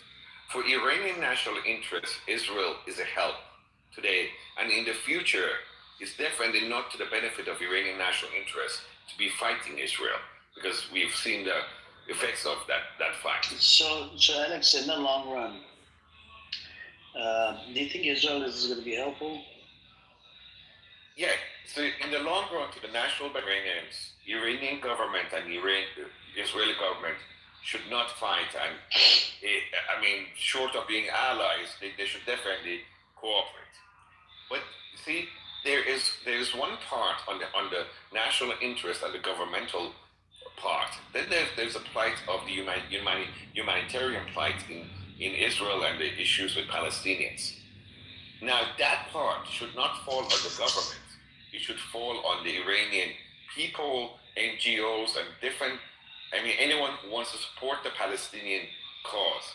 That is at the human level, at the nation level, but not at the government level. And you can see that across the world. You have governments who are allies with Israel, supporting, and then you have people in that government. So the order of that government who have. So in the long run, can you please walk me through how is it going to be beneficial for Iran in the long run? Let's say Raza Pahlavi, the puppet of US, gets planted in Iran. That is also a bad notion. You keep on repeating that. Reza Pahlavi is so unlike what you think it's going to be. Reza Pahlavi is not going to become a monarch of Iran. It's very unlikely. No. If America comes in, America will do anything. Okay. If America wants, let's say, I'll give you example. Yeah. I'll give you example. I know he wants to be the transition according to his book or whatever bullshit book he wrote. Yeah, he wants to be the transition government body. But at the same time, when he comes in power, America, and he can change his position. And America will probably. Hold on a second. Hold on. I'm not done. And let's say he gets in there, and let's say he becomes a transition body, and people start voting for somebody that's worse than IRGC. Right, somebody that maybe he's Islamist and whatever, jihadist, whatever you want to call it. Or someone that America just doesn't agree with. Yeah, just somebody that's like Dr. Mossadegh, that's kind of like anti-West. Mossadegh was kind of. Okay. Let's say we come across somebody that's anti-West, right? But then. Hold on a second. Hold on. He gets elected. America is not happy with this this person because he's anti-West. He doesn't want anything to do with America or the UK or whatever. Do you know what will happen then? They will do the coup, and this is going to be another coup. The days of the coups are also gone because No, it's not gone. It's not. They're still trying to do it. Do you know how they did it in Venezuela? Maduro. What are you talking about? Maduro is the funny thing about Maduro is that he had actually a 35-40% popular support. Funny enough. We're not talking about support. No, he was a leader. He was a leader of a nation. He was a leader of a nation. But America didn't have any business in, what did you say, Benny? It doesn't matter whether or not we had support. The fact of the matter is, America did a coup. America does coups all the time. America has a playbook for doing coups. They do this all the time. Alex, what do you think? We transitioned into like this hypothetical world. There's no vassal states. There's no puppetry. There's no coups. Everybody lives under the United Nations and international law prevails. And there's no need for enforcement because everybody's respectful anyway. Nobody would ever break a rule. What kind of fucking mythical world do you live in? Is this whole idea, so you started with this hypothesis. If Iranians, after all, let's not suppress another Zionist voice. Go on, Nima. No, because okay, we do have, we have the. Even though I dislike Nima's position, but go on, Nima. Okay, so you have to look at it from two perspectives. As an Iranian American, I first look at it from the U.S. perspective. Right now, when the talk about a strike is getting real, all these so-called Arab allies of the United States are saying, you can't use our airspace, you can't use the bases you have here. England, the United Kingdom, was supposed to be our special ally in the world, was supposed to be the special relationship, that's where the term even came from. They're saying you can't use Diego Garcia. That's not even their main land. That's like an island offshoot in the Indian Ocean, and we have bases in it. It's our troops, and they're saying you can't use it. Not reliable allies. The only country right now where we have a secure port where Gerald Ford aircraft carriers going, where we have 15 F-22 stations as we speak, where we have over 5,000 U.S. troops who just went in today, is Israel. There is a very stable partner. Okay, they don't always agree. I understand. They don't always play by our rules. Okay, they have their own agenda too. I totally get it. Every country has their own agenda. Even your employee is not going to agree with you 100%. If any of you have ran a business, you know what I'm talking about. They have an agenda, but they are the most reliable partner we have in that part of the world, hands down. And that's America. That's why we support Israel, because frankly, we can't count on Muslim Arab countries when the going gets tough to come and side with us. They never ever do. It's an oil-based relationship. It's an economic relationship, nothing more. But with Israel, it's a shared strategic interest. Now, when it comes to Iranians, as Alex pointed out correctly, we happen to have a common enemy right now. Our enemy, the people of Iran, Islamic regime in power. Israel's enemy, for different reasons, happens to be the Islamic regime in power. Now, at this point in history, there's a conversion of interest. There's a conversion of the path. Now, in the future, is it always going to be rainbows and butterflies between Iran and Israel? I don't know. That's up for the people to decide with the government they choose. But Israel can be a very strategic ally when it comes to water shortages, water crisis, which is the next big crisis in the Middle East. It's already started in many, many countries. Israel has the technology of navigating water resources that can meet the problem of the population when it comes to water resources, water shortage. If that was the case, why didn't they give them the water resources earlier? To whom? To Iranians that were suffering from water. Why did Because Israel we have, offer them because we care about them because so we have much? a regime that burns their flag and says, you know, It doesn't matter. The regime would have allowed it. Regime would have allowed it. No, you don't know the Iranian regime. Yeah, regime would have allowed it. That's a guarantee. Would have allowed it. You guys, you know what's the problem with you guys? You have no idea what you're talking about. That's the Okay, they're selling oil for cheap prices to China, right? So if Israel's, gives them a handout, like here, look, we're here, we're gonna help you, this and that. You don't have to normalize shit, and they would have accepted it. Of course, they're not gonna start. Yeah, and if Netanyahu really gave two fucks, if Netanyahu really gave two fucks about the Iranian people, he would have done a shit a long time ago. Are you gonna co-opt with a government that wants your destruction? Is any sane government gonna do that? Of course not. What kind of question is that? What destruction? Israel is the one that freaking did the attack on the embassy. That was the first one. For 47 years, they're saying Israel should be destroyed. It's a fact. Yeah, the government of Israel should be destroyed. It's a fact. No, they're saying the whole land. A lot of countries don't recognize Israel as a country. Yeah, they're saying the whole land should be purged of Jews. That's the whole ideology. They don't have the Jews. Come on, stop that. Stop the cap, Nima. They literally Jews living inside. Literally Jews living inside Iran. It's anti-Zionist, not anti-Jew. No, don't listen to what the Friday. Okay, then why are the Jews living inside Iran that are getting killed and butchered and slaughtered? They used to be 200,000, now they're 8,000. You call that freedom? Do you know why? Do you know why? Because Israel offered them incentives. Did you know that what they did in Iraq, once flag attacks, Egypt, Levant affair? Go look into it. That's I understand that, but they I'm populated this disgusting Zionist state called, Israel. What I'm saying, they created an atmosphere. They created. I don't know if your background was Indian or Pakistan. I don't care. But what I'm saying is actually 15,000 Jews, by the way. Whatever your background is, if you lived in a country that shouted like "death to India" all day, would you want to live there? Of course not. You're gonna. I would live there. I'd be happy to live there. Fuck, whatever. Fuck Pakistan as well. Whatever country, if America or Israel put sanctions on that country, they have the right to say whatever the fuck it comes to their mind. According to the USA, according to the Constitution of the U.S., hold on. According to the Constitution of the U.S., I can go to the streets of fucking America in Los Angeles and I can say, fuck American government, fuck everything. I can do that. You have that freedom, but people yes. don't have If the Iranian government, if the Iranian government or Iranian people come out and they say, fuck America, what do you care? Why do you guys take shit out of context?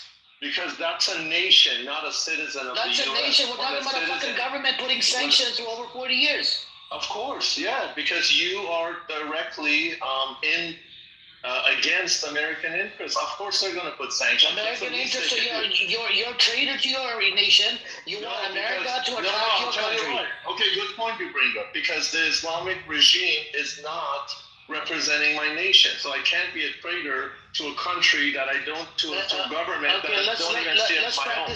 Let's practice this. No, that's not why. Hold on, that's not why he's calling you a traitor. Because in that regard, I'll agree with you. I agree with you in that regard. But that's not why he's calling you a traitor. He's not saying he's not saying you're a traitor because you want regime change. He's saying he's calling you the traitor thing out on you because he's saying that you want outside entities like America and Israel to come in. Absolutely. I'll tell you why. Just like the Palestinians, when they were in a war, they wanted outside entities to get involved. Absolutely.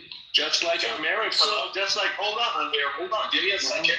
Just like America and the war for independence wanted outside interference from France and from Spain to defeat the Brits. Just like France after World War II wanted outside interference to gain its freedom from the Nazis. This happens over and over in human history. But now, I'm gonna draw the different. Hang on a second, Muzzy. I'm a Canadian and American. I got two passports, right? Okay. Now I have a problem with a pedophile that's serving the U.S. government right now. Well, his name is Donald Trump. Okay, He's a pedophile. Let's talk standards. Let's talk facts. Nima, I'm talking about the fucking facts. It's on Epstein files.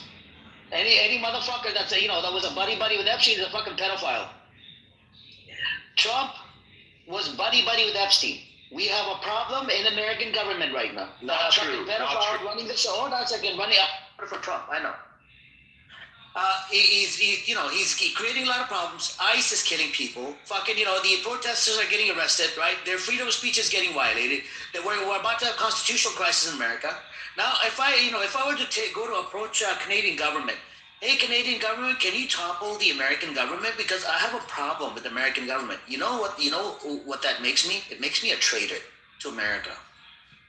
And when the government asks another country for help, that's not traitor. They're just asking for help because they don't have the resources and stuff. That's different.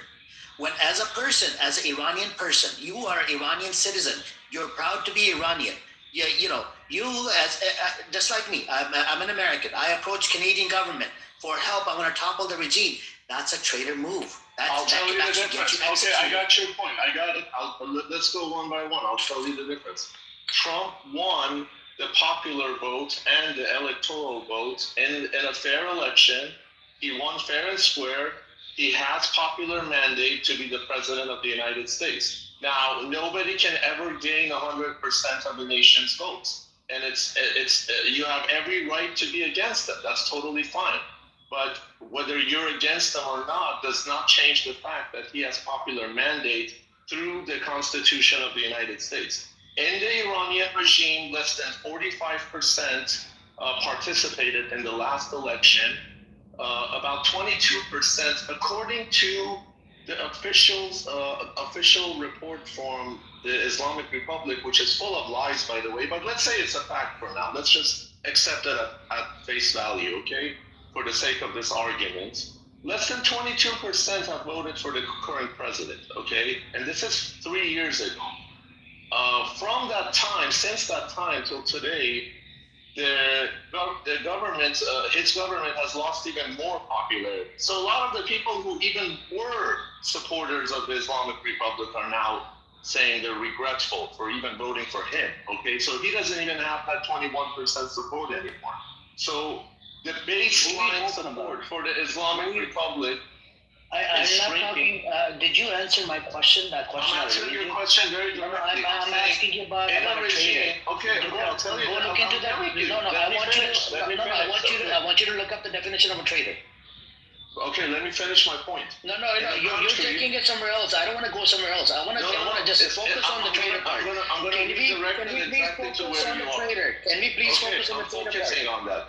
I'm saying you're not a traitor, okay? I'm going to address it directly. You are not a traitor of your country if the government ruling your country has less than a 22% mandate to rule. And then if you try to topple, if you are a 75% majority in that country that doesn't want that system, and you try to topple it using any means necessary, as Malcolm X himself said, by any means necessary, that means if you have to get assistance from allies, you're going to. Okay. Malcolm X was also a staunch anti-Zionist. I use Malcolm X because that's what you folks probably look up to. That's why wouldn't we? Hang on a second, Mazi, hang on. Exactly. I said even if he would support me in this situation, because hold on. Nima, what was the struggle for Malcolm X? The struggle for Malcolm X was civil rights for Black Americans. That had to do with the race. Your case, it doesn't fit right here. Because you're not fighting for your race. No, the reason I'm not equating our case to Malcolm X. I use Malcolm X because I said you cannot use Malcolm X in your cause. I got a question for Nima when you're done. Yes, sir. Yes. So Nima, can you please read us the definition of a traitor, please? A traitor is someone who goes against the legitimate government of his country, like you are against Trump. That to me is a traitor. When somebody goes against the legitimate government of his country that has popular mandate, if 90% of Iranians legitimately wanted the Islamic Republic, I would have shut the fuck up. I wouldn't even voice my opinion. Do you have the stats on this? Do you have the stats on this? Yes, I do. Absolutely. Where did you get the stats from? First of all, I just told you. I'm not gonna go based off anecdotal experience. You're giving me anecdotal The proof. Amir, you're a terrible listener, brother. No, can you give me stats? Can you please give me stats? I just told you in the election they held last, less than 40% of the country participated. Out of that 40%, 22% voted for the guy who's the president right now. What does this tell you about the nation? And these numbers are inflated. The international watchdog body said these numbers are not accurate. So the real number is probably way less than the 40%. Okay, but let's just say it's 40%. A country, a government that people do not participate What's in Trump's rating right now? means that he doesn't have the mandate. The government of Iran, the Islamic Republic, which is not the government of Iran, does not have the mandate to rule anymore. So American government. Hold on a second. Hold on, Amir. You're going on a monologue. I want to have that back and forth. I don't want to hear your monologue. I know, but let me finish. You go on a monologue. It doesn't make sense to me. 60% of Americans voted for Trump. Just because the 60% voted for it doesn't mean everybody agrees with this fucker, this pedophile. Yeah, but that means he has a mandate. He has a popular mandate. No, he doesn't have a mandate. No, he doesn't have a fucking mandate. Who told you this? He's a legitimate president. He's a legitimate. Beto serving as a fucking U.S. president. He's a legitimate. Okay, pedophile. Yeah, and that you voted for a pedophile. He's on Epstein files more than 1,000 times. Not as a pedophile. As a pedophile. Literally, Epstein was asked this question on video. Were you surrounded with little girls when you were, when you were hanging out with Donald Trump? He goes, I plead the fifth. Unlike Pakistan, this country, you're innocent until proven guilty in a court of law. Has he been proven? Pakistan, you can go suck Pakistan's dick, okay? My question to you. No. I don't give two fucks about Pakistan, India, whatever. Okay. My question to you. Don't be bold. We're having a conversation. Hold on. Yes. I'm very bold. I'm very blunt about everything. My question to you is, can you tell us the definition of a traitor? I didn't ask you, if it was elected or this and that. That's not part of the definition. Okay, Ask Google Baba and read me the fucking definition from Google.com. Somebody who works against the interests of his or her nation. That's a traitor. There you go. His or her traitor. Okay, I'm going to read it out there. This idiot will never tell us the exact definition from Google. The puppet regime for China and Russia, by the way, getting orders from them, getting orders from Beijing. Hold on. I'll read you the definition. I know you're a traitor. I know you're a scumbag Zionist as well. I'm going to read it out to the room what a definition of a traitor is now. Right? An idiot like you, a retard like you, would never give us a proper definition. You make up your own definition. You're like a dictionary. I think you should invent a new NEMA dictionary or something. Or, let's read it out to the room. According to Google Baba, I put in the definition. I asked for, definition of traitor, a person who betrays a friend, country, principle, etc. All right, and guess what? Beautiful. They even has They even have example. It says they see me as a traitor, a sellout to the enemy. Beautiful. So where does it say? Where does it say that majority or minority people voted? Where does it say that? Okay, whenever you're done, let me make my point. I'm done. Where does it? It's a conversation. I don't want you to talk monologue. Okay, great. We're not doing a monologue. Hold on. No, just a second, because you said something very stupid. You're against Iran because you say they're a puppet to. I'm not against Iran. I'm against the Islamic Republic. The government of Iran, which makes it because they're officially. I'm still waiting to ask my question. It's got intense. I actually want to corner this idiot so badly, and I did corner him. Corner me. Go and respond. Let me respond. Yeah, can you come back to it later? I want to corner him on the traitor. Go on. Yeah, go on. So first of all, based on the definition you just read, is you use the keyword enemy. My enemy is the Islamic Republic. Which part of that do you not fucking get? Now that you want to be okay. Let's ask the whole world. Let's ask the whole world. The Iranian people's enemy is the. Hold on a second. Let me talk. The Iranian people's number one enemy is an entity called the Islamic Republic. Okay, hang on. I want you to stop there because I don't want you to go on a fucking monologue. It's a conversation. And I'm going to interject you every 2 seconds. Why are you so angry? Hold on.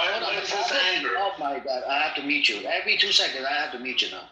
This is the problem. right? There's a big problem here. According to Iran International, there's 20% support for the IRGC. 20% out of 90 million. You're looking at about minimum of about 10 to 20 million people that support IRGC. Okay, this is according to the Zionist scumbag source called Iran International. Now, if you go based on other surveys or whatever, we can probably even find one for 25-30%, right? So it's not all the Iranians. And according to Gaman, it's like more than 60%, or I think it was about 60%. They want a regime change. Was it 60% or 58%? 12% they haven't decided yet, and then 20% they support IRGC. Now, my whole problem is you made a bold claim. It's an enemy of me, or it's my enemy, blah blah blah. According to international world, they all know who rules over Iran right now. Who's the government, the entity? It's called IRGC. All right, so get it through your thick head. I know you wanna beat around the bush. It doesn't work with me. I like facts. Okay, let me answer. Good. These are good points. Let me answer. First of all, the Gammon poll you just quoted is from 5 years ago, very outdated. Okay, they used methods that were not even correct. It was very biased actually towards the Islamic Republic, is what they concluded. A lot of people. But anyways. I don't know that number 20%. I haven't seen it on Iran International, okay? But let's say that's true. You're already admitting that 80% of the people hate this regime's guts. So you're already admitting, because there's a 20% minority that are supporting, you'll be a traitor because you're trading that 20%. While you yourself are against the government that has 60% of the vote, or 55% of the vote, of the government of Donald Trump here. Okay, so there's a clear double standard that you're using. But your second point, which was even more horrific, you're saying they're the legitimate government there, get it through your thick skull, whatever. Okay, so I tell you the same fucking thing. There's a government in Israel, okay, and it's a Jewish state, it's a government there. Get it through your fucking head too that there's no more Palestine. How about that? Are you going to take that argument too? Okay, all right. We're gonna look at. So, can you please tell us what is approval rating of Trump right now? Why is it okay for Palestinians to fight against Israel? Hold on. Why is it okay for you? Hold on. I know. I'm gonna get under your skin right now. Can you please tell us what is approval rating for Trump right now? What was the approval that they voted? What is Trump's approval? I don't care. No, it doesn't matter. What is it for him? A year ago. Answer the question. What is Trump's approval rating? I don't want to hear your bullshit. Thank you. I hate fucking bullshitters, right? I deal with them all day long. My question to you, what is Trump's approval rating? Just give me the percentage. I don't know. Go on. I don't know. Okay, okay, I'll tell the room. Right now, ladies and gentlemen, it's about 41 to 43%. Is it in minority or majority? He won the popular vote, so he's in the majority. No. I said, what is approval rating for Donald Trump at this moment? It's 41%, 41 to 43%, motherfucker. The problem I have with you, a scumbag like you, will never accept any of this. And what did I say? 20% or 30% IRGC. Approval rate of IRGC actually kind of went up right when they did the 12-day war because people got scared. They got shit scared that we're getting attacked by who? By the disgusting Zionist criminal state. A lot of Pahlavi supporters, they started shifting. I actually came across quite a few of them. They changed their position. They're like, fuck this, Raza Pahlavi, bitch. We're not going to support them anymore. Amir, that's actually very low for a president. So that means that we can go to North Korea and ask North Korea to come and bomb America. So here's the problem with your argument. You're having a clear double standard. You keep shouting and cursing, which already tells me you don't have the facts. You lost the argument, but that's fine. Okay, but let me tell you something. You are saying it's legitimate for the Palestinian people to continue their struggle against the Israeli government. Why are you bringing Palestine? The Israeli government is not the Palestinian government. Because you have that flag on. We're not talking about Palestine. We're talking about Iran. The Israeli government is a foreign entity. Coming out of there you go, Fire. There you go. So we're not. Hold on. on. He's trying to move the goalpost now. He got cornered really badly. He's trying to move the goalpost. You said the government now is Fire, straight answer. Russia and but you want the government to be a puppet to Israel and America. That's okay. Miss Fire, I'll tell you the answer. Just like you said, it's a foreign entity.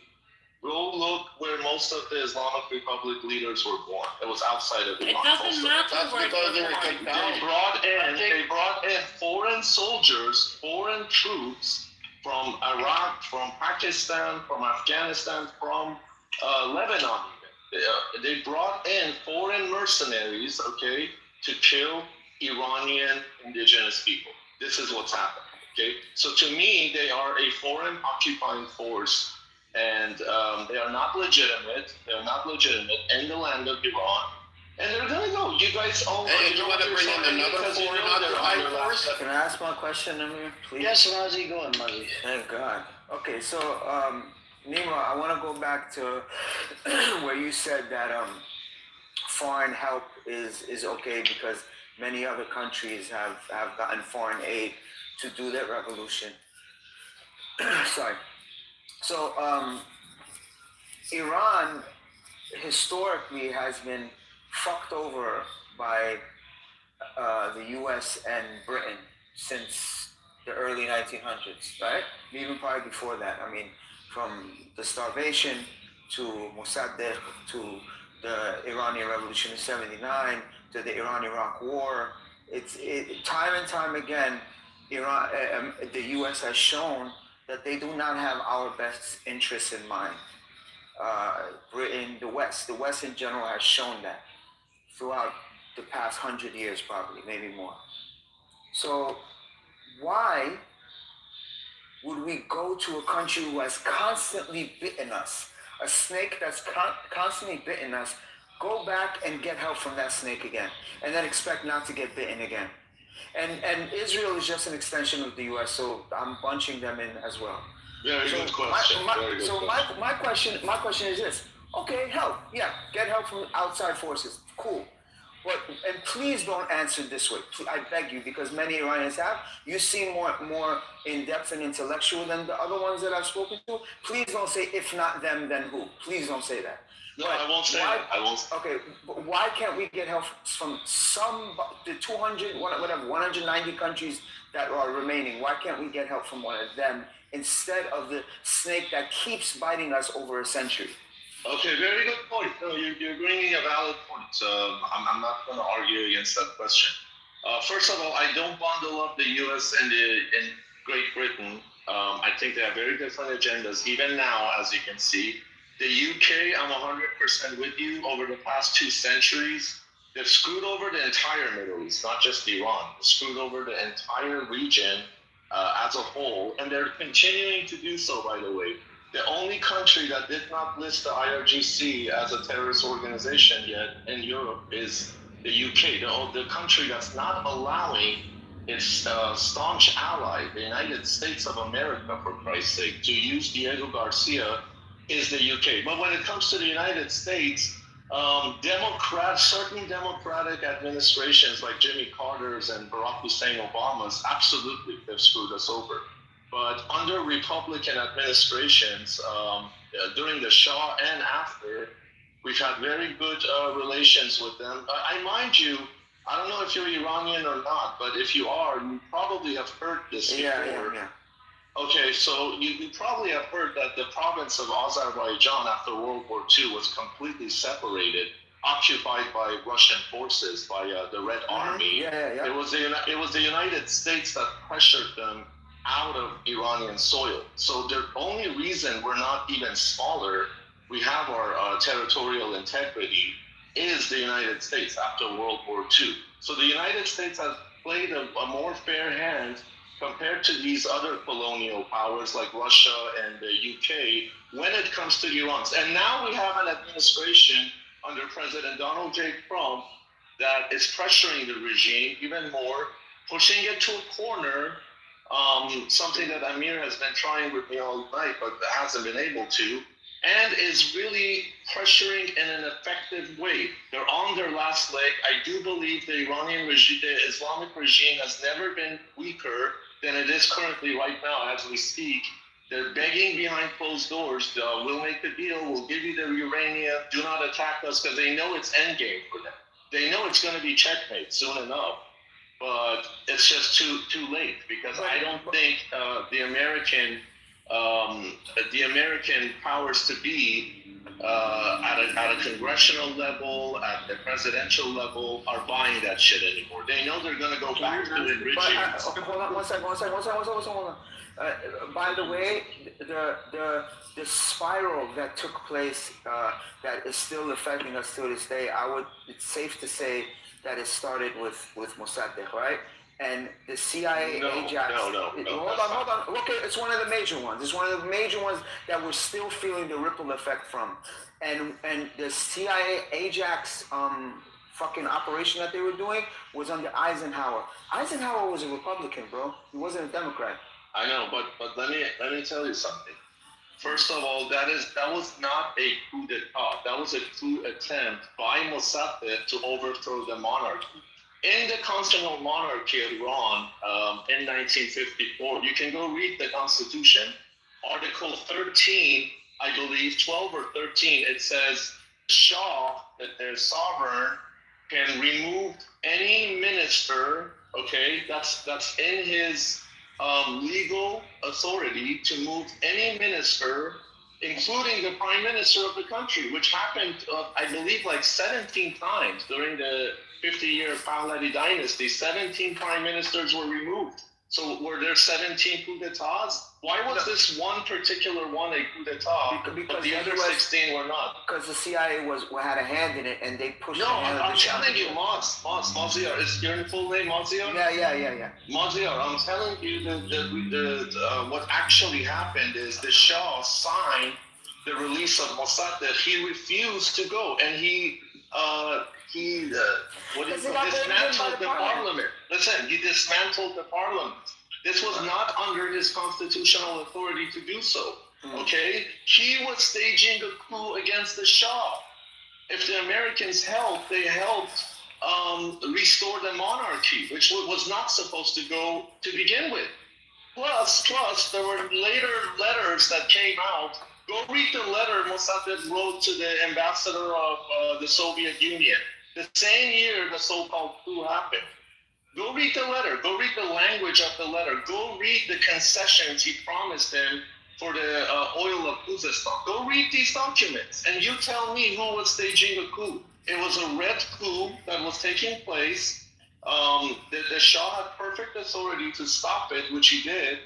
And the leftist propaganda has been for 60, 70 years that, a coup happened. Yeah, they removed. First of all, he was not elected. Okay, the Shah was the one who signed him into He was elected by Parliament. The Parliament elected by Parliament, not by popular vote. But that was a law. That was a law. Yeah, but the law was also that the Shah had to approve whomever the Parliament elected, which he did. The Shah had no power with Mossadegh being the prime minister, or no problem at all. After he tried to stage a coup, he went behind the Shah's back and tried to make a secret deal with the Soviets. This is when all this happened, okay?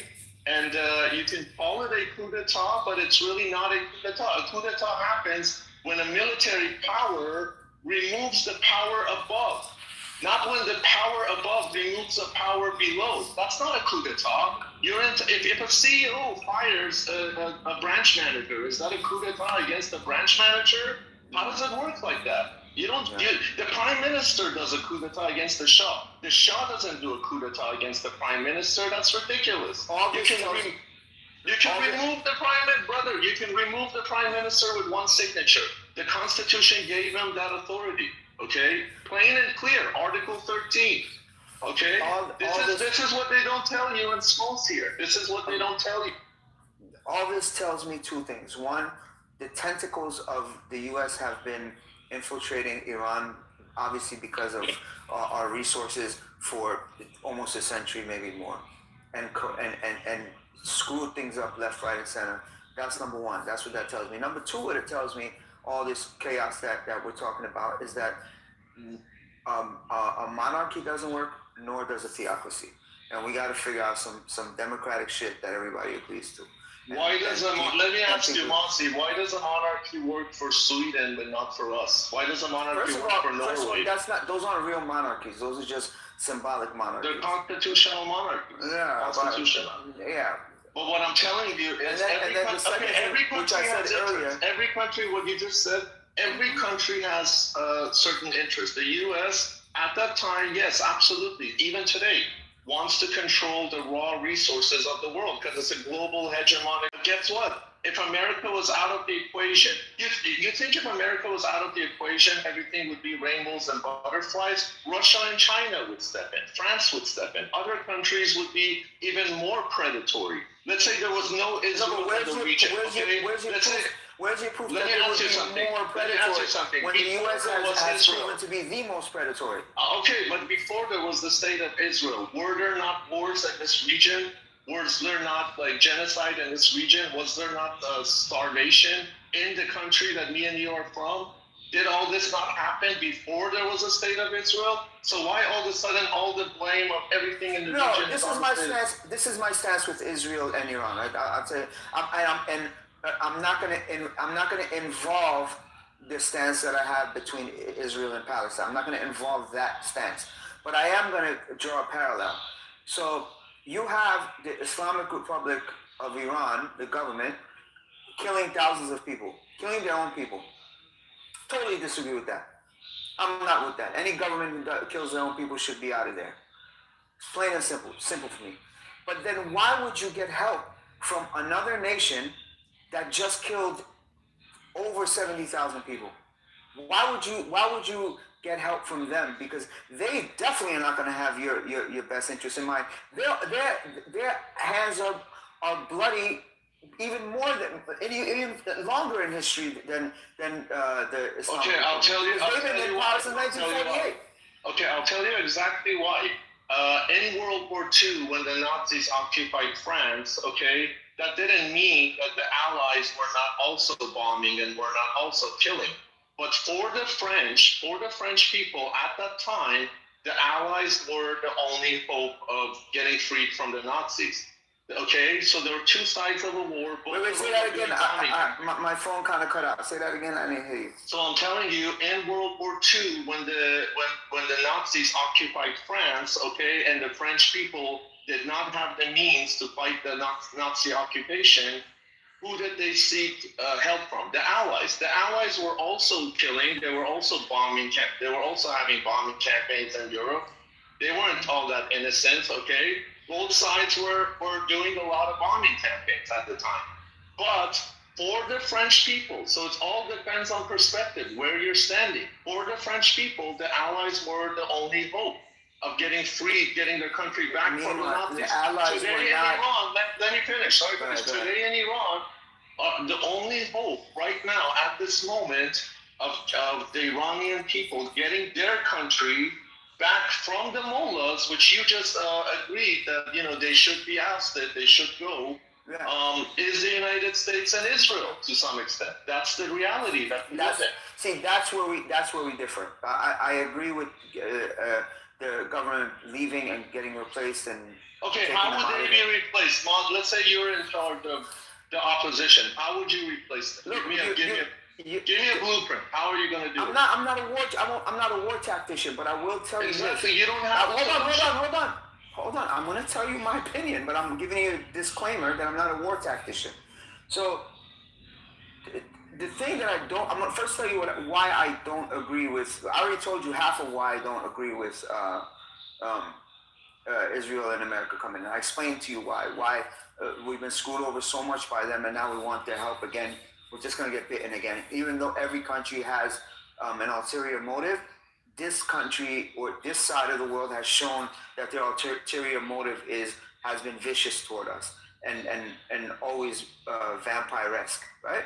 So that's one reason why I don't want that.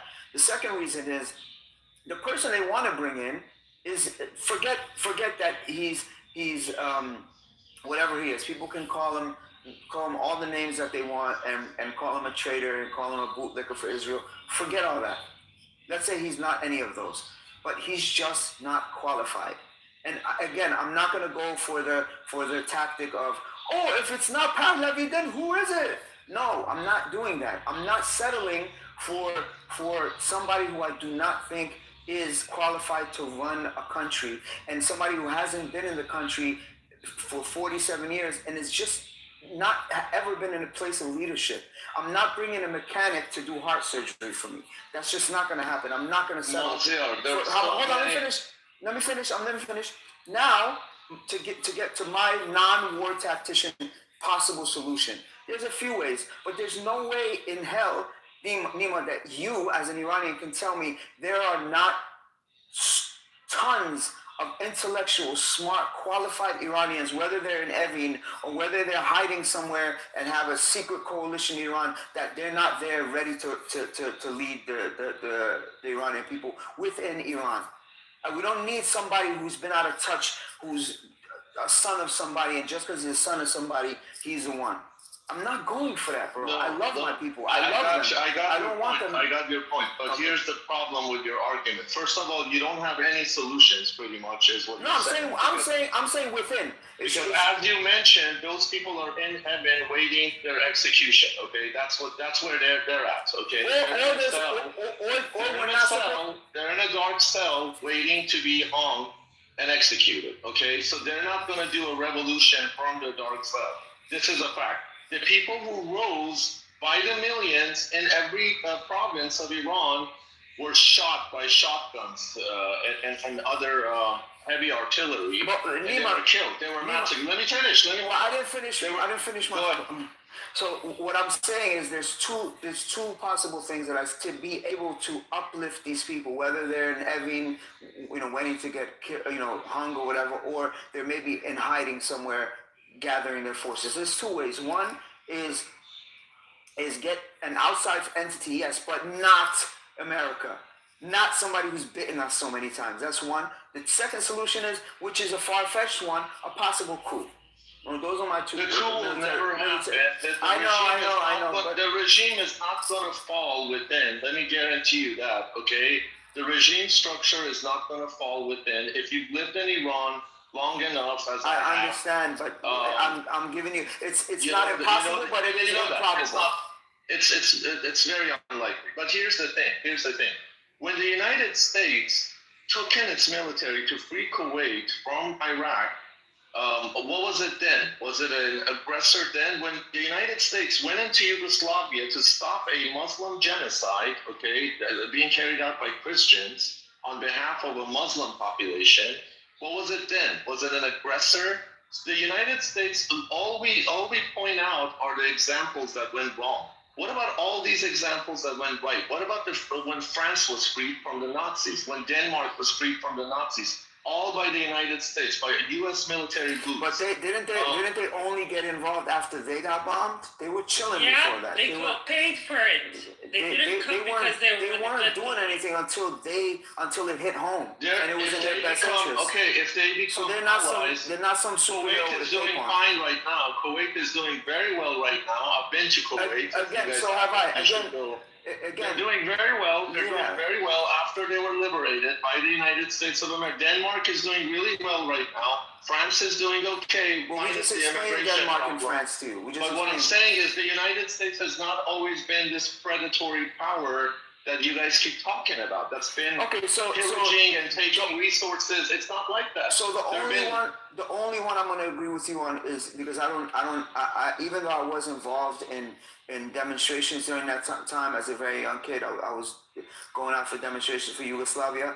Even I don't know the reasons of why America did that, so that one I'll leave alone. I'll give you that. But hold on. But if they do one thing the right way and then 13 things the wrong way, and for tactics that are just in their benefit 99%, I'm not gonna trust them. I can name you 13 things they did the right way, but here's the thing. Let's put that aside for 1 second, okay? All right.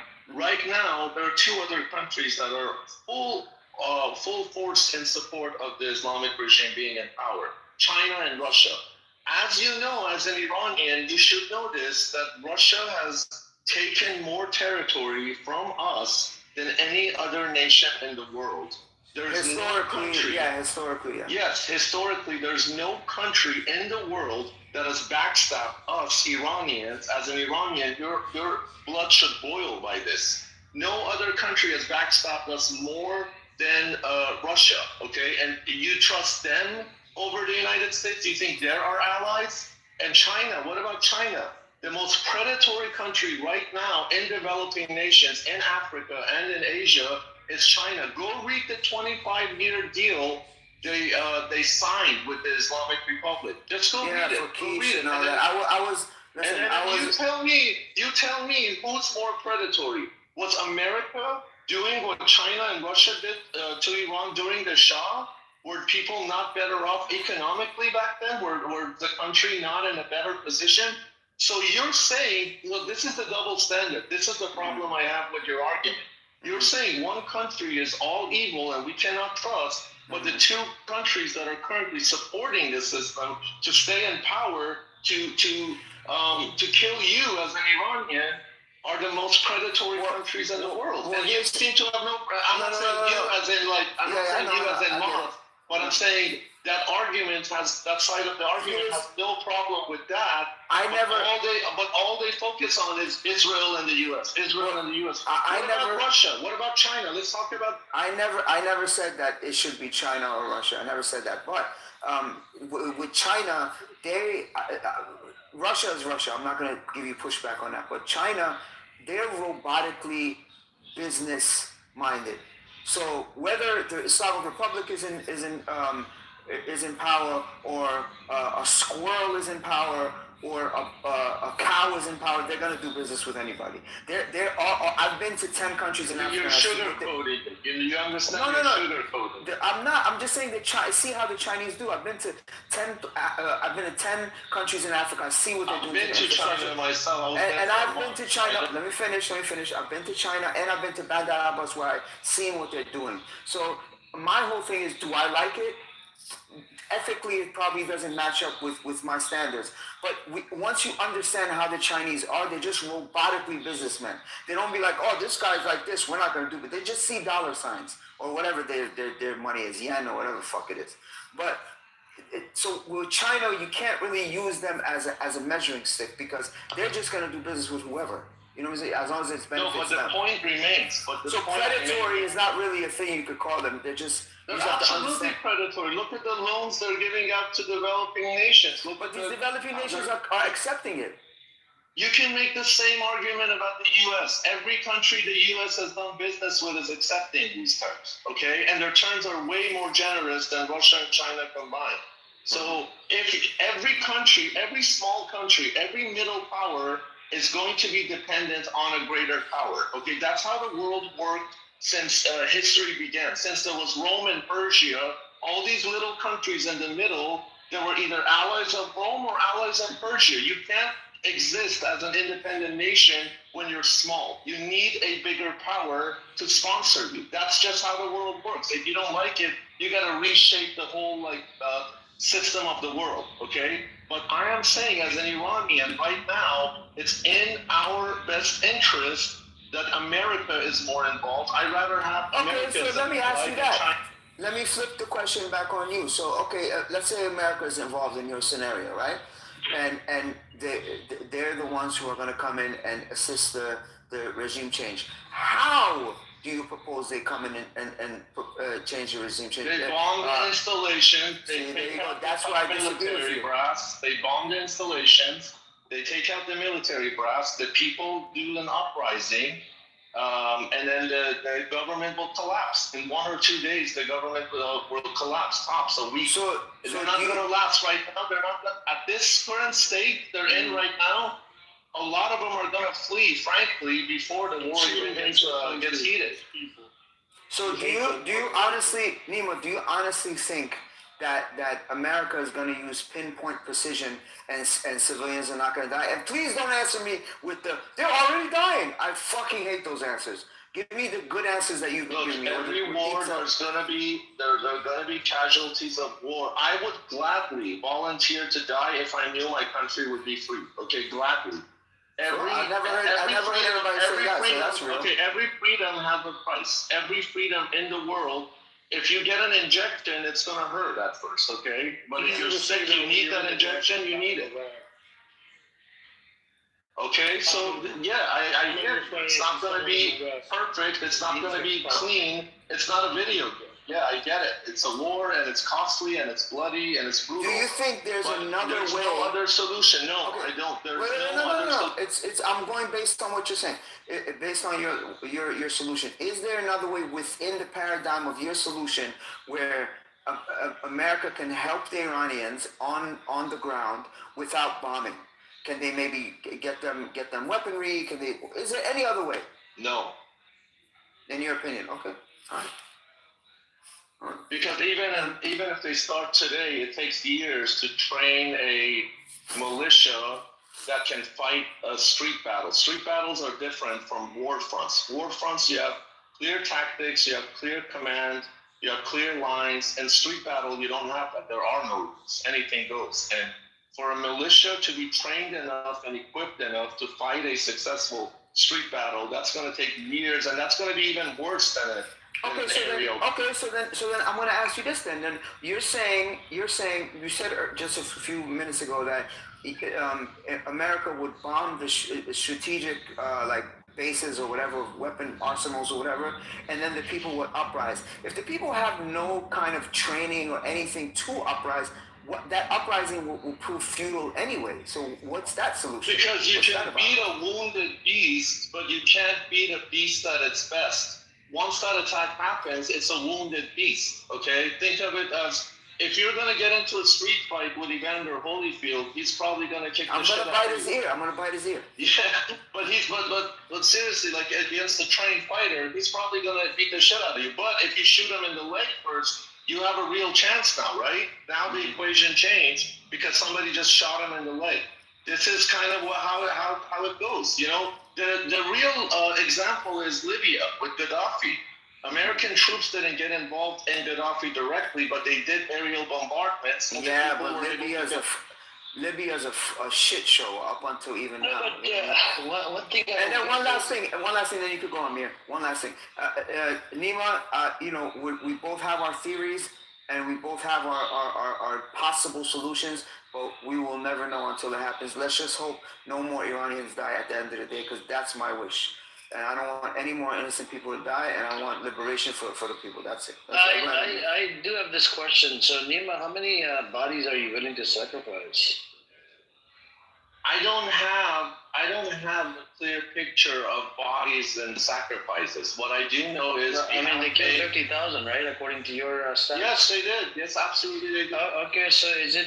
would you say that it's okay, maybe another 50,000 to get your freedom? I'm not going to play a numbers game. I'm not in a numbers game. I'm in a winning. I believe that let's say Iranian nation, I hope that no innocent dies in any war, any conflict.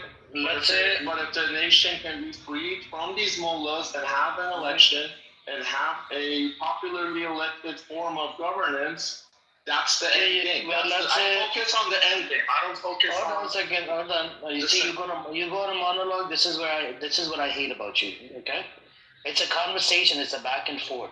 This is how the conversation works. It's not a monologue shit, right? Where I have to sit here and listen to your yap, whatever bullshit comes out of your disgusting mouth. The question was clear. Why so rude, though? I don't understand. No, I will say this. I don't, me and you disagree with a lot of Nima's views, and we don't agree with him, but he has been respectful. No, but you're not getting the point, Mazi. Somebody that literally supports outside entity to attack his own country, that's making you a traitor. I just gave him a definition. And if I was you, Mazi, if this idiot, and if I was an Iranian, and if this fucker was in front of me, I'd probably slap the shit out of him. No, I'm a pacifist. Let me ask you a question. I would say, you know what I would do? I would slap the shit for being a traitor.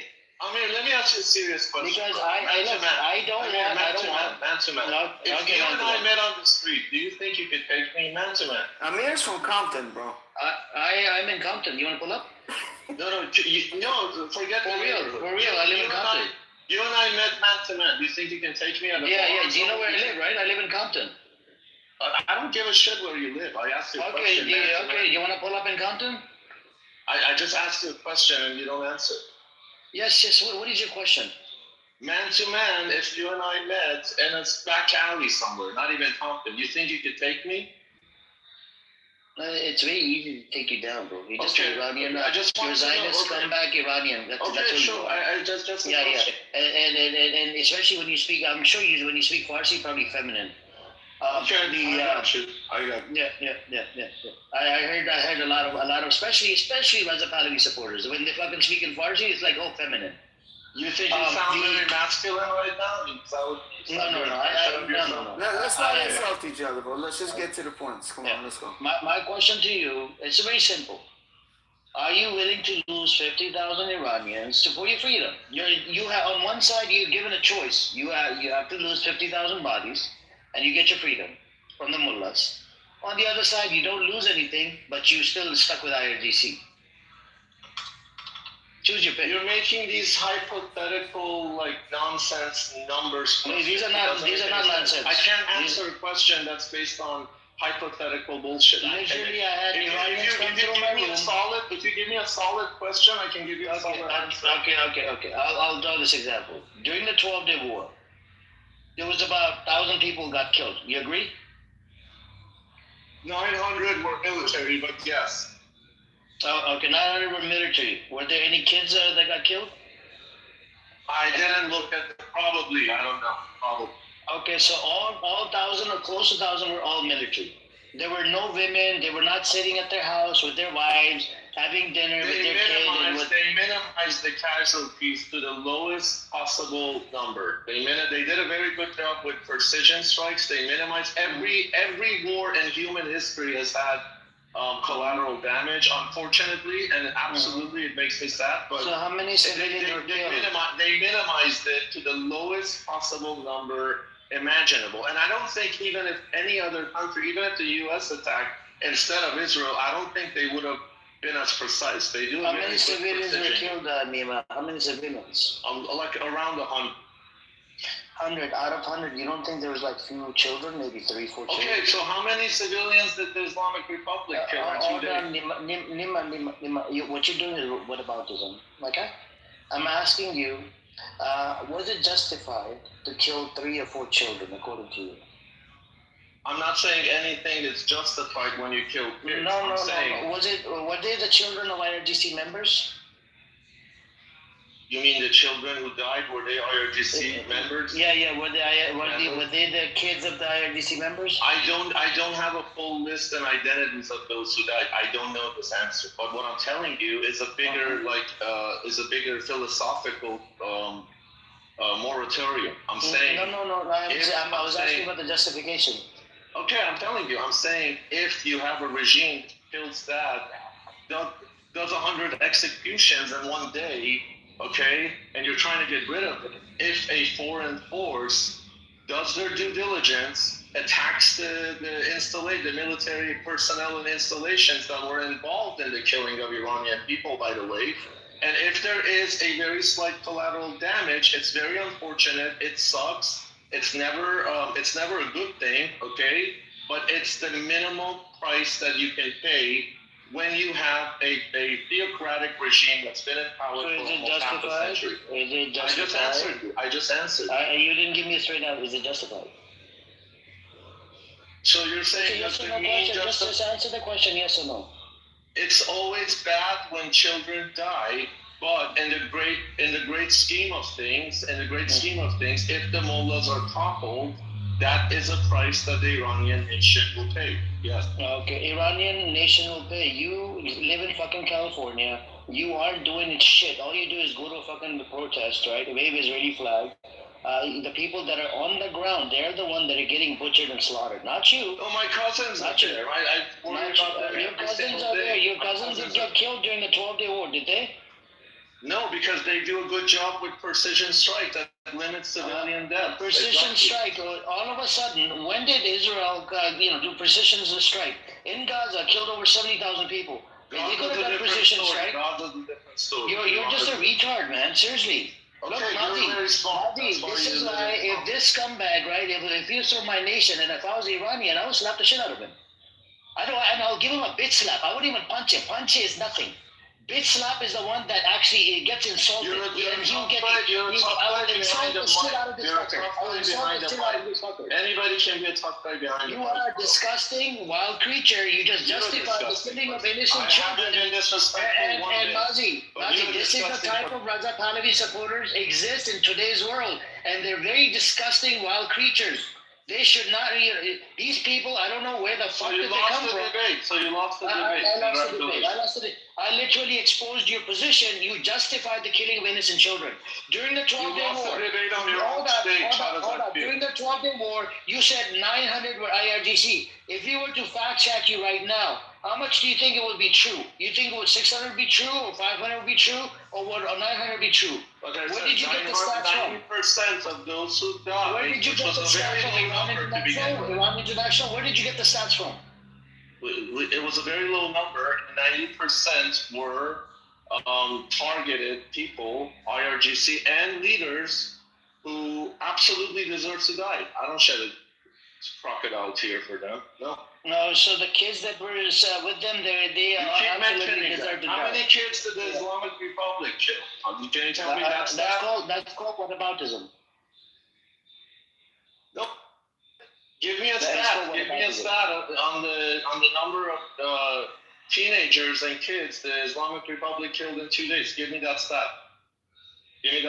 And then we can talk numbers. Since you're very interested to talk numbers, we can talk numbers. If one entity killed 100 in very precise strikes, the so-called government of the country, of the land, killed 50,000. Now you tell me the magnitude and how it compares. You should provide proof for the 50,000. According to the HRANA, US-based human rights organization, total Iranian deaths were 1,190. 436 were civilians. According to Iranian judiciary, 935. Civilians, 300. 38 kids and 132 women, right? The Henga, Kurdish, that's a Kurdish HR, right? Human rights, 1,082 were killed. Civilians, 182. Is that the one that you're looking at? Iran Health Ministry, 610 to 935. Civilians, 224 plus. Around 100 civilians. That's the number that. So where did you get this number from? That's the consensus. Around 100. No. Where did you? I'm asking you. Where did you? Exactly 100. Okay. Do you know that currently the numbers that were reported by the Iranian government is actually 3,000? I'm not going to go based on Iranian government. I don't trust it. Okay. The human rights organization said 7,000. And then they're investigating 11,000 more cases. Amir, what is Iran? Iran International claimed 36,000 and some change. All these news channels, they picked it up from where? Iran International. I hope Iran International burns down. That disgusting channel shouldn't even exist. It helps Reza Pahlavi disgusting supporters like yourself, right? Your people are good at burning stuff down. Maybe you should. Hold on. Yeah. Your people burn down mosques. That's what you're good at. Yeah, burning down holy mosques. People go there to pray. Yeah, that's good. I thought we were a bunch of feminine pussies. How did we burn down so much stuff? Especially, I'm talking about the Reza Pahlavi supporters. You are a feminine pussy. That's all you are. All you are is just a keyboard warrior. Now, when we go based off the HRANA, that's a U.S.-based organization. Would you take that at face value? No. Or you wouldn't take that? That's a U.S.-based organization. A U.S.-based leftist organization. No. Oh, U.S.-based leftist organization. Okay, so they support IRGC. Other organizations who say something different. Which one are you going to go with? Can you provide me source? Which one do you trust? I told you. Around 100 civilians. Around 1,000 died, around 100 civilians. That's the general consensus. That's Can what you we can provide go. me source? Where did you get this number from? You just read multiple sources, and one of them. I read one multiple. Of them pretty much gave you this. None of them say 100. I said around. Do you speak English? Around. Okay, do you understand? The one that I have, the smallest number is 182. Okay, that is around 100, less than 200. That's not even your organization. That's a Kurdish organization. We're going in circles here. I don't know what your point is. Okay. Now, this is the problem I have. Mazi, which organization would you take? Would you take it from HRNA, the Human Rights Organization? I'll take it over Iran International. I don't fuck with Iran. Okay, HRANA, US based. It gave a total Iranian deaths of 1,190, civilians of 436. Okay, and if I look at Iranian judiciary, they went down on the numbers. 935 civilians, 300, and 38 kids, and 135 women, 132 women. So that's what I was trying to get at. The kids, there was. They targeted at their houses while they were having time with their family or whatever, and they killed a whole bunch of children. Yeah, Israel's very good at that. They're very. Israel's a baby killer. It's a baby killer regime. And so, what is your argument? You want to my argument is it wasn't two children. It wasn't two kids. It was more than two. Okay, but my argument is, do you want the regime in Iran to Look, Nima, I think what he's saying is that look at how Israel operates. They're not going to do good if they're coming to help Iran. Look at what they did this time. So they're just going to be reckless when and if they come back. That's what I think is argument. Am I right, Amir? My argument is scumbags like him, during the 12-day war, they justify the killing of children.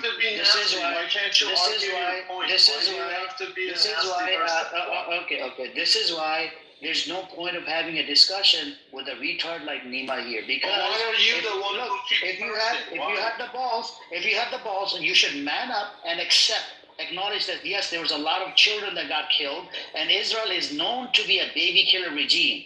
They like to kill children. They like to target children, and that's what they're into. They're into pedophilia behavior. Donald Trump, Epstein, everything's fucking connected to Israel. Epstein was actually a Zionist Jew, by the way. You're like a broken record. Donald Trump, Epstein. Donald Trump, Israel, Epstein. You're like a broken record. Yes, I'm a broken record.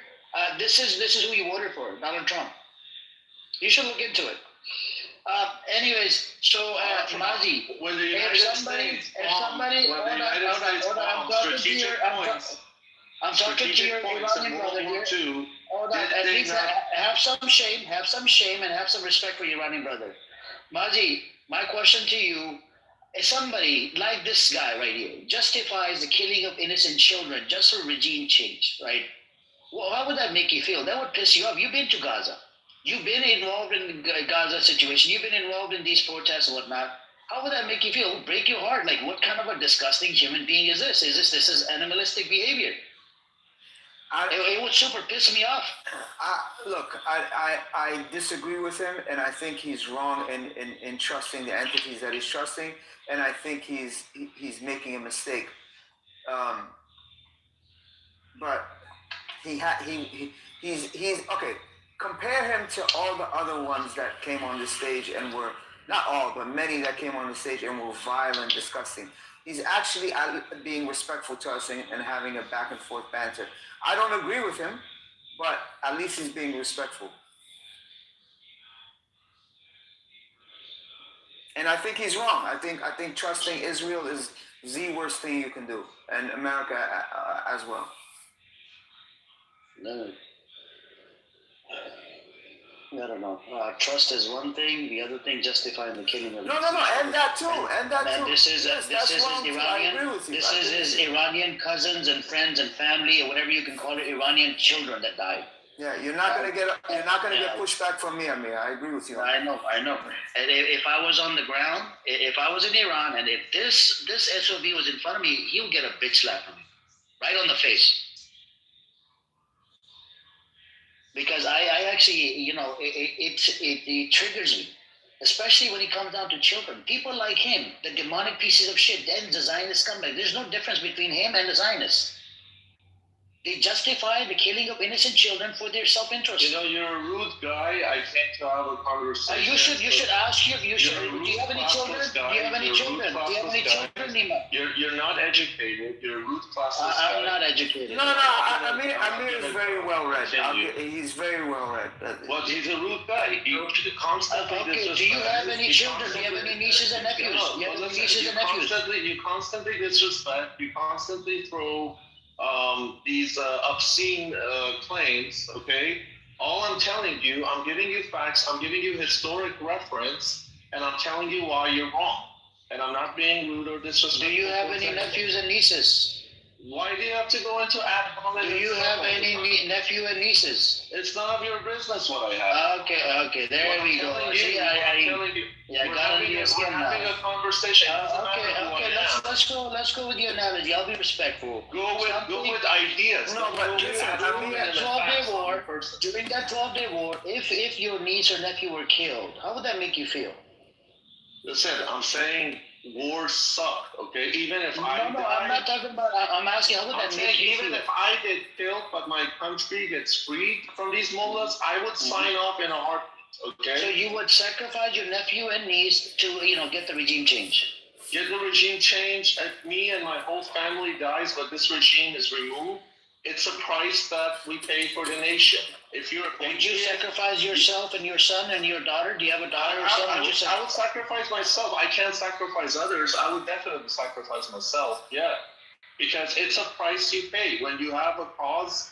In this cause, you think we're safe in Los Angeles? There was a U-Haul truck that was feet away that started running over people. No, okay?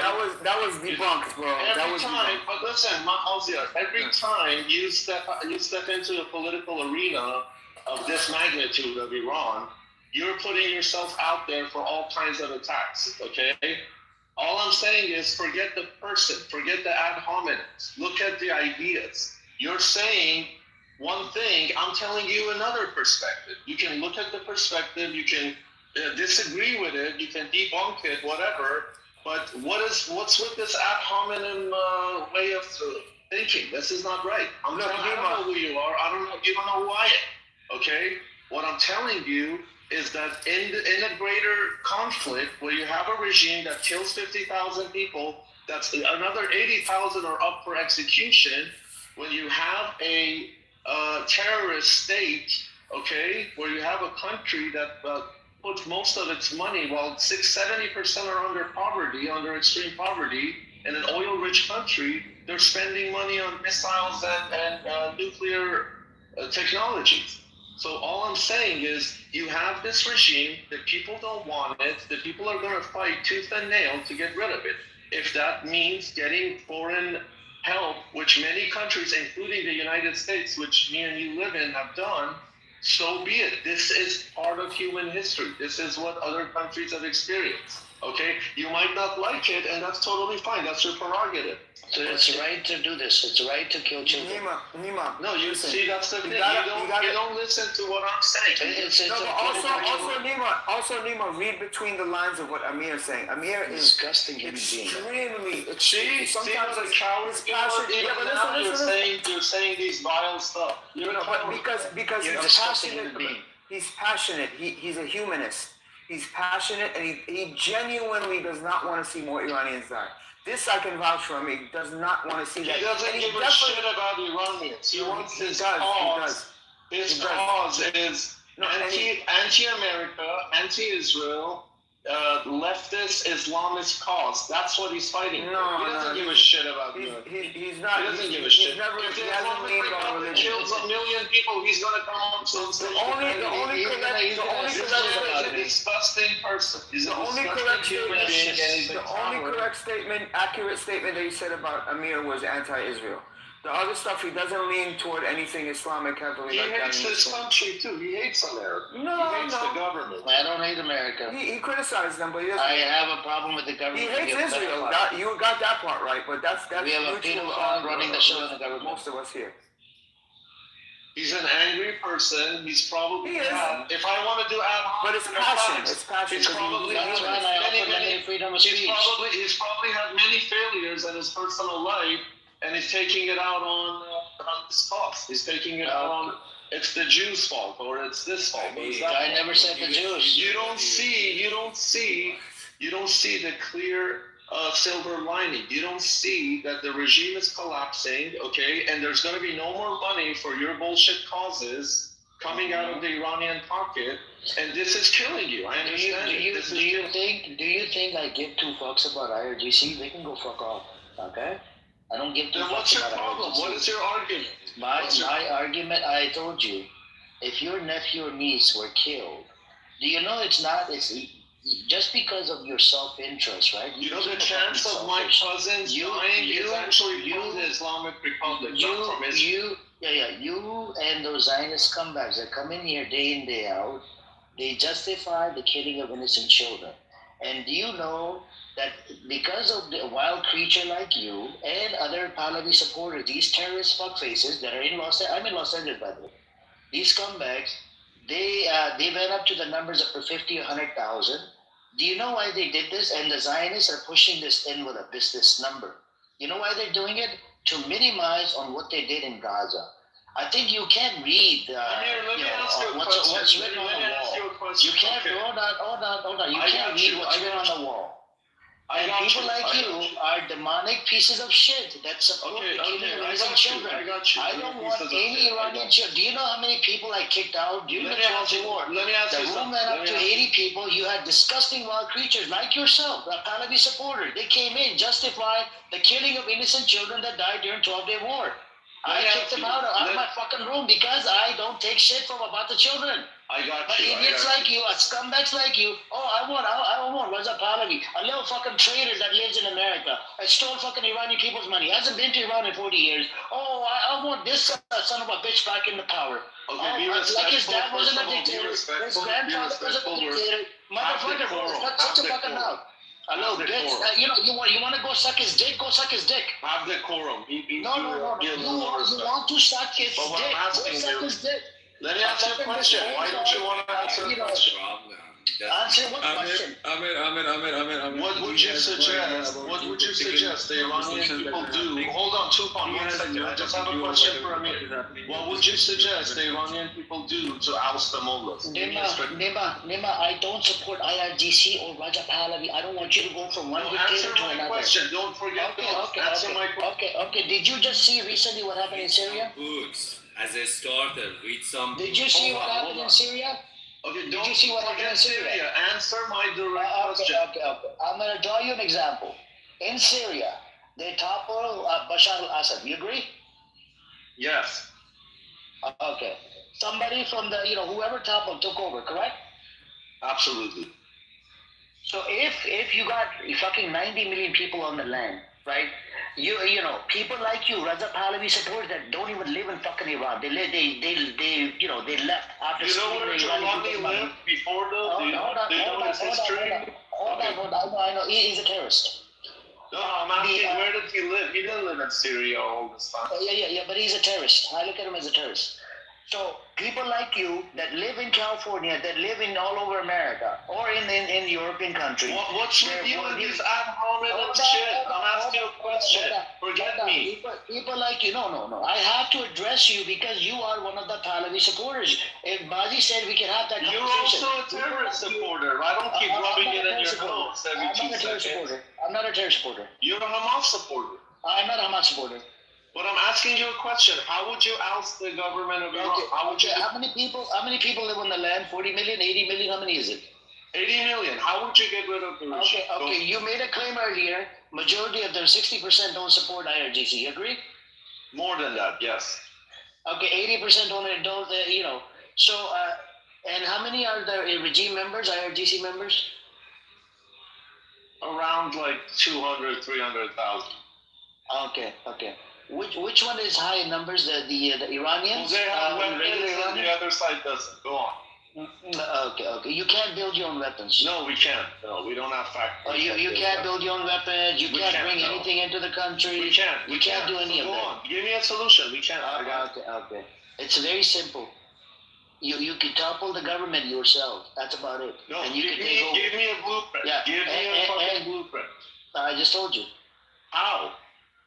You guys know the locations of the IRGC headquarters, where it is, where it's not. No, they have guns. I already answered that. They have guns. They're well equipped. But aren't you ready to sacrifice your people?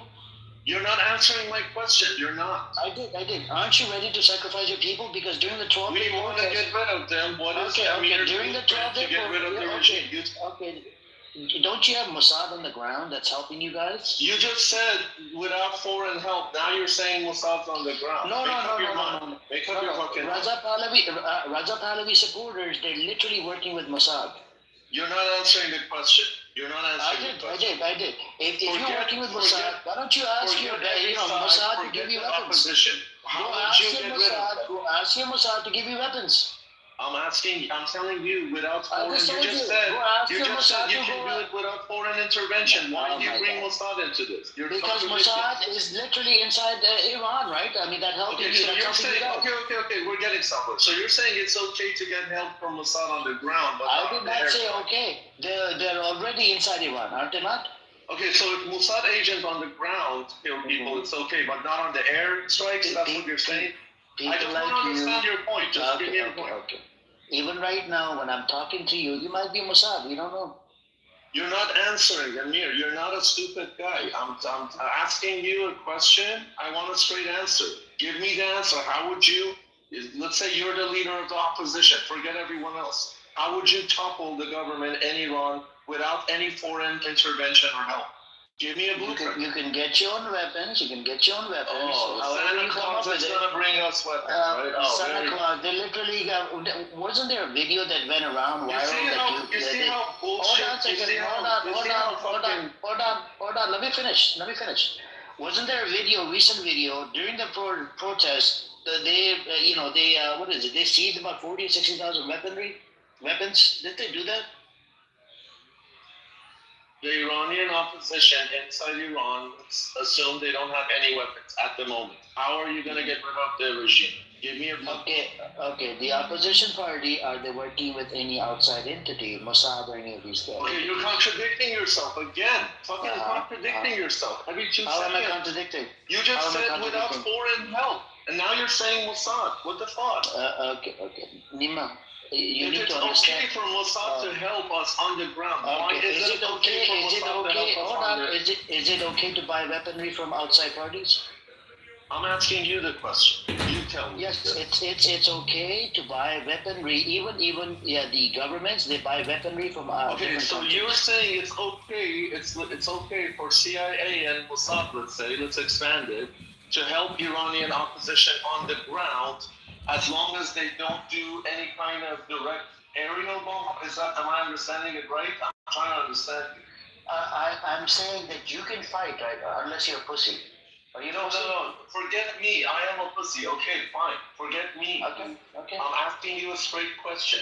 You're saying it's okay for people on the ground to get help from the enemies that you're talking about, U.S. and Israel, but you're also saying that it's not okay for them to get involved with aerial bombardment. I'm trying to see if I understand.